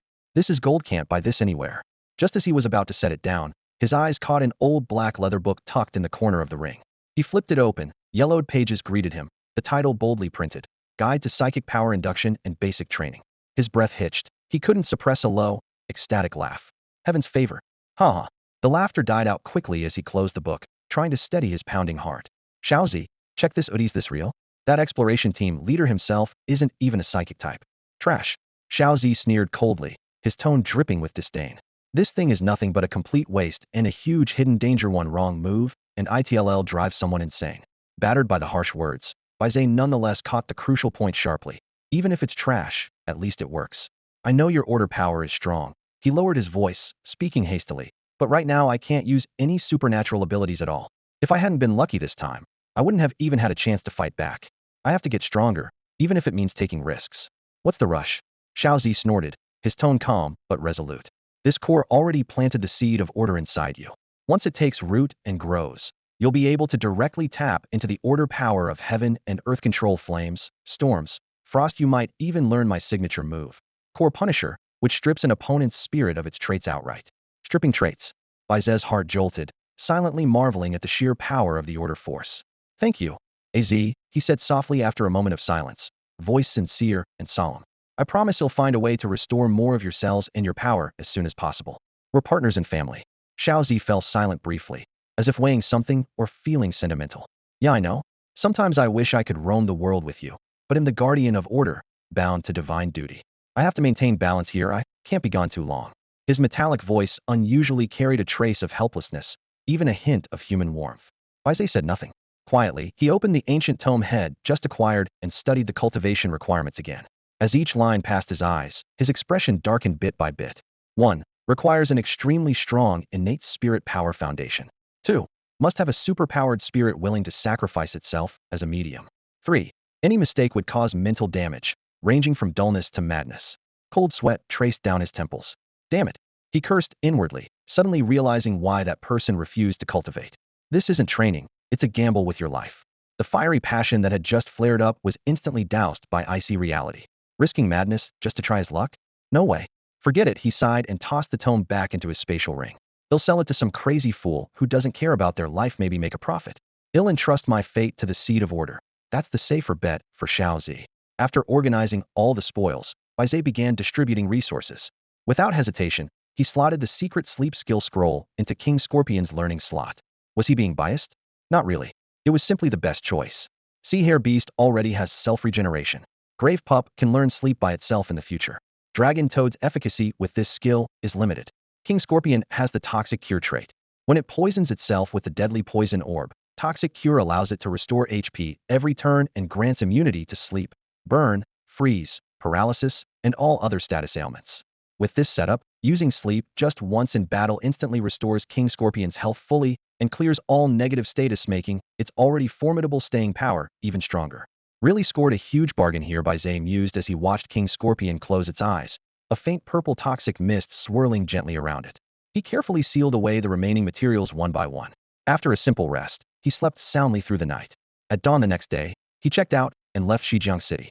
Though it had a thriving black market, the ruthless Suiyin, the collapse of the exploration team, and the Alliance's looming investigations made the city a ticking powder keg. His next destination was Nanhushi City. Eager to leave behind the troublesome affairs of Shijiang City as soon as possible, Baize rented a docile tropical dragon at the suburban flight point. After paying a hefty rental fee, he swung himself onto the dragon's back and sped southward along the government-designated safe flight path toward Nanhu City. The sky remained calm for most of the journey, interrupted only by a few reckless fiery sparrows that fluttered around provocatively. Before Baize could react, his escort, the Scorpio King, lazily flicked its tail and sent out several poisonous darts. The sparrows screeched in pain and retreated, their feathers disheveled, disappearing back into the clouds. 3 hours later, the scenery below transformed suddenly, a quaint town nestled by the mountains and water. A silver waterfall tumbled like a ribbon into a clear lake, surrounded by antique houses arranged in charming disorder. Under the sunlight, the lake sparkled with waves, and several golden-horned koi and carp leisurely swam about, exuding a peaceful harmony. This serene scene eased Baize's tightly wound nerves. He decided to rest for the night in this place called Furong Town and continue to Nanhu City the following day. After landing in an open space at the town's entrance and releasing the tropical dragon, he headed straight for the best inn in town. Displaying his identity as a direct line trainer, the front desk immediately became respectful. "Give me the room with the best view." "Sir, we have a simple and comfortable lakeside room on the 3rd floor for 3,000 alliance coins per night. Do you offer dinner? Our specialty sets are very popular. What dishes are included? There's chopped chili fish head, spicy stir-fried pork, spicy crayfish, spicy snake, braised duck, and our signature stinky tofu called stinky mud. Desserts come with creamy milk pudding and sweet fried glutinous rice balls made from cow's milk. The set costs 30,000 alliance coins." Baize twitched the corner of his mouth. Room and dinner together cost 33,000. But thinking of the fortune he had just come into and the close call he had escaped, he gritted his teeth and nodded. "Fine, I'll take it." The room was first-rate, with windows opening directly onto stunning mountain and lake views. Soon, the spicy dishes arrived one after another, oils bubbling richly and aromas filling the air. Baize first released all his Pokémon, handing out specially made energy cubes and tree fruits. Watching them eagerly eat, he finally sat down. A large glass of iced orange Juicia Lifesaver sat before him. Gathering courage, he picked up fish head meat covered in bright red chopped chili and took a bite. Sizzle hot.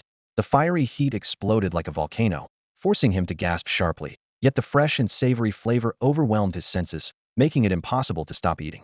The spicier it got, the more intoxicating it became. Sweat dripped down his temples, lips slightly swollen, but he laughed heartily. After a gulp of cold orange juice, a cool relief washed over him. Looking out over the mountains and lake, all his accumulated fatigue seemed to melt away with the sweat. Just as Baize was enjoying the meal, a thunderous explosion suddenly boomed not far from the town. A thick pillar of fire shot up into the sky, followed by a violent blast. What's going on? An explosion? Have wild Pokémon gone on a rampage? Visitors and trainers in the small town instantly panicked, screams erupting everywhere. In the restaurant, Baize snapped his chopsticks shut like a spring, his gaze sharpening as he barked, "Everyone back inside. Stay alert." In an instant, four Pokeballs glowed with light. He kept only his most alert Pokémon, the Scorpion King, by his side, its sharp eyes scanning the street outside the window. The next moment, the local mayor and his entourage rushed to the town square.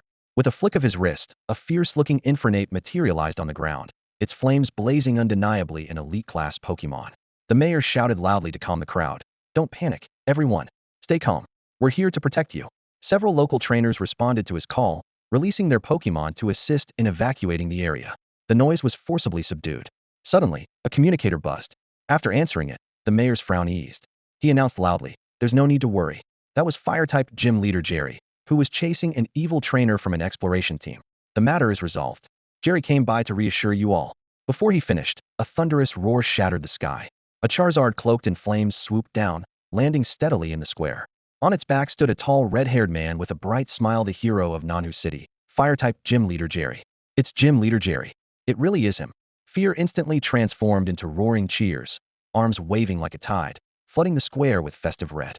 Jerry stood atop his Charizard, waving heartily to the crowd and bending down to high-five a few excited children, radiating warmth and approachability.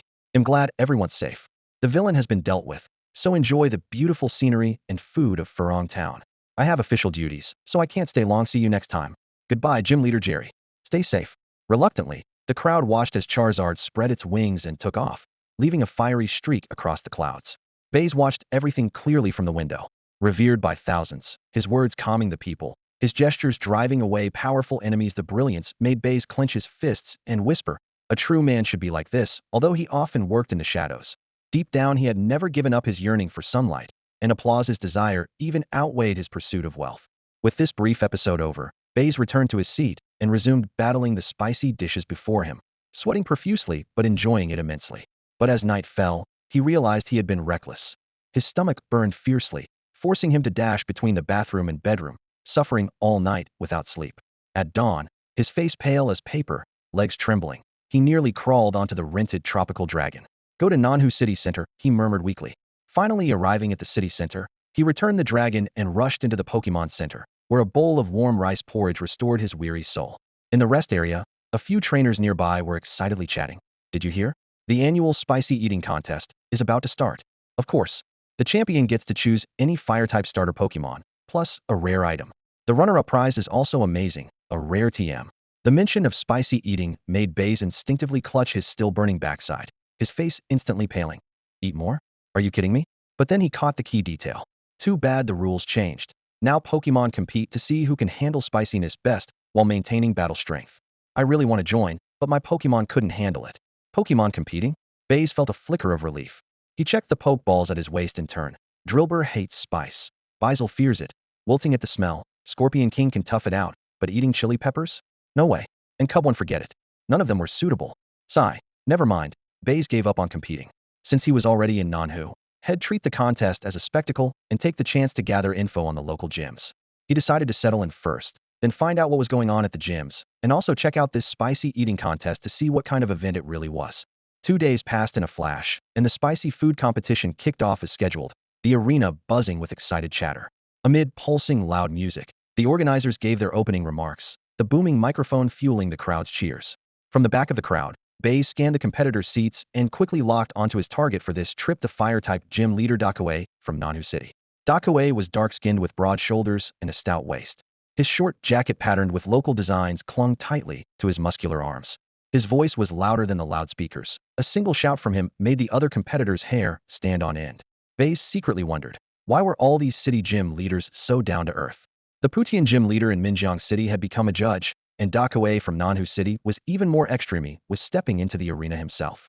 When Dakaway threw out his Pokeball, a dazzling white light faded to reveal a level 39 Incineroar stomping heavily onto the field.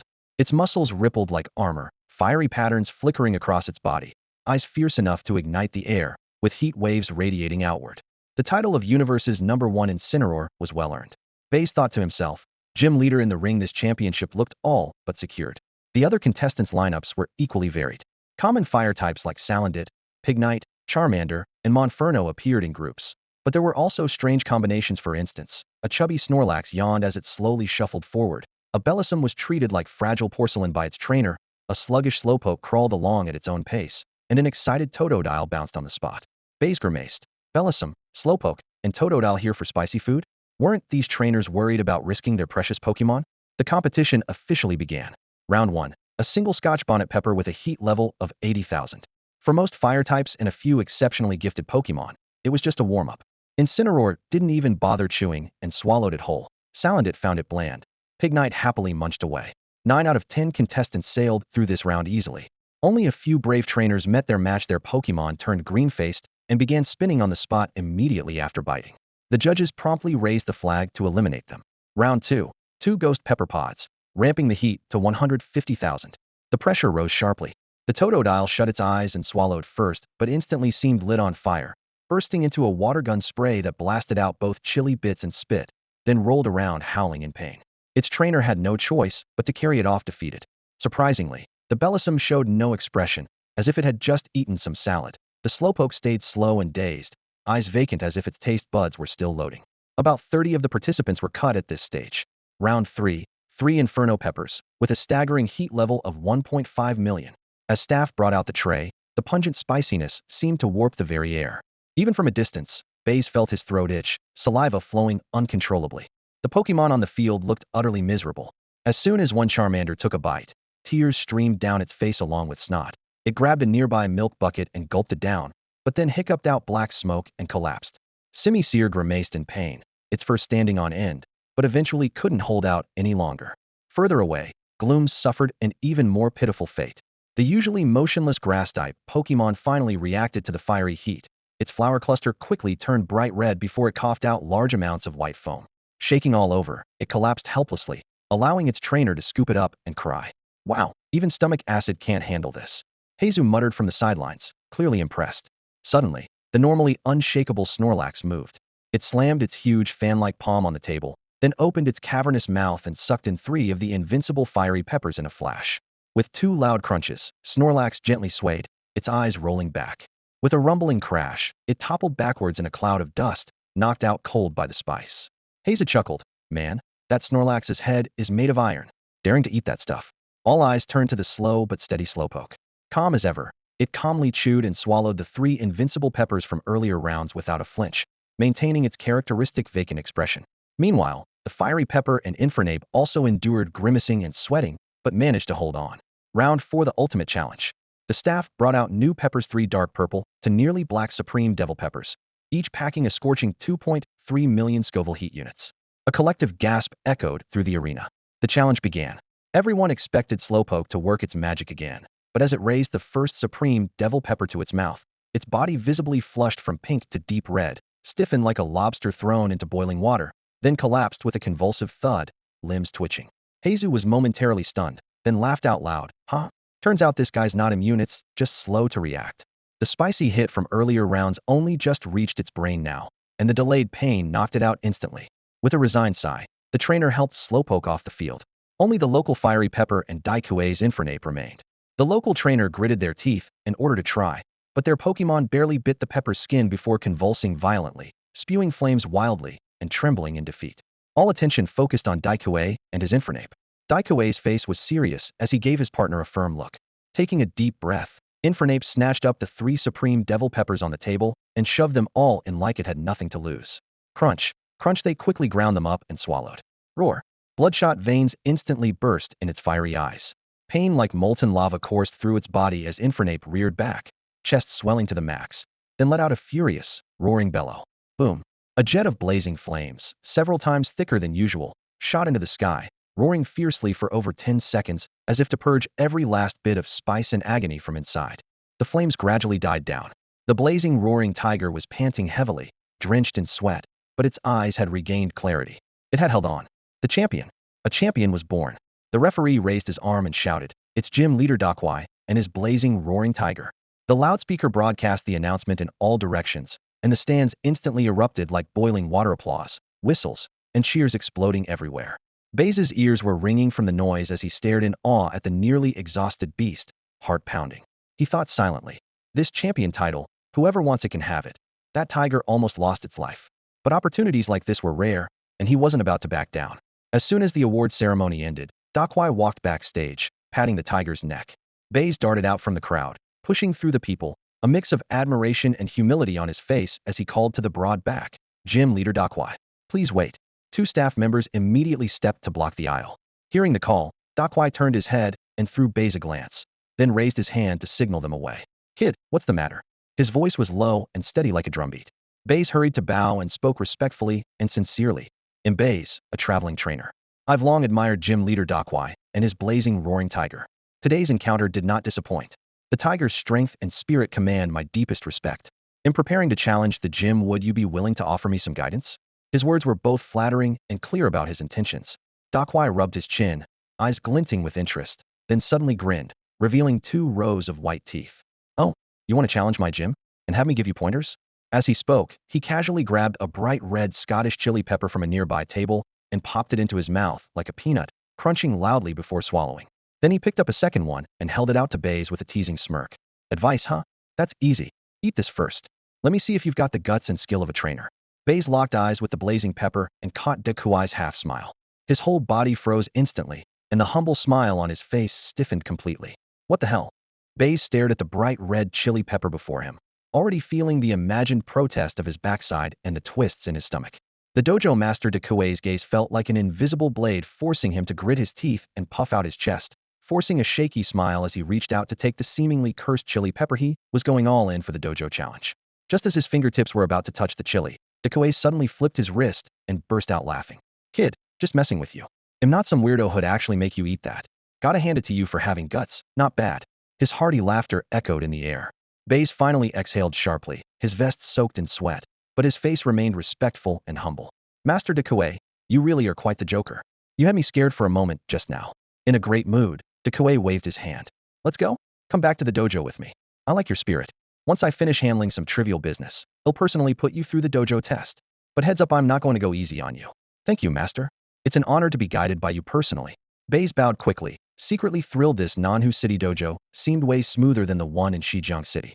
They soon arrived at the fire-type dojo, adorned with fiery red decorations and steaming heat. As Baize settled into the rest area, still strategizing, Dakuai patted his shoulder. Wait here for me, he said, then turned and disappeared into the backyard. Moments later, hurried footsteps approached the door. Burst in a fiery girl aged 16 or 17 with short bright red hair and sharp features. Her fiery eyes blazed brightly, and her stride had the fierce edge of chili pepper heat. She locked eyes on Baize. Hey, you're the trainer who came to challenge the dojo, right? Baize stood politely and nodded, introducing himself. Yes, I'm Baize, waiting for Master Dakuai. Her eyes lit up, and she clapped her hands. Great. Kuei Xiaoli, a trainer too. My father's busy, so I'm taking your challenge. Baize knit his brows. Miss Kuei? So this is Master Dakuai's decision? Of course. Xiaoli placed her hands on her hips, her voice cheerful. When Dad's busy, I handle the assessments. Don't worry. A flicker of slyness flashed in her eyes. Baize studied the fiery young woman before him, feeling something off, but this was an official dojo, and she was the master's daughter, probably part of the trial. Drawing a deep breath, he said, In that case, Miss Kuei, I look forward to your guidance. She responded with a triumphant smile and muttered under her breath, Humph. Dad always says I'm not ladylike and never gives me a chance to battle. This time he'll fight to my heart's content. They stepped into the battle arena ringed with molten lava patterns, hot currents sweeping around. Xiaoli took her stance, raising a pokeball with full energy. Rules are 3-on-3. The dojo sends out Pokemon first. Challenger can switch freely. Go, my partner. The red and white ball sliced through the air and landed. A sleek, radiant Ninetales appeared level 38. Its 9 tails swayed gracefully, heat waves rippling off its body. As it let out a sharp cry, its ability drought triggered instantly, magnifying the sunlight beams above the dome and causing the temperature to spike. Beads of sweat popped on Baize's forehead. Hidden ability drought. Is this a sunny team? Baize's heart jolted with alarm. After a moment of thought, Baize decided to send out the Sea Hare Beastwater plus ground type, giving it a double advantage against fire types. Unfortunately, ground types are weak to fire, but in theory it should still hold the upper hand. Sea Hare Beast, get ready to battle. He threw the pokeball onto the field. The Sea Hare Beast landed, water rippling across its smooth exterior. Opposite him, the lively girl Kuei Xiaoli raised her hand. Ninetales, flamethrower. Blazing flames tore through the air toward the Sea Hare Beast. Baize said firmly, Muddy water, defend. The churning water smashed into the wall of fire midair, ending in a stalemate though Ninetales had a slight edge. The sunny weather intensified the fire's power while weakening water moves, and Baize's heart sank as he felt the growing disadvantage from this swing in conditions. Misjudged it. He quickly recalled Sea Hare Beast. Come back. Now Sandshrew. As the Pokemon switched, Kuei Xiaoli called out quickly, not so fast. Ninetales, fire spin. A vortex of flames rose from the ground, trapping the newly sent out Sandshrew in its center. The reddish-gray fur curled under the searing heat. Baize intended to face it heat in. Sandstorm. He shouted. Sandshrew roared, claws digging in as a fierce wind swept up sand and grit, darkening the sky. The scorching sun disappeared behind the yellow haze, and the air temperature dropped sharply. Humph, interesting. Kuei Xiaoli smirked. Ninetales, overheat. Dig down, dodge it. Sandshrew quickly burrowed underground. The girl seemed to anticipate this. Use burn up at its burrow. A pillar of intense heat poured into the earth, scorching the soil black and forcing Sandshrew to retreat awkwardly out from a distance. A flash of lightning. Ninetales darted in a white blur, striking the Sandshrew's side. The hit was weak, but kept the pressure on. Rock slide. Baize countered. Chunks of rock howled through the swirling sandstorm. Flamethrower. The fire clashed Heaton, shattering rocks as embers and grit scattered. Both Pokemon took some damage. The sandstorm continued to wear down Ninetales visibly, its stamina slipping. Baize planned to grind down his opponent with the sandstorm, but suddenly felt a surge of energy erupt from his Pokemon. Sandshrew leveled up to 37. At the moment of breakthrough, it glowed with a new intensity and slammed its claws into the ground. Earthquake. A devastating shockwave rippled across the field, shaking the terrain. Great effect. Ninetales let out a short cry and finally collapsed. Well done, Sandshrew. You actually learned Earthquake. Baize clenched his fist, eyes filled with joy. Kuei Xiaoli, however, excitedly recalled Ninetales. You're really strong. Now let's bring out this one. Go, Combusken. A flash of white light, and Combusken landed. Its sharp eyes were like blades. Brilliant flames flickered along its wings, muscles taut like steel wires. Its aura was solidly at level 43 elite. Baize was stunned on the spot. Elite level. Was this a gym challenge? Even Zuo Yin had only called forth a level 39 psychic Claydol. But surprise didn't help. Combusken's overwhelming presence was undeniable. Sandshrew, rock slide. He tested first. Combusken, blaze kick. Crush it. Kuei Xiaoli responded. Combusken's figure blurred like a red lightning bolt. Its burning right leg struck with the force of a giant axe, shattering falling rocks one by one. The power gap was obvious, sinking Baize's heart. This sudden challenge was far tougher than he imagined. The girl, younger than him, was actually a trainer stronger than he was. Watching the imposing fiery molters on the battlefield, Baize didn't hesitate to order again. Drillbur, keep the sandstorm going. A whirlwind of yellow sand roared across the sky as Drillbur raised its sharp claws, kicking up stones in the swirling gale. Baize's mind was gripped by one thought: please don't have the hidden ability speed boost. But in the next moment, his worry became reality. Within the sandstorm, Moltres moved with increasing agility, its speed visibly surging. It really was speed boost. Damn it, it's really speed boost. Baize cursed silently, his expression darkening instantly. If it can't run away, then it's going to be an all-out fight. Drillbur, no retreat. Use Drill Run. Earthquake. Rock slide. Hit it hard. Drillbur roared, spinning like a drill and charging forward, summoning the power of the earth beneath. The ground churned and shattered rocks flew everywhere as all defenses were thrown aside. Kuei Xiaoli's commands remained calm. Moltres, dodge Drill Run. Use Flame Kick to shatter the rocks. Use the charged flame attack to tank the earthquake and close the distance. At full speed boost, Moltres darted like a shadow, precisely smashing rocks with burning legs. Even amid the roaring quake, it pushed forward relentlessly. Drillbur was forced into melee combat, trying to slash and grapple it. After several fierce exchanges, Drillbur was battered and bruised all over, while Moltres' speed soared to its peak. Finish it. Flame Kick. A searing streak of fire cut through the sandstorm as Moltres' kick struck like a cannonball. Drillbur groaned deeply, crashing into the ground and losing the ability to continue fighting. The sandstorm and desperate counterattack had left Moltres disheveled, its feathers singed and blackened, but it still stood firm. Baize painfully recalled Drillbur and immediately threw out a second Pokeball. Your turn, Drapion. Drapion, use Toxic. Drapion opened its mouth, releasing a plume of dark purple poison that hit Moltres squarely. The moment the toxin entered its body, Kuei Xiaoli ordered sharply, Moltres, don't give it a chance. Flame Kick. The lightning-fast Moltres closed in instantly and hammered Drapion from the air into the ground with a thunderous thud. Fortunately, the toxic orb activated immediately, and Drapion's poison heal kicked in, green light enveloping its wounds to barely stabilize its stamina. Drapion, hold the line. Then dig underground. A shimmering green shield rose before Drapion, blocking Moltres' follow-up strike. Taking advantage of the brief pause, Drapion hooked its tail sting and burrowed into the earth. Find it. Moltres, flame charge. Kuei Xiaoli's gaze sharpened. Moltres erupted in blazing flames, rocketing toward a spot on the ground. Boom. The moment Drapion's head emerged, it was met heat-in by the predicted flame charge. Flames whipped up dust and debris. Even though the move wasn't super effective, the powerful impact was so overwhelming that Drapion couldn't even struggle. It didn't let out a cry. It simply collapsed, unable to continue fighting. Because of the recoil damage from Flare Blitz and the ongoing poison effect, the Talonflame staggered, dropping to one knee and losing the ability to fight. Baize finally defeated the Talonflame with his two main Pokemon. His chest heaved, sweat trickling down the side of his face. He had just let out a small sigh of relief, thinking the opponent's third Pokemon would be weaker. The third Pokeball flashed as it arced through the air, landing with a sharp pop. A wave of scorching heat burst forth, emerging with a fierce roar was a sleek, powerful Charizard, its wings like blades, radiating an intensity that seemed to burn the very air around it. The display showed it was level 48. Another elite-level Charizard, even stronger than Talonflame. Baize's breath caught. His heart felt like it was hit by a hammer, and his face paled. Kuei, Miss Kuei, is this really a gym challenge level?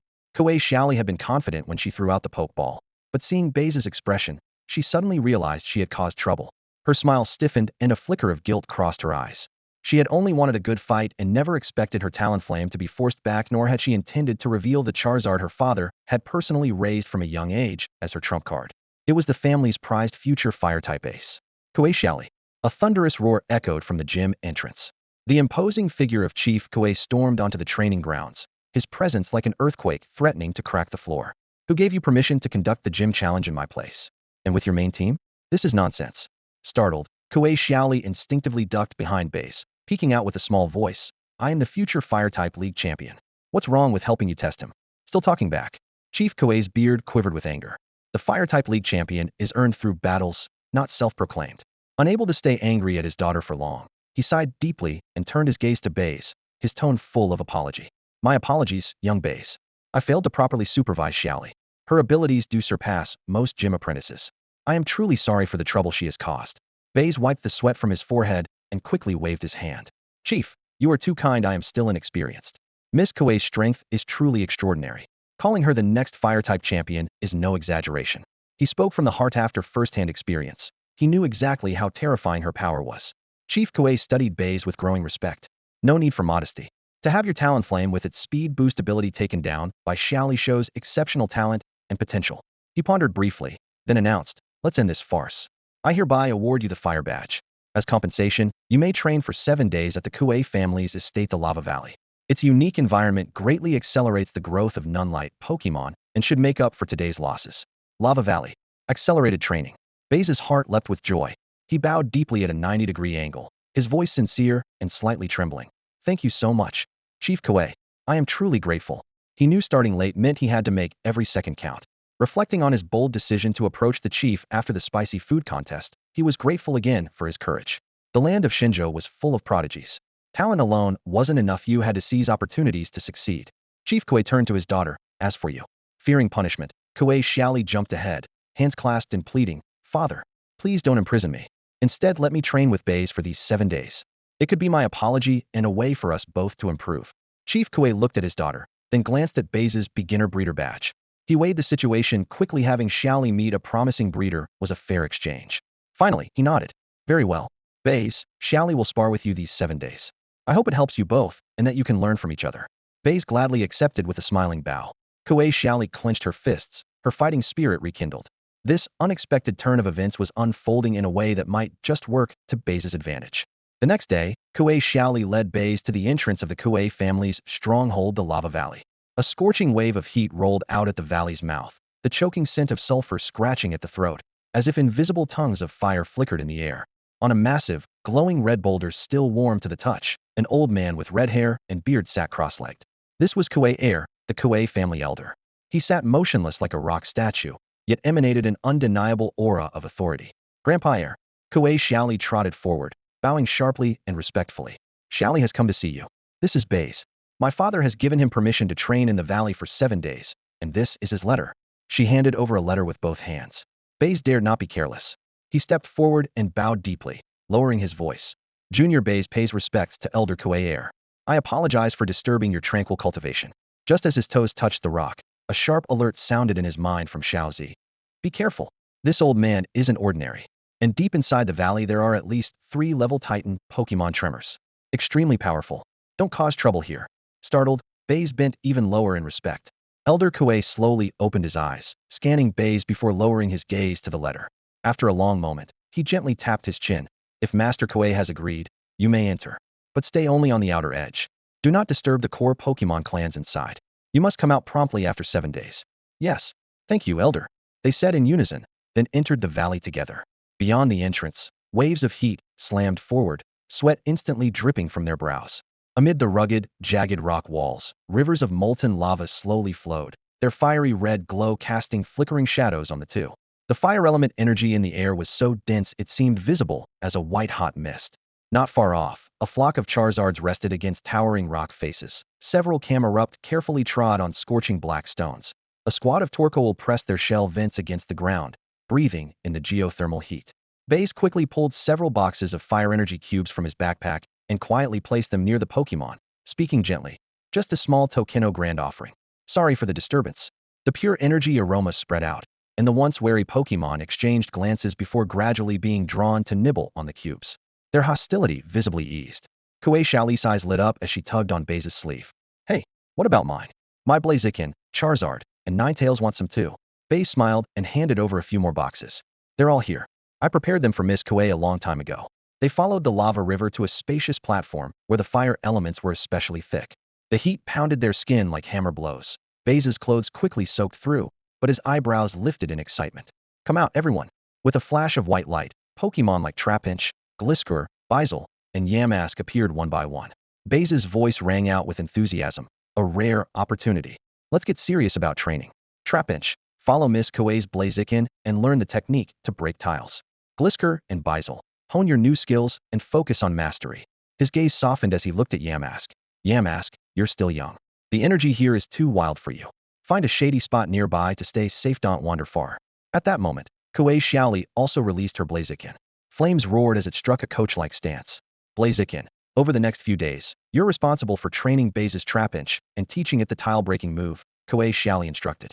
Flame Chicken nodded and began demonstrating the power and technique of tile break to the drill burrow. It half-squatted, gathered its strength, then exploded with speed, a hand chop cleaving through the air, shards of rock snapping loudly across the scorching valley.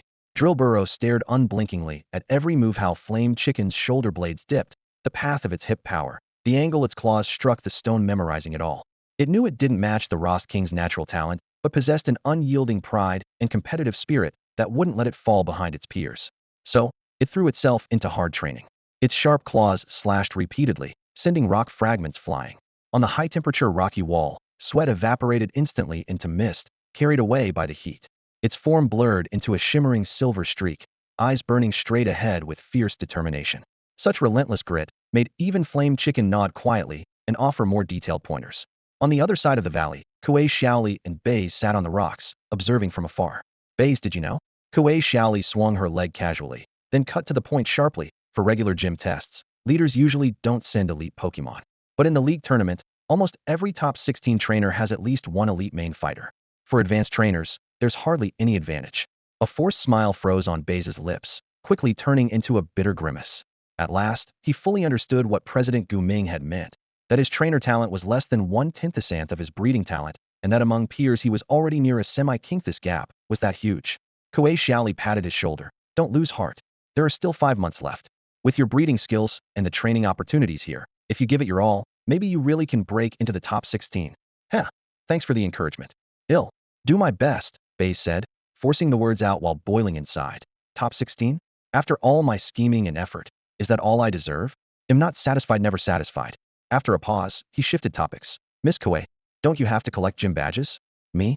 Kuei Xiaoli tilted her head as if obvious. Nope. Every gym leader and champion gets an annual recommendation slot to enter the league tournament directly. My dad just recommends me. Baize. Clearly a guaranteed spot. But he knew that without solid strength, a recommendation meant nothing, but bottom-ranking Kuei Xiaoli was clearly no slacker. After training that day, Baize ignored his fatigue and cooked himself a meal. Chunks of meat, berries, mineral salt sizzled in the stone pot. He even secretly added a few occasionally forged mid-level energy cubes. The aroma scattered on the lava's heat, drawing the Pokémon into a circle. They all ate with pure delight. Even the picky Kuei Xiaoli squinted, half joking, half serious. Baize, your energy cubes and cooking are amazing. Why not quit training and be my full-time chef? He'll ask my dad to pay you well.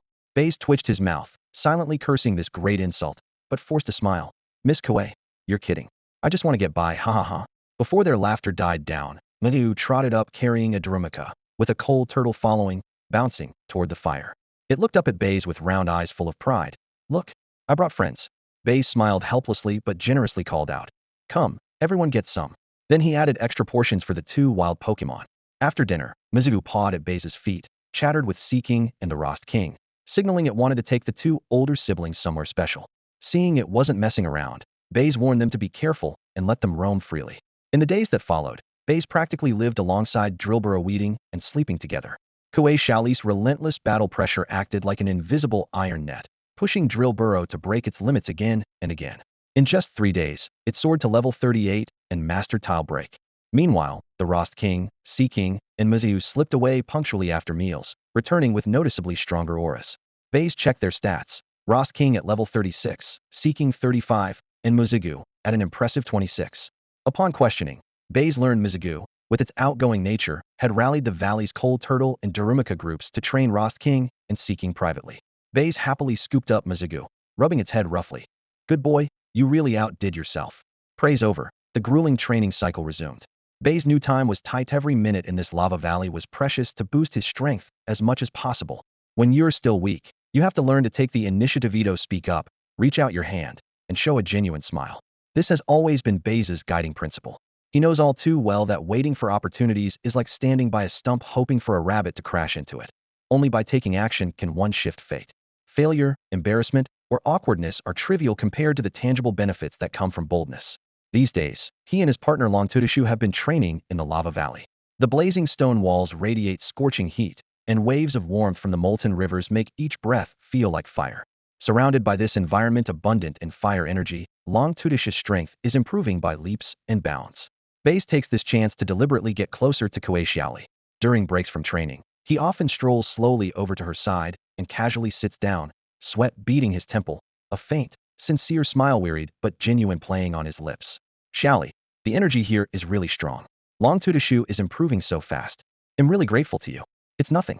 You and Longtudishu worked hard yourselves, Kuei Xiaoli replies, brushing dirt off her palm, her eyes curling into crescent moons as she smiles. Seizing the moment, Baize opens up. You know, back when I was an apprentice at sea, conditions weren't nearly this good. We had to endure salty, damp sea winds every day. All around were water-type Pokémon, and finding decent ground-type minerals was nearly impossible. His tone is calm, but the details come alive vividly. The deck creaking under crashing waves, nights spent wrapped in damp blankets guarding a crystal lantern, ever wary of raiders and storms. The scene reveals a lone boy battling the sea and the unknown. Occasionally, he lightens the mood with tales of sea adventures he's edited, but beneath it all is the unspoken hardship of surviving alone. Kuei Xiaoli, having been well protected since childhood, listens intently, her dark eyes shining with pity and faint admiration. Baize Gidge, you've come this far on your own. That's really not easy. Baize inwardly scoffs. He knows this sympathy is just a fleeting curiosity from a sheltered girl about a different life. Still, the goodwill is useful. He often asks her for battle tips, discreetly gathers alliance intelligence, and even tries to persuade Elder Kuei to let him stay longer in Lava Valley, though the Elder's strict impartiality means repeated polite refusals. As their relationship warms, the formal Miss Kuei changes to Xiaoli at her own request. One evening, they sit side by side atop a rock face, bathed in fiery sunset glow. Baize flicks sparks off his jacket and casually asks, Xiaoli, with your talent, what dreams do you have for the future? In this moment of deep trust, her eyes fill with longing. Of course, I want to be the strongest fire-type champion, like Jerry Tianwang. Know the 4 champions. She lowers her voice, pride barely contained. And Jerry Tianwang tamed a Moltres. I want to tame such an incredible legendary Pokemon one day too. Realizing she may have revealed too much, she covers her mouth with both hands and scans around nervously. Moltres?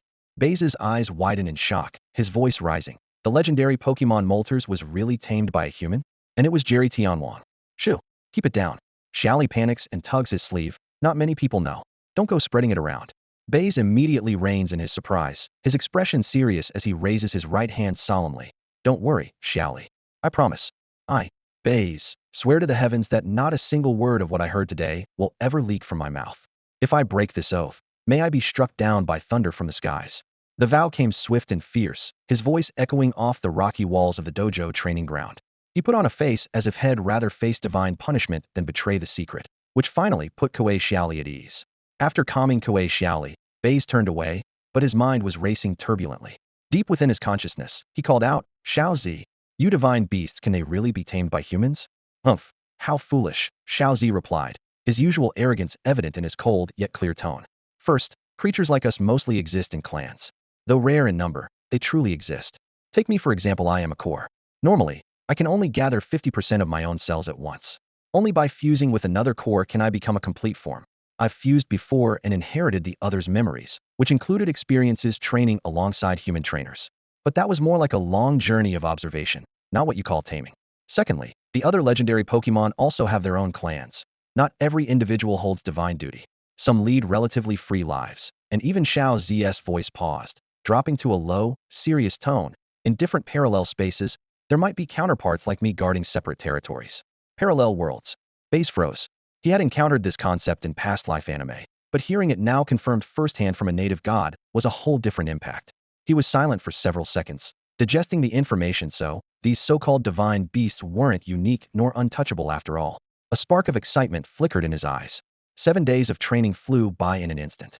The dense fire and ground-type energy near the dojo, coupled with Kuei Shaoli's sparring and guidance from wild clans, had Baize's battle power soaring. 1. Scorpiox leveled up twice, settling at level 37. This immediately put the nearby level 38 Sandile on high alert. 2. Toon Pup vaulted ahead by several levels, jumping straight to level 28. 3. Under Camel Flame's demonstration, Scorpiox mastered Rock Spike. Meanwhile, Seahair learned Earth Power ahead of schedule in front of Coal Shell. Both new moves were connected through the unshakably bold Toon Pup's efforts. Well done. Especially you, Toon Pup. Baize didn't hold back his praise. Seeing Scorpiox and Seahair's new skills gave him even greater confidence for the heated battles ahead. When training ended, he solemnly thanked Master Kuei and Kuei Shaoli before saying farewell. Shaoli was reluctant to part, but Baize smiled reassuringly. See you at the league tournament. Leaving the suspense intact gave them a reason to meet again. After leaving the dojo, he didn't head straight to the next city. Instead, he set his course for the black market in Nanhu City, furs that had some hot items that needed to be sold quickly.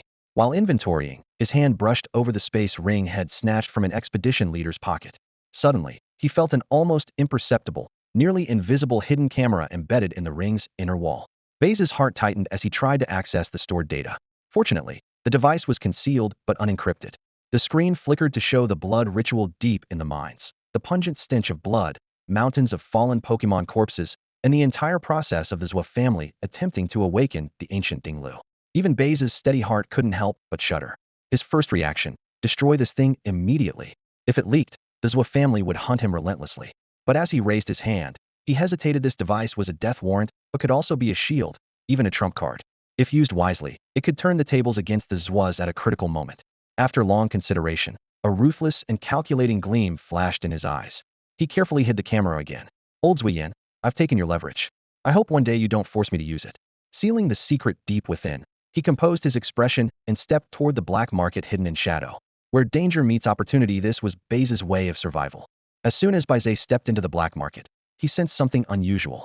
Many people didn't bother to cover their faces. Their expressions were tense. Curses rang out one after another, and the noise was as chaotic as a bustling morning market. Suppressing his suspicion, Baize pushed through the crowd and found a small shop tucked away at the end of a narrow alley, its sign almost swallowed by shadows, specializing in shady goods. Behind the counter, the owner squinted sharply, scanning Baize up and down like assessing prey. Boss, want to check the price? Baize lowered his voice.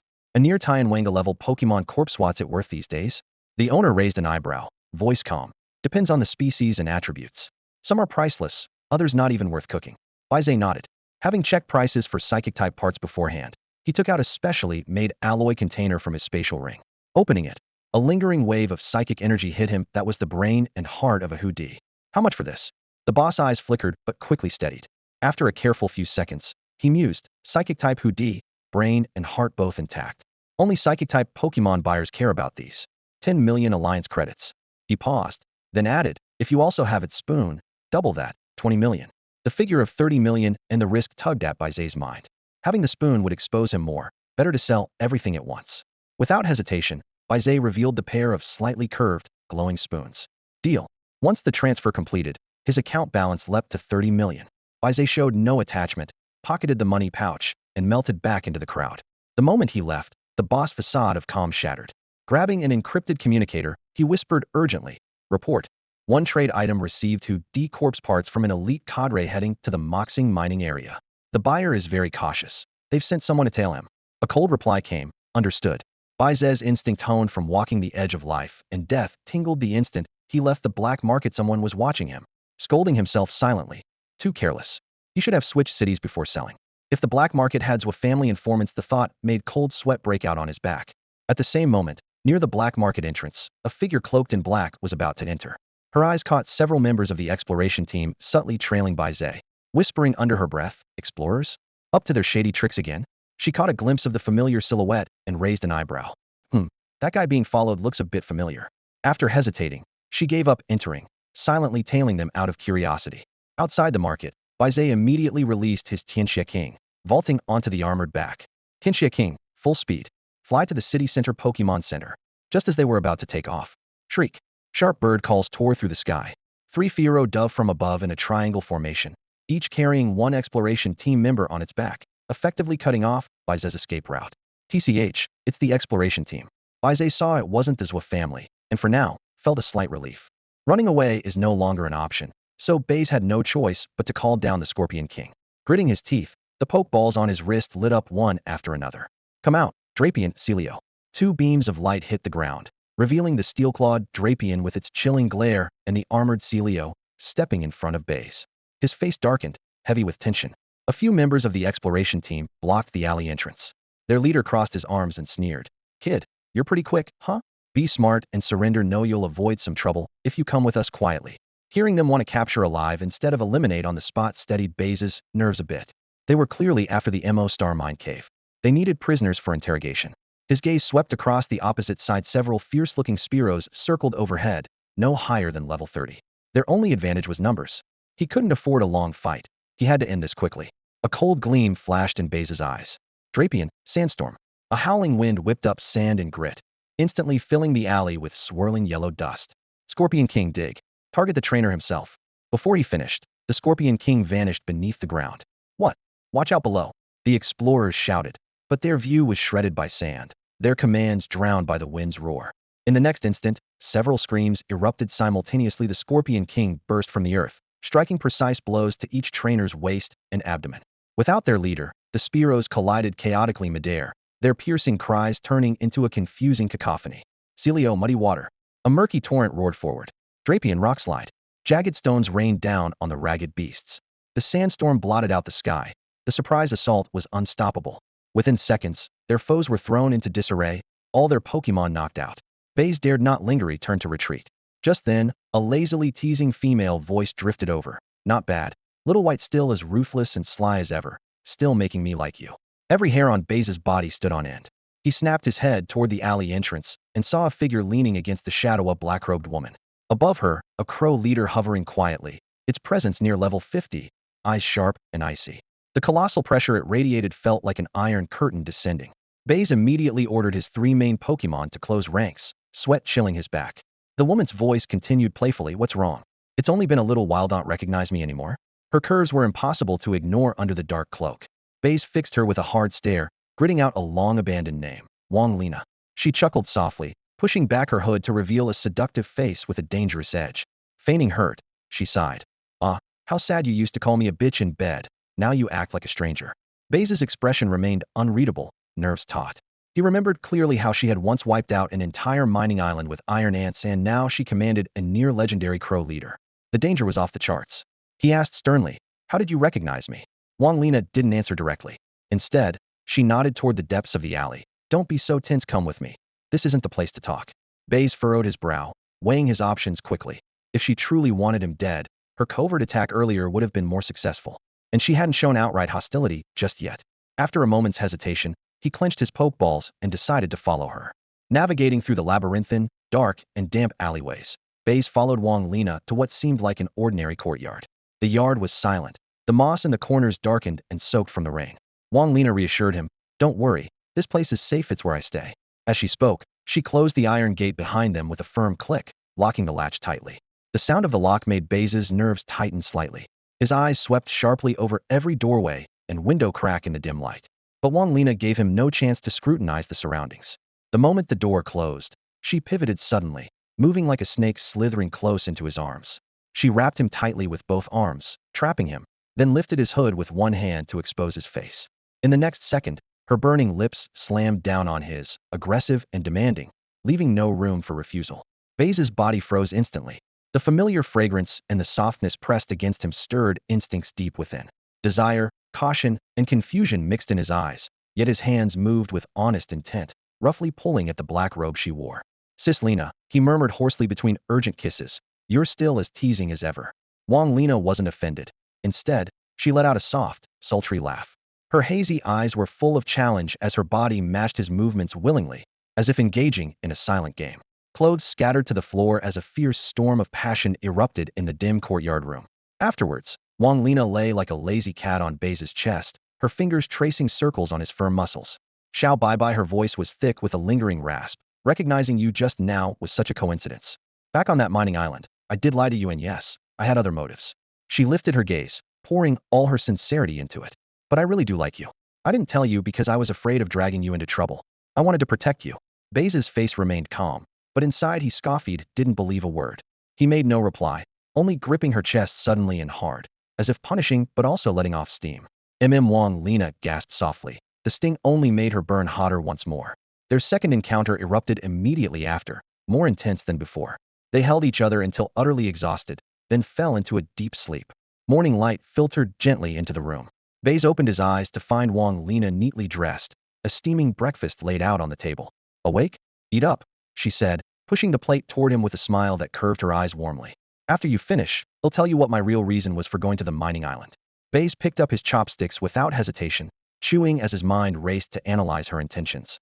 Wang Lena propped her cheek with one hand across from him, her gaze unwavering. Why do you keep staring at me? He frowned. Because you're handsome, she answered matter-of-factly, her voice soft enough to drip honey. I like looking at you. I've missed you for a long time. When they finished eating, Baize wiped his mouth and said bluntly, can you tell me now? Your real purpose? Wang Lena smiled faintly and reached into her pocket, pulling out a small black wooden box the size of a palm. She opened the lid to reveal an unusual stone resting quietly inside. The stone was marked with 7 distinct orange dots and emanated a faint, ancient energy, like the pulse of old rock. Baize's pupils contracted slightly. He recognized it immediately, the core of Rock, the ancient rock titan. Inject enough pure, overwhelming energy, and that legendary stone giant could be awakened once more. Yet he feigned just the right amount of puzzlement, lifting a brow gently. This is? Wang Lena seemed to relish his ignorance, a small smile playing on her lips as she spoke with a hint of boasting. Rock's core, the legendary rock titan. Bringing it back to life means harnessing the power of a mythical Pokémon. I traveled all the way to that mining island just to get it. Baize's mind sneered silently, quickly piecing the story together, sacrificing an entire island's life and resources to claim a legendary Pokémon? To most, that was a guaranteed win. He didn't consider himself a saint. Those people died, so be it. But that island had been his base for growth. Its destruction forced him to drift at sea, fueling his burning resentment. He glanced up, posing his second question. With your current strength, you could have crushed that little mining island outright back then. Why hide instead? Wang Lena raised her hand, releasing a level 50 Murkrow leader.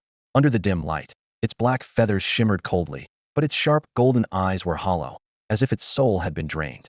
The Murkrow obeyed commands mechanically, without any hint of warmth. See that?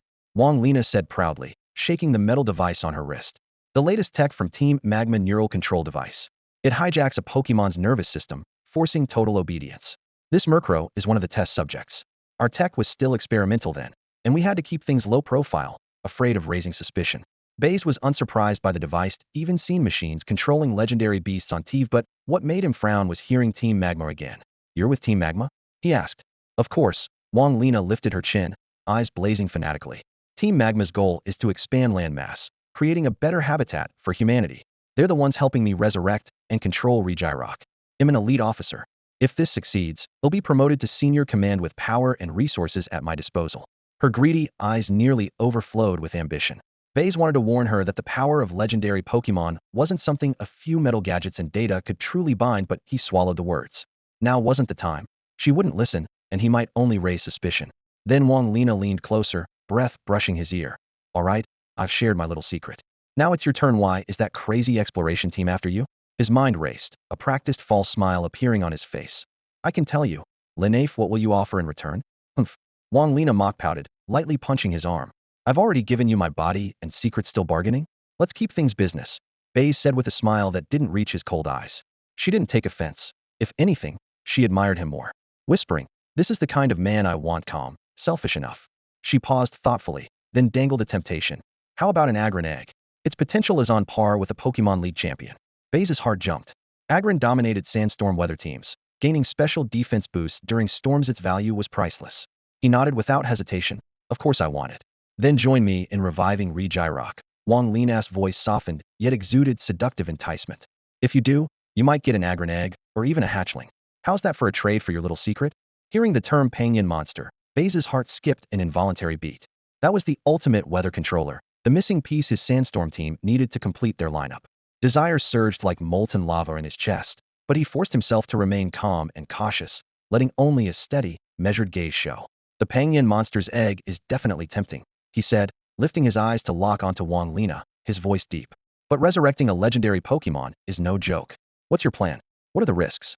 I need full details. As if expecting his reaction, Wang Lina nodded calmly. We've done thorough surveys. Both Nanhu City and Baihu City have enough energy stored in their mantle magma cores to awaken Rock. Since Baihu City stagnated development after one of the Elite Four defected years ago, and the League cracked down, the mantle magma valley's defenses there are weakest. So that's where we'll act, directly extracting energy to forcibly revive the rock god. What scale is the operation? Baize pressed. What forces will the magma team deploy? The senior officer in charge of the magma team is leading it personally, Wang Lina said casually, but each word hit like a rock dropping. He's an elite 4-level trainer. An elite 4-level. Baize's heart jolted. This lineup was undeniably formidable, but the stronger they were, the louder his internal alarms rang. Why would such a high-ranking officer take a supporting role? Why not claim the Pangyan monster himself? Could there be a trap hidden in this? Wang Lina stepped closer, lowering her voice. Don't worry, Xiaobei bye-bye. He'll protect you. Come with me. Nothing will happen to you. Her tone was gentle but unwavering. Baize sneered inwardly. How could he fully trust a woman's words? Still, the lure of Shawanzu was overwhelming if successful. Had gained core strength enough to challenge Elite 4 level. After much weighing, he finally gritted his teeth. All right. Emma and Lina. Fortune favors the bold. We take it step by step. As the words fell, he pulled out the tiny hidden camera head secretly acquired from the Zhua family and handed it to Wang Lina. Inside were secret images Head managed to obtain. After watching, Wang Lina raised an eyebrow and smirked faintly.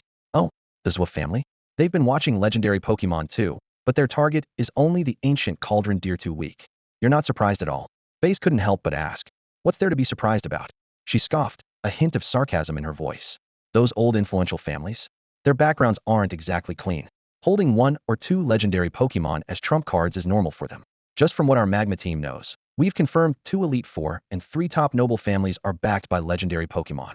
Baize felt his head buzz, recalling Kuei Xiaoli's offhand mention of Elite 4 member Jerry controlling the Firebird. Turns out it was true. The depths of this world ran far deeper than he had imagined. This device is quite impressive. Wang Lina toyed with the camera, a calculating gleam flickering in her eyes.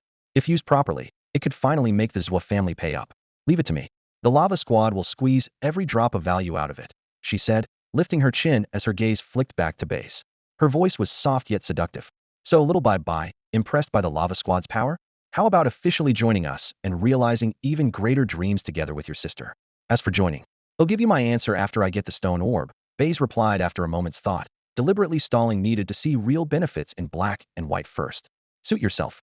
Wang Lina smiled casually as she tossed a set of fiery red Lava Squad uniforms and a dark red mask that covered the upper half of the face into his arms. Put these on. From now on, you're a member of the Lava Squad. A day later, the two arrived at a secret branch on the outskirts of Baihu City. The moment Baize stepped through the heavy alloy doors, he sensed a strange atmosphere. Every member dressed in black, even a few marked as elite officers, immediately straightened up and bowed respectfully to Wang Lina with near panic. Definitely not how equals should behave. That bitch Wang Lina tricked me again. Baize's mind raced, but his expression remained blank. He still believed the plan to revive the rock god pillar was very likely true. After passing through several corridors, Wang Lina led him into the lounge. Get acquainted with everyone and stand by. He'll report to Master Huichai and come find you later.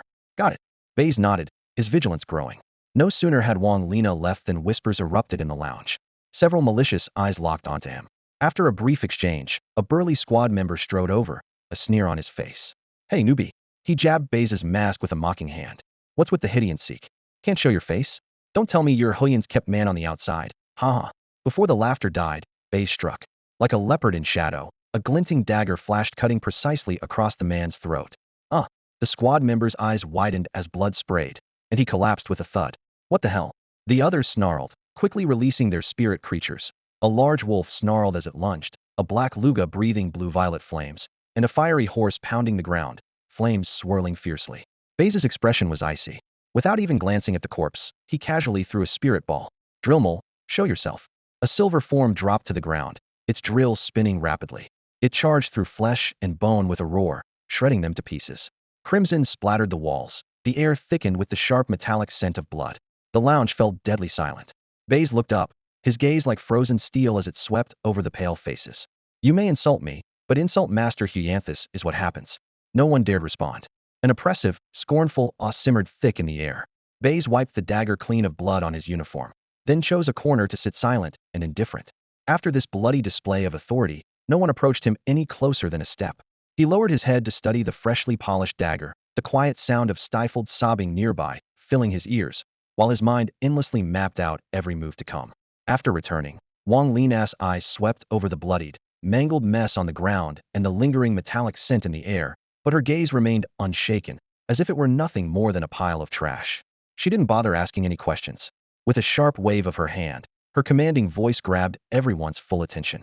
Brothers. Her slightly hoarse but electrifying voice echoed through the cavernous hallway. Our magma team is about to undertake a great mission. To expand the landmass, to create a world more suitable for humans and Pokémon to thrive, to establish a new order, and above all, to honor our great leader boss Akamatsu. In 5 days, we will launch our operation. During these 5 days, everyone must train their Pokémon diligently. No one is allowed to leave the base without permission. Conserve your strength and get ready for our moment of glory. Her stirring words sparked the crowd like a flame touching a barrel of oil. The team members immediately erupted into cheers and howls, as if the grand vision of expanding the land was suddenly within reach, temporarily pushing aside the gruesome blood and stench. After the meeting, Wang Lina called Baize into the adjacent room. The door slammed shut behind them, cutting off the noise outside. A playful yet approving smile curled on her lips. TSK, little bye-bye, your methods are still so ruthless. You really have the makings of a formidable villain. Big sister's liking you more and more. You, who are secretly even tougher than us, why bother pretending to be a good person? It's such a waste not to join our magma team. Baize remained silent, staring at her, every instinct alert and cautious toward this woman's every word. Seeing no response, Wang Lina changed tactics. For these 5 days, you and 4 other ordinary officers will train together. You'll be personally guided by a Quasa champion elite officer Hushu. The requirement is simple, train to the limit. The organization will provide the best advanced nutrient solutions, carefully prepared by Dr. Yin using essence parts from various types of Pokémon, plus a golden ointment for quick injury recovery. The organization is investing heavily to boost your strength for this operation. Little by bye, you have to make the most of this opportunity. It was indeed a rare chance to improve. Baize felt a surge inside and nodded firmly. I will give it my all. Soon, Baize and 4 other magma team officers of varying aura were taken to a secluded lakeside at the rear of the base. Surrounded by cliffs, the dark water cast an eerie stillness. The 4 glanced curiously at Baize's masked face, but, given how many eccentrics there were in the magma team, none pressed further. Their elite guide, Hushu, was a middle-aged man with a hard expression and no patience for small talk. With a flick of his sleeve, he sent out a ferocious poison frog Pokémon of Quasa champion level. Its bulging arms and swelling venom sacs radiated raw power. For these 5 days, I will only personally train 1 Pokémon per person, his icy voice declared. Choose your strongest, or the one that needs the most improvement. The rest train on your own. Begin. The 4 officers released their main Pokémon immediately. A level 43 Nidoqueen, level 41 Crawdaunt, level 40 Flareon, and level 42 Boldore. All elite-level Pokémon, already formidable even in early training. Feeling the pressure, Baize reluctantly sent out his highest level and core Pokémonies Alolan Dugtriohile, letting his Frogadier and Drapion go find places by the lake to train themselves. Now all 5 of you. Command your Pokémon to attack the Poison Skull Frog together. Hushu ordered. No holding back, good luck to you all. The 5 team leaders stiffened but didn't dare utter a word. Nidoking Earth Power. Crustle Crab Claw Strike. Flareon Flamethrower. Gigalith Rock Blast. Drillbur Drill Run. The 5 Pokémon burst out from different angles in a thunderous assault, their moves lighting up the lake's surface. But the next moment, the Poison Skull Frog's figure flickered like a ghost. It leaped lightly, evading Earth Power. Upon landing, it raised a hand to precisely swipe away Crab Claw Strike. Sidestepping, a jet of flame barely brushed past its arm. Then, launching a surprise strike at the weak point, it shattered the Midair Rock Blast. Finally, it turned abruptly, countering Drill Run Heaton with a heavy absorb punch. Bang! Drillbur was knocked flying backwards, crashing into the water and sending up a splash. Every other attack missed. Then the counterattack hit in a fierce storm. Poison Jab struck Nidoking, dropping the beast with a heavy thud. Ice Punch enveloped Crustle in a cold mist, smashing it into the lake's center. A sweeping kick sent Flareon tumbling 7 or 8 times. Mud Bomb hit Gigalith square in the face, smearing sticky sludge all over its rocky shell. Drillbur, struggling to rise, was instantly slammed down again by another absorb punch. In just a brief clash, all 5 Pokémon were badly injured and lying on the ground, the overwhelming pressure of a near-champion tier rival laid bare. Heal up, recover, then attack again, Huashu commanded coldly. Staff rushed to the sidelines, force-feeding each Pokémon potent nutrient serum and applying a pungent but highly effective medicinal salve. Once they recovered slightly, the second round of assault began immediately. The result was no different: crushing defeat, severe injuries, treatment, and then fight again, like a never-ending ordeal. Drillbur, the lowest-level Pokémon, was always the hardest hit but also the fiercest attacker. Whenever it was carried off, Baize would immediately crouch beside it, skillfully massaging muscles and releasing fascia tension. Then head grind carefully prepared steel and ground-type ingredients into its food, pushing it to the edge of its limits without actually exhausting it. 5 days of intense, resource-draining hellish training flew by in an instant. The results were obvious. The other 4 Pokémon each leveled up once, while Baize's Drillbur, through sheer determination, attentive care, and abundant resources, surged ahead 2 levels, reaching a peak of level 39. Its energy churned powerfully inside, still digesting steel and ground materials, yet already knocking on the door to break through into elite rank, needing only a few thrilling battles to catalyze the leap. With training over, Huashu nodded with satisfaction at the changes in the 5 Pokémon, then finally fixed his gaze on Baize with a hint of curiosity. You, wearing a mask, you seem unfamiliar. Which division are you from? Baize had long prepared an answer and lowered his voice for an air of mystery. Reporting to Lord Huashu, I am a covert agent under Lady Huyan's command, often on missions abroad. It's inconvenient to reveal my true face. Huashu suddenly understood and even patted his shoulder. So you're Lady Huyan's direct undercover spy. No wonder your skills have improved so fast. Keep it up. With Lady Huyan, your future is boundless. Baize quietly breathed a sigh of relief and quickly bowed. Thank you for your guidance, Lord Huashu. Kashu surveyed the group with quiet satisfaction, a faint, almost imperceptible smile curling at the corner of his lips. He bent down to open a sleek black equipment case, pulling out several wristwatches with a cold metallic sheen and matching redand white pokeballs, handing them out one by one into the palms of those present. These are the organization's latest psychic control devices, he said, tapping the watch casings lightly with his fingertips, his voice brimming with unabashed pride. In a crisis, just a thought is enough to directly command the Pokémon sealed inside the Pokeballs. Kashu scanned the group again before continuing. Inside each ball is a Naughty Bomba Voltorb variant with explosive capability. They're high-level, serving as insurance for this mission. His tone darkened and his gaze sharpened suddenly. If you confront high-level wild Pokémon or powerful Alliance trainers, remember, don't hesitate. Don't hold back. Release the Naughty Bomb immediately and order it to use self-destruct. His piercing stare cut across every face in the room. Sacrificing itself for the organization is its honor, and it could buy you a slim chance at survival. Baize accepted the watch and Pokeball, fingers brushing over the cold metal surface as he sneered inwardly. This isn't a benefit, it's a ticking bomb.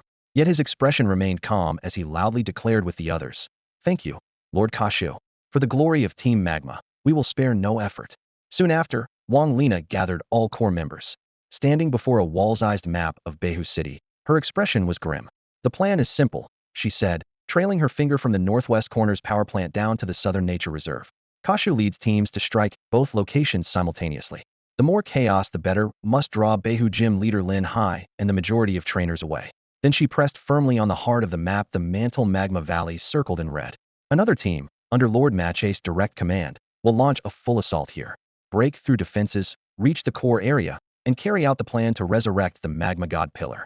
She looked up, eyes sharp as blades. Any questions? Understood. The group's voices rang out in unison, excitement barely restrained beneath their words. Baize mused silently.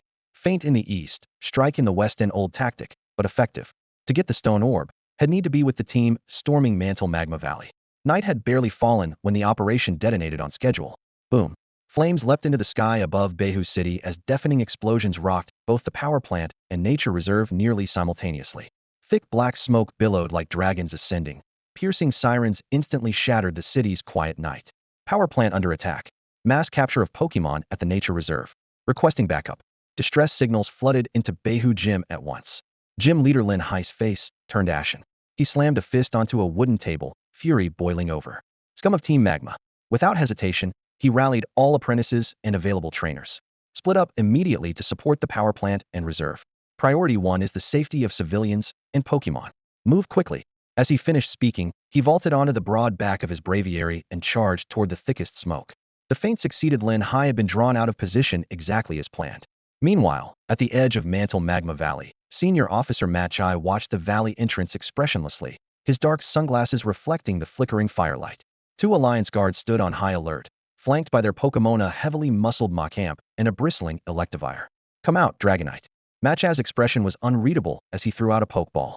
A deafening roar instantly echoed through the valley as a massive, imposing Dragonite spread its wings, radiating an intimidating aura.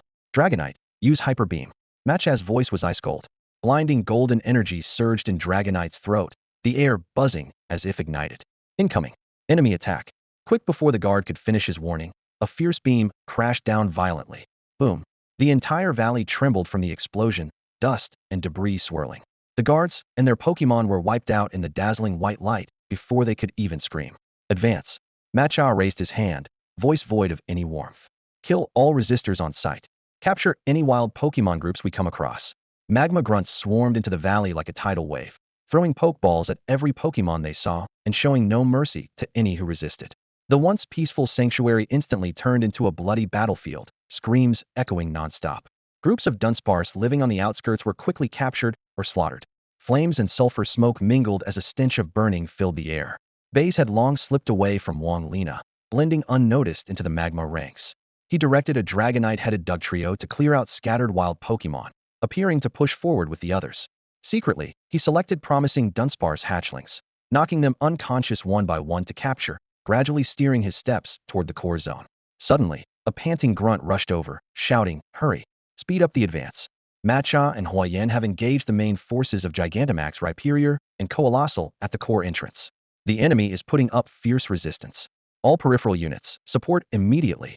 At the order, the grunts surged forward wildly, howling as they charged toward the core. Baize's heart tightened. The real opportunity had arrived. He quickly followed, moving toward the explosion's roaring epicenter. Passing through a sulphurous, smoke-choked side tunnel, he caught sight of a strange scene. A Magma elite officer stood anxiously cornered against the cave wall. At his feet rested 3 Pokémon eggs emitting a faint, earthy yellow glow, marked with rocky patterns. Rhyperior eggs. 3 of them. Baize's breath quickened, heart pounding fiercely. The officer spotted him too, and, as if seeing a savior, barked sharply, "Hey, masked guy, help me out here. My storage bag got trashed by a damn Rhyperior. These are the eggs Lord Hua Yin personally entrusted me to guard. Better stash them fast." Baize smiled inwardly just as Wang Lina planned. He strode up, feigning caution as he whispered, "Have Ma Chai and Huayan already entered the core zone?" "Obviously. Otherwise, I wouldn't be stuck here." "Stop dawdling and help me," the officer growled impatiently. "Yes, sir." Baize bowed and reached as if to pick up the eggs. "Scorpio King, ambush the target trainer." Before the words finished, a streak of purple cold light shot from the shadows behind Baize. The poison hook struck the officer's unprotected throat with deadly accuracy. Ugh! The officer's eyes bulged, his throat rasped desperately, body stiffened and reared back dead in an instant. Baize's face went cold, but his movements were lightning fast. He ripped off the officer's Pokeball belt and stuffed it into his backpack, then carefully gathered the precious eggs to his chest. Scorpio King, rock slide clean up. With a slash of its pincers, Scorpio King slammed rocks from the cave ceiling down, burying the body and turning the site into what looked like a natural collapse or wild Pokemon attack. Having done everything, Baize didn't look back at the rubble. Like a ghost, he slipped out of the cave and sneaked back to the outskirts. His heart pounded wildly, not from fear, but from surging excitement. He had finally achieved his goal, and those 3 Rhyperior eggs all seemed impressively promising. The core chamber was scorching hot, with molten lava flowing like blood through the vast underground cavity. The fiery red glow danced on the rocky walls, pulsing like a living heartbeat. A Magma Team officer gripped his violently vibrating energy detector, his voice trembling with excitement. "Master Huachai? Master Huyan. The Earth's core energy here is abnormally active enough to support the revival of the rock god pillar Regirock." "Excellent." Wang Lina's eyes blazed with fanatic fire. "Install the energy extraction device immediately." Several team members moved like a whirlwind, heavy metal supports pounding the rocky ground with dull thuds. Conduction pipes plunged into the magma, and waves of scorching heat rushed over them. Moments later, the device was fully assembled. Wang Lina donned heat-resistant gloves and carefully inserted the Regirock core, embedded with 7 orange dots, into the central slot of the conductor. "Activate." With her command, the machine roared to life, a dazzling energy beam striking the core. The air seemed to evaporate. Suddenly, The surface of the lava river erupted into fiery waves over 10 meters high. Two massive fire-cloaked duckbill flame beasts roared and leapt out. Splashing molten lava from their arms, they were the guardians of the underground, each with strength nearing the legendary tier peak, now charging straight toward the device. Humph! Overestimating yourselves, the senior officer Huachai sneered coldly. Beside him, his salamence soared into the air, wings beating to unleash a dazzling freeze beam. The ice blue beam struck one duckbill flame beast, clashing with the molten heat, with sharp hissing like tearing cloth. The flames shrank back under the attack. The beast howled furiously but was forced to retreat several steps. Shauna, Huachai unusually softened his tone. Leave these two beasts to me. You focus on reviving Rock. Once it wakes, we'll fulfill your mother's legacy, find and awaken the earth god Groudon, and create a new world of our own. Don't worry, Uncle Chai. Wang Lina took a steady breath of the heat, though her eyes kept glancing warily at the fierce duckbill flame beasts. But your salamence. Two peak legendary tier fiends aren't a real threat for salamence, Huachai said confidently. Besides, Uncle Chai isn't an ordinary legendary trainer, has more than one salamence. Focus on your mission. Reassured, Wang Lina immediately ordered the operators. Don't stop. Increase energy output. The energy flow accelerated, the Rock core shooting out an even fiercer orange glow. The rock walls trembled, loose stones cascading down. On the other side of the battlefield, salamence and the two duckbill flame beasts clashed fiercely. Dragon claws struck fiery fists, shards of ice and blazing flames flying everywhere. The glowing core of the rock god pillar climbed higher, the roar of machinery mixing into a savage symphony. Suddenly, a furious roar echoed from the entrance. Trash of the magma team. Cease this at once. Lin Hai, the gym leader of Baize City, burst through the heat waves. His eyes reflected the fiery magma glow, rage almost spilling from his pupils. His pokeball arced through the air. Dabin baby, triple attack, stop that machine right now. In a flash of white light, a legendary tier Dabin baby slammed down, magnetic fields spreading instantly. Electrical, fire, and ice energies converged on its body, transforming into a dazzling light spear aimed at the device's core. The sudden surge of power shook the magma team officers to their core. Stop him. Several officers hastily sent out their Pokemon, but the difference between normal level and Monarch tier was like paper against steel. The frontmost Relically was sliced instantly by the triple element light blades, charred black. The others were blown away before they could utter a scream. Huachai seemed to have expected this ambush. A mocking smirk appeared on his lips as he abruptly threw another Pokeball. Hydreigon, Dark Pulse. Blue and white light flashed, revealing the legendary tier Hydreigon. Its three dragon heads simultaneously unleashed dark purple energy. The Dark Pulse crashed into the Dabin baby like a violent wave. Boom. The cave walls shook violently. The Dabin baby was blasted away, carving out a deep crater strewn with shattered rock, cracks spiderwebbing across the walls. Lin Hai's expression revealed shock, but he didn't falter, tightening his grip on another Pokeball, preparing to strike hard again. At that very moment, Wang Lina stared resolutely at the intensifying orange glow, her voice low and fervent. Now is the time. For the glory of Team Magma. One of their leaders roared fiercely, his face twisted with rage, eyes wild with frenzy. No sooner had he finished speaking than a dozen members hurled out their Pokeballs, each releasing a timid-looking electrode. All in unison. Electrode, Hyper Beam. As the redand white spheres opened, round, rolling electrodes zoomed low along the ground, glowing with blinding white light as they launched straight at the massive Camerupt stationed at the cavern's center. Boom, boom, boom. A series of thunderous explosions ripped through the lava cave, intense white-hot fireballs merging into a destructive storm. When the energy storm briefly subsided, the once mighty Camerupt lay charred and cracked, its glowing eyes extinguished, collapsing like a lifeless boulder into shattered fragments. The Camerupt had died instantly. No. Gym leader Lin Hai's eyes widened in despair, his voice hoarse with anguish. In the midst of the chaos, a commanding shout echoed off the rocky walls. This ends now, Team Magma. The fire-type ace, Jerry, descended from the fiery heights riding his Charizard, resembling a blazing war deity. Charizard, Flamethrower. Destroy that machine. Molten gold flames surged through the cavern, striking with pinpoint accuracy the energy-extracting device. The metal instantly melted into glowing red magma. No. Wang Lina cried out desperately. The explosion triggered by the device's destruction scattered the core's energy, but a cold, obsessive gleam flashed in Firestarter's eyes. Salamence, Flamethrower. Channel the errant energy, inject it into the core. Salamence spread its great wings, drawing fiery plumes like a bridge, forcibly redirecting the wild core energy back toward the dimming energy core suspended overhead. A low hum filled the cave. The core seemed reborn as its golden-brown glow surged. Like summoned by ancient magic, chunks of rock peeled from the cavern walls, converging and reshaping until a colossal stone colossus took form, the ancient rock type, Titan Regirock. Though the energy remained unstable, Regirock was revived to near legendary power. Success! Wang Lina exclaimed in ecstasy. She raised her wrist, causing the mind control device to emit invisible waves. Regirock's enormous frame trembled, its orange eyes instantly becoming vacant and mechanical. Come on, Regirock! Wang Lina threw out a pokeball. A red beam surrounded the Titan, forcibly capturing the legendary Pokémon. She snapped the ball shut and caught it deftly. Mission complete. Retreat. Firestarter commanded without hesitation. Tyrantrum Trio, roar, bring this place down. The three-headed Tyrantrums raised their necks and bellowed, their sonic waves crashing into the cavern walls. Massive stone peaks tumbled, sending dust clouds billowing. Don't even think about running, Jerry shouted, ready to pursue, but Lin Hai grabbed him firmly. Jerry, Ace of Fire.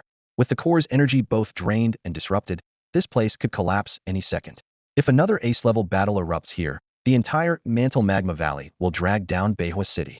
Jerry gritted his teeth and restrained himself, releasing his own ace-level Pokémon, Moltres and Torkoal.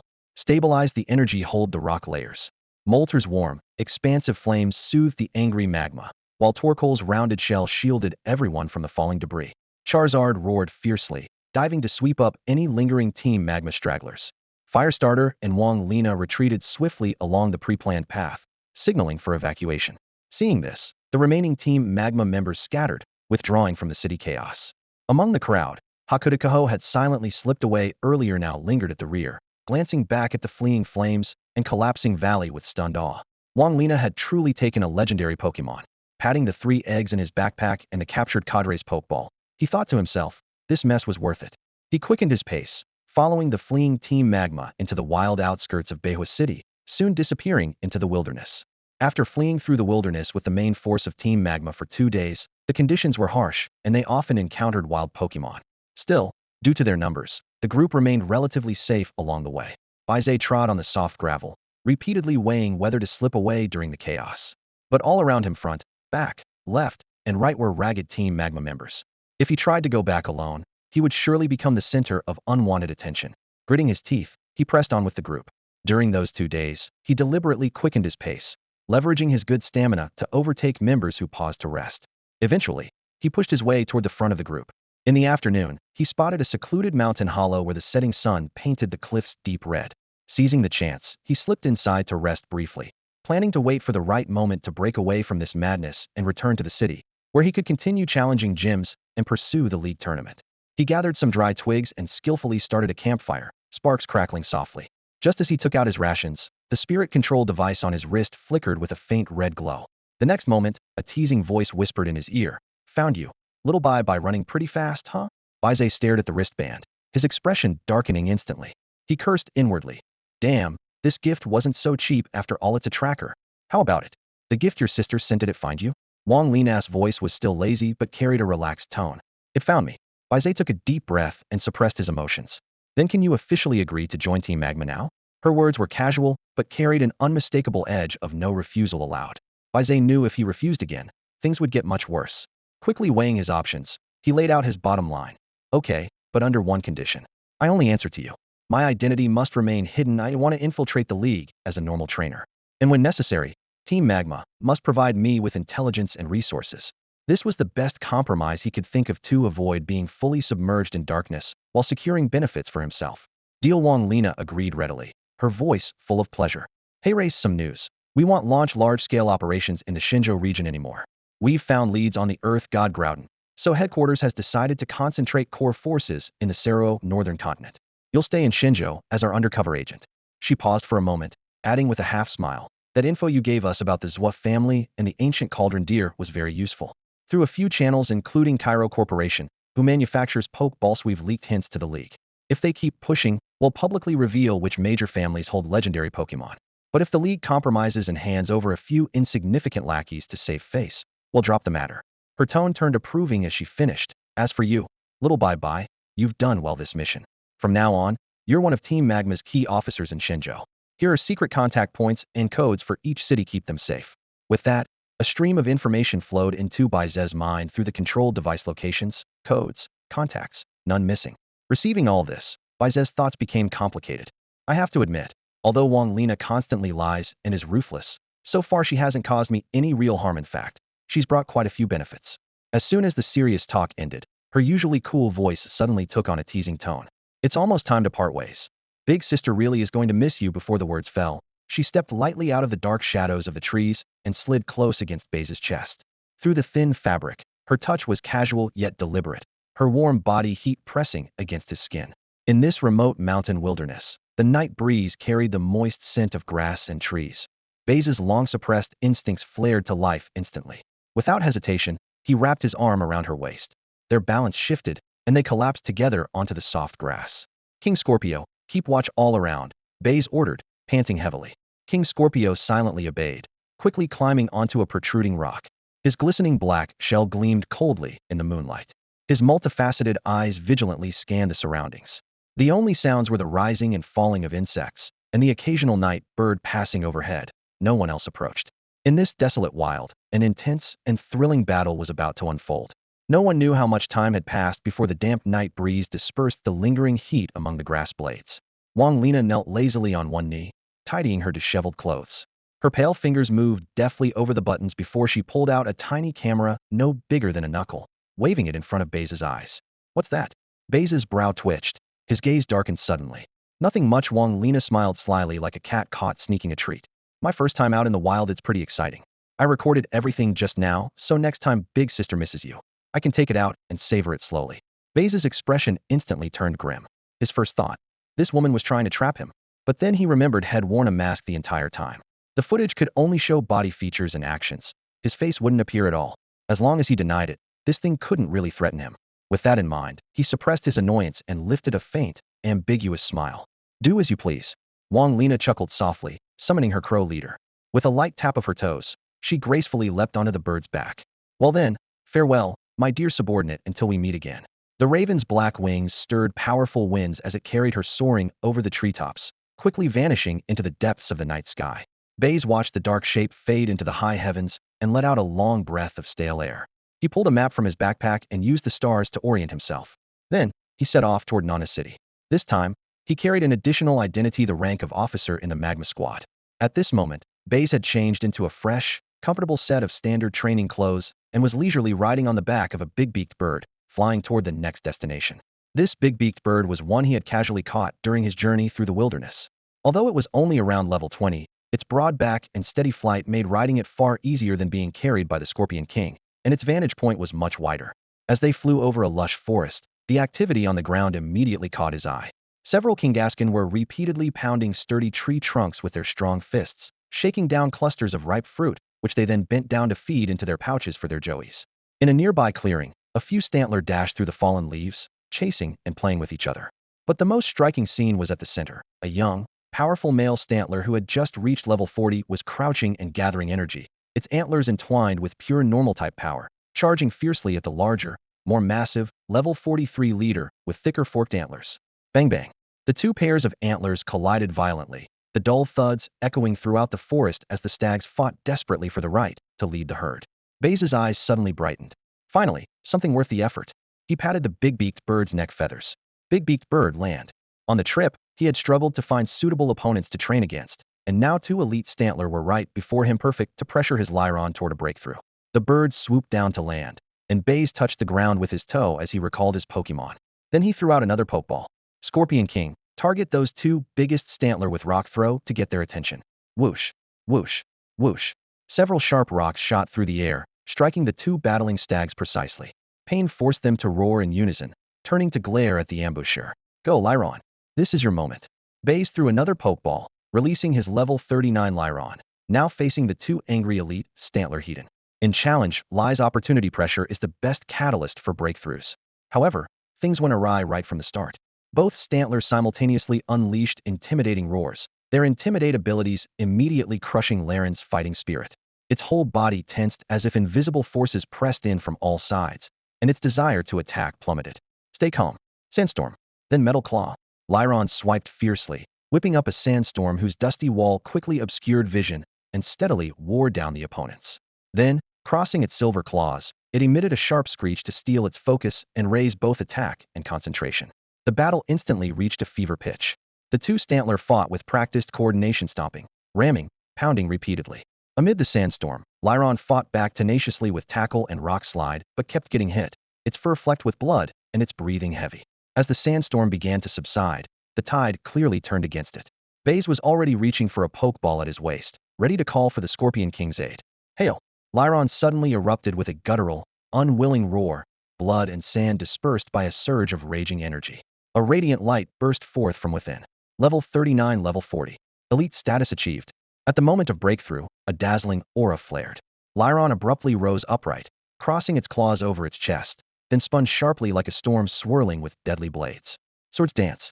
The howling winds whipped the dust into spirals, an overwhelming pressure shattering through the forest as Laren's attack power soared. Baize's gaze burned with intensity as he called out loudly, "Now?" Flash. Baize seized the moment and shouted fiercely.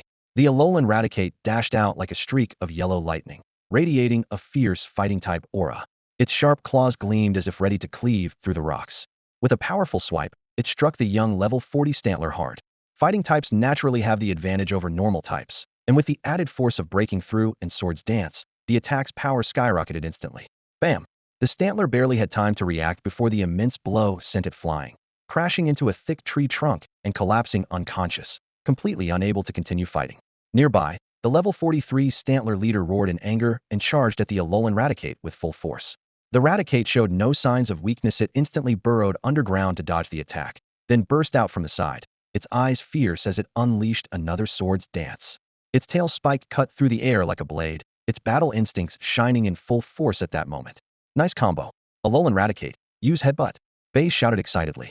After 2 rounds of Swords Dance, the Raticate's attack soared to terrifying levels. Its steel-colored head gleamed coldly as it rammed into the Stantler leader like a cannonball.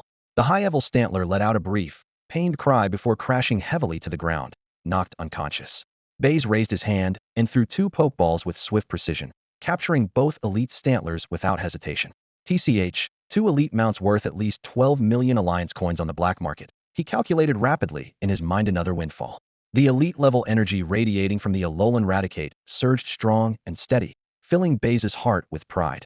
Finally, I'm truly an elite trainer. All the scheming, risks, and battles along the way weren't in vain. Exhaustion showed clearly on the team after consecutive battles and long travel. Baize didn't push it and chose a relatively safe spot at the forest's edge to camp for the night. He skillfully built a campfire and a simple shelter because beyond lay an endless desert, where resting would be even more difficult. He released all his Pokémon and began preparing a hearty energy meal to reward them. As the firelight flickered, a sudden noisy commotion rose from the forest. The snapping crackle of breaking trees, angry dog barks, human shouts, and raucous laughter. Scorpio King, go check it out, Baize said with a furrowed brow. Scorpio King slipped into the shadows and soon returned silently with news. A youth was riding a massive fiery canine streaking through the forest, chased closely by 2 oddly dressed adults on Fieros, clearly determined to capture the blazing beast. A burning dog, a Rapidash. Baize's eyes gleamed with excitement, deciding to observe the unfolding chase. In the forest, the Rapidash moved like a fiery streak, darting rapidly through rough terrain. The 2 Fieros flapped their wings furiously but couldn't close the distance. Damn, this bastard runs fast. One hunter cursed bitterly. Don't worry, it won't escape my grasp. Up ahead is the trap I laid. The other hunter laughed arrogantly. Sure enough, just as Rapidash burst out of the bushes, a huge specially made metal net dropped from above, trapping it and the rider beneath. The fierce flames erupted but only scattered sparks off the metal. The net held firm. Huh, got it. We're rich now, the first hunter exclaimed, leaping down from his Fiero's back. Rapidash worth a fortune on the black market. Unlucky kid, the other hunter landed with a grimace, closing in menacingly. Prepare to die? Inside the net, the youth struggled desperately, his eyes full of anger and despair, mumbling over and over. Mom, Dad, I was wrong, I won't run away from home again. Baize's eyes were as sharp as an eagle's, his mind racing like lightning. Fong Speed Dog was extremely rare. No ordinary trainer could possess one. This stranded boy's background had to be extraordinary. Deciding to save him might bring unexpected rewards. Drillbur, use Metal Claw, take down Fiero. Baize's voice was steady and commanded absolute authority. With a roar, Drillbur darted forward, its steel claws gleaming coldly in an instant. Like a flash of lightning, it closed the distance to the nearest Fiero the moment the command was given. Flash. A gleam of metal flashed, and before the hunter could even widen his eyes, a sharp scream erupted. The Fiero was felled by a single claw strike, knocked out of the fight instantly. Damn it! Who's this brat messing around? Another hunter shouted in shock and fury. Seeing Baize standing alone, He gained confidence. Think just because you have an elite drillbur you're something special? My Taina, go. Tear him apart. Beside him, a companion bellowed, Skuntank, don't let him interfere, use Mudshot. Two Dark-type Pokémon lunged fiercely. Level 41 Mightyina's fangs crackled with dark energy, and level 40 Skuntank unleashed a blast of pungent purple sludge, filling the air with a foul stench and lethal tension. Baize narrowed his eyes. These were two elite fighters not to be underestimated. Do I assist? Block the Skuntank. Drillbur, handle the Mytina first. What? The slippery Duat splashed onto the ground, charging straight into the Skuntank's mudshot. At the same time, Baize glanced up toward the shadows of the forest and called out sharply, Scolipede, now's the time. Slash through that net in a combo attack. Hey! Without a sound, Scolipede glided out, pincers charged with sharp bug energy, precisely cutting at multiple connection points of the specially made metal net. Shing! Shing! Shing! One by one, the metal wires snapped under the force of its energy-infused pincers, quickly tearing a huge hole. The boy trapped in the net had been on the brink of despair, surrounded by the hunter's murderous intent. Now suddenly free, he looked up wildly, dirt and tears streaking his face, disbelief turning to fierce joy. I'm saved. I'm still alive. Thank you. Thank you so much. Bastards. Letting our cash cow escape? Kill them all.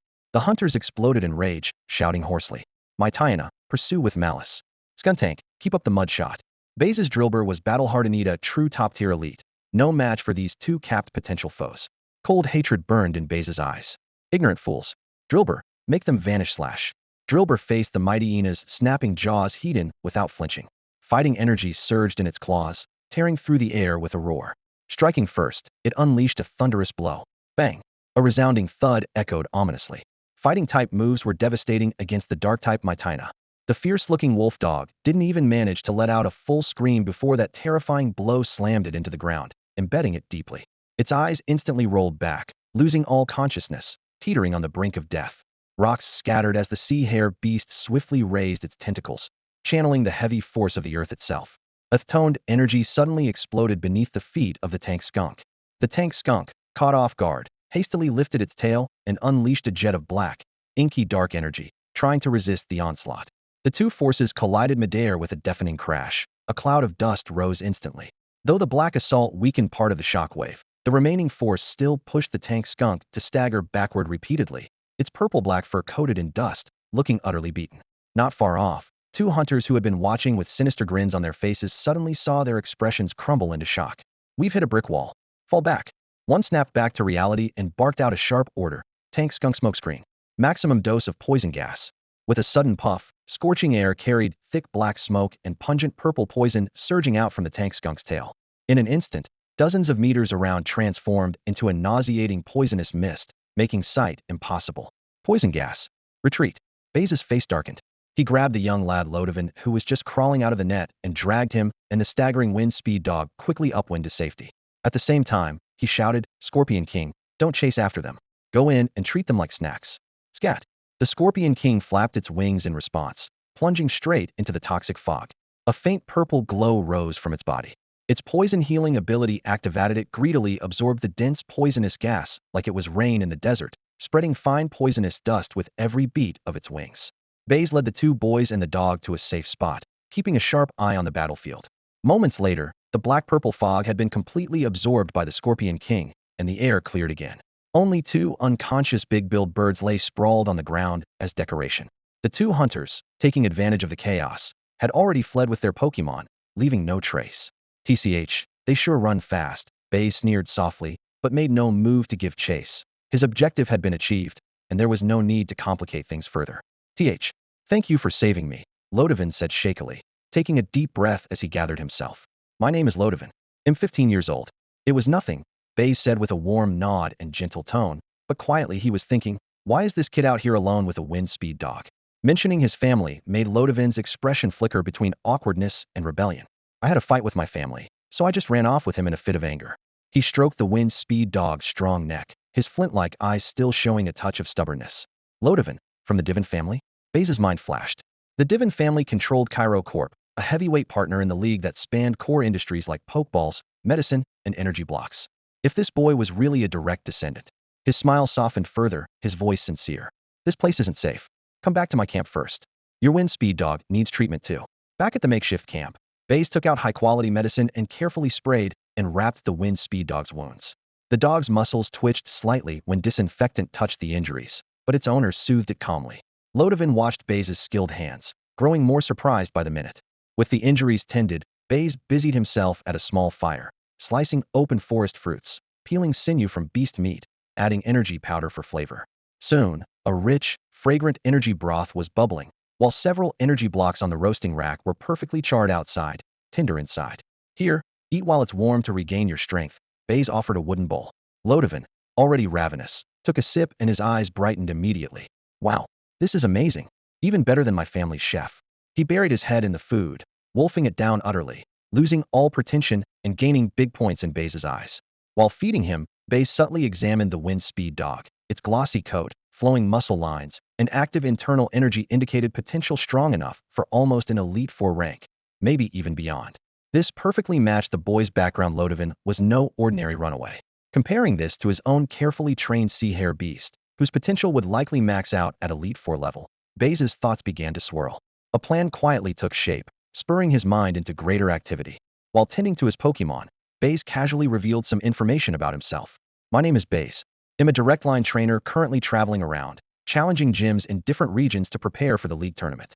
Lodwin had only been curiously standing nearby, but when he heard this, his eyes instantly lit up like a blazing campfire. A traveling trainer?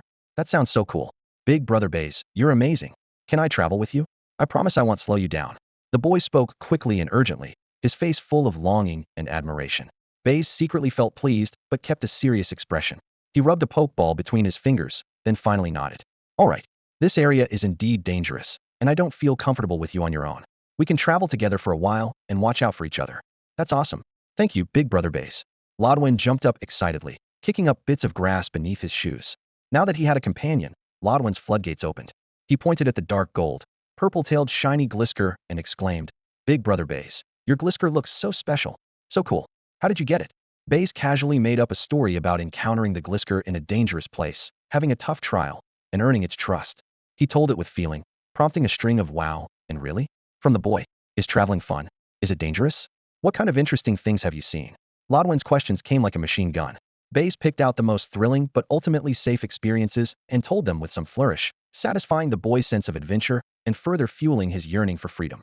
It was worth noting that Baize's Stoutland and Lodwin's Talonflame unexpectedly got along perfectly. The two canine Pokémon chased and tumbled around, occasionally rubbing necks affectionately. Baize was pleased this bond between their Pokémon could bring him and Lodwin closer. But it didn't take long for Baize to realize Lodwin was a troublemaker and a curious little rascal.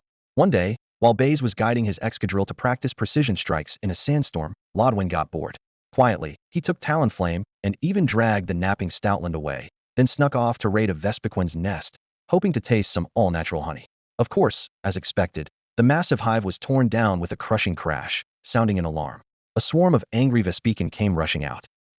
Lodwin ran screaming, clutching his head, with the two dogs tailing behind, tails between their legs.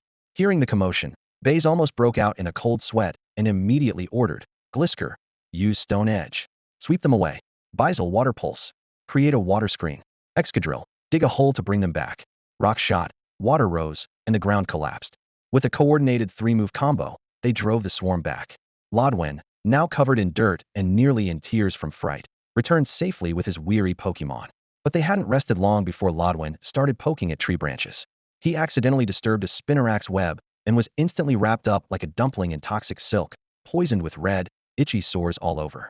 Baize sighed deeply, rubbing his forehead, and applied antitoxin while sternly lecturing him on essential wilderness survival skills like a worried father. Looking at this rebellious, playful boy so full of curiosity despite his recklessness, Baize felt no annoyance. Instead, he became even more certain of his judgment. Only a child from an overly pampered noble family, safely sheltered without real outdoor experience, would be this reckless yet endlessly curious. He understood the restless urge to let loose after being cooped up for so long. No problem. Let him play. Let him make a scene, Baize thought to himself. As long as things didn't get too out of hand, he would take the blame. The more trouble Lodwin caused, the deeper his dependence would grow. The current gratitude and admiration would eventually settle into habit, then transform into an attachment that would be hard to break. With this in mind, Baize wore a tolerant smile tinged with resignation as he efficiently cleaned up the mess, compensating the frightened traveling merchants, rebuilding the knocked-down tent, and gathering the scattered medicinal herbs. His tone remained gentle, without a hint of impatience. This wholehearted kindness quietly seeped into Lodowin's heart, steadily deepening his trust and closeness. Baize had indeed calculated a great deal had initially saved Lodowin for his potential value. Now letting him run wild was to tighten their bond, making future use easier. But the facts were also clear. Baize had pulled Lodowin back from the jaws of death, shared the fragrant grilled meat, stayed up late to dress the hound's wounds, and repeatedly dragged Lodowin out of the mess he got himself into. This kindness was visible and tangible.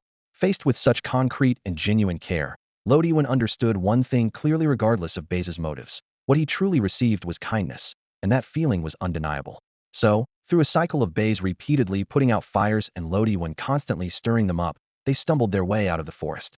Lodowin often came out with bruises and scratches from vines and traps, yet he still grinned widely. As they pushed forward, the overhead leaves thinned out, the damp earth beneath was replaced by dry, hard sand and gravel, and the humid air gave way to scorching hot winds. The shadows of the trees finally disappeared behind them, revealing a boundless desert shimmering under the blazing sun. The heat wave hit them like a burning curtain suddenly lifted, a stark contrast to the cool shade of the forest they had just left. Baize raised his hand to firmly adjust Lodowin's wind goggles and tightened his own hat brim. He inhaled the dry, harsh air deeply, his gaze sharp as a blade. Ready, little Lodi? The road ahead won't be easy. Lodowin looked out over the vast, harsh sea of sand, his heart pounding from the unknown and stirred by excitement. He nodded firmly. Yeah? With you around, Baize, I'm fine. The bruises on his cheeks hadn't faded yet, but his eyes shone with eager anticipation for the journey and complete trust in Baize. The heat wave hit like a tangible force, and the fine sand underfoot felt as if it had been seared by hot coals, scorching enough to burn through the soles of his shoes. Lodowin followed closely behind Baize, fanning the air with his hand, his eyes filled with curiosity as they swept over this new, blistering desert landscape. Suddenly, the rapid patter of footsteps came from ahead, accompanied by sharp, urgent calls. Do-do-do-do. Out of the swirling dust burst a herd of Dugeli. Leading the pack were three fierce-looking adults around level 30, with dozens of lower-level Dudis trailing behind. Their powerful legs churned up waves of sand. They were clearly fleeing for their lives. Wow, a herd of Dugeli. So many of them. Lodowin exclaimed in amazement at seeing such a large wild group for the first time, momentarily forgetting the intense heat. Baize looked up to respond, but was cut off as a dark dot rapidly appeared on the horizon. The dot zoomed closer against the wind, revealing a large desert dragonfly, its emerald wings broad and shimmering. Each wing beat whipped up violent gusts and swirling sandstorms. A targeting cursor popped up, elite level, level 47. The desert dragonfly let out a shrill cry and thrashed its wings, summoning a sandstorm powered by earth energy that slammed directly into the fleeing Dugeli. Boom. The once tight formation was instantly torn apart, sending sand flying and visibility dropping to nearly zero. The Dudis and Dugeli scattered in panic, screaming. Chaos had only just begun. Puff, puff, puff. Over a dozen sand columns exploded upward as rowdy crocodiles burst from beneath the ground, averaging level 30, their gaping jaws snapping fiercely at their prey. Several black-eyed crocodiles around levels 15 to 20 followed close behind. They'd been lying in wait, masked by the sandstorm, now striking like ambush predators. Their sharp teeth bit down on Dugeli tendons and necks, trying to drag their prey into the sand. Oh my god, the desert dragonfly and the crocs are hunting together. Lodowin stared in shock. Then, driven by a surge of righteous indignation, he cried, that's so cruel. Big brother Baize, we have to save those Dugeli. Baize sighed quietly. This kid had definitely been overprotected, unable to face even the realities of the food chain. But on the surface, Baize kept a calm tone. Lodowin, this is nature's way. The black-eyed crocs have to survive too. But they look so pitiful, Lodowin said, his eyes filled with compassion as he watched a small doo-doo forced to the ground. Baize's gaze flicked over the black-eyed crocs and the burrows they dug beneath the sand. An idea stirred within. He had been thinking about taking some black-eyed croc eggs, or hatchlings anyway. Whether to raise them himself or sell them later, it was a good opportunity, especially since his own potential wasn't great enough to waste resources. This was a perfect chance. All right, he said with a feigned sigh. Since you want to help them, we'll step in. But quickly and don't be too harsh. Just drive them away, no need to kill. He deliberately emphasized intervening and driving away to conceal his true intention. That's awesome. Big brother Baize, you're the best. Lodowin immediately cheered. Alolan Sandslash and Duat, get ready to move. Our mission is to drive off those mangrove crocs and black-eyed crocs and protect the Dunsparce so they can evacuate safely. Baize commanded sharply. Heya. What? With a roar, the two Pokémon dashed forward like arrows released from a bow. Alolan Sandslash lowered his body like a tank, his spinning drill claws slicing through the swirling sand. A powerful straight drill strike launched a mangrove croc leaping toward Dunsparce high into the air. Duat pressed the flank, gathering a surge of water that formed a precise, deep blue hoop at the feet of another mangrove croc. The exploding splash and elemental pressure made the ground-type reptile stagger backward in fright. The elite presence unfolded forcefully, and the croc gang instantly lost their fighting spirit. Mangrove crocs and Blackiad crocs let out reluctant snarls, but quickly burrowed back into sand holes or fled in panic. The elite desert dragonfly above gave a sharp cry, fluttered its wings, and then decisively abandoned the coordinated hunt, disappearing into the rolling heat waves. Baize only gave it a brief glance. This one was not his real target. With the danger cleared, the frightened Dunsparce regrouped and gave grateful chirps. A young Dunsparce that seemed especially protected by the Herda level 18 timidly approached Lodovan, rubbing both head tails affectionately against the boy's leg and softly murmuring, "Dunsparce," eyes full of trust. "Hey, it really seems to like me," Lodovan said with delight as he crouched down to stroke the soft feathers. Baize watched quietly with amusement. The little one was clever, knowing to stick close to this young lord would guarantee a good life. He gently reminded, "Looks like it's really grateful to you and wants to follow you." "Really? That's great." Lodovan excitedly fumbled through his pockets, but found them empty. His face fell instantly. "I don't have a pokeball. The heir to the Kilo Corporation, the biggest pokeball producer, goes out without one?" Baize mentally rolled his eyes but stayed kind, producing 3 luxury balls and handing them over. "Use mine for now. These have a more comfortable interior and help with recovery." "Thanks so much, Baize. You're awesome," Lodovan said gratefully, taking a luxury ball to catch the little Dunsparce. A red glow flashed, and the capture was successful without a struggle. "Congratulations, little Lo," Baize sincerely congratulated. "This Dunsparce has good judgment. With you, it won't have to fight just to survive in the desert." After a brief chat, Baize turned his attention to the cluster of sand holes left by the retreating mangrove crocs. His true goal hadn't been achieved, yet the eggs were what really mattered. "Lo, wait here and watch over the Stoutland and Marowak pups. I'm going to check near the Blackiad croc's nest to make sure they don't come back. Also, I'll see if there are any lone Dunsparce babies," or he quickly thought up a perfect excuse. "Oh, okay. Be careful, Baize." Lodovan, who completely trusted him now, nodded eagerly and happily interacted with his new partner, Dunsparce. Baize nodded back, lowering his posture, and moved stealthily with Alolan Sandslash and Duat through the sandhole area. The heat waves distorted the view, but his eyes sharpened at a hope to find a few promising eggs so that the effort wouldn't be in vain. Baize silently trailed several Blackiad crocodiles fleeing in panic, and soon found their nesting area beneath a sheltered sand dune.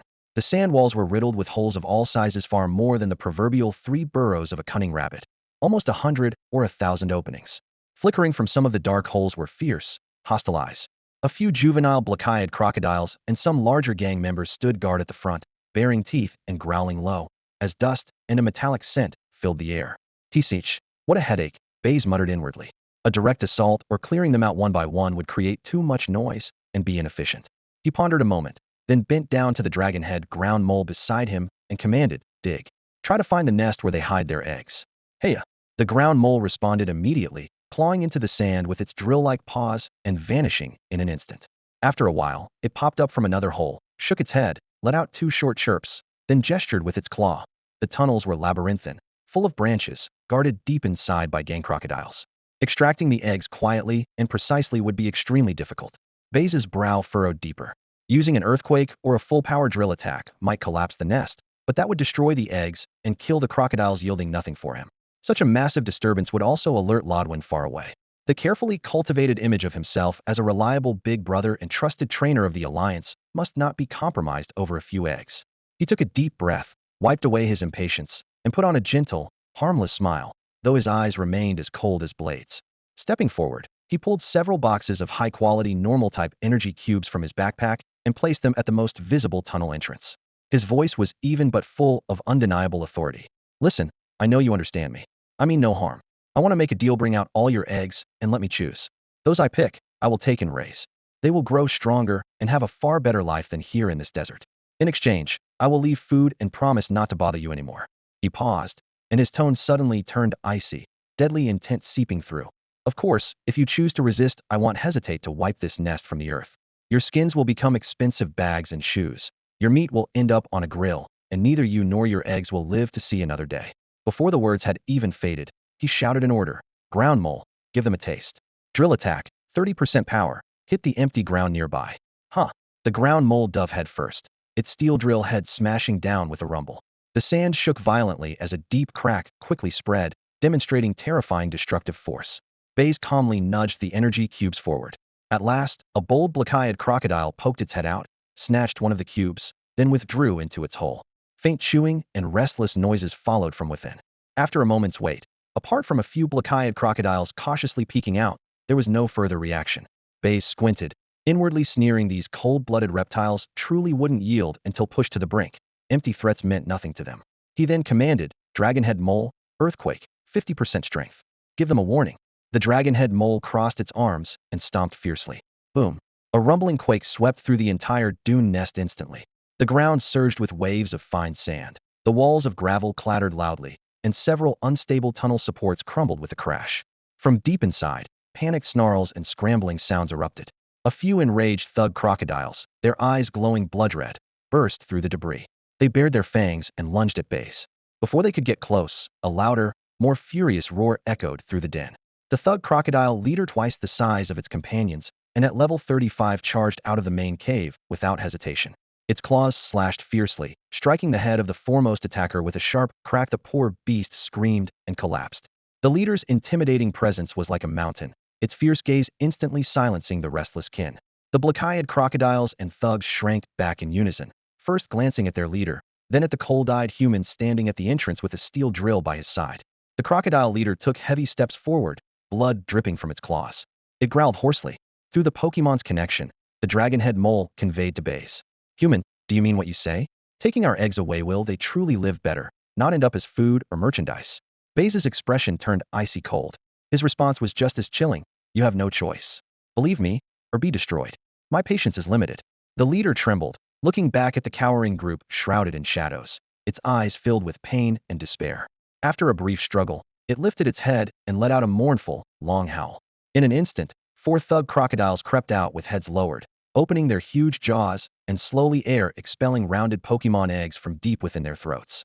17 or 18 pale gray-brown eggs tumbled onto the sand with soft thuds. Around them, black-eyed and thug crocodiles whimpered quietly but dared not approach, trembling under the leader's fierce glare. Baize's gaze was sharp as a blade, inspecting each egg carefully. Suddenly, a flicker in his eye caught his attention. One egg gleamed with a dark golden sheen, unusually bright. A shiny egg? He thought with quiet delight, stepping forward to examine it thoroughly. However, his excitement faded quickly. Its potential was mediocre, at best reaching elite level. TCH, all flash, no substance. He frowned slightly but still stored the shiny egg in his spatial backpack. After all, rarity alone could fetch a high price. Next, he closed his eyes and sensed the remaining egg's aura. Most possessed only advanced potential, with just 1 or 2 barely reaching elite thresholds. Considering this group didn't even have a single rogue crocodile, he wasn't surprised. Just as Baize was about to casually pick a couple of slightly better eggs and call it a day, his gaze suddenly fixed on the penultimate egg. Though outwardly unremarkable, it radiated an unusually strong life force and potential from within. Though slightly inferior to his Musigu, it unquestionably reached near Saint King level, with even a faint chance of breaking into true Saint King territory. The potential of this egg rivaled that of the 3 Pangyan monster's eggs, subtly surpassing his long Tudishu and utterly crushing the Haitian beast. Finally, I had found the treasure. Baize's heart surged with joy, yet his expression remained perfectly calm. He carefully wrapped the egg brimming with limitless potential, then gently tucked the oddly glowing shiny egg and another seemingly elite quality egg into his arms, moving so lightly as if afraid to disturb the life inside. After finishing his selection, he looked up. Outside the cave, a crowd of desperate hunchback crocs and black-eyed crocs pressed together, terror and anger mingling in their murky eyes. A cold light flashed across Baize's gaze. Permanent elimination of threats, that was the best solution. His plan quickly formed. First feign feeding them, then lure them closer. Once their guard was down, let the Haitian beast free seal the largest cave entrance, and then have Long Tudishu unleash an earthquake to bury the entire crocodile pack at once. The killer intent was set, and Baize was about to give the order, when the urgent voice of his communicator, Xiao Zi, suddenly pierced his mind. Baize. Wait. You can't do this. A mass slaughter will disrupt the desert's ecological balance. Hunchback crocs are an important part of the food chain. For my sake, spare them. You've already gotten the best. There's no need to go all out. Baize's hand froze midair. He didn't care about ecology, but he cared about Xiao Zi's stance. His eyes swept over the tense hunchback croc leader, whose gaze was full of despair and vigilance, then to the trembling black-eyed crocs behind it. His chest rose and fell a few times before he took a deep breath and forcibly suppressed his murderous intent. Humph, consider yourselves lucky. He coldly spat the words out, then piled the promised energy blocks and a large heap of regular food at the cave entrance. even adding a few extra portions. This is your reward. Guard your nest well. With everything ready, he turned and left, Long Tudishu and Haitian Beast following closely behind. Just a few steps away, the hunchback croc leader's low, hoarse roar came from behind, trembling with fear and humiliation, and oddly a hint of gratitude. Was it thanking him for ultimately stopping and leaving food behind? Baize didn't slow his pace, but his heart grew colder and clearer. No matter where or when, whatever species, sacrificing a few to ensure survival and feeling grateful for the strong's mercy, that was an eternal survival logic. And he was the strong one setting the rules and reaping the gains. This exchange filled his coffers profusely, both in tangible spoils and in his understanding of this brutal world. Baize returned to Lodwin's side carrying 3 Pokemon eggs, his expression calm and unchanged.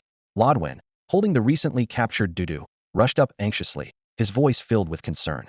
Big brother Baize, how did it go? Baize carefully transferred the 3 dark red eggs with distinct markings from the wooden box to his left arm. Raising his right hand, he gently rubbed his forehead and offered a gentle but slightly weary smile. It's fine now. I've communicated with them and left enough food. The hooligan crocodile won't prey on Dudu in large numbers for the time being. He paused for half a second, his gaze deepening as if instructing a wayward younger brother. Little Lodwin, you have to understand that while we save Dudu on the surface, the hooligan crocodile preying on Dudu is part of the desert's natural order. Saving them means taking away the crocodile's food source. So I have to make some compensation to restore the balance we disrupted. Though the words sounded lofty, Lodwin heard a strong sense of philosophy and responsibility in them. The excitement on his face quickly faded, replaced by guilt and suddenly dawning understanding. I am sorry, big brother Baize. I was selfish, just wanting to save Dudu without thinking about the consequences. And in the end, I made you clean up the mess and spend so much. He looked up at Baize, mentally raising his image even higher. Not only was he powerful, but also thoughtful and kind. Baize patted his shoulder with a warm tone. Don't blame yourself. You meant well. Remember, the food chain is just a basic theory, not an unbreakable law. If you upset it, you must be strong enough to bear the consequences and find a way to fix things. Otherwise, disaster can happen. Lodwin nodded vigorously, as if he truly understood. Watching his earnest "I've learned something" expression, Baize privately chuckled. What exactly am I teaching him? To be a morally upright person? How ironic. On the surface, he maintained his role as the reliable older brother patiently guiding him. As they moved forward, the setting sun cast long shadows across the dunes. Baize checked on his Pokemon and noticed the Tomb Pup's level had jumped to 29. A restless, ghostly energy shimmered faintly through its furious sign of impending evolution. His joy was short-lived, though. Evolving would require a large amount of ghost energy or special materials, neither of which he had. And certainly none could be found in this desert. They had to hurry to the next city. He quickly urged the big beak bird to take flight, its powerful wings creating gusts of wind. Yet the vast desert stretched endlessly. Even at full speed, it would take at least 2 days to cross. Worse, desert nights fell rapidly the moment the sun disappeared. Temperatures plunged painfully cold, posing danger and risking illness for trainer and Pokemon alike. At dusk, Baize chose to camp beneath a wind-sheltered rock face. With practiced skill, he lit the campfire and took out energy cubes along with high-calorie ingredients, carefully cooking a thick, steaming, energy-packed meat stew to ward off the cold and replenish strength. Of course, his own portion and Loden's were quite lavish. The rich aroma of the simmering broth spread through the night air as the fire crackled. Baize busily stirred the pot to ensure every piece of meat absorbed the essence of the energy cubes. Beside the fire, 2 thick insulated mugs stood ready, one for him and one for Loden. In contrast to Baize's careful diligence, Loden and his little Dudu seemed carefree and relaxed. The boy's laughter rang out again and again as he chased around the limited sandy area of the camp with Dudu, the speedy dog, and the graveyard dog, kicking up fine sand that echoed off the dunes. He seemed utterly unconcerned by the pressures of desert survival, still bursting with energy.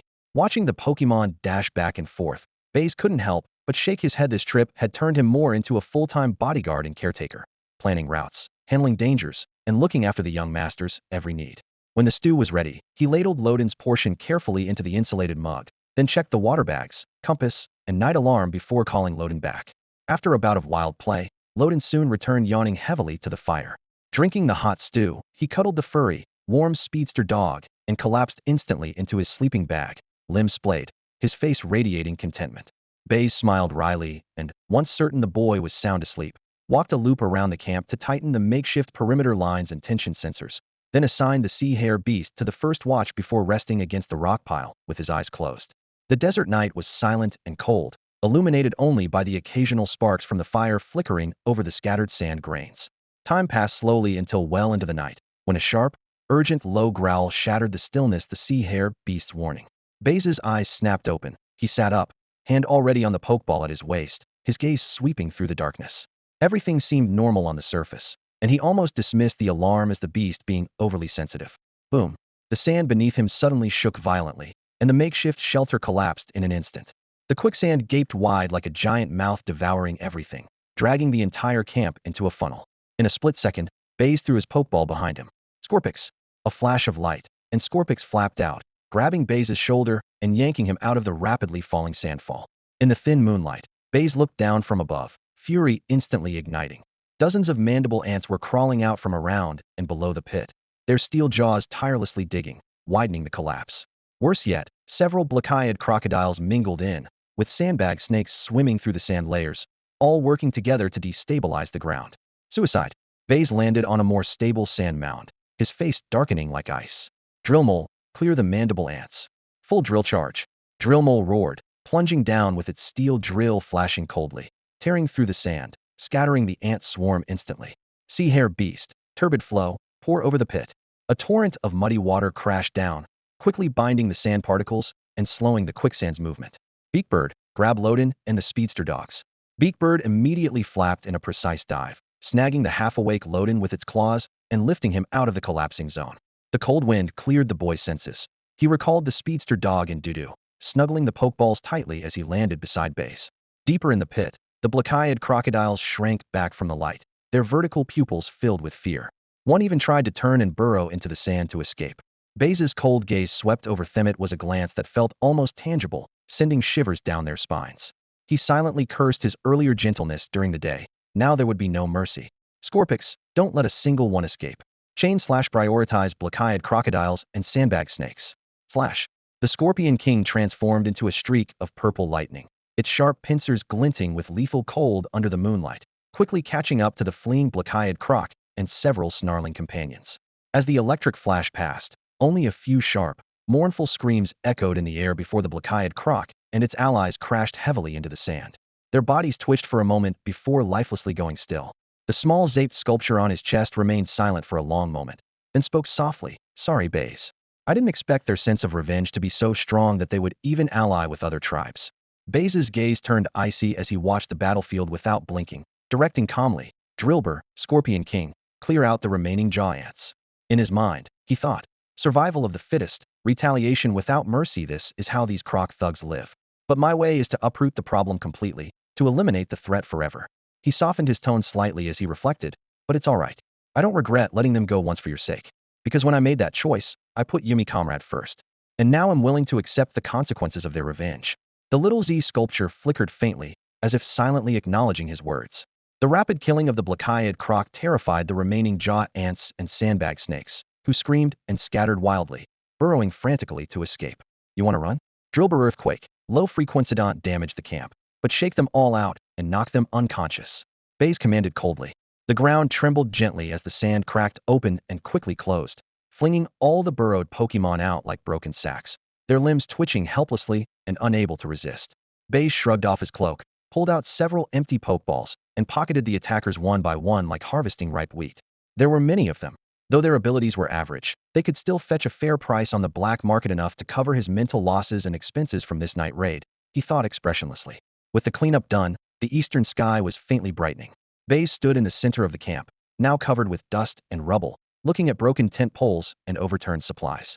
He glanced up at the endless golden sea of sand beyond, and a strong, ominous feeling welled up inside him. This sea of death would not let them leave so easily. After the night raid, Lodwin was barely roused from a drowsy sleep, snugly wrapped in the warm fur of his Boltund, completely unaware of how dangerous the situation had been. The next morning, he was still carefree and smiling as usual, without a hint of worry. Baize watched him with a headache, then lightly patted his shoulder with a mix of reproach and concern. "Little Lodwin, you need to stay alert from now on. At the very least, if real danger comes, you have to learn to command Boltund to protect itself, understood? Why worry?" Lodwin waved his hand nonchalantly, smiling brightly. "After all, you're here, Baize. You're so powerful you'll protect me, right?" Baize paused briefly, then gave a perfectly measured, helpless smile, though inwardly he chuckled coldly. "The plan is working. This kid is completely relying on me now." His tone was gentle. "I'll do my best. But in the end, being strong yourself is the safest. Let's move push through the desert early and get to the city safely. In his mind, Baize was already plotting how to quietly shake off this troublesome and high-maintenance young master once they reached the city. That evening while setting up camp, perhaps struck by Baize's earlier words, Lodwin surprisingly showed some remorse and offered, Baize, he'll keep watch with Boltund for the first half of the night. You should get some rest. Baize patted his shoulder with visible relief. All right, little Lodwin's growing up. Call me if anything happens. Though he said this, as he lay down he sent a mental command to his Drapion lurking in the shadows. Keep a close eye on everything around, especially that foolish kidn't let him get lost. Late at night, a sudden sandstorm swept up, swirling desert sand charged with dragon energy, battering the rocky shelter they relied on.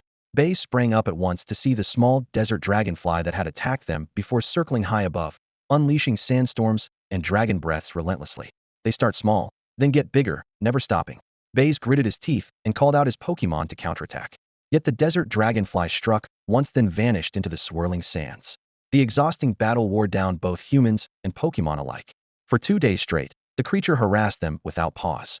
Even ever-optimistic Lodwin ended up with dark circles under his eyes, grumbling, that thing is so annoying. Why does it keep targeting us? Baize's face darkened. It wants to wear us out before finishing us off. We can't keep being passive victims. He decided to take the hunt to their foe. At dusk, he picked a seemingly safe pile of scattered rocks to make camp. Outwardly, he let Lodwin set up the tent, but behind the scenes he deployed his strategy. Drillbur, dig tunnels and lie in wait underground. Celio, hide behind the rocks and stand ready. Drapion, ascend into the clouds and await my command. The 3 Pokémon silently spread out, laying down an invisible killing net over the desert plain. About an hour later, just as expected, the desert dragonfly lowered its altitude, ready to unleash another sandstorm. Now, attack! Baize shouted. The sand exploded as Drillbur launched like an iron projectile, ramming the dragonfly's abdomen with deadly force. The desert dragonfly faltered. Celio immediately fired an icy beam, and Drapion dove from the sky, its freezing fangs gleaming as it bit fiercely into the insect's wing. Bang! Crack! The ice-type moves were devastating, the wing membranes instantly frosted over. Yet the dragonfly, thanks to its high level and dragon-type resilience, roared fiercely and surged back into the sky, quickly gathering terrifying energy meteor mash. A blazing shower of fiery meteors rained down. Everyone, hold the line, Baize commanded. The green protective shield rose, nearly torn apart by the violent energy. As the shield strained to hold, the heavily injured desert dragonfly turned to flee. Not a chance. Baize swiftly withdrew Celio and threw out Staraptor, leaping into the air. Drapion, take Drillbur and pursue. Seeing Baize soar into the sky, Lodwin forgot all fatigue and patted Boltund's mane. Boltund, let's go help Baize. Completely disregarding his own limits, he rode out in pursuit. Although the desert dragonfly was injured, its speed remained incredibly fast. Fortunately, the ice-type moves from the sea hare beast and the Scorpion King quickly formed thick frost on its wings, drastically reducing its flight agility and slowing it down. Baize commanded the Scorpion King to hover high above, repeatedly harassing it from a distance with sharp stone attacks, steadily wearing down its stamina. The midnight wind swept across the sea of sand as the chase continued until the horizon began to brighten. At dawn, the desert dragonfly, completely exhausted, began to lose altitude. Baize spotted an opening and shouted, Drillbur, now full power headbutt? With a fierce battle cry, Drillbur dove from the Scorpion King's back like a cannonball. Its metallic-sheened head cone slammed hard into the dragonfly's back. Letting out a pained screech, the desert dragonfly flapped its wings in a desperate, uncontrolled descent. The Scorpion King swiftly followed, biting into its neck with ice fang, frost blooming instantly to seal its final struggles. Without hesitation, Baize threw an Ultra Ball. The Pokeball swallowed the target, shaking violently. Click, click, snap. Several crisp cracks sounded as the shell shattered. The desert dragonfly staggered out, barely breathing, but its eyes still burned with stubborn defiance, chilling Baize to the bone. Refusing to be caught?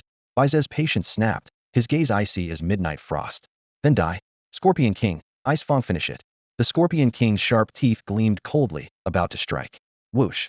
A dark shadow swept in from the side, a steel wing. Clang! The heavy impact rang out as the Scorpion King was forced back several meters. Baize looked up abruptly to see a steel-armored crow hovering in the air, feathers gleaming like black iron armor. Its presence was immense, undeniably at the level of a quasi-champion. The swirling sand revealed a man clad in dusty archaeological gear and goggles, stepping steadily forward. Sensing the stranger's unknown identity and formidable strength, Baize recalled both the Scorpion King and Drillbur, standing atop a Staraptor and restraining his anger. Who are you to interfere? I am Baize, an officially registered trainer of the league. This desert dragonfly repeatedly attacked us, even threatening our lives. My retaliation, whether capturing or defeating it, was perfectly legitimate. The man removed his goggles, revealing a weathered face, his tone stubborn yet somewhat old-fashioned. Young trainer, why are you always so focused on capturing or killing? Have you ever tried living in harmony with Pokemon? Look at this one's fierce spirit, that is the freedom of wild Pokemon. Wouldn't it be better to win them over with love? The near-saintly words made by Zez's anger surge, but the overwhelming quasi-champion presence of the steel-armored crow was like a mountain crush, forcing him to suppress the urge to argue. His face darkened with resentment. Just then, from a distance, a Rapidash galloped over swiftly. Lodivan jumped off, panting. Grandpa Chuambwa, why are you here? The man was stunned. Lodivan, what are you doing here? The two exchanged greetings quickly, revealing the elder's identity, clearly Liga-registered archaeologist Chuambwa. After Lodi Evan's explanation, Chuambwa learned of Baize's protective care for the boy and the repeated life-saving acts, and also grasped the background behind the conflict with the desert dragonfly. A faint trace of embarrassment appeared on Quan Ba's face. He knew well he wasn't any kind of saint. He was just shameless enough to speak up. The old man lowered his voice, his tone much gentler than before. I see, young Baize, I misjudged you. I spoke rashly earlier and hope you can forgive me. I'm truly grateful you protected Xiao Luo. However, his gaze shifted to the nearby desert dragonfly, barely clinging to life, but still holding its head high. That creature has long been the guardian of this region. It's a bit hot-tempered, but has protected these sands for years. Would you be willing, for my sake, to spare it? I will take it back for treatment and promise it won't trouble you again. The anger swelling in Baize's chest threatened to burst free. The hardship of finally obtaining a powerful spirit and the resentment of being pushed into a corner were not things easily let go. Yet a direct confrontation would be suicidal. The other party was powerful and influential, and Baize would only suffer heavy losses in a heated clash. He steadied himself, took a deep breath of the scorching, sandy air, and forced out a stiff smile. Mr. Quan Bo, you are too kind. Since you've asked for mercy, I can't refuse on that account. This matter will end here. With the situation settled, Baize and Lodiwan followed Quan Bo under the fading red sun, trekking across the dunes to a small research station he had established on the desert's edge. Though the outer walls were made of rough stone, they shielded well against wind and sand. The storage room was stocked with canned jerky and compressed biscuits, and a makeshift hot water heater in the corner promised a refreshing true oasis compared to the rough desert nights out in the open. After rinsing off the grit, Lodiwan chattered excitedly to Baize, revealing everything he knew. Baize soon understood that Quan Bo was not only an archaeologist, but also a doctor of paleontology, specializing in fossils, and had a long-standing collaboration with the Chilliwack Corporation. His ties with the Diwan family ran especially deep. Maintaining a polite smile, Baize's mind raced. As expected, he was connected to the Diwan family. That old fellow would likely contact his clan immediately, and this kid would probably be taken away soon in that case. I need to make another investment. With this thought, Baize recalled the egg of a black-eyed crocodile, low quality by nature, but uniquely colored. Under the warm glow of the Research Institute's lights, Luodawen sat hugging his knees, his eyes sparkling as he shared his grand dream with Baize. Big Brother Baize, I'm going to create a world where humans and Pokemon truly live in harmony. No hunting, no killing, everyone can live happily together. Baize leaned against the lab bench with a gentle, encouraging smile on his face, though inwardly he couldn't help but chuckle at the naive utopian ideal. It was either a slogan to placate children or a cover for some extremist group. Besides, judging by this kid's intense zeal, he might well become a dangerous leader. Still, that very passion made Baize sense a perfect investment opportunity. His eyes brightened as if ignited by a flame, and his voice was full of admiration. That's a wonderful dream, little Luo. I believe if you persist, you will definitely make it come true. Then, as if recollecting something, he bent down and rummaged through his backpack, producing a dark golden shiny egg, a shiny Totodile's egg. Flickering lights played over the shell, its patterns reminiscent of a desert sunrise. Baize held it carefully with both hands and solemnly offered it to Luodawen. Have you always liked my shiny Drapion? This shiny Totodile egg is something I happened upon a few days ago. Now I'm giving it to you. Take good care of it, and let it accompany you in making that beautiful dream a reality. Consider it my support for you. The trust and expectation in Baize's gaze tightened Luodawen's whole body instantly. His eyes widened so much they almost popped, his breath coming quickly and ragged like a bellows. Oh really? Big Brother Baize. This is so precious. Can I really accept it? His words barely formed. Take it, Baize said with a warmer smile, nodding gently. I believe in you, and I believe in your dream. It's worth more in your hands than it is with me. That's amazing. Thank you, Big Brother Baize. You're honestly the best person in the world.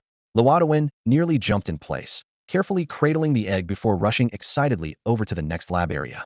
Grandpa Chuambwa, look, Big Brother Baize gave me this. It's a shiny egg. So cool. Watching his joyful figure retreat, Baize's smile remained, but his mind raced with calculations. How much could this favor be worth someday? The next morning, as Baize slung his pack and prepared to leave, the lab door opened. Dr. Chuambo approached, his usual kind smile on his face. "Ah, Baize," the old doctor spoke in his slow, deliberate tone. "I heard from Little Lotawin you caught quite a few Gigantamax Durant and sand snakes.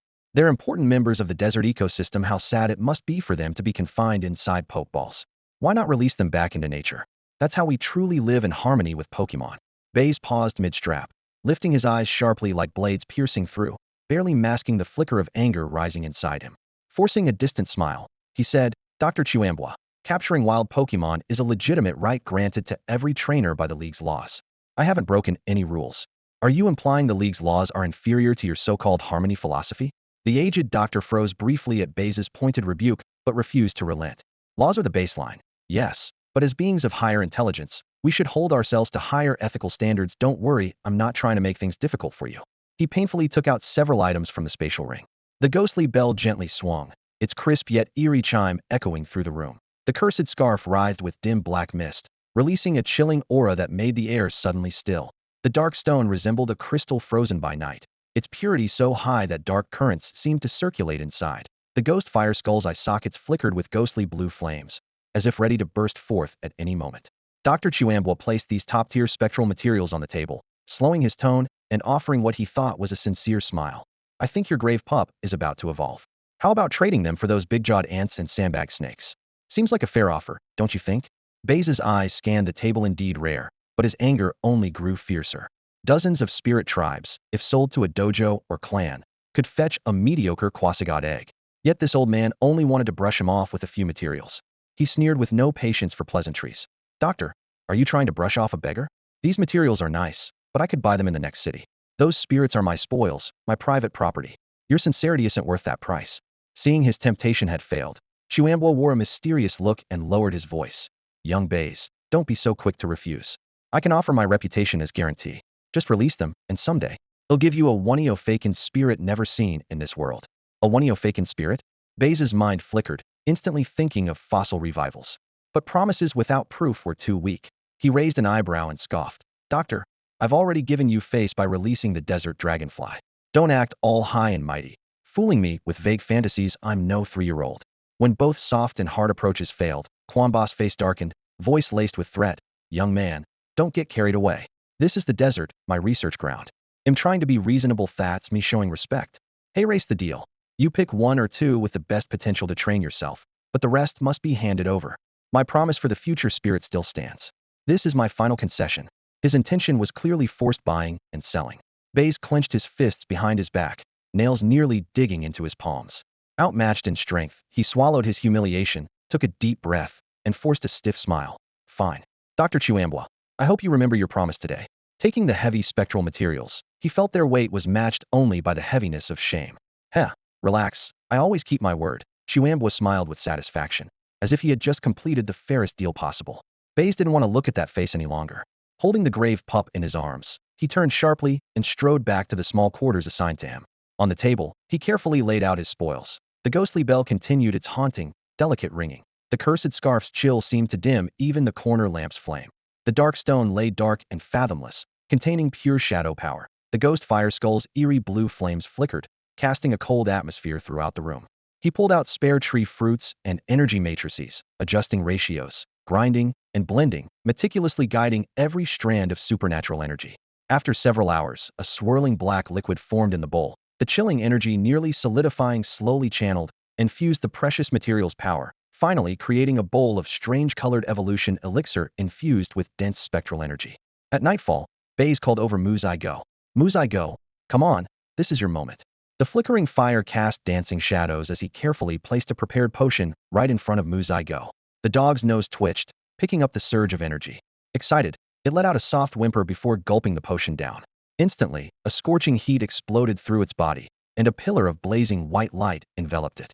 Within the glow, its bones and fur rapidly stretched and grew, and a dark gray tombstone abruptly jutted out from its spine. In just a few breaths, a more formidable Muyang dog stood proud and tall. The moment evolution completed, the experience accumulated in its body burst free with a boom. shooting its level up multiple times until it reached level 33, just one step shy of the sea rabbit beast at level 36. At the same time, a spark of insight hit it, unlocking its exclusive skill grave sweep. Baize stepped forward and gently patted the cold, hard tombstone on its back. Well done. From now on, you don't have to charge headfirst into battle. You'll handle scouting, tracking, guarding the camp, and making sure I stay safe. Got it. Woof. Muyang dog puffed out its chest and lifted its head, its voice sharp and confident. Then, wagging its jointed tail eagerly, it dashed off toward the distance to share its joy with its good friend, Wind Speed Dog. Though its appearance had become fierce, the bond between the two Pokémon remained unbreakable. The next morning, just as dawn was breaking, Baize saw the spirited desert dragonfly obediently trailing behind Quan Bocklierly, already tamed by him. Recalling the old man's grandstanding the day before, Baize's irritation flared up. He strode over with a sneer unhidden on his lips. Dr. Quan Bo, didn't you say you wanted to live in harmony with Pokemon and respect their free will? Not trap them in Pokeballs. So, what your idea of harmony is to catch them yourself? Turns out your harmony is just double standards. Quan Bo's face flushed crimson in an instant. Embarrassed, he coughed awkwardly and tried to defend himself. Ahem, it's following me voluntarily. It's trust. Yes, a relationship built on mutual trust. That's different from your violent capturing methods. Quickly, he shifted the subject, desperate to save face. Young Baize, your skill and wit are impressive. Why not join me in archaeology, exploring the mysteries of ancient Pokemon? It's a worthy pursuit. Baize looked at him like he was crazy and dismissed him coolly. No interest. I have no use for grave robbing or archaeologists with double standards. You go ahead and explore on your own. With that, he turned and walked away without another glance, leaving Quan Bo staring after him, embarrassed and angry, puffing out his beard and glaring wildly. At first, Baize found Quan Bo, the domineering and hypocritical old man, incredibly annoying and wanted nothing more than to stay far away from him. But then, one day when Baize happened to glance into the lab, his mood suddenly froze in place. Along the entire metal shelf, 7 fossils, each with different weathered colors, were neatly displayed. Next to them lay stacks of densely written research notes, the handwriting sharp as blades. Baize knew this field well enough to instantly recognize where the fossils came from. Ammonite, fossil helm, pterosaur, tentacle lily, palea featherbug, cranial dragon, and the ancestral remains of Tungia dragon. In that moment, his resistance completely crumbled. Summoning some courage, he used the excuse of seeking advice to step closer. Quan Bo grumbled, "Kid, don't get in my way," but didn't truly shoo him off. His tweezers remained steady like a mechanical arm as he worked, casually lecturing as he went. Look closely. This one's a shell fossil, with the outer texture perfectly preserved. This piece is armored fossil, as hard as alloy. The mysterious amber is the trickiest, full of bubbles like a beehive. Root fossils need their veins mapped first. Claw fossils stay sharp after hundreds of millions of years. It's unbelievable. Skull fossils can reveal brain structures. And the protective patterns on the Tungia fossil? Even modern Pokemon rarely match that. Baize held his breath, eyes nearly pressed to the lens, amazed. This old grump's mouth was sharp, but his expertise was absolutely world-class. Over the next few days, they traded barbs while collaboratively experimenting. Quan Bo slowly realized that although Baize was young, he possessed an almost instinctive insight into genetics and paleontology, grasped core points immediately, and occasionally sparked new ideas that even impressed Quan Bo. One evening, the lab lights were dimmed behind the blinds, casting a mysterious glow. Quan Bo suddenly beckoned quietly. "Kid, come with me. So you don't think I'm just spinning fantasies." He led Baize through an iris-scanned door that slid open silently, revealing a secret underground lab. The air was cool and crisp, fluorescent lights glinting off cutting-edge instruments. In the center, a fossil processing platform large enough to hold a small bus slowly rotated, with mechanical arms extending like steel spiders. Crossing his arms, Quan Bo's rare pride showed in his voice. "See that? When I say I can get Pokemon fossils you've never seen, I'm not bragging." He pointed to a multi-jointed mechanical arm. This is a super-precision gene scanning and extraction system. Fossils have turned to stone over hundreds of millions of years. Organic matter shattered like dust and crushed by minerals until it's only a shadow. This machine penetrates the rock without damage, using microneedles thinner than a hair to pluck gene fragments without ruining a single bit. Then he patted a row of servers glowing with cold blue light. Fragments alone won't do. They're broken codes. This is our gene sequence decoding and completion system. The supercomputer connects to the Alliance's largest Pokemon gene database, comparing, simulating, running models like piecing together a giant jigsaw puzzle. Only then can we roughly reconstruct a complete blueprint that's the foundation for revival. Baize's blood surged, his mind racing, nearly forgetting to blink. You have the blueprint, but how do you turn that into a living, breathing Pokemon? Quan Bo sighed. That step. I'm still figuring it out. We need an efficient, stable life catalyst. Before he could finish, Baize's eyes lit up. Why not try developing a bioprinting system? Bioprinting? Quan Bo stiffened in surprise. Exactly. The more Baize explained, the clearer his thinking became. Once they had a complete genome, they could simulate the state of stem cells or fertilized eggs.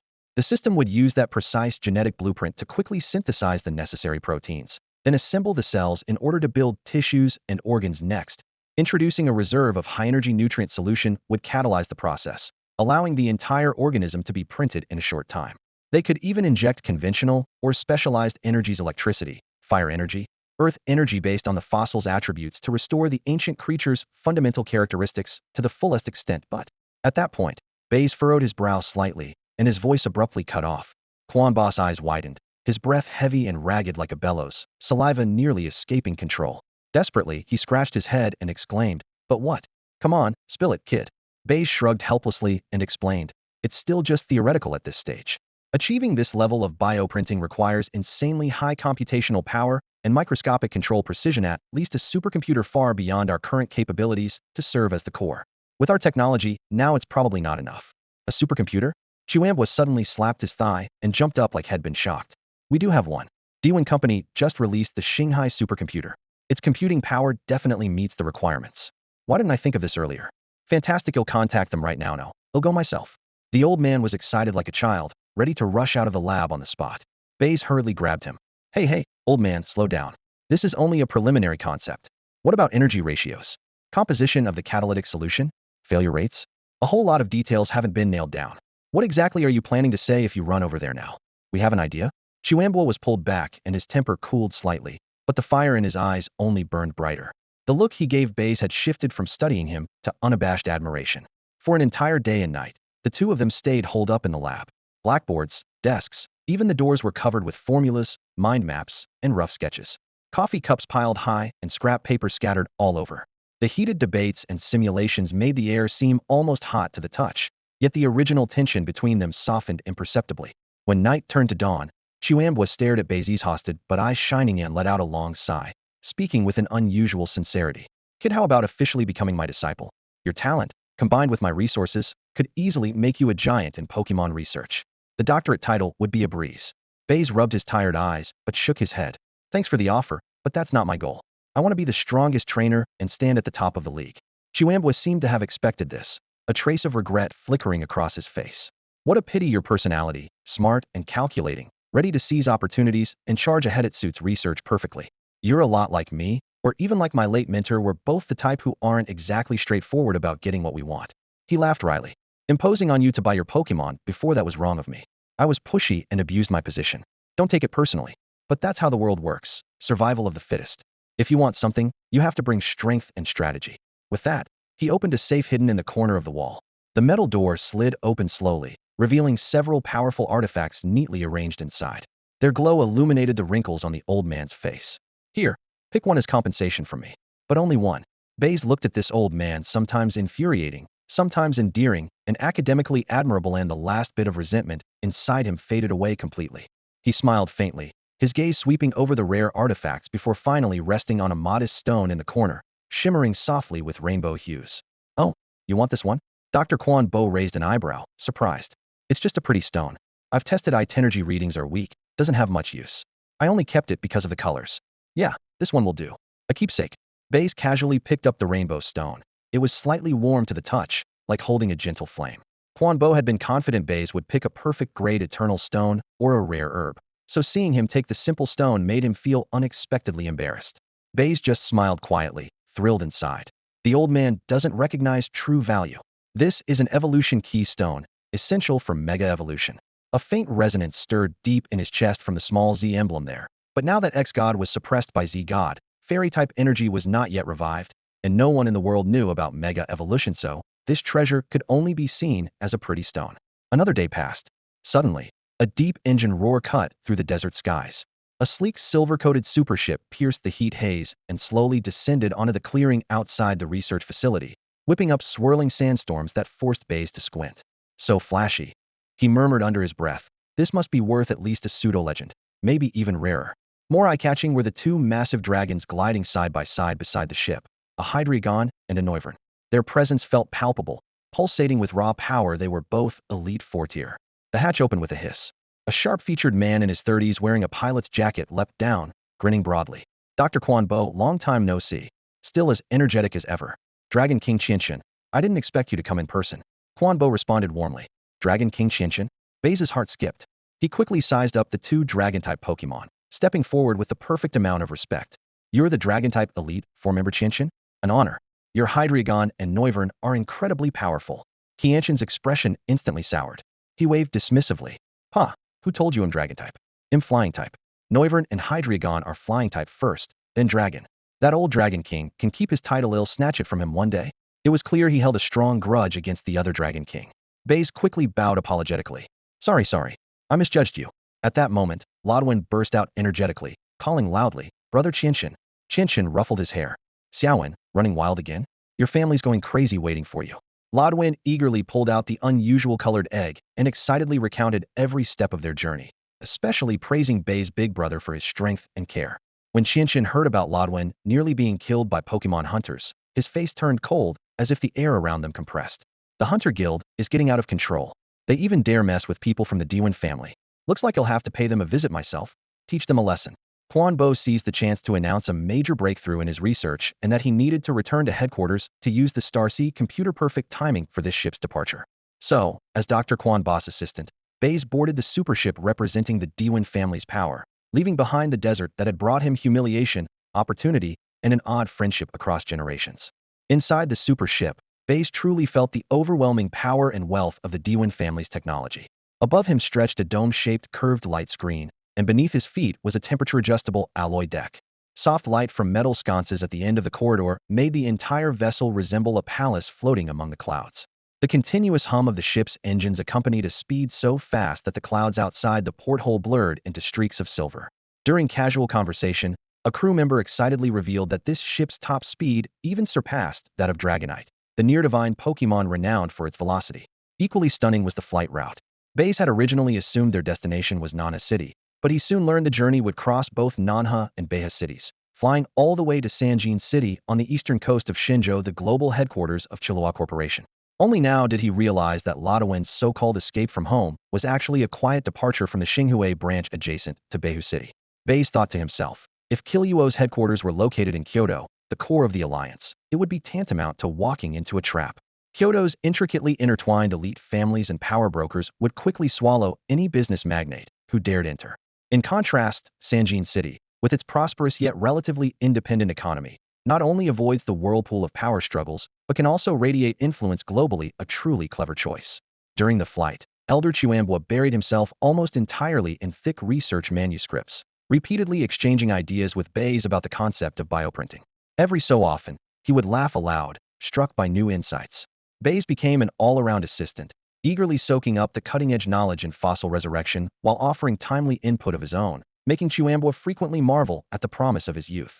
After finishing his own affairs, Tianqian, the flight system's reigning master, deliberately came over. Leaning lazily against the cabin wall, his tone carried both appraisal and respect. I heard from young Diwen that you dared to cross the wilderness alone and saved him multiple times. That's rare courage and strength among your generation. Baize immediately toned down his bravado, bowing slightly with a humble hint of embarrassment. Master Tianqian, you flatter me. I'm of average talent. I'm just a slow starter forced to work 12 times harder to barely keep up with my peers. Tianqian's interest was piqued, raising a brow. Oh, what level are you now? Lowering his head further, Baize answered steadily. I want hided him only an elite level trainer so far. 17, an elite level? Tianqian nodded decisively. That's fairly ordinary. When I was your age, I was already close to the near king rank. Of course, that was thanks to Saint Diwen, the current head of the Diwen family, who trained me extensively. Baize's mouth twitched ever so slightly as he silently scolded Tianqian for being too blunt, but he still maintained a respectful demeanor. Master Tianqian, your talents are extraordinary and backed by your family. We common folk can't compare. I can only double down on my efforts. Seeing his good attitude, Tianqian smiled and patted his shoulder. Still, I like your fighting spirit. If you have any training difficulties, feel free to ask me. Baize seized the moment, his face showing a mix of surprise and gratitude, and immediately fired off 3 questions. 1. How can skill combos be executed seamlessly? 2. Is there a deeper strategic use for type advantages? 3. How do you keep a Pokemon in peak condition under extreme environments? His questions were sharp and insightful, perfectly setting the stage for Qianqian. Surrounded by this sincere atmosphere of inquiry, Qianxin answered with extra effort, breaking down skill frames, stacking attribute multipliers, and considering environmental factors for sustained status management. He explained every detail thoroughly. As he concluded, he gathered his thoughts and spoke with a low, firm voice. A trainer's path varies in many ways, but the core remains unchanged: the bond. As long as the bond between you and your Pokemon is deep enough, they can break through limits and unleash astonishing power. Baize mentally rolled his eyes, another one preaching the power of bonds, but his expression quickly shifted to one of enlightened respect as he nodded deeply. The bond. Thank you, champion, for illuminating the way. To prove his point, Qianxin took a pokeball from his waist. The red and white sphere glowed, and a vigorous Staraptor burst from the light, its sharp wings slicing the air. Baize's mind flashed data. Energy level 56, just barely reaching the champion tier. See this? This is my first partner, Staraptor, Qianxin said with a rare softness and pride. Its natural talent was average at best, barely elite level. But I never gave up. I gave it the best energy blocks, the most suitable training plans, and every material to enhance its physique. Yet it was stuck at level 54 for 2 whole years, unable to break past the elite peak. He brushed his hand over Staraptor's feathers, eyes filled with memories. 10 years ago, I was 20 with only 2 near-champion Pokemon, Noivern and Bastiodon. While sneaking into Team Galaxy for intel, we were discovered by their elite officers and overwhelmed. Both main fighters fell in battle. I was badly wounded and almost hopeless. That's when I released the Staraptor. His tone suddenly grew passionate. It sensed my situation and let out an unprecedented piercing cry. At that moment, white light exploded, and it broke through its bottleneck, reaching near champion level. Dragging my bloodied body, it fought its way out of the encirclement. Baize gasped along. Incredible. So this is the power of the bond. Exactly. Qianxin nodded heavily with the aura of a champion. The bond is the trainer's strongest force. Never forget that. Yes. I will always remember your teaching, champion. Baize bowed deeply with utmost respect. Back in his cabin, Baize immediately asked his companion Z in his mind. Z, what do you think about champion Qianxin's bond breakthrough theory? Z responded with blunt sarcasm. He's talking nonsense. Or rather, he only sees the surface. That Staraptor did explode in a crisis and forcibly pushed itself to near champion level, but it burnt through its own life potential and core essence as the cost. If it hadn't been for expensive life-imbued treasures used to forcibly stabilize and slowly repair it later, it would have exhausted itself to death long ago. Z paused, then said seriously, the bond is more like a key that unlocks hidden potential inside a Pokemon, which can accelerate growth and even cause temporary surges. But if the energy behind that door isn't enough, forcing it open only leads to exhaustion or collapse. Such breakthroughs that overextend one's limits often come at the cost of death. Even if survival is achieved, it usually means all potential has been exhausted, with one's level essentially fixed and barely able to improve further. Xiaozi continued transmitting information through the mental network. To truly and safely raise a Pokemon's innate potential, there are only 3 conventional methods: massive resource investment, gradual and scientific training, and successfully evolving the Pokemon. Beyond these, there are only 2 extreme paths. One is receiving the blessing of a legendary Pokemon. The other is risking one's life in mysterious domains governed by special rules, where one might find an opportunity to defy fate. Xiaozi specifically noted that this data came from another core that once merged with me, making it highly reliable. Baize listened intently and nodded slightly. Potential is fixed and cannot be improved out of thin air. But alongside this understanding, a more radical and even darker thought flashed through his mind: could genetic modification or cybernetic technology forcibly raise a Pokemon's potential ceiling? His expression stiffened for a moment before he suppressed the idea. Such methods would gravely violate trainer ethics and, if exposed, would result in total social condemnation. The super ship's engines roared like thunder, breaking through clouds in just 4 days and crossing countless mountains and plains to reach Mitsu City, a vast coastal metropolis. The journey wasn't entirely smooth. The Alliance's aerial patrol repeatedly scrambled to intercept the mysterious ship flying at high speed over the city without filing a flight plan. But each time they caught sight of the emblem symbolizing the Sky Sovereign's identity on the hull and saw Qianxin Sky Sovereign's cold, expressionless face, their attitude visibly shifted. Interceptions turned into escorts, flight paths ahead were cleared, and even their communications took on a tone of reverence. Leaning against the window, Baize watched the flying-type Pokemon that were forced to yield Dragonite, Talonflame, Skarmory fold their wings and circle away cleanly beneath the ship's shadow. This scene made him realize once again just how raw and real the privileges that power brings in this world truly are. The ship slowly descended onto the rooftop helipad of the tallest building in Mitsu City, the Kiro Tower. The super spaceship landed steadily on the private helipad atop the Chilliwack Tower. As soon as the cabin door opened, Tian Wang Qinshan and Dr. Quan Bo moved swiftly down the metal corridor leading inside, clearly eager to meet the real head of the Diwen family Xingdiwen. Baize said nothing, silently following along while taking in the towering building before him, which seemed to be woven from steel with razor-sharp lines. Lodi Vin was in high spirits, grabbing Baize's arm as if to drag him off on a tour. Big brother Baize, hurry. I want to show you our family's battle tower and the latest holographic tech. Before he could finish, an elderly butler in a perfect tailcoat and neatly combed silver hair smiled and stepped in front of them.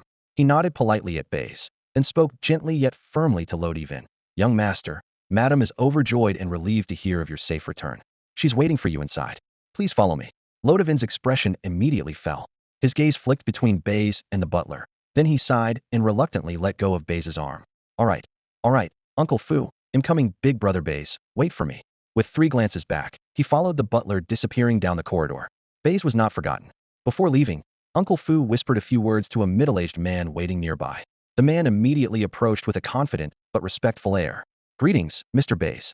Lee, the reception supervisor. You may call me Supervisor Lee. Uncle Fu instructed me to ensure your visit is flawless.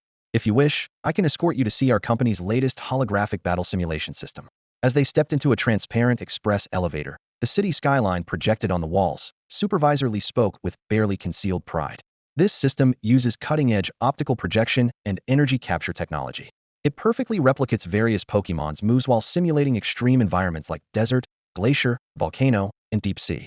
Temperature, humidity, even energy density are controllable. Trainers can rapidly refine their tactics and reactions here. Baize nodded inwardly. He had been seeking a way to delve deeper into the Diwen family's resources, and this opportunity was welcome. He showed just the right amount of impressed surprise. Oh, it can simulate environments too? Truly remarkable. Then please, Supervisor Lee, lead the way. I'm eager to see your advanced equipment. The elevator doors opened into a huge white spherical training room. The walls were made of nano-light screens emanating a soft, cool glow. Supervisor Lee entered commands at a console, and the surroundings shattered and reformed instantly. A scorching sun blazed overhead, hot sand shifted beneath their feet, and dry, heated air rolled in the vivid desert environment completely enveloped them. Baize inhaled deeply, tasting the dusty heat, then threw a pokeball in the air. Come out, Scorpio King. Kachi. The Scorpio King landed on its 6 legs, its twin pincers gleaming coldly. Baize immediately commanded the intelligence system, simulate a holographic Scorpio King of the same level and species. A low hum filled the air as a radiant glow converged, and across from him appeared another purple Scorpion King nearly identical, with sharp eyes and pincers gleaming coldly. Scorpion King, watch its moves closely. Use the Sandstorm to conceal yourself and search for its weaknesses. Rely on your speed and technique to overcome it. Baize didn't specify exact skills, but offered broad yet precise tactical guidance. He wanted the Scorpion King to hone its instincts, combo execution, and environmental awareness through this mirrored battle. The sandstorm howled as both Scorpion Kings surged forward simultaneously, streaking like parallel purple lightning bolts. The next moment, they collided and weaved through the swirling sand. Razor-sharp strikes tore through the air, consecutive slashes shimmered just above the sand, and the purple glow of crossed scissors flashed and burst amidst the dust. The reverberations from their skill clashes traveled through the ground, making Baize feel as if he was actually on the battlefield. He kept his gaze fixed on the projection, catching every impact feedback, adjusting the pace to push the Scorpion King's evolution under extreme pressure. A full day of intense training came to an end. Baize lifted his water cup, his tone seemingly casual but cutting straight to the point. Manager Lee, your company's technology is so advanced. I imagine you must have excellent expertise in hatching spirit eggs. I've heard that some top-tier incubation rooms can simulate ideal environments and provide a continuous supply of nutrients. Manager Lee's pride was unmistakable. That's right, Mr. Baize. We have the most advanced incubation center in all of Xinzhou, capable of precisely regulating temperature, humidity, energy fields, even simulating the presence of parental aura to ensure spirit eggs hatch in the best condition. Their potential far exceeds that of commercial incubators. Baize's heart burned with eagerness, though his expression showed regret. Truly impressive. If only I had access to such a facility to hatch the eggs I'm currently holding. He deliberately paused there, reading the room. As expected, a hint of hesitation crossed Manager Lee's brow. While the incubation center is typically reserved for family members and key partners, I'd have to report and get approval. I can't decide on my own. Of course, that's entirely my fault for being presumptuous. Baize immediately softened, showing humility. Such an important facility naturally cannot be used lightly. By evening, Manager Lee returned, his tone much more deferential than in the afternoon. Mr. Baize, the family has agreed to let you use the incubation center. Please hand over the spirit eggs. It will ensure proper arrangements are made. Also, Mr. Sheng Diwen invites you to the family estate for dinner. A vehicle is waiting downstairs. His concession confirmed the background checks were complete. Baize nodded calmly, carefully retrieving 2 black-eyed crocodile eggs and 3 rock golem eggs from his backpack, solemnly handing them over.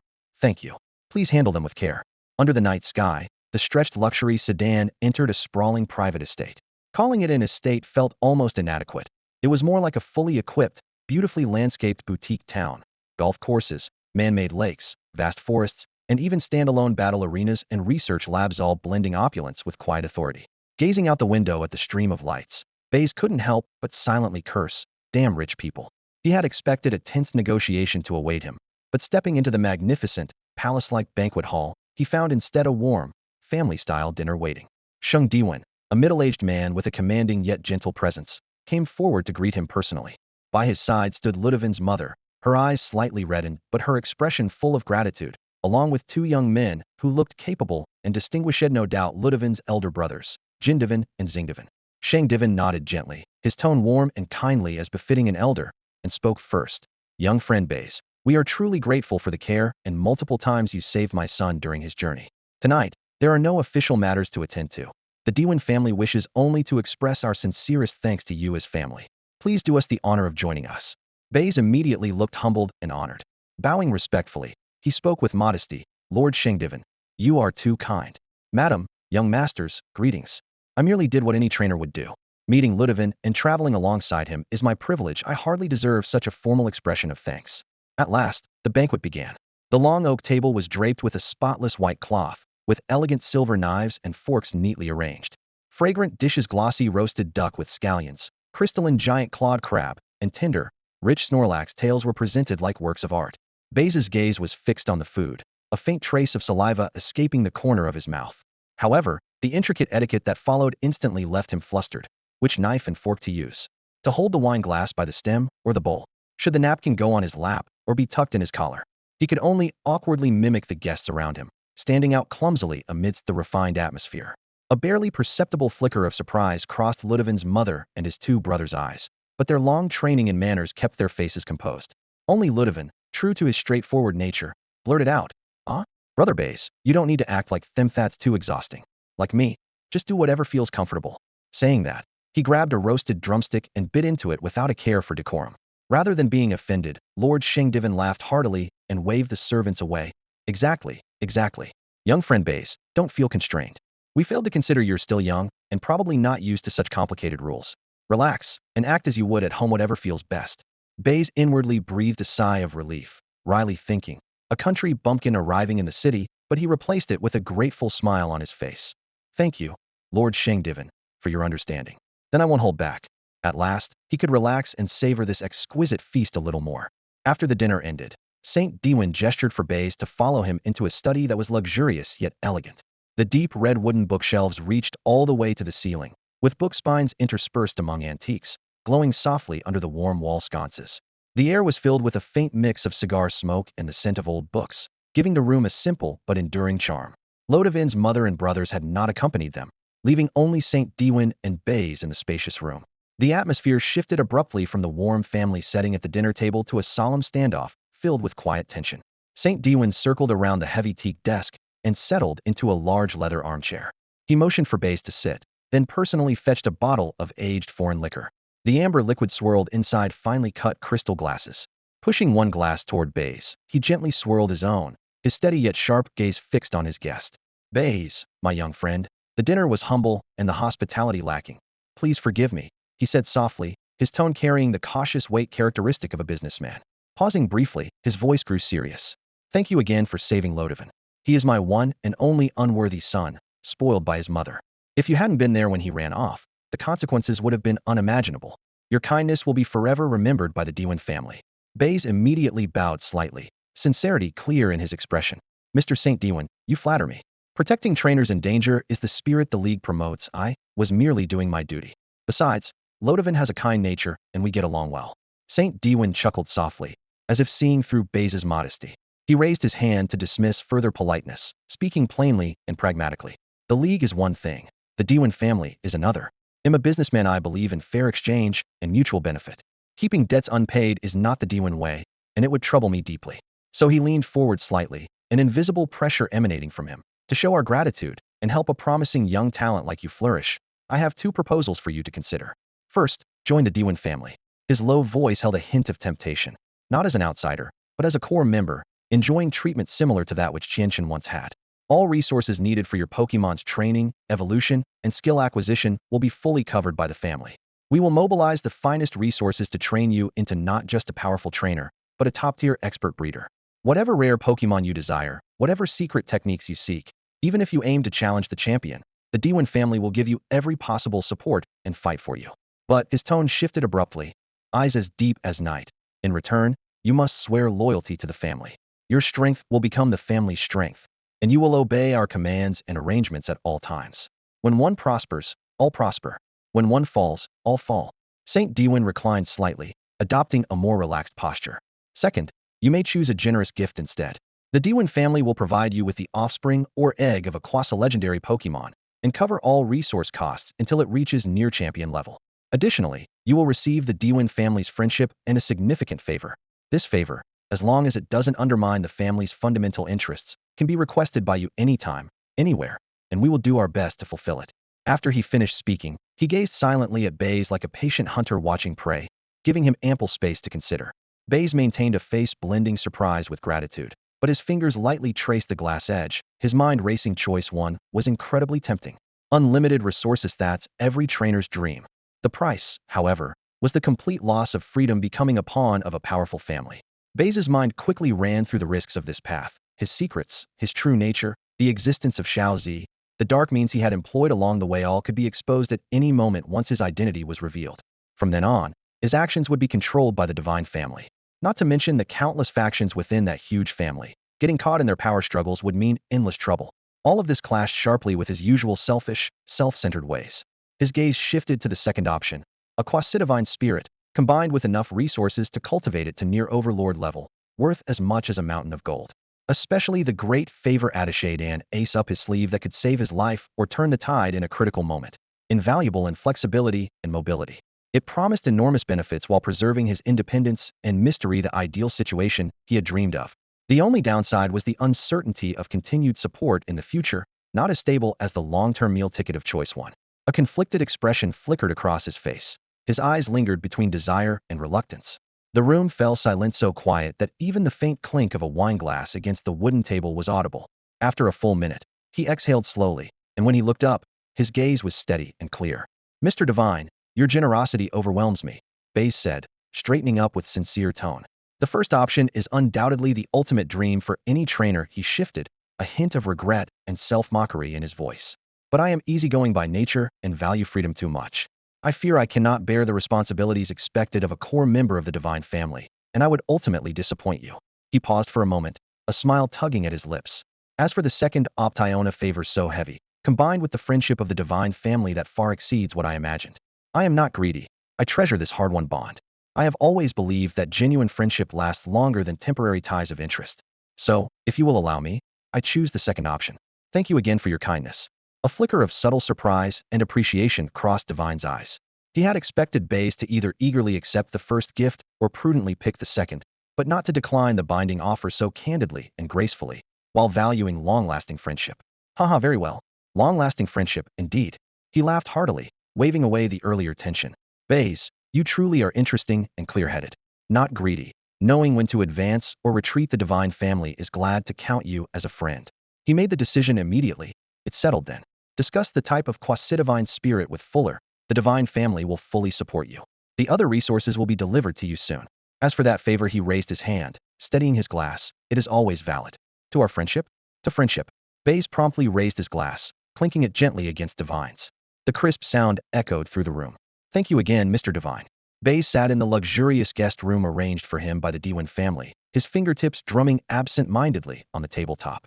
The floor-to-ceiling white windows let in the afternoon sunlight, golden patches flickering across the carpet. Yet his gaze lingered on empty air where ghostly silhouettes of several Uber-level Pokemon seemed to hover, their outlines so vivid it felt like they might break through the glass at any moment. Tyranitar, the undisputed lord of sandstorms. Whenever it appeared, thunder roared and dust swirled violently. perfectly syncing with his carefully built Sandstorm team, a definitive answer to the system. Garchomp, the embodiment of speed and power. Even outside of Sandstorm conditions, it could dominate the arena on its own. With Mega Evolution and Sand Force enabled, it reached new heights in a Sandstorm, with the only drawback being a slight drop in speed. Camus, a graceful dancer wielding both dragon and fighting types, immune to Sandstorm damage thanks to its Dust Shield ability. Reliable, yet lacking that core intimidation factor. Metagross, a fortress forged from steel and psychic, boasting exceptional resistances and all-around offense and defense. However, its double weakness to ground meant that once Earthquake hit, it was often the first to fall. Baize's expression shifted back and forth among these spectral figures, his mind racing like a high-speed computer weighing pros and cons ceaselessly. This was more than a choice. It was a blueprint for his future path. Suddenly, a soft but distinct knock came from outside the door. The old butler, Fubo, entered wearing his customary poised smile. "Mr. Baize, I hope I'm not disturbing you. The head of the family instructed me to ask about your choice of Uber-level Pokémon, so we can prepare accordingly." He inclined his head slightly and added, "If you prefer Uber Pokémon native to our homeland, Dragonite, Tyranitar, Garchomp, or Salamenceth family channels can procure the most gifted young or eggs within a week. If you favor others from different regions, like Metagross or Dragapult, please understand that gathering and transport will take longer." His gentle tone subtly narrowed the selection to the more readily available native resources. A taut string suddenly pulled tight inside Baize's heart. Time, to him, was more precious than any resource. His thoughts snapped into focus, narrowing down to Tyranitar and Garchomp. Garchomp, with high speed and attack, could immediately fill the team's damage gap in non-weather conditions. If Mega evolved with Sand Force, Sandstorm benefits applied, though speed dropped by 10 points, somewhat awkwardly. Tyranitar, the Sandstorm itself, capable of both battlefield control and damage soaking. It could run a dual sword set, serving as both an ultimate fortress and firepower cannon. Mega Evolution would send both defense and offense soaring, with the only stumbling block being speed, which, for the old Tyranitar thriving in sandstorms, was negligible. After a brief but intense internal debate, one thought crystallized clearly. Garchomp was indeed a top-tier hitter, but ultimately just a hitter. Although Baize's 3 Gigalithes could initiate sandstorms, their role leaned toward support, and their output and threat level paled beside a true weather core Tyranitar. The soul of the Sandstorm Legion could only be the old Tyranitar. "I don't want a single dominant individual. I want an unstoppable system." Baize's eyes sharpened in an instant. In the future, Tyranitar and Gigalith would form a dual insurance weather axis, synergizing with Excadrill, Drapion, and Stunfisk sandstorms sweeping the field, everything falling into place naturally. He rose gently and nodded to Fubo. "He'll take Tyranitar." The butler smiled, inclined his head, and turned to leave. As the door softly closed behind him, the sunlight hit just right, and Baize's drumming fingertips finally stilled. His Sandstorm blueprint was already taking shape, with the old Tyranitar's moveset becoming even richer as a dual-sword fighter. Bite, Rock Slide, Earthquake, Fire Punch, Ice Punch, Dragon Tail, Dragon Dance, Hyper Beam, and even Eruption. These relentless moves spread out like a nearly impenetrable fan of attacks for Old Ban. His massive, fortress-like body alone standing on the battlefield was enough to freeze the enemy's blood with fear. If the Earth Dragon was the unstoppable vanguard, Old Ban was both the fierce frontline warrior and the steadfast commander who could rally the entire army's morale and serve as its banner. Baize lifted his head, a gleam of deep thought shining in his eyes before a calm smile appeared. "Fubo, thank you for your help. I have decided I want a young Jiras. I believe it will become the most solid cornerstone of my team." Fubo's gaze flickered subtly as he silently admired Baize's decisiveness. Respectfully, he bowed. "As you wish, Mr. Baize. Rest assured, the family will deliver a vivacious and genetically superior young Jiras egg to you within a week." In the days that followed, Baize was practically rooted in Dr. Quanba's secret laboratory, absorbing all the information on fossil gene extraction and sequence completion like a sponge. He personally joined in on building the theoretical framework for the bioprinting system. Beside the experiment bench, the hum of instruments and clatter of keyboards rose and fell. At times, they argued passionately over a parameter. Other times they high-fived in excitement over a sudden insight. Baize's forward-thinking approach and sharp intuition for genetics amazed Chuambua, accelerating their research dramatically. They had already completed preliminary blueprints for several fossil genes and locked in the energy parameters needed for simulated printing, achieving substantial first-stage progress. Outside of research, Baize didn't neglect honing his own strength. He frequently borrowed the highest-level holographic simulation training room at Chilliwack Corporation. In the damp, muggy rainforest simulation, Scorpio King hid silently in vine shadows, practicing stealth and precise assassination. Amidst the steel-waste urban ruins, Drill Rodent repeatedly sprinted and burrowed, testing its limits for penetrating metal plates and refining range-controlled earthquakes. In the howling snow and ice fjords, Seashell Beast delicately manipulated ice surfaces and waves using water resonance and earth power. To accelerate growth, he even set up powerful imaginary opponents, cycling pressure on his Pokémon to push them to rapid advancement amid near-limit battles. Though these environments had yet to occur in reality, this preemptive training visibly improved skill mastery. Meanwhile, the Alliance headquarters blazed with light as a high-level meeting was underway. 17 regional champions from the Shinjo area gathered solemnly in the circular council chamber, the heavy atmosphere almost tangible. Flying-type champion Qianxin announced grimly, the regional masters and champion tournaments 3 years from now will directly determine resource distribution for the next decade. We still have some confidence in the champion tournament, a colleague replied soberly, but the masters, the younger generation lacks strength. The situation is very severe. The kids live too comfortably now, missing the ruthless fighting spirit we had back then. Another champion shook his head. Besides Long Feiyu from the Dragon family, who just broke through to Quasi champion status, most elite heirs stagnate at the peak of the elite level. Compared to prodigies from other regions, the gap is huge. There's no helping it, a third side. Other regions have entrenched caste systems and institutions dating back centuries, with deep roots. Our Shinjo region has only just emerged after 20 or so years. The white-haired dragon-type champion Shinmu slowly stood, sweeping his gaze across the room. Though his voice was low, it carried weight. During extraordinary times, extraordinary measures must be taken. I propose we relax the selection criteria and stop focusing solely on the sons and daughters of noble families. The conference room was brightly lit, a long ebony table stretching several meters with 17 heavenly kings and their aides seated side by side. Shinmu, the heavenly king, sat at the center and spoke with a voice resonating throughout the enclosed space. We should hold a large-scale open selection across the entire Shinjo Alliance to find the most promising young trainers. Then we concentrate all our resources to train them thoroughly.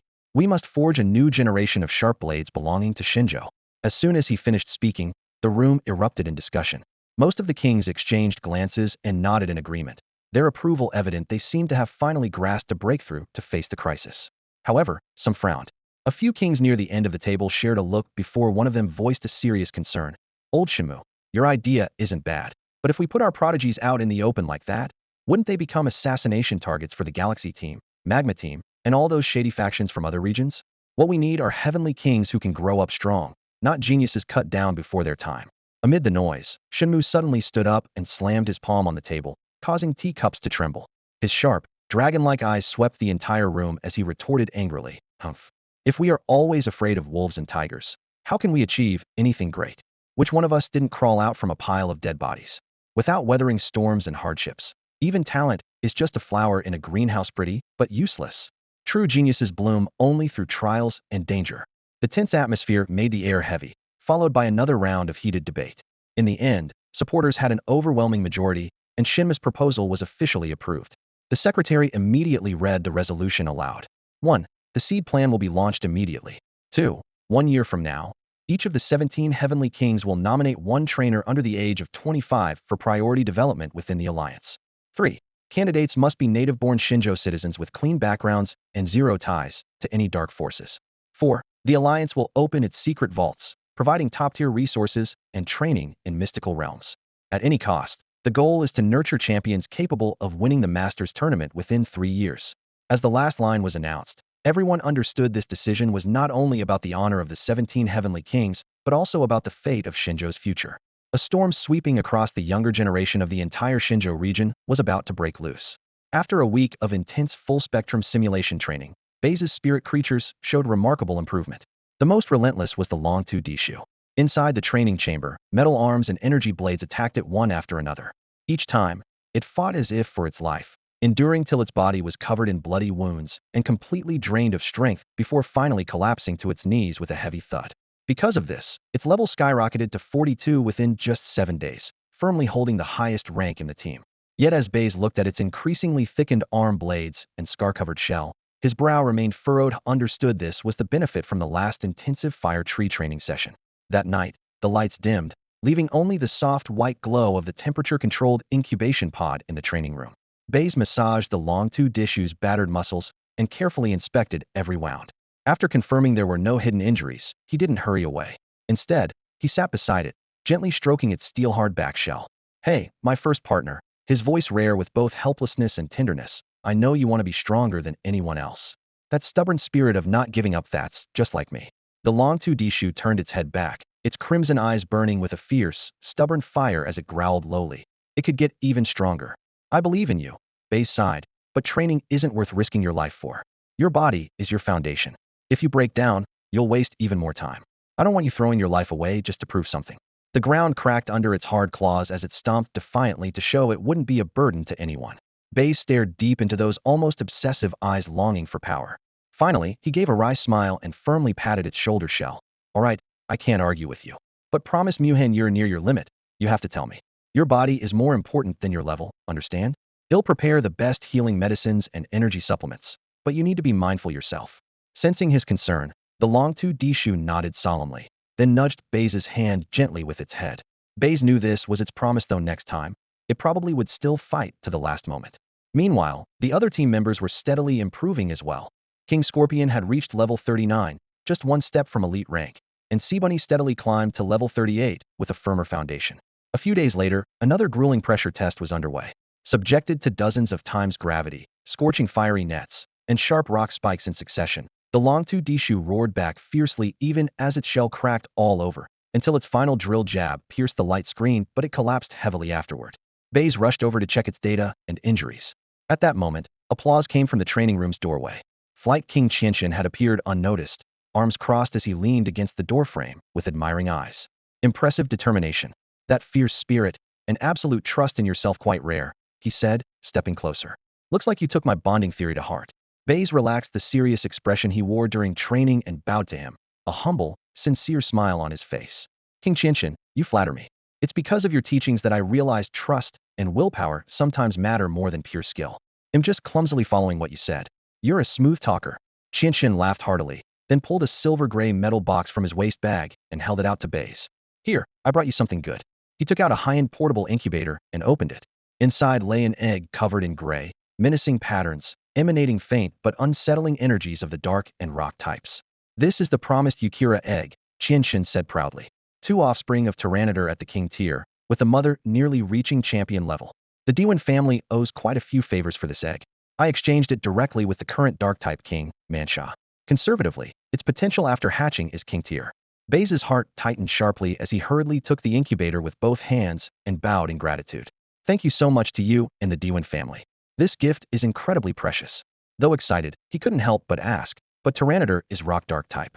Why did it come from the dark type king instead of the rock type king? Qianxian sneered, openly disdainful. Rock type king? Please. That guy's strength barely surpasses the grass and bug type kings, and is near the bottom among the 17 kings. His Tyranitar is only semi-king tier. How does that compare to the prime specimen held by one of the 4 great kings, Mansha?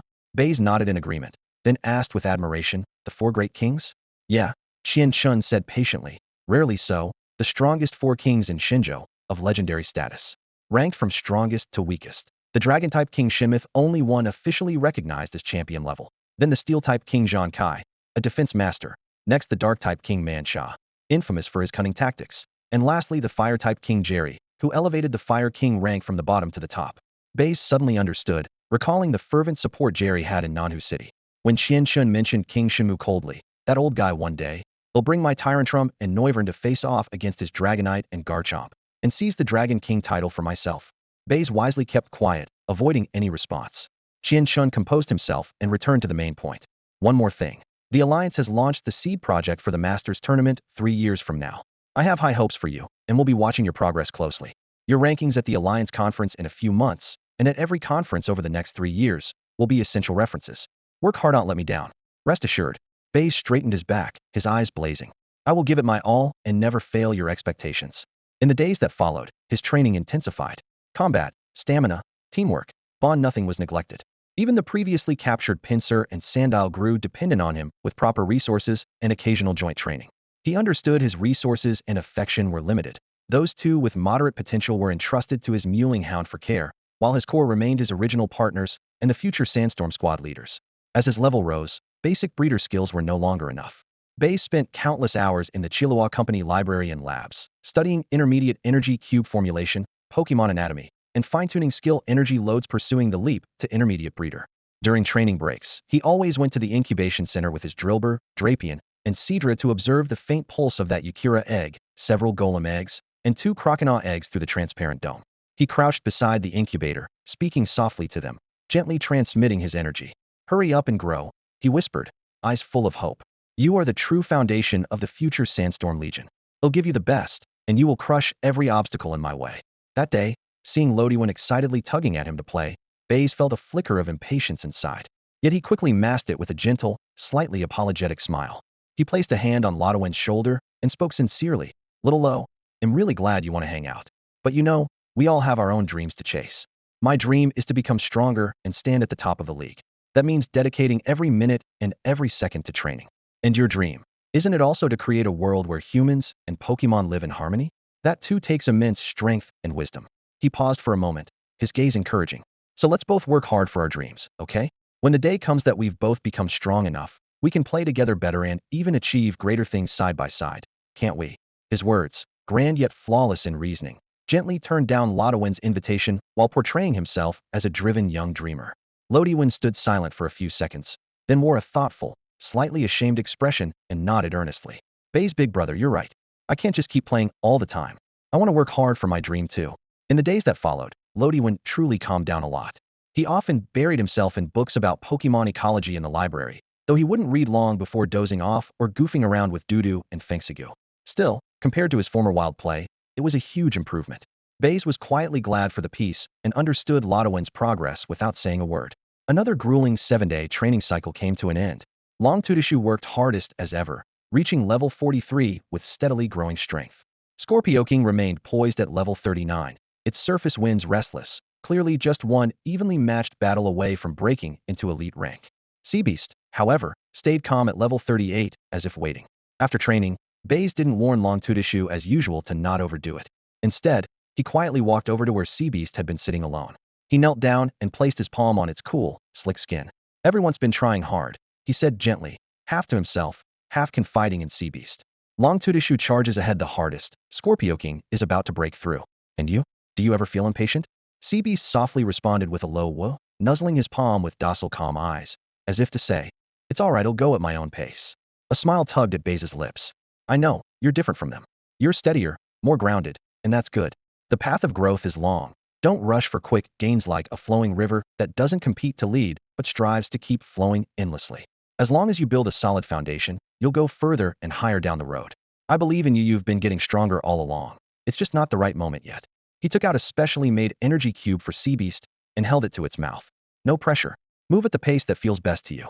You are one of my most important partners, and I'll be by your side every step of the way. Seabeast affectionately absorbed the energy cube, sending gentle ripples across its body, deepening the bond of trust and closeness between them. Over the past 7 days, Baize found some time to look up information about the gyms in Sanjin's City Lingyun Gym, headed by Pang Ying, who specialized in flying-type Pokémon. As soon as he mentioned his plan to challenge the gym, Lodiwin jumped up from the sofa eagerly insisting on coming along.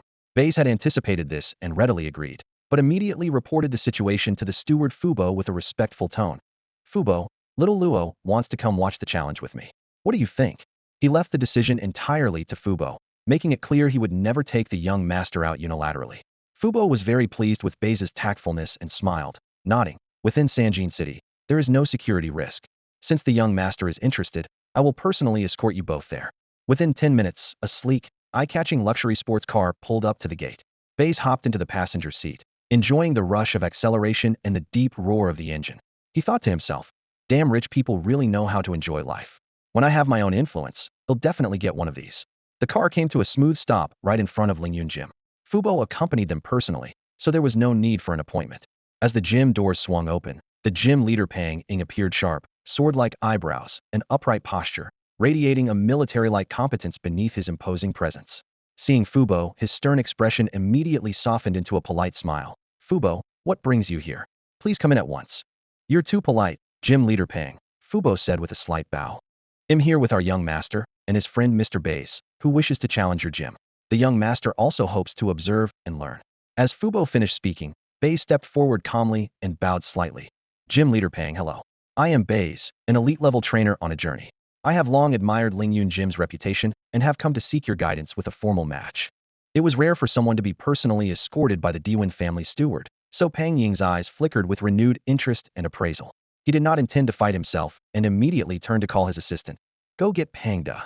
Soon, A young man wearing a flying jacket entered the arena, removing his gloves with a hint of impatience. Dad, what is it? I'm training new moves for my wrestling halicha. I don't have time for these boring gym battles. Panging frowned lightly.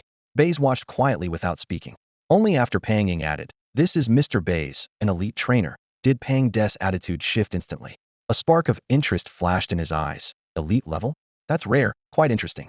Fine, I'll accept this challenge. Then, with a hint of pride, he added, "But I won't limit myself to using only below elite Pokemon.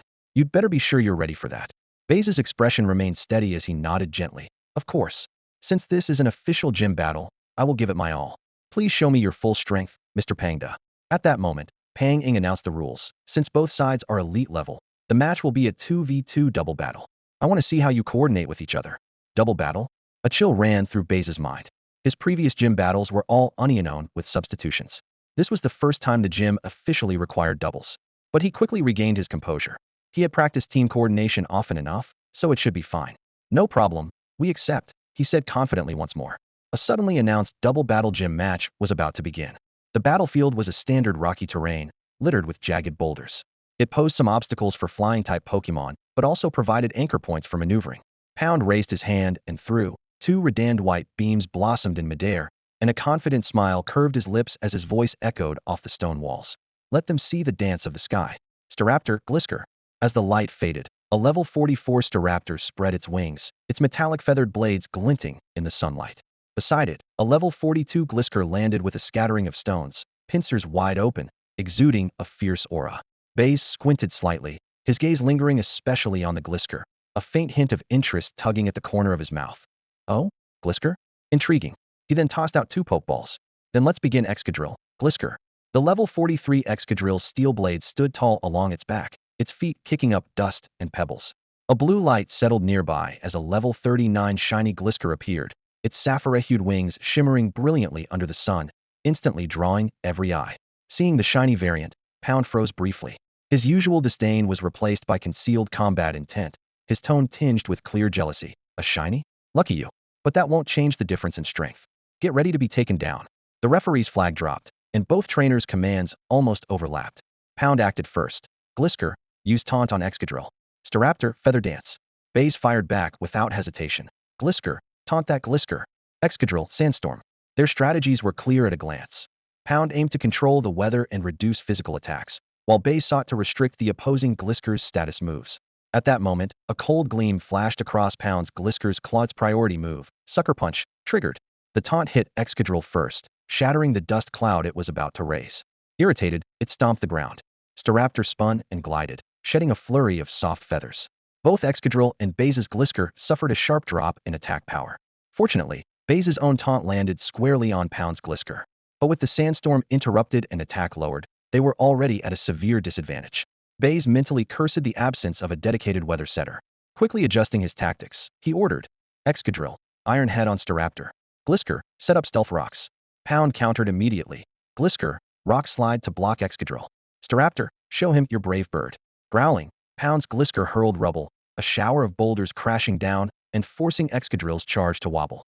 High above, Staraptor folded its wings and dove, taking the rock-type attack in stride despite its usual disadvantage. Undaunted, Excadrill's iron head glowed bright silver as it smashed through the obstructing stone, heading straight for the speeding Staraptor. Boom!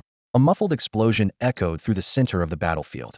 Despite Excadrill's attack being dulled twice over, it failed to gain the upper hand. Although Iron Head absorbed some damage, it was slammed backwards several steps by the brave bird, scattering debris and carving shallow grooves into the earth beneath its feet. Pound laughed heartily, his morale soaring. "Huh? Good. Keep it up. Glisker, use Crabhammer." His voice barely faded before the next command followed. "Staraptor, bulldoze." Pound laughed triumphantly, seizing the momentum to press the attack. Baize's gaze darkened this wrestling Aegis bird's every strike hit like a sledgehammer to the chest. Its fighting moves packed far more power than expected. In the next instant, Baize caught sight of a faint gleam around its waist. They both have items? Then, Goldo, use Brick Break on the wrestling Aegis bird and then guard immediately. Scorpion King, go. Slam it down. Clang. Goldo's Brick Break collided head-on with the wrestling Aegis bird. The disparity in strength was clear. Goldo was sent staggering backward, its barrier barely holding. At the same time, Pound Scorpion King raised its massive claw, the hammer-like strike crashing down like thunderbang. The barrier shattered instantly. The shockwave sent Goldo flying, blood splattering across the rough terrain. But Baize's Scorpion King was already like a shadow, suddenly slapping the wrestling Aegis bird's belt smack. The black belt flew off. Baize thought he had turned the tide, but the wrestling Aegis bird's eyes burned even brighter with fighting spirit. As the black belt hit the ground, a rush of air swirled around its body. It transformed into an afterimage. Light armor ability activated, speed doubled. What? Baize's chest tightened as he finally grasped Pound's strategy. Losing the black belt first empowered its fighting moves. Having it knocked off actually triggered its light armor, turning the wrestling Aegis bird into a battlefield phantom. At the same time, he confirmed the opposing Scorpion King's trait Mighty Claws, whose attacks could never be weakened. No wonder it paired so fiercely with the preemptive claw. Now you realize? Too late. Pound laughed loudly. Wrestling Aegis bird, flash spark disruption. Scorpion King, hammer slam suppress Goldo. The suddenly accelerated wrestling Aegis bird became a streak of electricity, flashing swiftly behind Baize's backline. The mighty claw Scorpion King raised its giant claw high once again. Goldo dig. Baize gritted his teeth. Scorpion King, poison sting the wrestling Aegis bird. Dust erupted as Goldo instantly burrowed underground, dodging the giant claw. But the wrestling Aegis bird's speed was terrifying. It evaded the poison sting with a flash, and then spun back with a brick break aimed straight at the head of Goldo, who had just poked out its head. Opportunity. Baize's eyes sharpened. Goldo horn drill. Give it your all. Searing pain surged through Goldo as it roared and transformed into a spinning drill, charging full force at the wrestling Aegis bird. Boom! The explosion shattered the surrounding rock walls, dust rolling thick. When the dust cleared, both Pokemon lay side by side, unable to continue fighting. One for own exchange. Suddenly, only two Scorpion Kings remained on the battlefield. Baize's albino Scorpion King, with poison heal and carrying a toxic orb. Pound's normal Scorpion King, with mighty claws and the preemptive claw item. Pound clenched his fist, his voice burning with passion. Now this is a true battle between men. Scorpion King Ice Fawn. Facing him, Baize's expression was calm as still water, but his mind raced through calculations. Poison heal would become more advantageous the longer it lasted. But first he had to knock off that preemptive claw. Scorpion King, perform an acrobatic dodge, and then slam it down. Whoosh. Baize's Scorpion King leapt upward, its flexible tail wings curving in a half-arc as it flipped through the air, dodging the icy blue fangs acrobatically. Landing, it struck the opponent's wrist with a palm clang. The metal preemptive claw flew into the air and crashed into the sand. Yet Pound's Scorpion King did not retreat.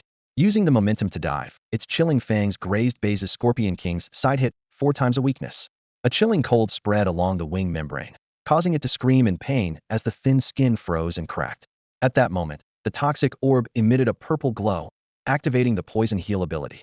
Warmth quickly flowed through its body, neutralizing the icy poison and slightly easing the injury. After such a long battle, Pound had clearly come to understand the traits of Baize's shiny Scorpion King. Seeing right through Baize's plan to wear him down through attrition, he pressed the attack mercilessly. Think wearing me down is easy? No way.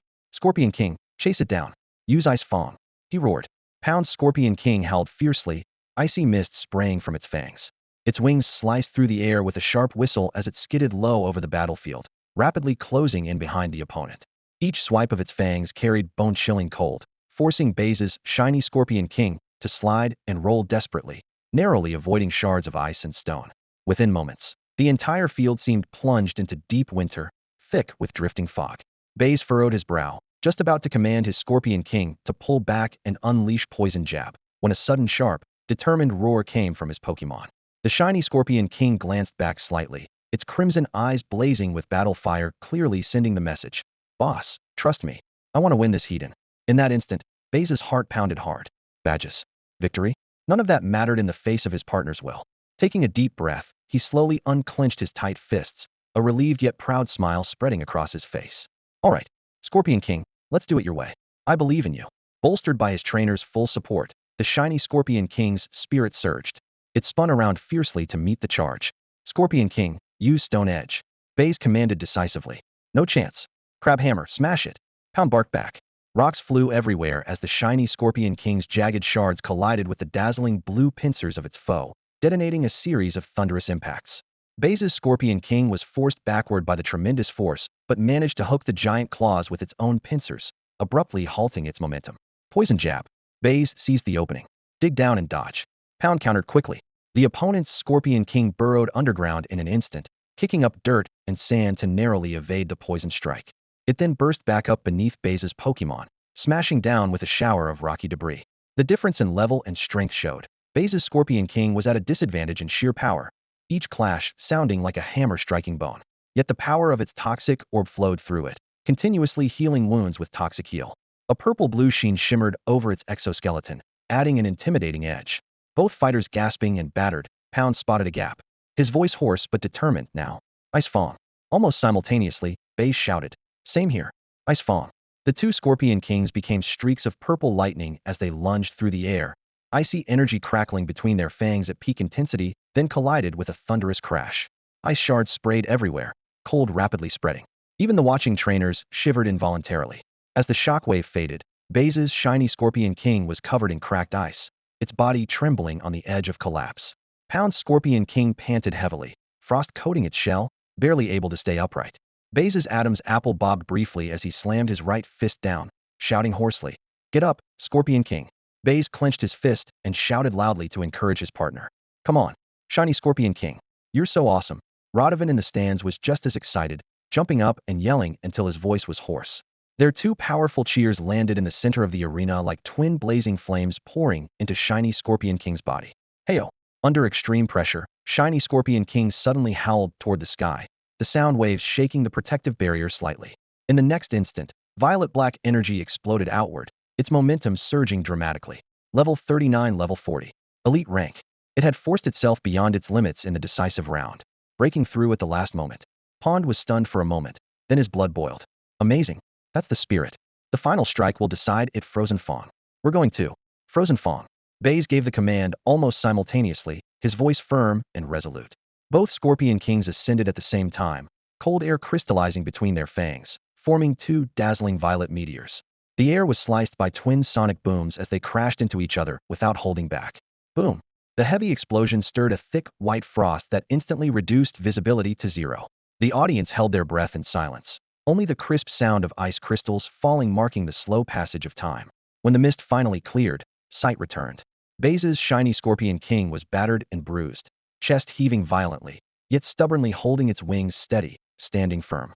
Across from it, Pond's Scorpion King's eyes swirled dizzily before it lost strength and collapsed with a thunderous crash. Yeah, that was amazing. We won. Radovan was the first to break the silence, rushing to the edge of the arena. He looked at shiny Scorpion King with admiration. Scorpion King, you're incredible. Then he turned to Pond, giving a thumbs up. And your wrestling eagle is super cool too. That flying slam just now was epic. That innocent, sincere praise left the defeated Pond momentarily surprised before breaking into a hearty laugh and feeling a bit warmer toward Radovan. He recalled his Scorpion King and stepped over to Baize with a serious expression. You're strong, and your Scorpion King is even stronger. I lost this time. This flying feather badge belongs to you. He handed the badge to Baize, his dark eyes still burning with fighting spirit. But next time at the League Championship we'll meet again, and you'll definitely win. Baize accepted the badge and nodded slightly, answering sincerely, thank you. You're strong too, both in tactics and training. That was an excellent match. In his heart, Pond had become a worthy rival. At the side, Fubo and Hallmaster Pang Ying watched the two young men shake hands. Pang Ying stroked his chin with a satisfied smile. This is how young people should be growing through competition, making connections through rivalry. This pure fighting spirit and mutual respect after the match is far better than the backroom dealings between us old-timers. Fubo smiled and nodded in agreement. Yes, it's good for the young master to make friends like this. It will only benefit his future. Mr. Baize is indeed exceptional. The two elders looked on happily, as if seeing the rising stars of the trainer world beginning to shine, their destinies intertwined. After the dojo challenge, Baize didn't bask in the glory of victory. Early the next morning, he returned to the holographic training room with Longtu Dishu, Tianxia Wang, and Haida Shou. Yesterday's doubles match revealed some teamwork issues, he said calmly, reviewing the battle footage while summarizing. When facing priority moves and debuffs, our reactions were half a step slow. Items were part of it, but hesitation at critical moments nearly put the whole team at risk. With that, he accessed the system and ran simulations of various extreme scenarios. 1. Simulating an ambush by a flock of Debuzuo. Longtu Dishu. Immediately call up a sandstorm to disrupt them, then dig underground to lead everyone out. Tianxia Wang. Use spiky stone to cover the rear, target their leader. Haida Shou. Ice beam to harass and slow their movement. 2. Simulating an encounter with Quan Xiong. Fight and retreat. Longtu Dishu. Use earthquake to restrict its movement. Tianxia Wang. Taunt it, don't let it boost its skills. Haida Shou. Water pulse for the main attack. 3. Simulating a silent infiltration. Baize raised his hand in a gesture to scatter and hide. then gave a sharp look signaling get ready to strike. He drilled these routines repeatedly, refining every command with precise micro-movements and eye contact, until the three Pokémon developed conditioned reflexes. The training was intense and unrelenting, but survival in real combat was the only standard. Afterwards, Baize headed to the incubation center with the three core teammates. The lighting was soft as he pointed to several eggs inside the temperature-controlled pods, showing a rare, gentle, and hopeful expression. See this, guys? These are the solid foundation stones of our future Sandstorm Legion, the partners you'll be watching each other's backs with. His gaze lingered on each teammate. Longtu Dishu, you're the big brother. Take responsibility and courage to protect the younger ones. Tianxia Wang, you're sharp. Teach them how to find openings in battle. Hai to show you're steady. Help them learn calmness and patience. The three Pokémon looked on solemnly, somewhat understanding, their eyes reflecting a newfound sense of responsibility. Just as they were about to leave, the gray-black patterned Ugila egg in the corner suddenly trembled violently, far more than before. A faint streak of dark red malignant energy seeped from its shell. Baize quickly stepped forward, placing both hands lightly on the eggshell, his tone gentle but firm. Little one, don't rush. I know you're eager to come into this world, but you still need more nourishment. Absorb a bit longer, build the strongest foundation. Be good, they'll be here waiting for you. Calmed by his soothing words, the shaking slowly ceased, and the restless energy retreated. Baize frowned slightly. Such strong energy, no wonder it's the descendant of a champion-level potential. 3 days later, the incubation center's lights dimmed to the softest warm white. Baize gathered all the Pokemon Longtu Dishu, Tianxia Wang, Hai Shou, Muyan Quan, as well as Dai Yi and Shabao Shi quietly around the incubator. The air was filled with solemn, yet restrained anticipation, every eye fixed on the glowing egg. Baize held his breath and gently stroked the shell. It's time. Come out, little one. Crack. The eggshell broke open, revealing a tiny creature with deep green fur all over, a small blunt horn on its forehead, blinking around in wonder at the world. It shook its head slightly, looking a bit dazed, but then its nose twitched in the air and it immediately caught the familiar, comforting scent coming from Baize. The next moment, it let out an excited cry, pushed itself off its hind legs, and sprang right into Baize's arms, pressing its head firmly against his chin with such force that Baize had to step back half a pace. Baize smiled genuinely and took out the small ball he had prepared long ago, crafted from top-tier rock and dark-type energy cubes, and placed it in front of the little one. Welcome to this world, young Gibble. I'm your trainer and your family, Baize. Holding Gibble gently in his arms, he introduced the others one by one. This is the elder Gastrodon with the dragon-shaped head. The towering stone spikes served as a tabletop while it focused on reinforcing the stone table. The second brother, Drapion. Its tail hooked a bunch of fresh fruit and swung it in circles through the air. The elder Mariani sister. Water flowed into a delicate fountain, shimmering with sparkling light. The third brother, Herdier. Whole play with you later. He sat alert nearby, vigilantly watching the surroundings. These are the big-jawed ant and the sand snake. The two sneaky ones were trying to creep toward the food pile without anyone noticing. With each introduction, Gibble tilted its head and let out a soft yu greeting. Baize didn't release currently at Kylo Company, worrying that some devices there might detect that unique energy signature. After introductions, Baize pulled out a luxury ball and gently tapped Gibble's forehead. A dazzling red light flashed, and without hesitation, the little one was absorbed into the ball without a hint of struggle. Just as quickly, Baize released it again and checked the Pokédex data. Level 20, just the beginning for a demigod. Ability, Guts attack power rises when suffering a status condition, incredibly practical. Inherited moves, Dragon Dance, Outrage, Iron Defense, and Pursuit, a perfect setup. Known moves, Rock Throw, Rock Slide, Bite, Stomp, Leer, Tackle, an unusually rich move pool. The energy response already surpassed that of the Drapion when he first encountered if latent power inside was overwhelmingly vast. Baize took a deep breath, restraining his excitement. With enough resources and proper training, championship status was no fantasy. This little Gibble would be his core partner for the future. To celebrate the arrival of this new life, he held a small welcome party. Gastrodon crafted a round table from piled rocks. Drapion hung the fruit garlands. Mariani sprayed a water curtain to decorate the atmosphere. Herdier maintained order nearby, keeping an eye on the big-jawed ant and sand snake, who were trying to raid the food all at once. Though these two serpent-ant duo now always had enough to eat, they couldn't shake the cunning hunger-driven habits formed during their desert days. Stones, piles of energy cubes and snacks filled the stone table, creating a warm, lively atmosphere. Just then, Ludwin came running over, holding a blackened yellow, fierce-looking shiny sandile in his arms. Big brother Baize, look, my shiny sandile has hatched too. Isn't its color super cool? The two new lives locked eyes, one blinking curiously, the other baring its teeth defiantly, and quickly burst into a playful scuffle. The other Pokemon gathered around, forming a happy circle, savoring this rare moment of peace and joy. Although Eugilas had already leveled up directly to the intermediate stage, Baize still planned to let him have some fun with the graveyard hound first. He originally wanted to give Eugilas a bit of a carefree childhood, but the little guy showed no interest in playing around. Instead, he stuck close to Baize's feet, quietly watching from the shadows outside the training ground. The drill burrow and Scorpion King darted across the field at high speed, steel claws flashing, tail sides whistling, and every clash kicked up dust clouds. At one point, Drill Burrow's heavy rock slide shattered a training dummy into pieces, scattering debris everywhere. Wide-eyed, Eugilas suddenly raised his tiny arms and tried to imitate the motions a fist-sized rock was swayed and tossed out. Although it was only a basic rock throw move, it smashed the dummy's shattered limbs into powder again. Nice job, Baize praised generously. Exactly like that. Take your time, you're the best. Glowing with pride from the compliment, Eugilas' fighting spirit soared. Over the next few days, he hardly left Drill Burrow's side, watching intently as the other Pokémon performed Earthquake and Swords Dance. Relying on sharp observation and instinct, he managed to mimic the stomping force, and even figured out the swirling energy flow of Dragon Dance. During one training session, Eugilas became impatient. His eyes suddenly turned blood red, and a restless dragon-type aura flared over his body. Attempting to forcefully unleash Dragon Rage, a loud bang erupted as his energy spiraled out of control. The backlash sent Eugilas flying upside down, crashing heavily into the sand. Baize turned pale with shock and hurried over to check his limbs and backplate. After confirming no serious injuries, he let out a relieved sigh, speaking with a mix of frustration and admiration. Don't be reckless. But I like your courage. Next time, don't be so wild, okay? Eugilas rubbed his head, nodding half understood.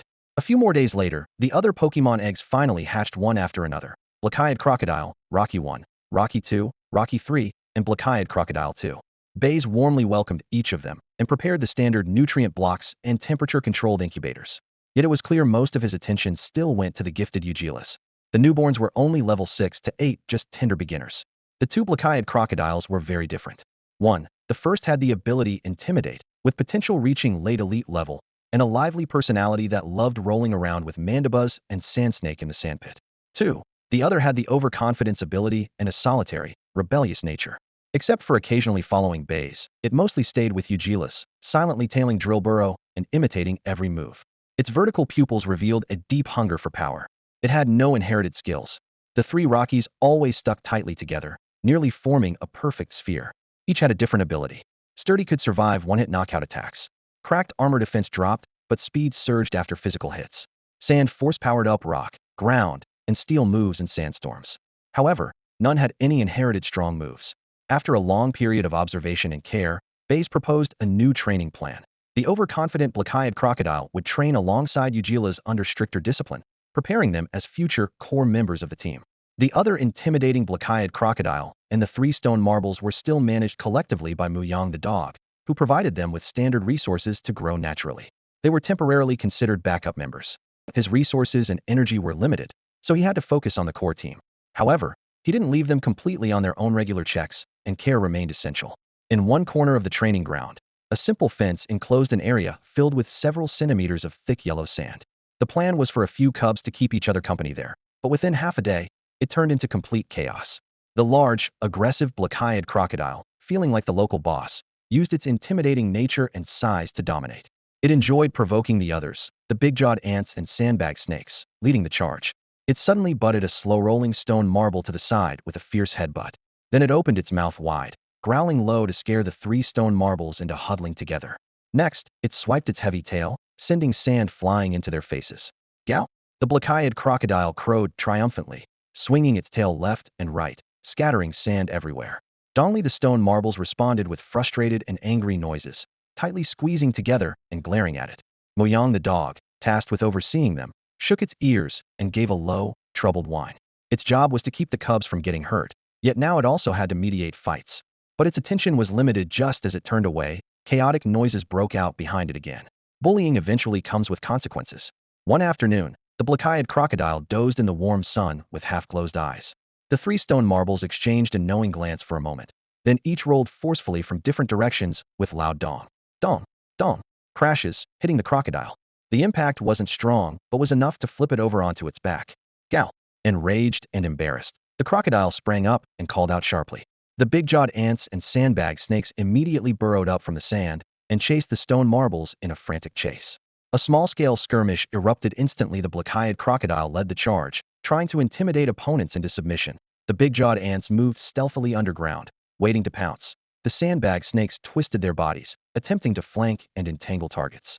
The three stone marbles tucked into their hard shells, guarding against attacks, then rolled to shield one another and occasionally bounced back forcefully. Though it looked like playful roughhousing, the sand was kicked up into a dusty frenzy. Watching from afar, Baize crossed his arms with a faint, knowing smile at the corner of his lips. These overenergetic little ones spoiled in a greenhouse are the real danger. Letting them size each other up is better than having outsiders bully them. He quietly gauged the intensity of the clash. As long as no one was seriously hurt, it was considered practice for courage and resilience. When both sides were exhausted, no longer able to push or bite, Baize finally stepped forward. He squatted down, first feeling the stone marble shells, then checking the black-eyed crocodile's belly scales to confirm only minor scrapes. Then he called all the little ones to gather in front of him. Had enough of the fighting? His voice was low but firm enough to command attention. The black-eyed crocodile, sandbag snakes, and big-jawed ants hung their heads, while the stone marbles still pressed closely together, eyes wide. Listen carefully, Baize said calmly but with undisputed authority. How you fight or quarrel among yourselves is your business. I won't interfere, as long as nobody really goes all out to hurt another. He paused for half a second, his gaze sharpening. But remember this one thing. You are all my spirit guardians, a united whole, a family. At home, you can mess around however you want. But once you step outside this door and face outsiders, you must stick together tightly. If anyone dares to cause trouble out there, Baize's gaze suddenly sharpens and turns icy cold. I will be deeply, deeply disappointed. And when that happens, don't blame me if I show no mercy. In short, he drilled the core principle of fierce loyalty into every spirit. Within the house you may quarrel, but outside the walls you stand united against all enemies. To embed this rule deep into their bones, Baize would sometimes pair the lone, overly confident black-eyed croc and the young Gigolith temporarily as a team, pitting them against two other small groups. 1. The intimidating black-eyed croc, giant mandible ant, and sandbag snake. 2. The army of rock marbles led by 3 stone marbles. This three-way brawl was officially dubbed a live combat drill. At first, the overly confident black-eyed croc and Gigolith struggled to cooperate, often tripping over each other as they scrambled for attack routes. They frequently got caught off guard and crushed by the larger opposing forces. But these two were naturally gifted and fiercely competitive, quickly showing impressive adaptability. Gigolith had a vast skill set, capable both offensively and defensively. Black-eyed croc was fierce and decisive with explosive damage output. Their personalities and abilities complemented each other perfectly. They learned to coordinate. Gigolith would hold the front line, absorbing blows hidden, while Croc would slash in quickly from the flanks. Eventually, the battles became almost one-sided. Gigolith would slam down a rock slide, sending boulders crashing and instantly disrupting enemy formations. The overconfident black-eyed croc pounced in the chaos, swiftly taking down 1 or 2 foes, and when his overconfidence ability activated, his attack power surged tremendously, sweeping through the battlefield like a tiger unleashed. The other 2 teams were pinned down, barely able to defend themselves. But a total domination like this quickly lost its meaning. The 2 prodigious spirits grew bored and yearned for stronger opponents and tougher training. So, in silent agreement, they abandoned the childish free-for-all and steadfastly followed the lead of the Drillbur, imitating its punishing training methods. Whenever Drillbur engaged in intense battles against Skorupi and Shellos, their burning eyes would fixate firmly on that massive figure, their longing unspoken but deeply felt. Meanwhile, in another corner of the training grounds, life returned to normal. The intimidating black-eyed croc and the rock marbles army kept provoking each other. The giant mandible ant and sandbag snake occasionally stirred up fights, and Mudbray found itself caught in the middle, overwhelmed and exasperated. A constant little drama unfolded. Baize would glance over now and then, making sure no quarrel crossed the lines had drawn, then let this vibrant energy flow naturally. All of this became a lively, fascinating scene in the early days of his Sandstorm Legion's format Iona vivid, thriving portrait of growth and unity. During his time with the Dewin family, resources were abundant, the environment was safe, and the Pokémon had completed their initial hatching and adaptation. But Baize knew all too well that flowers in a greenhouse could never withstand the real storms outside. Now, standing at the edge of the training ground, his gaze swept over each Pokémon. Drillbur, Skorupi, and Seadra firmly held the core positions. The young Gabite and Croconaw were full of energy, while Houndoom, Heracross, Sandile, Intimidate Croconaw, and 3 Boldore lined up behind them. The team's growth was clear, but it also reminded him that comfort had to end here. He bent down to stroke the hard little head of the young Gabite, his tone calm but resolute. Our path lies outside. The farewells began with Loadawen. Baize stopped the boy at the end of the corridor, wearing a carefully measured expression of apology and reluctance. Little Luo, in preparing to continue my journey, thank you for everything you and the Diwen family have done. Little Wen's face instantly fell. Brother Baize, you're leaving so soon? Can't you stay a little longer? Baize shook his head firmly. The road to dreams never ends. I must keep moving forward. You have to fight for your dreams, too. All right, I'll do my best. Luodawen was speechless at the word dreams and could only watch him go. Next, Baize went to the side hall and bowed low to the steward, Fubo. Fubo, I'm sorry for troubling you all these days. Please convey my deepest thanks to Master Sheng Diwen. I will always remember the kindness of the Diwen family. Fubo nodded politely and gracefully accepted the gratitude. With all farewells complete, Baize didn't use any transportation from the Diwen family. Instead, he paid to rent a large, gentle tropical dragon. Its broad back easily carried his pack and all his pokeballs, and the flapping of its vibrant green wings trailed a faint floral fragrance. Baize sketched the route on the map with a marker: Baihe City, Dongshan City, Suang City, Hailong Sitya Coastal Detour. By the route he noted: 1. Baihe City, Magma Team Base. 2. Offshore near Hailong City, Suspected Seal. The route was inspired by fragmented psychic messages from Little Z. Baize, I sense it's very vague. Part of my cells from long ago seem to have sealed some kind of dangerous thing off the coast of Hailong City. It can affect or even control Pokemon minds, driving them into frenzy. I don't remember details or exact seal location, only that some cell energy is scattered along the coast. We need to verify this. Based on this, Baize had originally planned to head straight north to Kyoto, where strong trainers and official gyms awaited, to quickly collect badges. But Little Z's commission implied potential threats and unknown interests he couldn't ignore. After some thought, he comforted himself. Well, let's check out the coast first, might turn up something unexpected. Kyoto can wait. The tropical dragon soared through the sky, flying north. Upon arriving at the somewhat rundown and chaotic Baize City, the sky was cast in leaden gray clouds. Baize didn't rush to the gym. Instead, he put on a mask and followed the secret code from memory to find the Magma Team's hidden base in a secluded alley. Just as he expected, after the main force withdrew from Shinjo, only one elite officer and a few subordinates remained to keep the base running. Showing the identity badge of a direct subordinate of Lord Huoyan, Baize quickly gained their trust, and they handed over much of the local intelligence they had gathered. His codename was Huosh Fire Snake. The officer reported respectfully, Commander Huasha, the dojo leader in Baihe City, has average strength, a semi-champion level trainer. Baihe City was desperately poor, with dilapidated factories and grimy streets flanking a murky river. Occasionally, discarded machine parts glinted coldly in the sun on the water's surface.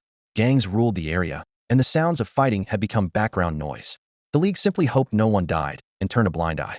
The Magma Team's mission in this city was straightforward: gather rare ores circulating in the underground black market while quietly gathering intelligence. However, there's been trouble lately. The officer lowered his voice, scowling. That persistent exploration team has set up shop here too, constantly competing with us for business and resources. Now they've teamed up with the local Qinglong gang to jointly seize a small diamond mine on the city's outskirts. He paused, then slammed his fist heavily onto the table. Though the mine isn't large, the ore quality is exceptional, and the value is considerable. A diamond mine? Baize's gaze locked on it, as if magnetized. His experience as a miner's apprentice had given him a natural sensitivity to ores that wasn't just any rock, but stacks of cash waiting to be claimed. He calculated quickly. His Pokemon needed constant food, training, and care. Without money, they wouldn't survive. His thoughts raced. Then he adopted an indignant expression and slammed the table. Humph. The exploration team is getting bolder, daring to infringe on our Magma Team's territory? That mine must be retaken. His eyes swept over the group, and his voice rose, fiery and inflammatory. I was sent to inspect our base and stumbled upon this situation. So, it'll help you settle this score. Eliminate the exploration team. Reclaim the mine. Are you willing to follow my command? The station members, already furious from being bullied by the exploration team, clenched their fists and shouted in unison, "Yes. We obey Commander Wash's orders." Baize looked at these soldiers, grateful to be used as pawns, and inwardly sneered. Outwardly, he spoke with righteous resolve, "Good. Give me all the detailed intel on the mine, the exploration team, and the Qinglong gang. They'll devise the perfect plan." A rough map was soon spread on the table. The diamond mine lay in an abandoned tunnel in the northern suburbs, guarded by temporary outposts manned by the exploration team and Qinglong gang. At the same time, the officer added, "The gang opposing the Qinglong gang is the Evil Wolf gang, but they stubbornly refuse to cooperate with us. Otherwise, the mine wouldn't have fallen into the exploration team and Qinglong gang's hands." Evil Wolf gang. Baize drummed his fingers rhythmically on the table, a playful smirk curling his lips. "They refuse you? Interesting, a local gang daring to reject an organization like us, who openly defy the League." He stood up, voice firm and resolute. Tell me where the lone wolf usually hangs out. Pick a few sharp operatives and come with me. I'll deal with the evil wolf gang's leader myself." The officer hesitated, warning cautiously, "Commander Huasha, that lone wolf is an elite trainer commanding nothing but desperados. They hold great hostility toward us. Wouldn't this be too risky?" "Risk what?" Baize looked up, a cold light flashing in his eyes. Though low in volume, his words radiated icy pressure. "We are the Magma team, not here to make friends. Either they cooperate, or we replace their leader with someone who will. Lead the way." As his words fell, the air seemed to turn dense and heavy. The men singled out straightened instinctively, no longer daring to question. "Am now a squad leader in the lava team Fire Serpent, and finally, I can act with complete freedom, no more holding back, haha." Beneath his mask, Baize's lips curled into a cruel, excited smile. Those days pretending to be a humble gentleman in the Dewin family had nearly driven him mad. Always needing to be modest and gentle was pure torture. Now, he no longer had to restrain himself. The murderous intent roaring inside his chest felt like a caged beast unleashed. Establish dominance? No, he just wanted to revel in the thrill of slaughter. After receiving the coordinates of the Hellhound Gang's stronghold, he led 3 lava team members silently into the smoky, chaotic underground arena. The stifling air was thick with the smell of alcohol and sweat, the crowd's roar swelling like a tide. Baize's gaze cut through the flickering neon and locked instantly on a burly man laughing loudly, arm draped possessively around a woman that was Lone Wolf. Lone Wolf's laughter abruptly stopped. He shoved the woman away and sprang up like a wild dog defending his territory, eyes piercing the 4 intruders, especially the subtle Lava Team emblem on their sleeves. "Lava Team trash. Who the hell gave you permission to set foot here? Get the hell out." His hoarse voice grated like sandpaper on metal. Before he finished, Hellhound Gang members encircled them, baring teeth. Several foul-smelling skunk-like terriers and fierce wolf hounds were released, snarling, spittle dripping onto the muddy ground. Baize's 3 comrades behind him stilled, stepping back half a pace, cold sweat sliding down their backs. But Baize just sneered, not sparing a glance for the lackeys. He raised his hand sharply, and his deep, exhilarated voice exploded behind the mask. "Come out, my children. Kill. Leave none standing." In an instant, crimson beams of light blazed forth. Drillbur, Skorupi, Shellos, Tyrant, Yamask, 2 black-eyed crocs, Carrion, Sandile, 3 petalil, over a dozen figures packed the tight space, a wave of savage energy surging. Drillbur turned into a streak of yellow lightning, lunging to the center, delivering a thunderous smash that shattered the bones of the arrogant panda beast, which collapsed before it could even howl. Then, its blood-red eyes swept the ground. A tremble-rippled earthquake was brewing. Skorupi became a purple blur, pincers slicing through the throats of the Hellhound Gang's front line, sending sprays of blood. Tyrant screeched excitedly, hurling rock slide and stone edge at the crowd, each massive boulder cracking bones and eliciting screams. The 2 black-eyed crocs sniffed blood, eyes turning red as their intimidate trait activated, lunging madly into the throng, tearing flesh. In seconds, some were gutted, blood flowing like a river. At the exit, Yamask snarled, baring teeth to hold the gate. Shellos churned turbid water, turning the ground into a slippery mire. Carrion, Sandile, and the 3 petalils flailed in the chaotic fight, instinctively biting, ramming, and entangling anything alive. Killing. Pure, unfiltered killing. The entire underground arena instantly turned into an infernal hellscape. The Scorpio King carried out the assassination with ruthless efficiency, effortlessly bypassing all obstacles. His sharp stinger flashed once, and the seductive woman clutched her throat, collapsing with eyes wide in disbelief and terror. His cold, massive pincers immediately gripped the trembling lone wolf, his sweat-soaked groin evidence of his fear, and dragged him like a tattered sack to Baize's feet. A trail of blood smeared across the concrete floor like a dark, twisting river. Only then did Baize raise a hand, his fingertips tracing a silent pause gesture. The elite elf army behind him halted instantly, falling back in formation without a sound. Blood dripped relentlessly from their wounds, but no one paid it any mind. The air hung heavy with the metallic, acrid scent of hot rust. Scattered corpses and severed limbs twitched faintly on the ground like a freshly harvested battlefield soaked in carnage. Baize bent down, his eyes behind the mask as cold and hard as frozen ice. "Now, do you understand what the Magma Squad is?" Yai's lone wolf's teeth chattered, his voice so faint it was nearly lost beneath the coppery stench. "The attack on Baize City," Baize said evenly, as if discussing the weather, "was our doing. Those who dare assault the city? Crushing small gangs like yours is easier than stepping on an ant. We spared you before only because we thought you were worth considering. But reject the Magma Squad." His voice cracked icy sharp, "and there's only one outcome. No, he'll cooperate. He'll do anything." Too late. Baize lifted his gaze with a cold glance. Snap. The Scorpio King's scissorblade guillotine gleamed ominously. The plea for mercy was cut off abruptly as Lone Wolf's head rolled free, his face frozen forever in pure, absolute terror. Baize stood, his boots sinking into thick, congealed blood mixed with bone fragments and dirt. He scanned the surviving members of the feral wolf gang, his voice chilling to the bone. My name's Huasha. Your old boss is dead. Anyone still defiant? No one dared speak, only stifled sobs, and trembling jaws filled the silence. The once rampaging thugs were now nothing more than pinned prey awaiting slaughter. Baize casually picked out a still sturdy, but deathly pale man. You're called Tulong, right? From now on, you're the leader of the feral wolf gang. Leader? Tulong's knees gave out, and he collapsed to the floor with a thud. Be obedient. Do my bidding. Baize gestured to the headless corpse. If anyone even thinks of betrayal, that'll be their fate. Also, his fingertips flicked like death itself, marking names. I will find your family. They'll join you down below. His voice suddenly rose. Listen up. From today on, he's the boss. Anyone disobeying his orders or pretending to follow while scheming against us, report them. Verified informers get 1 million alliance credits. The traitor's head? He'll personally cut it off and hang it for all to see at your gang's entrance. The bitter sweetness of money mixed with the chill of death struck their hearts simultaneously. Baize then dangled an even bigger bait. Work for the Magma Squad, and you won't be shortchanged. Once we reclaim the diamond mine from the explorers and the Qinglong gang, 30% of the profits is yours. After fear came greed, like wildfire reigniting. The feral wolf gang's eyes shone with renewed lust as they roared in unison, ready to serve Lord Huasha. Baize ordered Tulong to summon the other stronghold leaders at once. Soon, those men entered the blood-soaked hall, confronted with Lone Wolf's severed head and the sea of corpses. Their hearts shattered, most knelt in submission. Only the deputy leader and an elite officer dared bargain.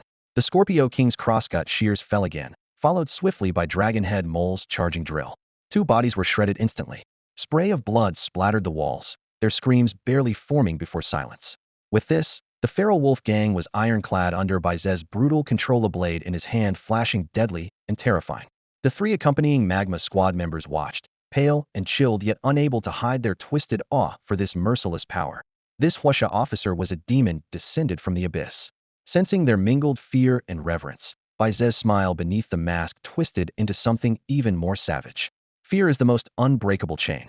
Standing amid the chaos and bloodshed of the underground fighting arena, Baize coldly surveyed the trembling members of the wicked wolf gang. He flicked aside some blood-soaked gravel with his toe, then turned and issued orders in an icy voice through his mask to the 3 Magma Squad members who were barely holding back nausea, yet fueled by a mix of excitement and fear. This place is yours now. Immediately take headcount and secure all wicked wolf gang personnel and territory.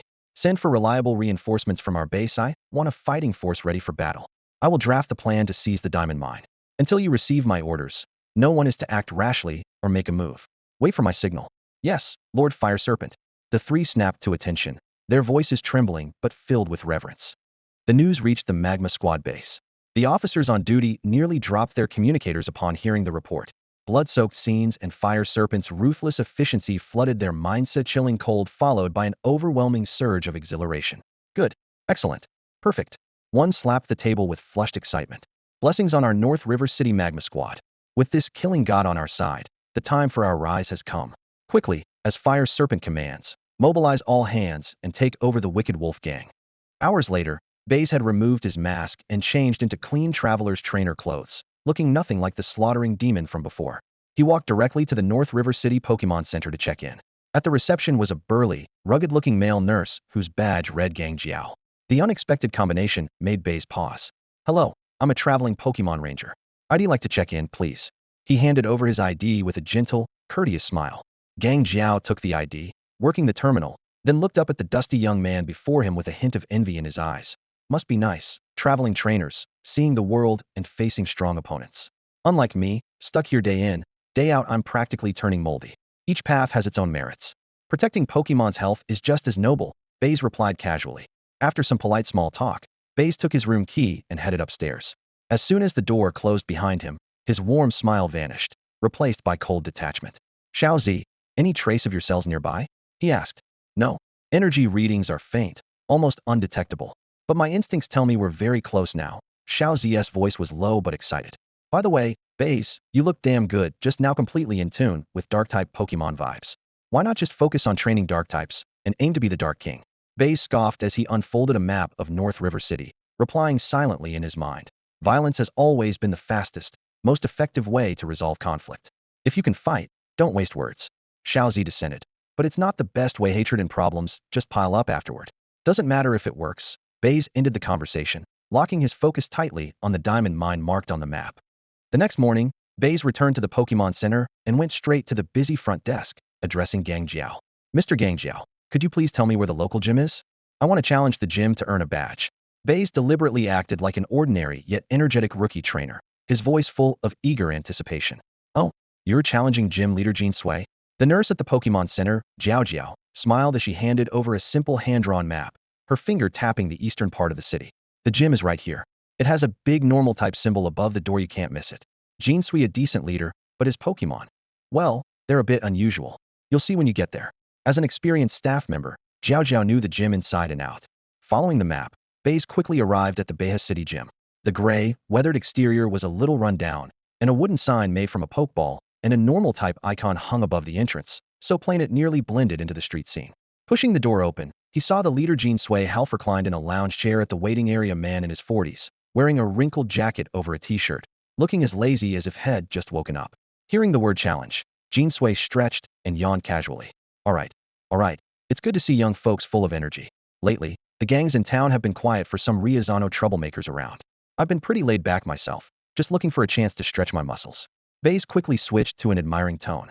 It must be because of your leadership, gym leader Jean Sui, that the city's so peaceful and everyone can live and work in peace. Haha, you're quite the smooth talker, kid. Jean Sui laughed heartily, relaxing even more. Baize kept a humble smile on his face, but thought silently. Peaceful? You won't be so relaxed soon. Both stepped onto the battle platform. Lights brightened, and the electronic screen flashed 3vs3.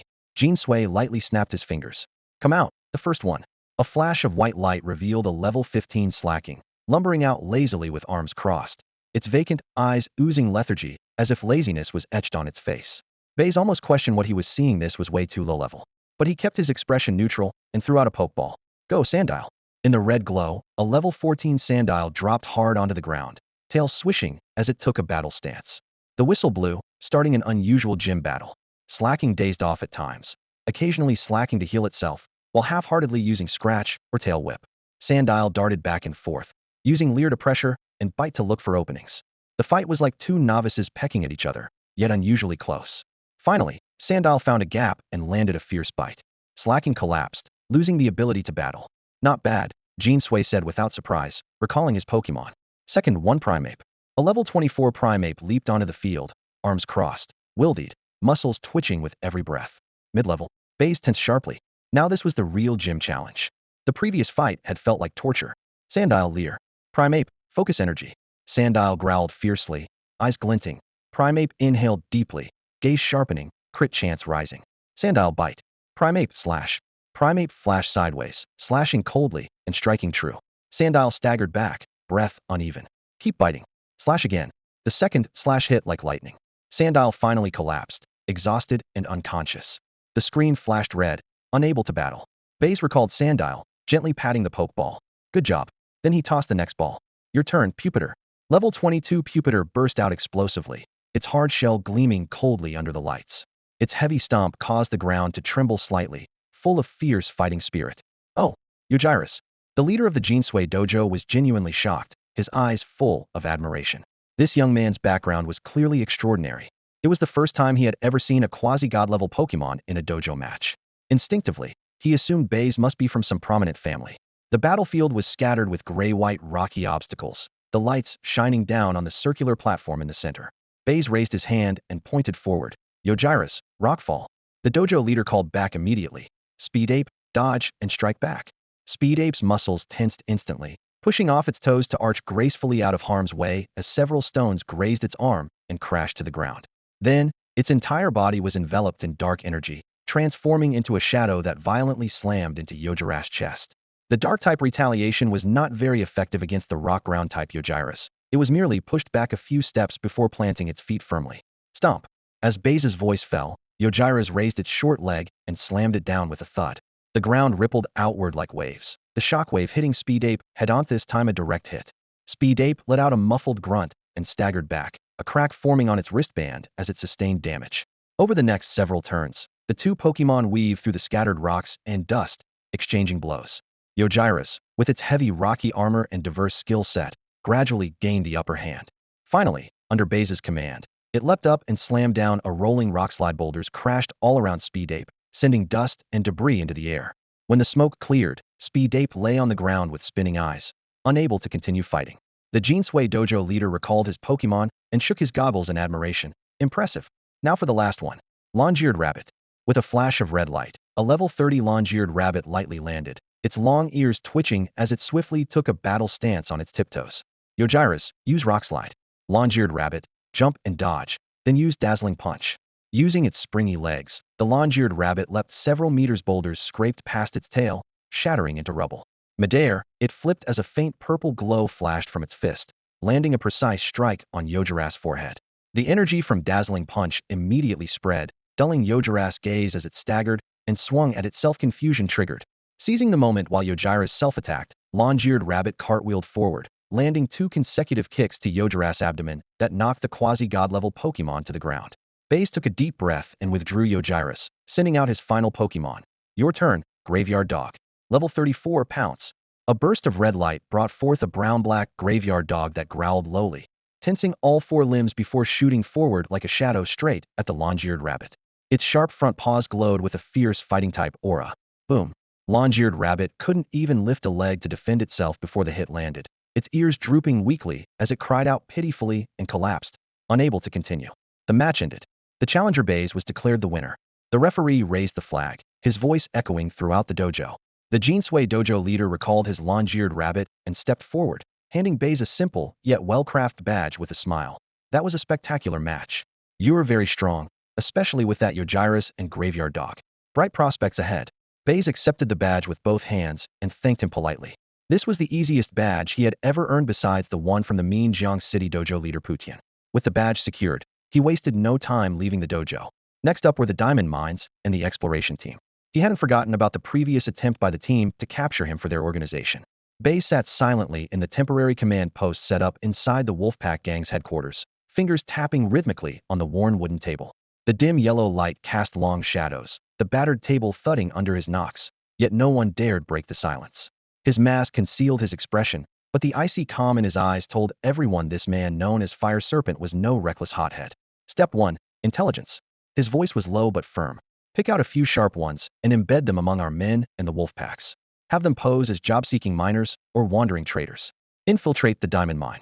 I want every detail: the mine's layout, the patrol routes and shift changes of the exploration team and the Azure Dragon gang, their personnel deployment. The more detailed, the better. Yes, Lord Fire Serpent. Several members of the Magma Squad sprang to their feet and surged out of the command post, their footsteps echoing in the quiet. Within days, intelligence flooded in like a snowstorm.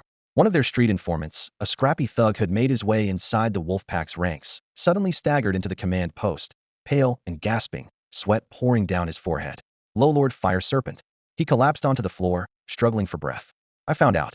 The leader of the exploration team is a young man named Huaxinglemost, a semi-champion already. His main companion is a level 56 Duckbull Flame Beast, with terrifying combat power. The Azure Dragon Gang's boss, Ao Ching, has also shown up. That guy is an elite-level trainer at the initial stage. His main partner is a Black Ruga. The room fell deathly silent as the normally restless Magma Squad members exchanged nervous glances. A semi-champion that was practically an insurmountable obstacle. Several lowered their voices, speaking solemnly of sacrifice for the organization. Bang! Baize slammed his palm on the table, sending tea splashing. His gaze was razor-sharp ice. Silence.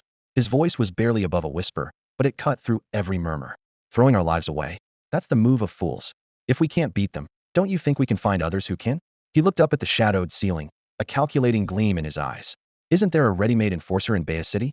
The gym leader Jinsui owns a monster-class Pokemon like Qingjiao. The plan sparked to life in an instant, using one predator to swallow another and reap the spoils. Orders. Baize's voice tilted with command. Split into teams and rotate harassment around the mine's outskirts. Don't confront them, Hedon. Target their transport vehicles and mining equipment with ranged attacks, wreck their operations, and drive them into frustration. Then he had members of the Wolfpack locate a nearby public phone booth and, lowering his voice, dial the Baize City Police Department. Hello? Police station? I want to report something. His voice hoarse and urgent. There's a fight going on between the exploration team and Magma Squad at the diamond mine near the city outskirts. Yes, those 2 criminal groups on the wanted list. I heard they're fighting over some valuable treasure inside the mine. You must send people now, or something terrible will happen. Who am I? I'm a law-abiding citizen. The explosive report triggered alarms throughout the police headquarters. At once, the prodigy of the Boju family stationed here, 20-year-old Boju Xingtai, was alerted. Elite level in strength, with both stunning looks and a commanding presence. She had come to Baize City for prestige, but now donned a perfectly fitted police uniform, holstered pistol at her waist, radiating authority. All units, assemble, Xingtai commanded. Standing resolute beside her was a majestic Rapidash, followed by a squad of well-trained herdier, their red and white police lights flashing against her steely eyes. At the same time, the message reached gym leader Jean Sui. The fact that the notorious exploration team and Magma Squad dared battle for resources near his city, risking an all-out conflict, stirred him from complacency. All dojo apprentices, gather. We're heading to the diamond mine. The steward of the Jean Sui Guild wore a grave expression as he immediately gathered his team and joined forces with Officer Boju Xingdai's squad. Together, they marched in force toward the diamond mine on the city outskirts. The entrance to the mine reeked of gunpowder, the tension between officials and the sinister faction on the verge of boiling over. While all eyes focused on this looming clash outside, in the shadows along the cave walls, Baize's lips curled into a cold smile. Move out. Leading the elite of the Magma Squad and a handful of Wild Wolf Gang enforcers, he slipped into a long-explored, abandoned passage. The distant sounds of quarrels and clashing skills outside muffled their footsteps. The tunnel suddenly opened into a wide cavern, where Baize raised his voice to assign roles. First group, seize the prime mining spots, dig deeper with drills and explosives. Second group, keep watch. The rest, follow me. He then unleashed all his Pokemon Drillbur, Larvitar, Sandile, Trapinch, even the usually gentle Alamamala. Dig by instinct, search out the richest energy ores. These ground and sand-type Pokemon were like sharks sensing blood. Not a few paces in, the click-clack of their chewing echoed over the stone walls. Larvitar clutched or heavy with metal, sparks flying as it gnawed. Drillbur's claws flipped hard minerals into its mouth. Sandile and Trapinch tore through sparkling ore and twisted earth aside. Even Alamamala clung to the rock face, greedily swallowing shimmering grains. The Pokemon's feast stirred human greed. The Magma Squad's eyes reddened as they swung steel picks and electric drills, stuffing chunks of raw ore into their pouches. Raspy breaths, metal striking stone, and rock shattering filled the cavern, the scent of wealth stirring deep underground. To Baize, the big prize was always his men could have a taste without protest. Boom. An explosion rent open the rock wall, blasting a vast pit. At its bottom, a dark underground river churned, but the cavern walls shimmered with an opulent glow, countless uncut diamonds embedded like a glittering tapestry. The floor was soft sand. Milky white stalactites dripped slowly down the rock. Here and there sparkling sandstone sparkled. All amazing. Everyone held their breath. Baize's heart-pounded stalactites could boost ground-type potential. Drillbur desperately needed that. The sparkling sandstone and soft sands alone could outfit his entire Sandstorm squad with top-tier gear. He fought down his excitement, just about to order a full-scale excavation. Splash. Suddenly, the underground river roiled violently, and a massive form burst from the water. Its crystal-clear body refracted rainbow light under the mining lamps, thicker than an ordinary Gyarados, its energy radiance rivaling that of a pseudo-legendary. Gyarados? Why is it glowing? And coming out of the water, the Magma Squad slowly retreated, faces pale with fear. Baize's pupils contracted, then a wild joy surged through him as he whispered, "A crystal Gyarados, it really exists." Baize stared at the enormous crystal rock serpent rising from the dark pool, its translucent body radiating the powerful aura of a quasi-heavenly king-level creature. His face beneath the mask instantly darkened with a terrible expression. Damn it! He cursed silently, veins bulging in his palm. This quasi-heavenly king crystal rock serpent chose exactly this moment to appear. Capturing it would certainly take time and cause a huge commotion. But if he abandoned the effort, all the untapped treasures in this pit would go to someone else for free. A surge of uncontrollable anxiety and reluctance spread through him. His carefully laid plan was completely shattered by this monstrous interruption. As he hurriedly weighed his options, his subordinate guarding the tunnel entrance came crawling in, voice trembling with fear. "Lord Huoshi, bad news. Outside there's a fight breaking out. The exploration team leader Huoxing and Jean Sui, the guild master, have started clashing. And that female officer, Xingdai, led a pack of speed hounds and Katy dogs breaking through the Qinglong gang's defenses, rushing this way at full speed." Almost simultaneously, more intense clashes and angry roars erupted from outside the mine. After a brief pause, the sounds steadily drew closer toward the tunnel entrance. Baize's expression turned as cold and hard as iron. As expected, Huoxing and Jean Sui were no fools. Upon hearing the explosions and chaos, they immediately realized something more important was happening deep inside than just their quarrel. The two factions stopped fighting momentarily and led their teams in a forceful breakthrough. None of the outsiders were to be underestimated. Any disturbance would draw them all in like moths to a flame. His original plan to quietly claim the treasure was now exposed, making him the prime target. In a flash of lightning-clear judgment, Baize made the most rational but painful decision: retreat. Everyone listen up. His voice was hoarse but resolute. Fall back immediately by the same route. Take everything we've secured so far. Hurry. He cast one last glance at the predatory crystal rock serpent and the scattered treasures, his eyes filled with stabbing pain that quickly hardened into resolve. If we can't take it now, let them fight the serpent to the death. We're out. Blow up the tunnel behind us to slow them down. Once they're exhausted battling each other, we'll come back through the front and reap the rewards.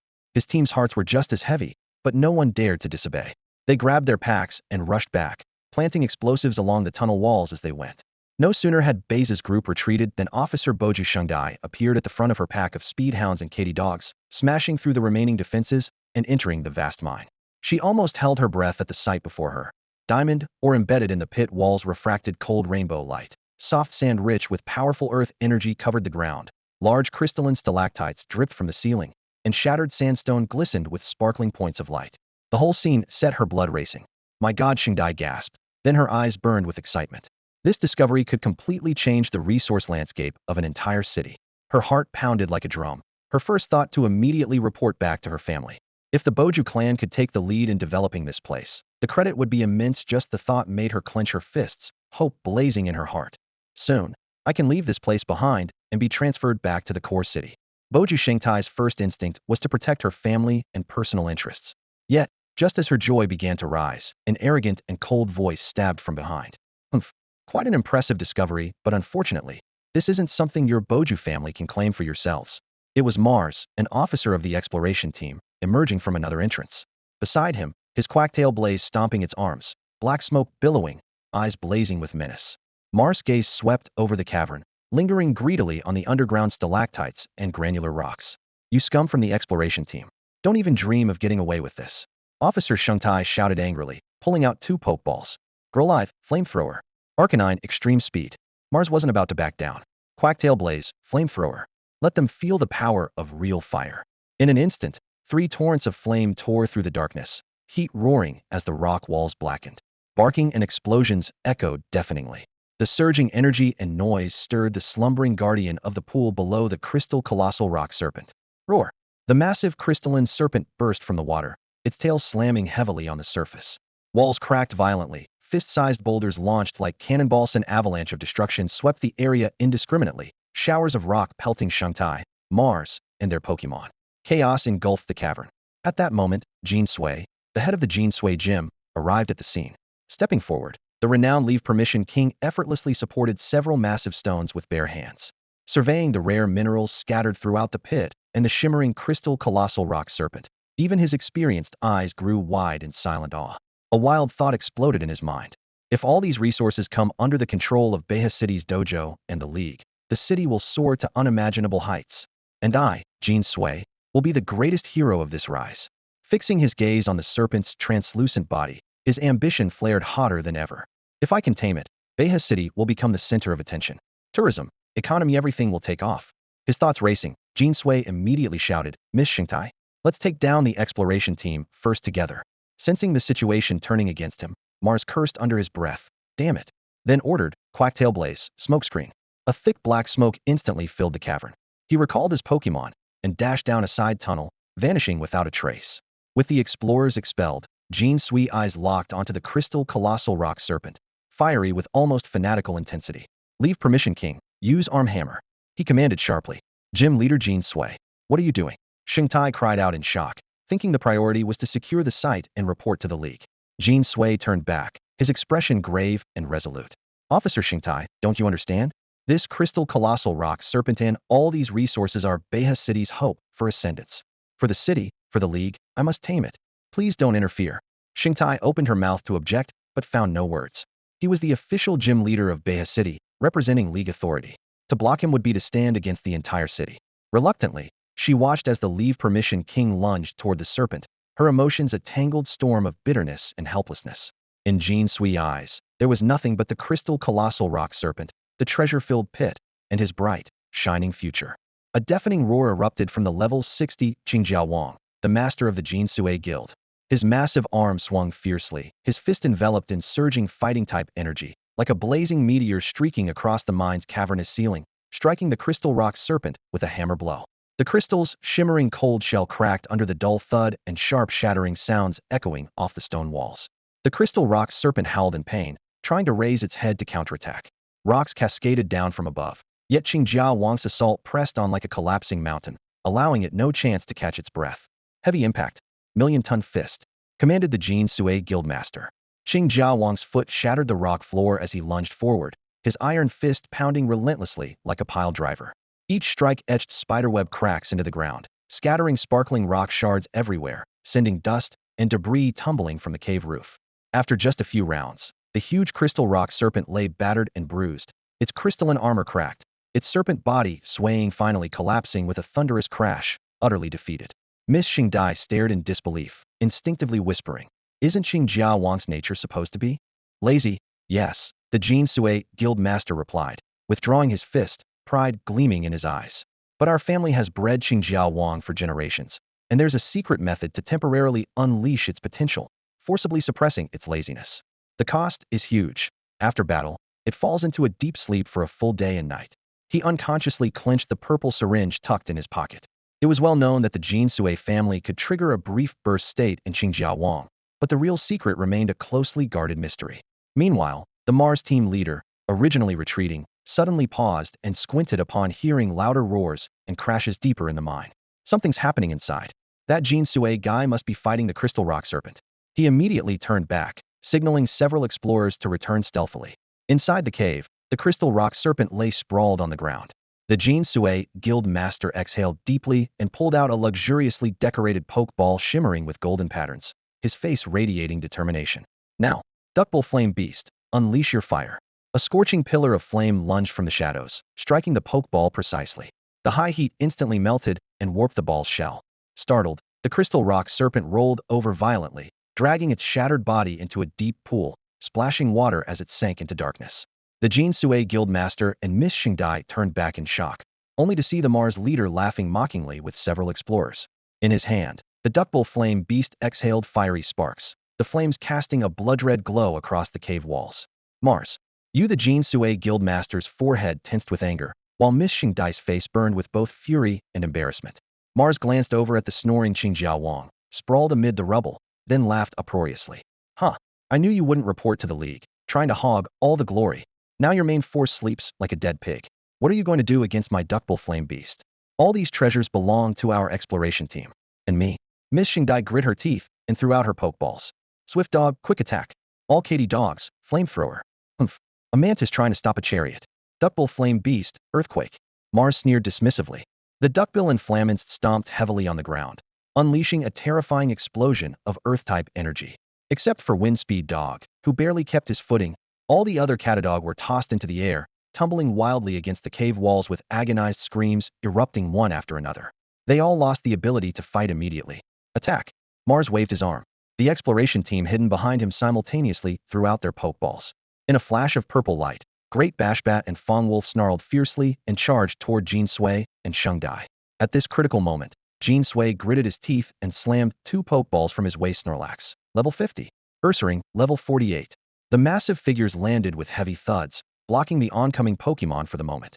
Taking advantage of the struggle, Jin Sui suddenly pulled out a syringe filled with purple liquid from his pocket and injected it without hesitation into the sleeping Qingjia Wang's sturdy arm. "Old buddy, sorry, but you've got to hang in there a little longer." The purple serum rushed into his veins. The already roaring snore of Qingjia Wang abruptly ceased as his bloodshot, beastly eyes snapped open. A howl tore through the mine. This was the family's treasured powerful stimulant. It forcibly dispelled drowsiness and doubled strength, but the cost was a much longer sleep afterward. "Megaton fist!" Jin Sui roared. Qingjia Wang blasted forward like a cannonball, delivering a thunderous punch to the duckbill inflammant's chest. Caught off guard, the monster was flung dozens of meters, crashing through rock walls as charred debris scattered. Mars' eyes widened in shock, hadn't expected this move. Qingjia Wang snarled in pursuit, but the drug's effect burned out rapidly like a spent firework, leaving him faltering. Jin Sui immediately withdrew him back into the pokeball. Only the heavily injured duckbill inflammants remained, facing off against Jin Sui Snorlax and Ursaring. The air was thick with tension. Boom, boom, boom. A string of explosions thundered from the mine entrance, shaking loose rocks from the walls. The wolf pack howled in rage as the roaring detonations of the georocks merged into a deadly symphony. Baize led the magma team, and the wolf pack's main force crashing in. He issued a cold command: charge. The magma team recklessly drove the wolf pack henchmen, and dozens of georocks' forward retreat meant instant death. Crash. The repeated self-detonations shredded the exploration team's Pokémon into bloody pieces. Mars Duckbill and Flammenst was caught in the blast, adding fresh wounds to old scars. Jean Sui Snorlax and Ursaring spread their huge arms, shielding the unconscious Jean Sui and Sheng Dai from the shockwave, taking the full impact. Their bodies blackened and breaths weakened. Their luxury Pokeballs auto-protection triggered, sealing the two giant beasts into red light at the brink of death. Smoke filled the air. Mars glanced at his fallen comrades, then at the bloodthirsty lunatics opposite. His face twisted with a savage grimace, though he was forced to succumb to fear.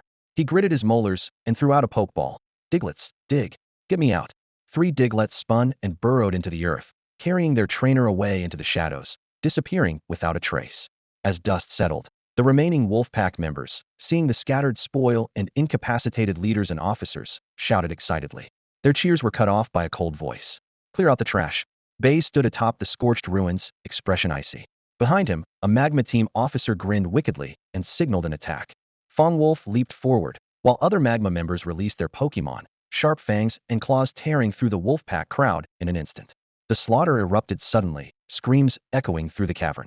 In desperation, a few Wolfpack members like the Koi Wolf eyes glowing red bellowed their last order. They won't let us live, so let's make sure they don't survive. Georox self-destruct. Boom. Blinding white light engulfed everything, and the storm of shockwaves swept through again. When the dust cleared, every Wolfpack member lay dead. The magma team suffered heavy losses in the furious counterattack, leaving only a handful of officers. One officer, clutching his half-burnt arm, gasped heavily and looked to Baize with a survivor's grin. Lord Fire Serpent, we won. Before he finished, Baize's cold smile appeared. One after another, the full-strength elite appeared: Longtoe Diglett, King Scorpion, Sea Hare Beast, and more. Leave no one alive, Baize declared calmly. Skill Light swallowed the remaining magma team members. The officer's chest was pierced by a direct drill attack, his shock frozen on his face. When it was all over, Baize's expression remained unreadable as he ordered his Pokémon to finish off any survivors, ensuring no witnesses remained. Jean Sui and Sheng Dai were deliberately spared. Losing one team leader was enough to draw the Federation's scrutiny. After a few brief, anguished cries, the mine felt utterly silent. Only the heavy smell of blood and smoke remained, along with Baize standing amid the mountain of corpses, his gaze as cold as ice. Time was running out. Baize quickly pulled a small vial from his backpack. Inside was carefully collected powder from the scales of the Badahu butterfly, known for its sedative effects. He gently blew the powder toward the unconscious Jean Sui, the Pavilion Master, and Boju Xingdai, ensuring they sank into an even deeper sleep with no chance of waking anytime soon. After dealing with Jean Sui, Baize turned to Xingdai, his gaze involuntarily sharpening. The recent explosion and conflict had left multiple tears in her police uniform. Especially over her chest, the fabric was ripped, revealing large patches of pale skin and the outline of her underwear, rising and falling gently with her faint breathing. Baize's breath suddenly grew heavier. A surge of forbidden desire flared up inside him. He didn't hesitate to slap himself hard across the face, muttering under his breath, "Idiot, focus on the mission." Yet, as he bent down to blow powder over Xingdai, his hand trembled involuntarily and slipped beneath the torn uniform. His fingers brushed against a startlingly soft and tender patch of skin. The exquisite sensation nearly overwhelmed his self-control, but he forcibly withdrew his hand, his fingertips still slick with that feel, stirring his restless thoughts. Suppressing the rising desire, Baize's eyes hardened, now sharp and hungry. He commanded all his spirits. Quick! Soft sand, rustling rocks, and the stalactites dripping from the cave walls, collected all in the containers. Don't miss a single bit. These outrank diamonds in value. They'll greatly boost the team's strength. He was racing against Timino more than half a day at best. The Pavilion Masters from other cities, or even a Heaven King, might arrive any moment. Speed was essential. His spirits sprang into action, claws and teeth tearing ferociously into the earth to gather everything they could. Just as the excavation was going full tilt, boom. Water splashed everywhere. The giant crystalline rock serpent burst forth again from the deep water pit. Its body was riddled with wounds, and its crystal form cracked in countless places. Yet the burning fury in its eyes remained undiminished as it let out a weak roar at Baize. Damn! Baize jumped back, cursing inwardly. Jean Sui and Huizingthos idiots didn't finish it off. But he soon realized the serpent was exhausted, clearly near death. Baize's eyes flicked, and he forced a friendly expression. Great rock serpent, look, your lair's been exposed. Even if we leave, countless others will come to plunder your treasure and might enslave you. You can't protect this place anymore. Why not come with me? These resources, you'll have your share. I promise the best treatment. He took out a box of high-quality ground energy cubes, approaching slowly while trying to sound sincere. See, these are tasty energy cubes. Come with me, and you can eat these every day. The crystal serpent eyed him warily, seemingly drawn to the scent of the cubes. Hesitating briefly, it finally lowered its head and swallowed the offered cube. But moments later, it suddenly roared with even greater fury. It obviously saw the snacks as no match for the treasure it guarded. Its massive crystal head lunged fiercely at Baize. Damn it, no respect for kindness. Just a wild beast, untamable. Baize was already on guard and quickly retreated, a fierce determination flashing in his eyes. Suddenly, he threw out a Pokeball. Pikachu, go! Maximum power, self-destruct. At the same time, he activated a miniature psychic control device in his hand. Pikachu's eyes showed a brief struggle, but was immediately subdued. Its body emitted a blinding white light and shot like a cannonball straight into the gaping mouth of the crystal onyx. Boom! A deep, deafening explosion resounded from inside the crystal onyx. Its massive body convulsed violently as countless crystal shards shattered from within, accompanied by a heart-wrenching, anguished roar. It collapsed heavily to the ground, completely unconscious. Seeing this, Baize quickly threw out a luxury ball. The ball trembled a few times, but then popped open. Capture failed. Humph, quite stubborn. A murderous gleam flickered in Baize's eyes as he prepared to finish off the crystal onyx. But then he paused, thinking. He raised the psychic control device again, sending a faint ray toward the dying crystal onyx, forcibly stabilizing and suppressing its consciousness. Then he threw out a second luxury ball. This time, the ball shook 3 times before clicking shut, successfully captured. Baize immediately released the crystal onyx, spraying some basic healing medicine on it before giving a cold order. Go. Let's mine together. The crystal onyx let out an angry yet feeble roar. Baize could clearly feel its resentment and rage coming through the Pokeball. Without hesitation, he reactivated the psychic control device. The crystal onyx's body instantly stiffened. Drillbur, use Iron Head. Bang! Drillbur slammed its steel-hard head into the injured crystal onyx, eliciting a pained whimper. Baize stepped forward and stomped coldly on the crystal onyx's crystalline body. His voice was chilling as ice. Listen carefully. Either you behave and mine obediently, or it'll reduce you to nothing like that Pikachu just now. Your choice. Under the dual pressure of death threats and psychic control, the crystal onyx finally submitted, dragging its battered body to join the mining team. In truth, Baize was still uneasy. The psychic control device's effects were temporary at best, and prolonged use might cause the Pokémon to break free or even turn hostile, as had happened in his prior tests with Pikachu. For now, he could only bind it with fear and incentive. Later, he would have to find a way to wear down its wildness before fully taming it. With the crystal onyx's brute strength added to the workforce, the mining speed improved greatly. Baize found himself with some free time. His gaze involuntarily drifted toward the corner where the unconscious Boju Sunday lay. The pale skin and graceful curves revealed beneath the torn uniform emitted a deadly allure under the dim, mining lamp. Desire gnawed at his reason like a venomous snake. Taking a deep breath, Baize dragged Sunday behind a relatively clean rock. Staring at this helpless, delicate figure before him, a fierce internal battle raged within. Should he or shouldn't he? The risk was enormous. If he did, consequences would haunt him forever. Yet, passing up such a rare prize would leave him with lifelong regret. Besides, no one here knew it was him. In that moment, all pretenses fell away as Baize plunged into primal lust and sin. In the dim cave, Baize gasped heavily, the crimson in his eyes gradually fading as his reason returned. He looked down at Shungdai of the Boju family, unconscious and disheveled, and then a cold chill shot up his spine, replacing the previous heat. What the hell have I done? He cursed under his breath and, without hesitation, slapped himself hard across the face. The sting brought a flicker of clarity. When driven by desire earlier, all he felt was now. With a clear head, overwhelming terror gripped him. The genius girl from the Boju family, how could he have done that to her? Once she woke, she'd definitely noticed something was wrong. If she even made a simple check with the Alliance's technology and connections, finding him would be a breeze. When that happens, forget about his future. He might not even know how he died. In an instant, a fierce murderous intent surged back into him. His gaze darkened with cruelty as it swept over a sharp-edged crystal rock nearby. If he just grabbed it and struck hard against that pale neck, all potential threats would vanish. He could even make it look like she was injured in the explosion or by wild spirits. No witnesses. No evidence. No. He couldn't do it inside. He struggled violently. Raping the Boju family's genius girl would cause a scandal far worse than this. The Alliance and the family would spare no effort to catch him. They might even send a Taiwanwanga-level psychic for a brief time reversal. Increasing the risk of exposure, he took a deep breath. Forcing himself to remain calm, and analyzed the situation, desperately searching for a rational excuse to soften his conscience. Take a gamble. Yes, gamble. Boju Shengdai was famously talented, proud, and highly concerned with honor and family reputation. Would she dare reveal such a shameful secret? If it came out, the loss of her innocence and the possible punishment within her family might be no better than his fate. Most likely, she'd choose to keep silent.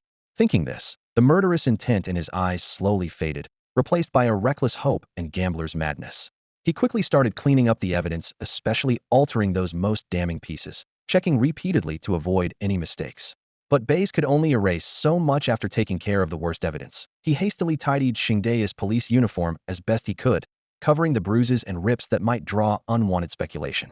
Farewell for now. Hope you don't let me down, he murmured with a complicated tone. Then his eyes turned ruthless again as he faced the elves still digging. Time was running out. He immediately gave the order, enough. Stop. Gibble, Crustle, target the pit and that pool below. Use the widest possible rock slide. Roar. Crustle let out a reluctant wail, but under the control device and Gibble's threat, it gathered its strength. The two powerful ground-type Pokémon exerted their powers simultaneously, sending countless giant stones and crystals crashing down like the collapse of heaven and earth into the pit and pool below, instantly burying and sealing off the priceless treasure site. The deafening roar echoed throughout the cave. Baize didn't dare linger even for a moment and immediately recalled all his Pokémon, including the crystal onyx that had been forcibly controlled and was seething with resentment. Buddy, it's up to you now, he whispered, patting the back of his Diglett with a dragon-shaped head. Dig as fast as you can, and get us as far away from here as possible. The dragon-head Diglett's sharp claws spun like drill bits, shattering the rocky wall. In the blink of an eye, it had carved out a winding, narrow, black tunnel. Baize crouched down and slipped inside without hesitation, disappearing into the darkness. Inside the space ring on his chest, the packed ores and rare materials clinked against each other. Meanwhile, the newly captured crystal onyx inside the pokeball at his waist growled deeply with anger. Though still shaken by the close call, he couldn't hide the joy swelling in his heart this time. The danger had been immense, but the haul was undeniably a huge win. Less than half an hour after Baize left, a strong gust of wind swept past the mine's entrance. Lamo, the rock-type champion, arrived in a dust cloud, his expression cold and stern. Accompanying him were two champion-level Pokemon Steel-armored Bastiodon and the mountain-sized Gigantamax Cragraptor. He stepped into the wrecked mine with sharp eyes, scanning every scorched crack and fallen rock. The core pit had collapsed, trapping the entrance, and the excavation marks were all over the place. Then he saw two figures lying unconscious in the dust. The gym leader Jean Sui and Boju Santai were breathing steadily but unresponsive to their surroundings. TSK, we're too late. Lamo frowned deeply as he immediately pulled out his communicator. Requesting medical support, rushed to the mine entrance immediately to unconscious injured. Before long, Nurse Gankaku from the Pokemon Center arrived carrying an Igglybuff. The round, bouncy Igglybuff bathed the injured with a soft, pale green healing light, inspecting them carefully. How are they? Lamo asked quietly. They were hit with a high concentration of sleep powder. Vital signs are stable, and no other obvious injuries, Gankaku replied. They should wake up after some rest. He was a male nurse who did not conduct deeper diagnostics, and thus did not detect any hidden abnormalities. Understood, Lamo nodded. Take them back to the center and care for them well. At the Pokemon Center, the gentle healing light of Igglybuff softly enveloped Jean Sui and Santai. Their eyelashes fluttered as they gradually woke up one after the other. Jean Sui awoke weak and exhausted, filled with guilt and confusion over his perceived failure.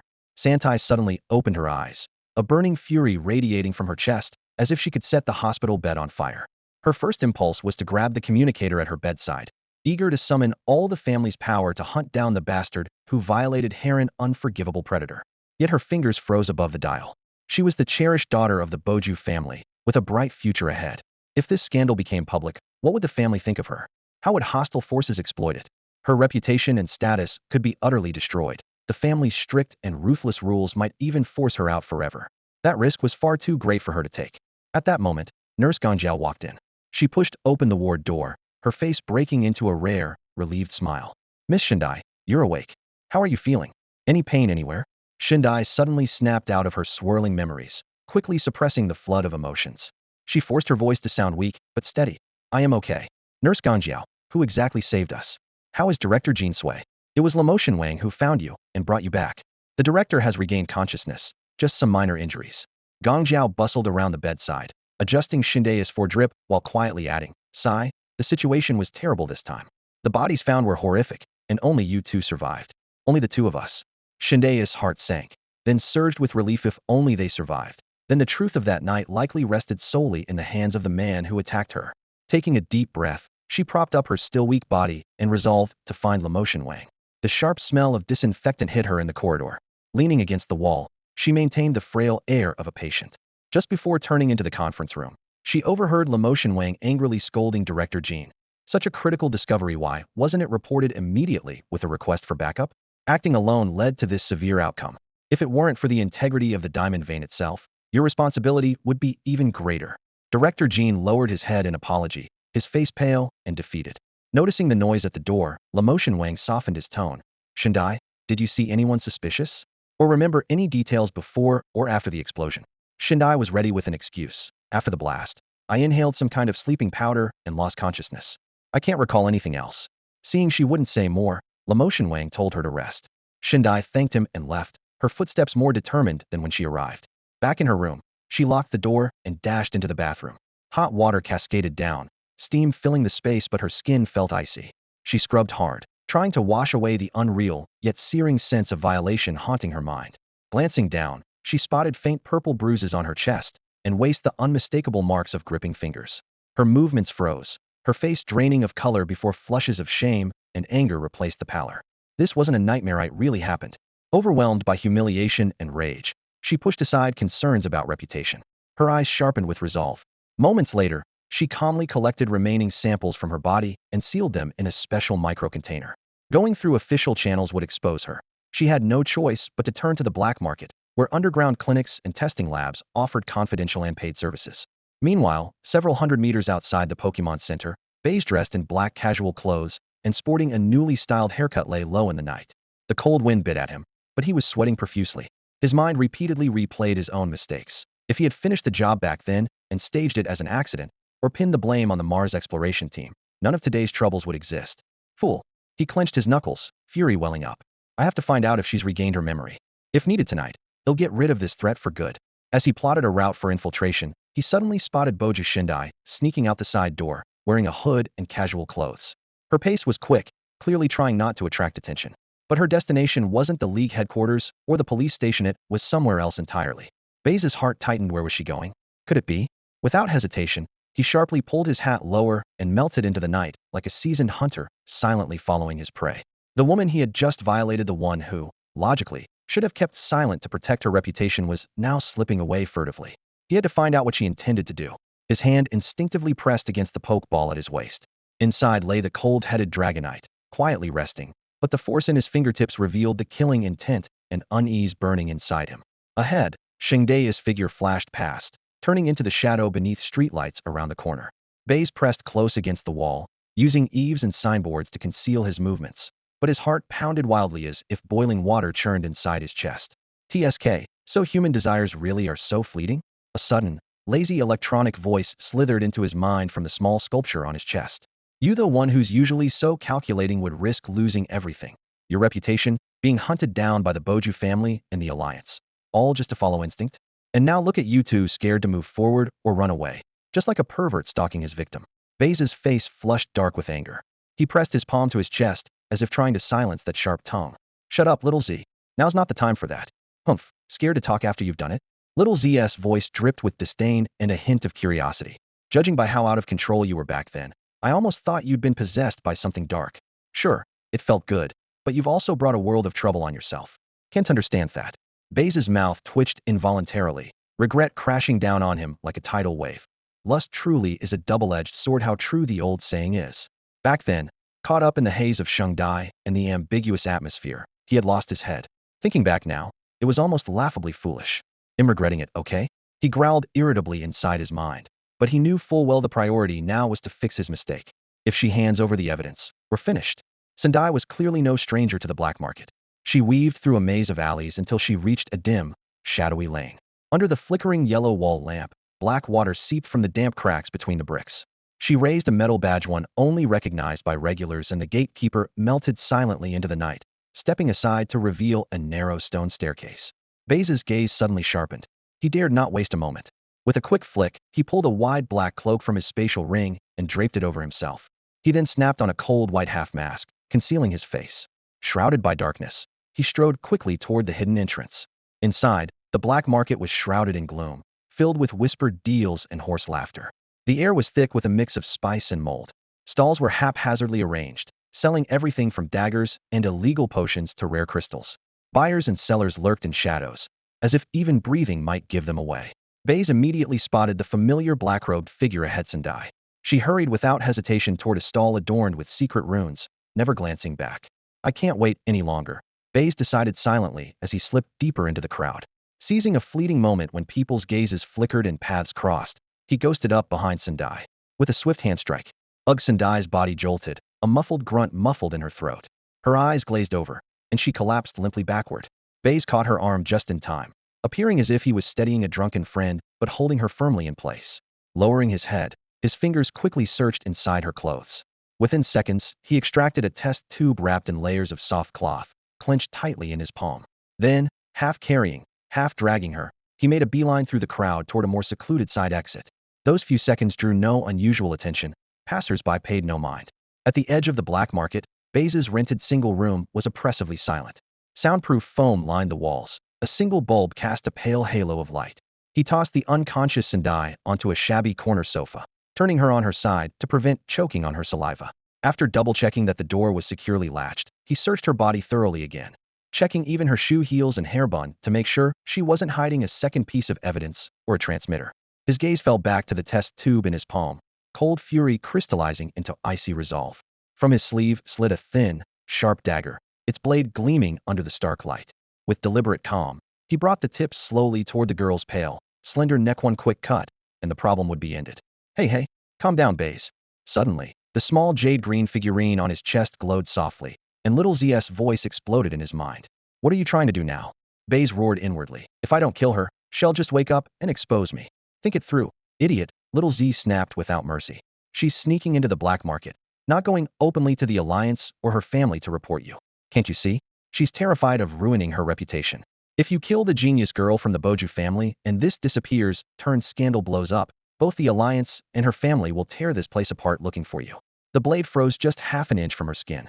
Like a splash of cold water to his forehead, his tense veins slowly relaxed. Little Z was right. If Sendai truly wanted to make a scene, she wouldn't risk coming here in secret. Her cautious concealment showed she didn't want the scandal exposed, at least not until she had absolute proof. Baize took a deep breath and withdrew the knife. On the sofa, strands of the girl's disheveled hair shadowed her cheek. Her brows were furrowed, as if still fighting through a nightmare. The killing intent faded, replaced by a shadowy calculation. He carefully pocketed the test tube capable of destroying him, then crouched low. His fingers brushed away the hair from the side of her face. His touch was cold but gentle.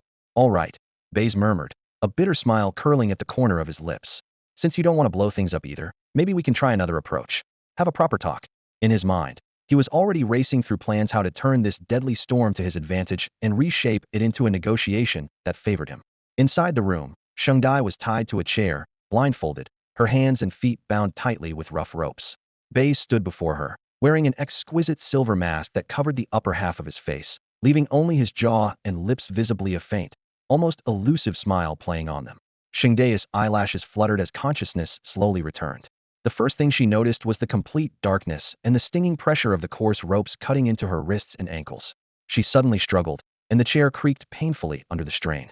Who did this? Let me go? Her voice was hoarse from just waking, filled with anger and disbelief. But the ropes didn't budge. The cold grip of fear quickly swallowed the anger, climbing along her spine. Her voice began to tremble. What do you want? I'll give you anything. Just don't hurt me. No response came, only the sound of her own rapid breathing echoing in the empty room. This suffocating silence magnified her fear until it boiled into defiant curses. You bastard. Do you know who I am? The Boju clan behind me won't let you go. You'll die a miserable death. Still, nothing but silence greeted her every emotion seemingly swallowed by the void. This indifference nearly broke her. She yelled sharply, Who exactly are you? Why did you take me? Speak. At last, a voice spoke low, deliberately disguised yet unmistakably young and calm, with a chilling neutrality, as if discussing the weather. Now can we talk?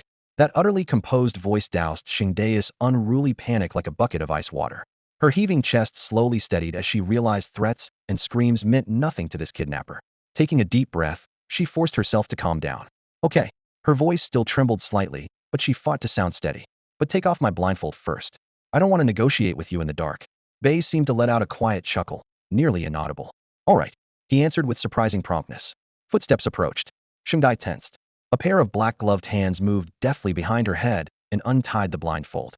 The sudden brightness made her squint, adjusting slowly. She quickly took in her surroundings, a strange, abandoned place. Then her gaze locked onto the man before her. The silver mask hid his features, but the youthful contours of his face and the steady, deep eyes visible through the mask's openings gave nothing away. No emotion stirred in those eyes. He stood with an almost elegant poise, utterly out of place in this kidnapping scene. Had enough? Baize's voice remained flat. Now, you can ask me questions. He'll answer. Whatever I can, I will. Shungdai bit her lip. The first question escaped almost involuntarily, tinged with shame and anger. Did you hurt me? Her cheeks burned, but her eyes stayed locked on him. Yes. Baize did not hesitate. No pride, no guilt, just a matter-of-fact statement. That calmness made it even more chilling. Shungdai's face instantly paled. She swallowed her tumultuous emotions and asked her second question. Are you from the expedition team? Are you from that evil organization? Or some other group? Baize did not answer immediately. He tilted his head slightly, as if weighing his words, his gaze sweeping over Shungdai's face. After a moment, he nodded once, then shook his head, his voice laced with mockery. You could say I am, or you could say I'm not. I don't fully belong to any one organization, but I can use them to my advantage. My allegiance lies wherever my interests do. His words were blunt and selfish, instantly stripping away his hypocritical disguise. Shungdai forced herself to stay calm and asked a third question, though her voice trembled despite her effort. Will you kill me? Baize repeated that inscrutable gesture, nodding first, then shaking his head. That depends on the choices you make next, Miss Shungdai. His tone was gentle, but his words chilled to the bone. Cooperate, or don't cooperate. Your decision will determine if you live or die. The air seemed to freeze. Shungdai struggled to shift her focus away from the cold dread creeping up her spine and asked a fourth question in hopes of defining this mysterious man's boundaries. How old are you? I'm more than 2 years younger than you. Baize gave a specific number without hesitation, as if it were no secret. Shungdai was stunned. So young, yet so terrifying. The sharp contrast with his age pierced her thoughts, almost making her speak the next question without thinking. The words slipped out before she could stop them, immediately causing her regret as her gaze darted away. Would you marry me? Baize clearly hadn't expected that. The slight lift of his eyebrows beneath the mask might have been amusement. He again nodded, then shook his head. If marrying you served my greatest interests, I would consider it, though I do like you. His voice was calm to the point of cruelty. But right now, the chances are extremely slim. Finally, Shungdai locked her gaze on the cold mask, with the last flicker of curiosity and despair. Can you take off your mask? Let me see your face. This time, Baize showed no hesitation. The temperature in the room dropped sharply. His voice carried a clear threat. If I take off my mask and you see my face, then most likely, you will have to die. Are you sure you still want to see Miss Shungdai? His icy eyes pierced through the mask like blades, holding her captive in their stare. Shungdai shivered violently. Her throat felt strangled, leaving her unable to utter a sound. Her heartbeat echoed through the empty room. She knew she stood on the razor's edge between life and death, and the power to decide lay entirely in the hands of this young, yet ruthlessly cold hypocrite behind the mask. Shungdai trembled slightly, fear coursing through her body as she listened to Baize's cold, emotionless death sentence. The room was filled only with the flickering firelight reflecting off the cold metal walls, yet she suddenly drew a sharp breath, as if resigned to her fate. Lifting her head abruptly, she fixed her gaze directly into the silver mask hiding Baize's eyes. Her trembling voice carried fierce resolve. Look, I want to see. Even if I die, I have to know what the person who destroyed me really looks like. Baize was amused by her stubborn, defiant courage in the face of death, and shook his head slightly. Interesting, but meaningless. His tone was casual, as if the killing intent from moments ago had been nothing but an illusion. No need to rush for death. Wait for 3 days. After that, whatever is inside you will be metabolized, and then I will leave. You can go back to being Miss Boju and treat all this like a nightmare. I'll forget it once you wake up. He carried on as if handling routine business. In fact, as compensation, I can share some intelligence about the recent mind disturbances, enough for you to go back and earn credit to strengthen your position. How does that sound? Suddenly, his tone dropped to something bitter and calculating. Of course, to make sure you don't forget your promise, we'll need a little insurance. They'll take some videos, the kind you wouldn't want to lose, if you catch my meaning. After uttering this despicable threat, Baize switched to an almost gentle voice, pretending sincerity. Don't look at me like that. I admit my methods are foul, but I was drawn to you the moment I first saw you. Otherwise, why would I risk so much and do things this way to get you? The fake confession struck Shungdai like a sharp jab to her nerves. Her expression shifted from anger to daze, then complete collapse, and tears streamed down her face. Suddenly, she snarled like a trapped beast pushed into a corner. Kill me. Just kill me already. Do you think the Boju name is meaningless? I'm not one of those side branches. My life is bound to a cursed doll. If I die, it dies too, and the last image I see before dying will be transmitted back to my family. You can't get away with this. You absolutely cannot. This sudden curse momentarily froze Baize's movements. He tapped his forehead and whispered urgently, Xiao Zi, is there such a thing? I've never seen one, but anything's possible, responded Xiao Zi's electronic voice inside his mind. Behind the mask, Baize's expression shifted unpredictably. After a brief moment of consideration, he sighed, a hint of helplessness creeping into his tone. All right, you win. I don't want to stir up that kind of trouble. So, Miss Sendai, what do you want to do now? Untie me. Sendai gritted her teeth, her sobbing voice unable to hide her stubbornness. I promise I won't run. I just don't want to be tied up. Baize nodded, seemingly believing her confident that the dragon-head mole guarding outside would keep her contained. He stepped forward and efficiently loosened the ropes.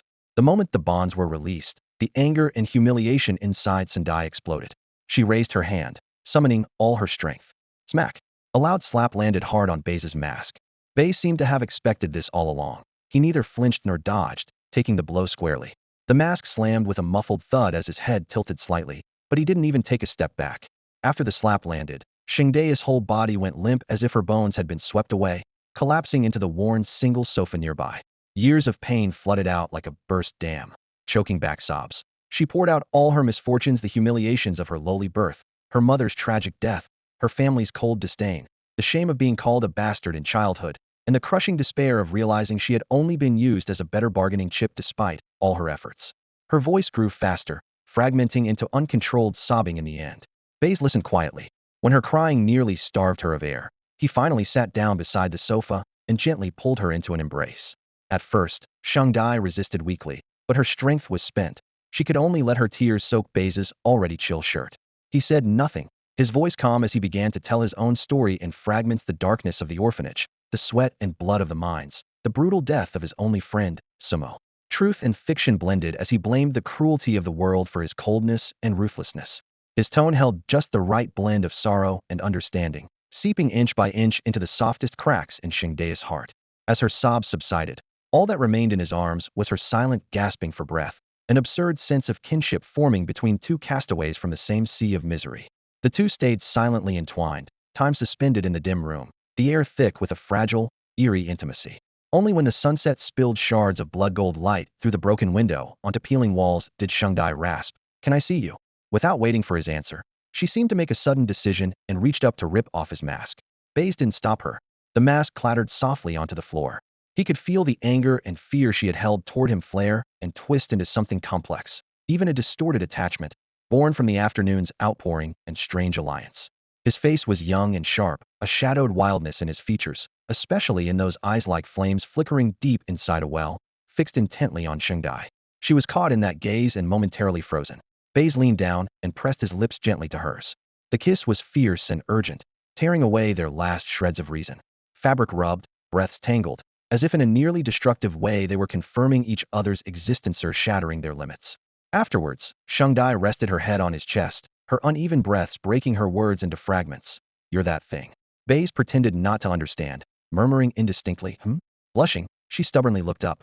"Didn't you say before?" Baize brushed the soft ends of her hair, his rare expression almost sincere. "I changed my mind. I think I'm starting to love you. I trust you won't betray me." Yet Shengdai shook her head gently, her eyes distant yet resolute. "No, I like it as it is. Go ahead and record it." To her, it was a twisted promise and an inescapable chain.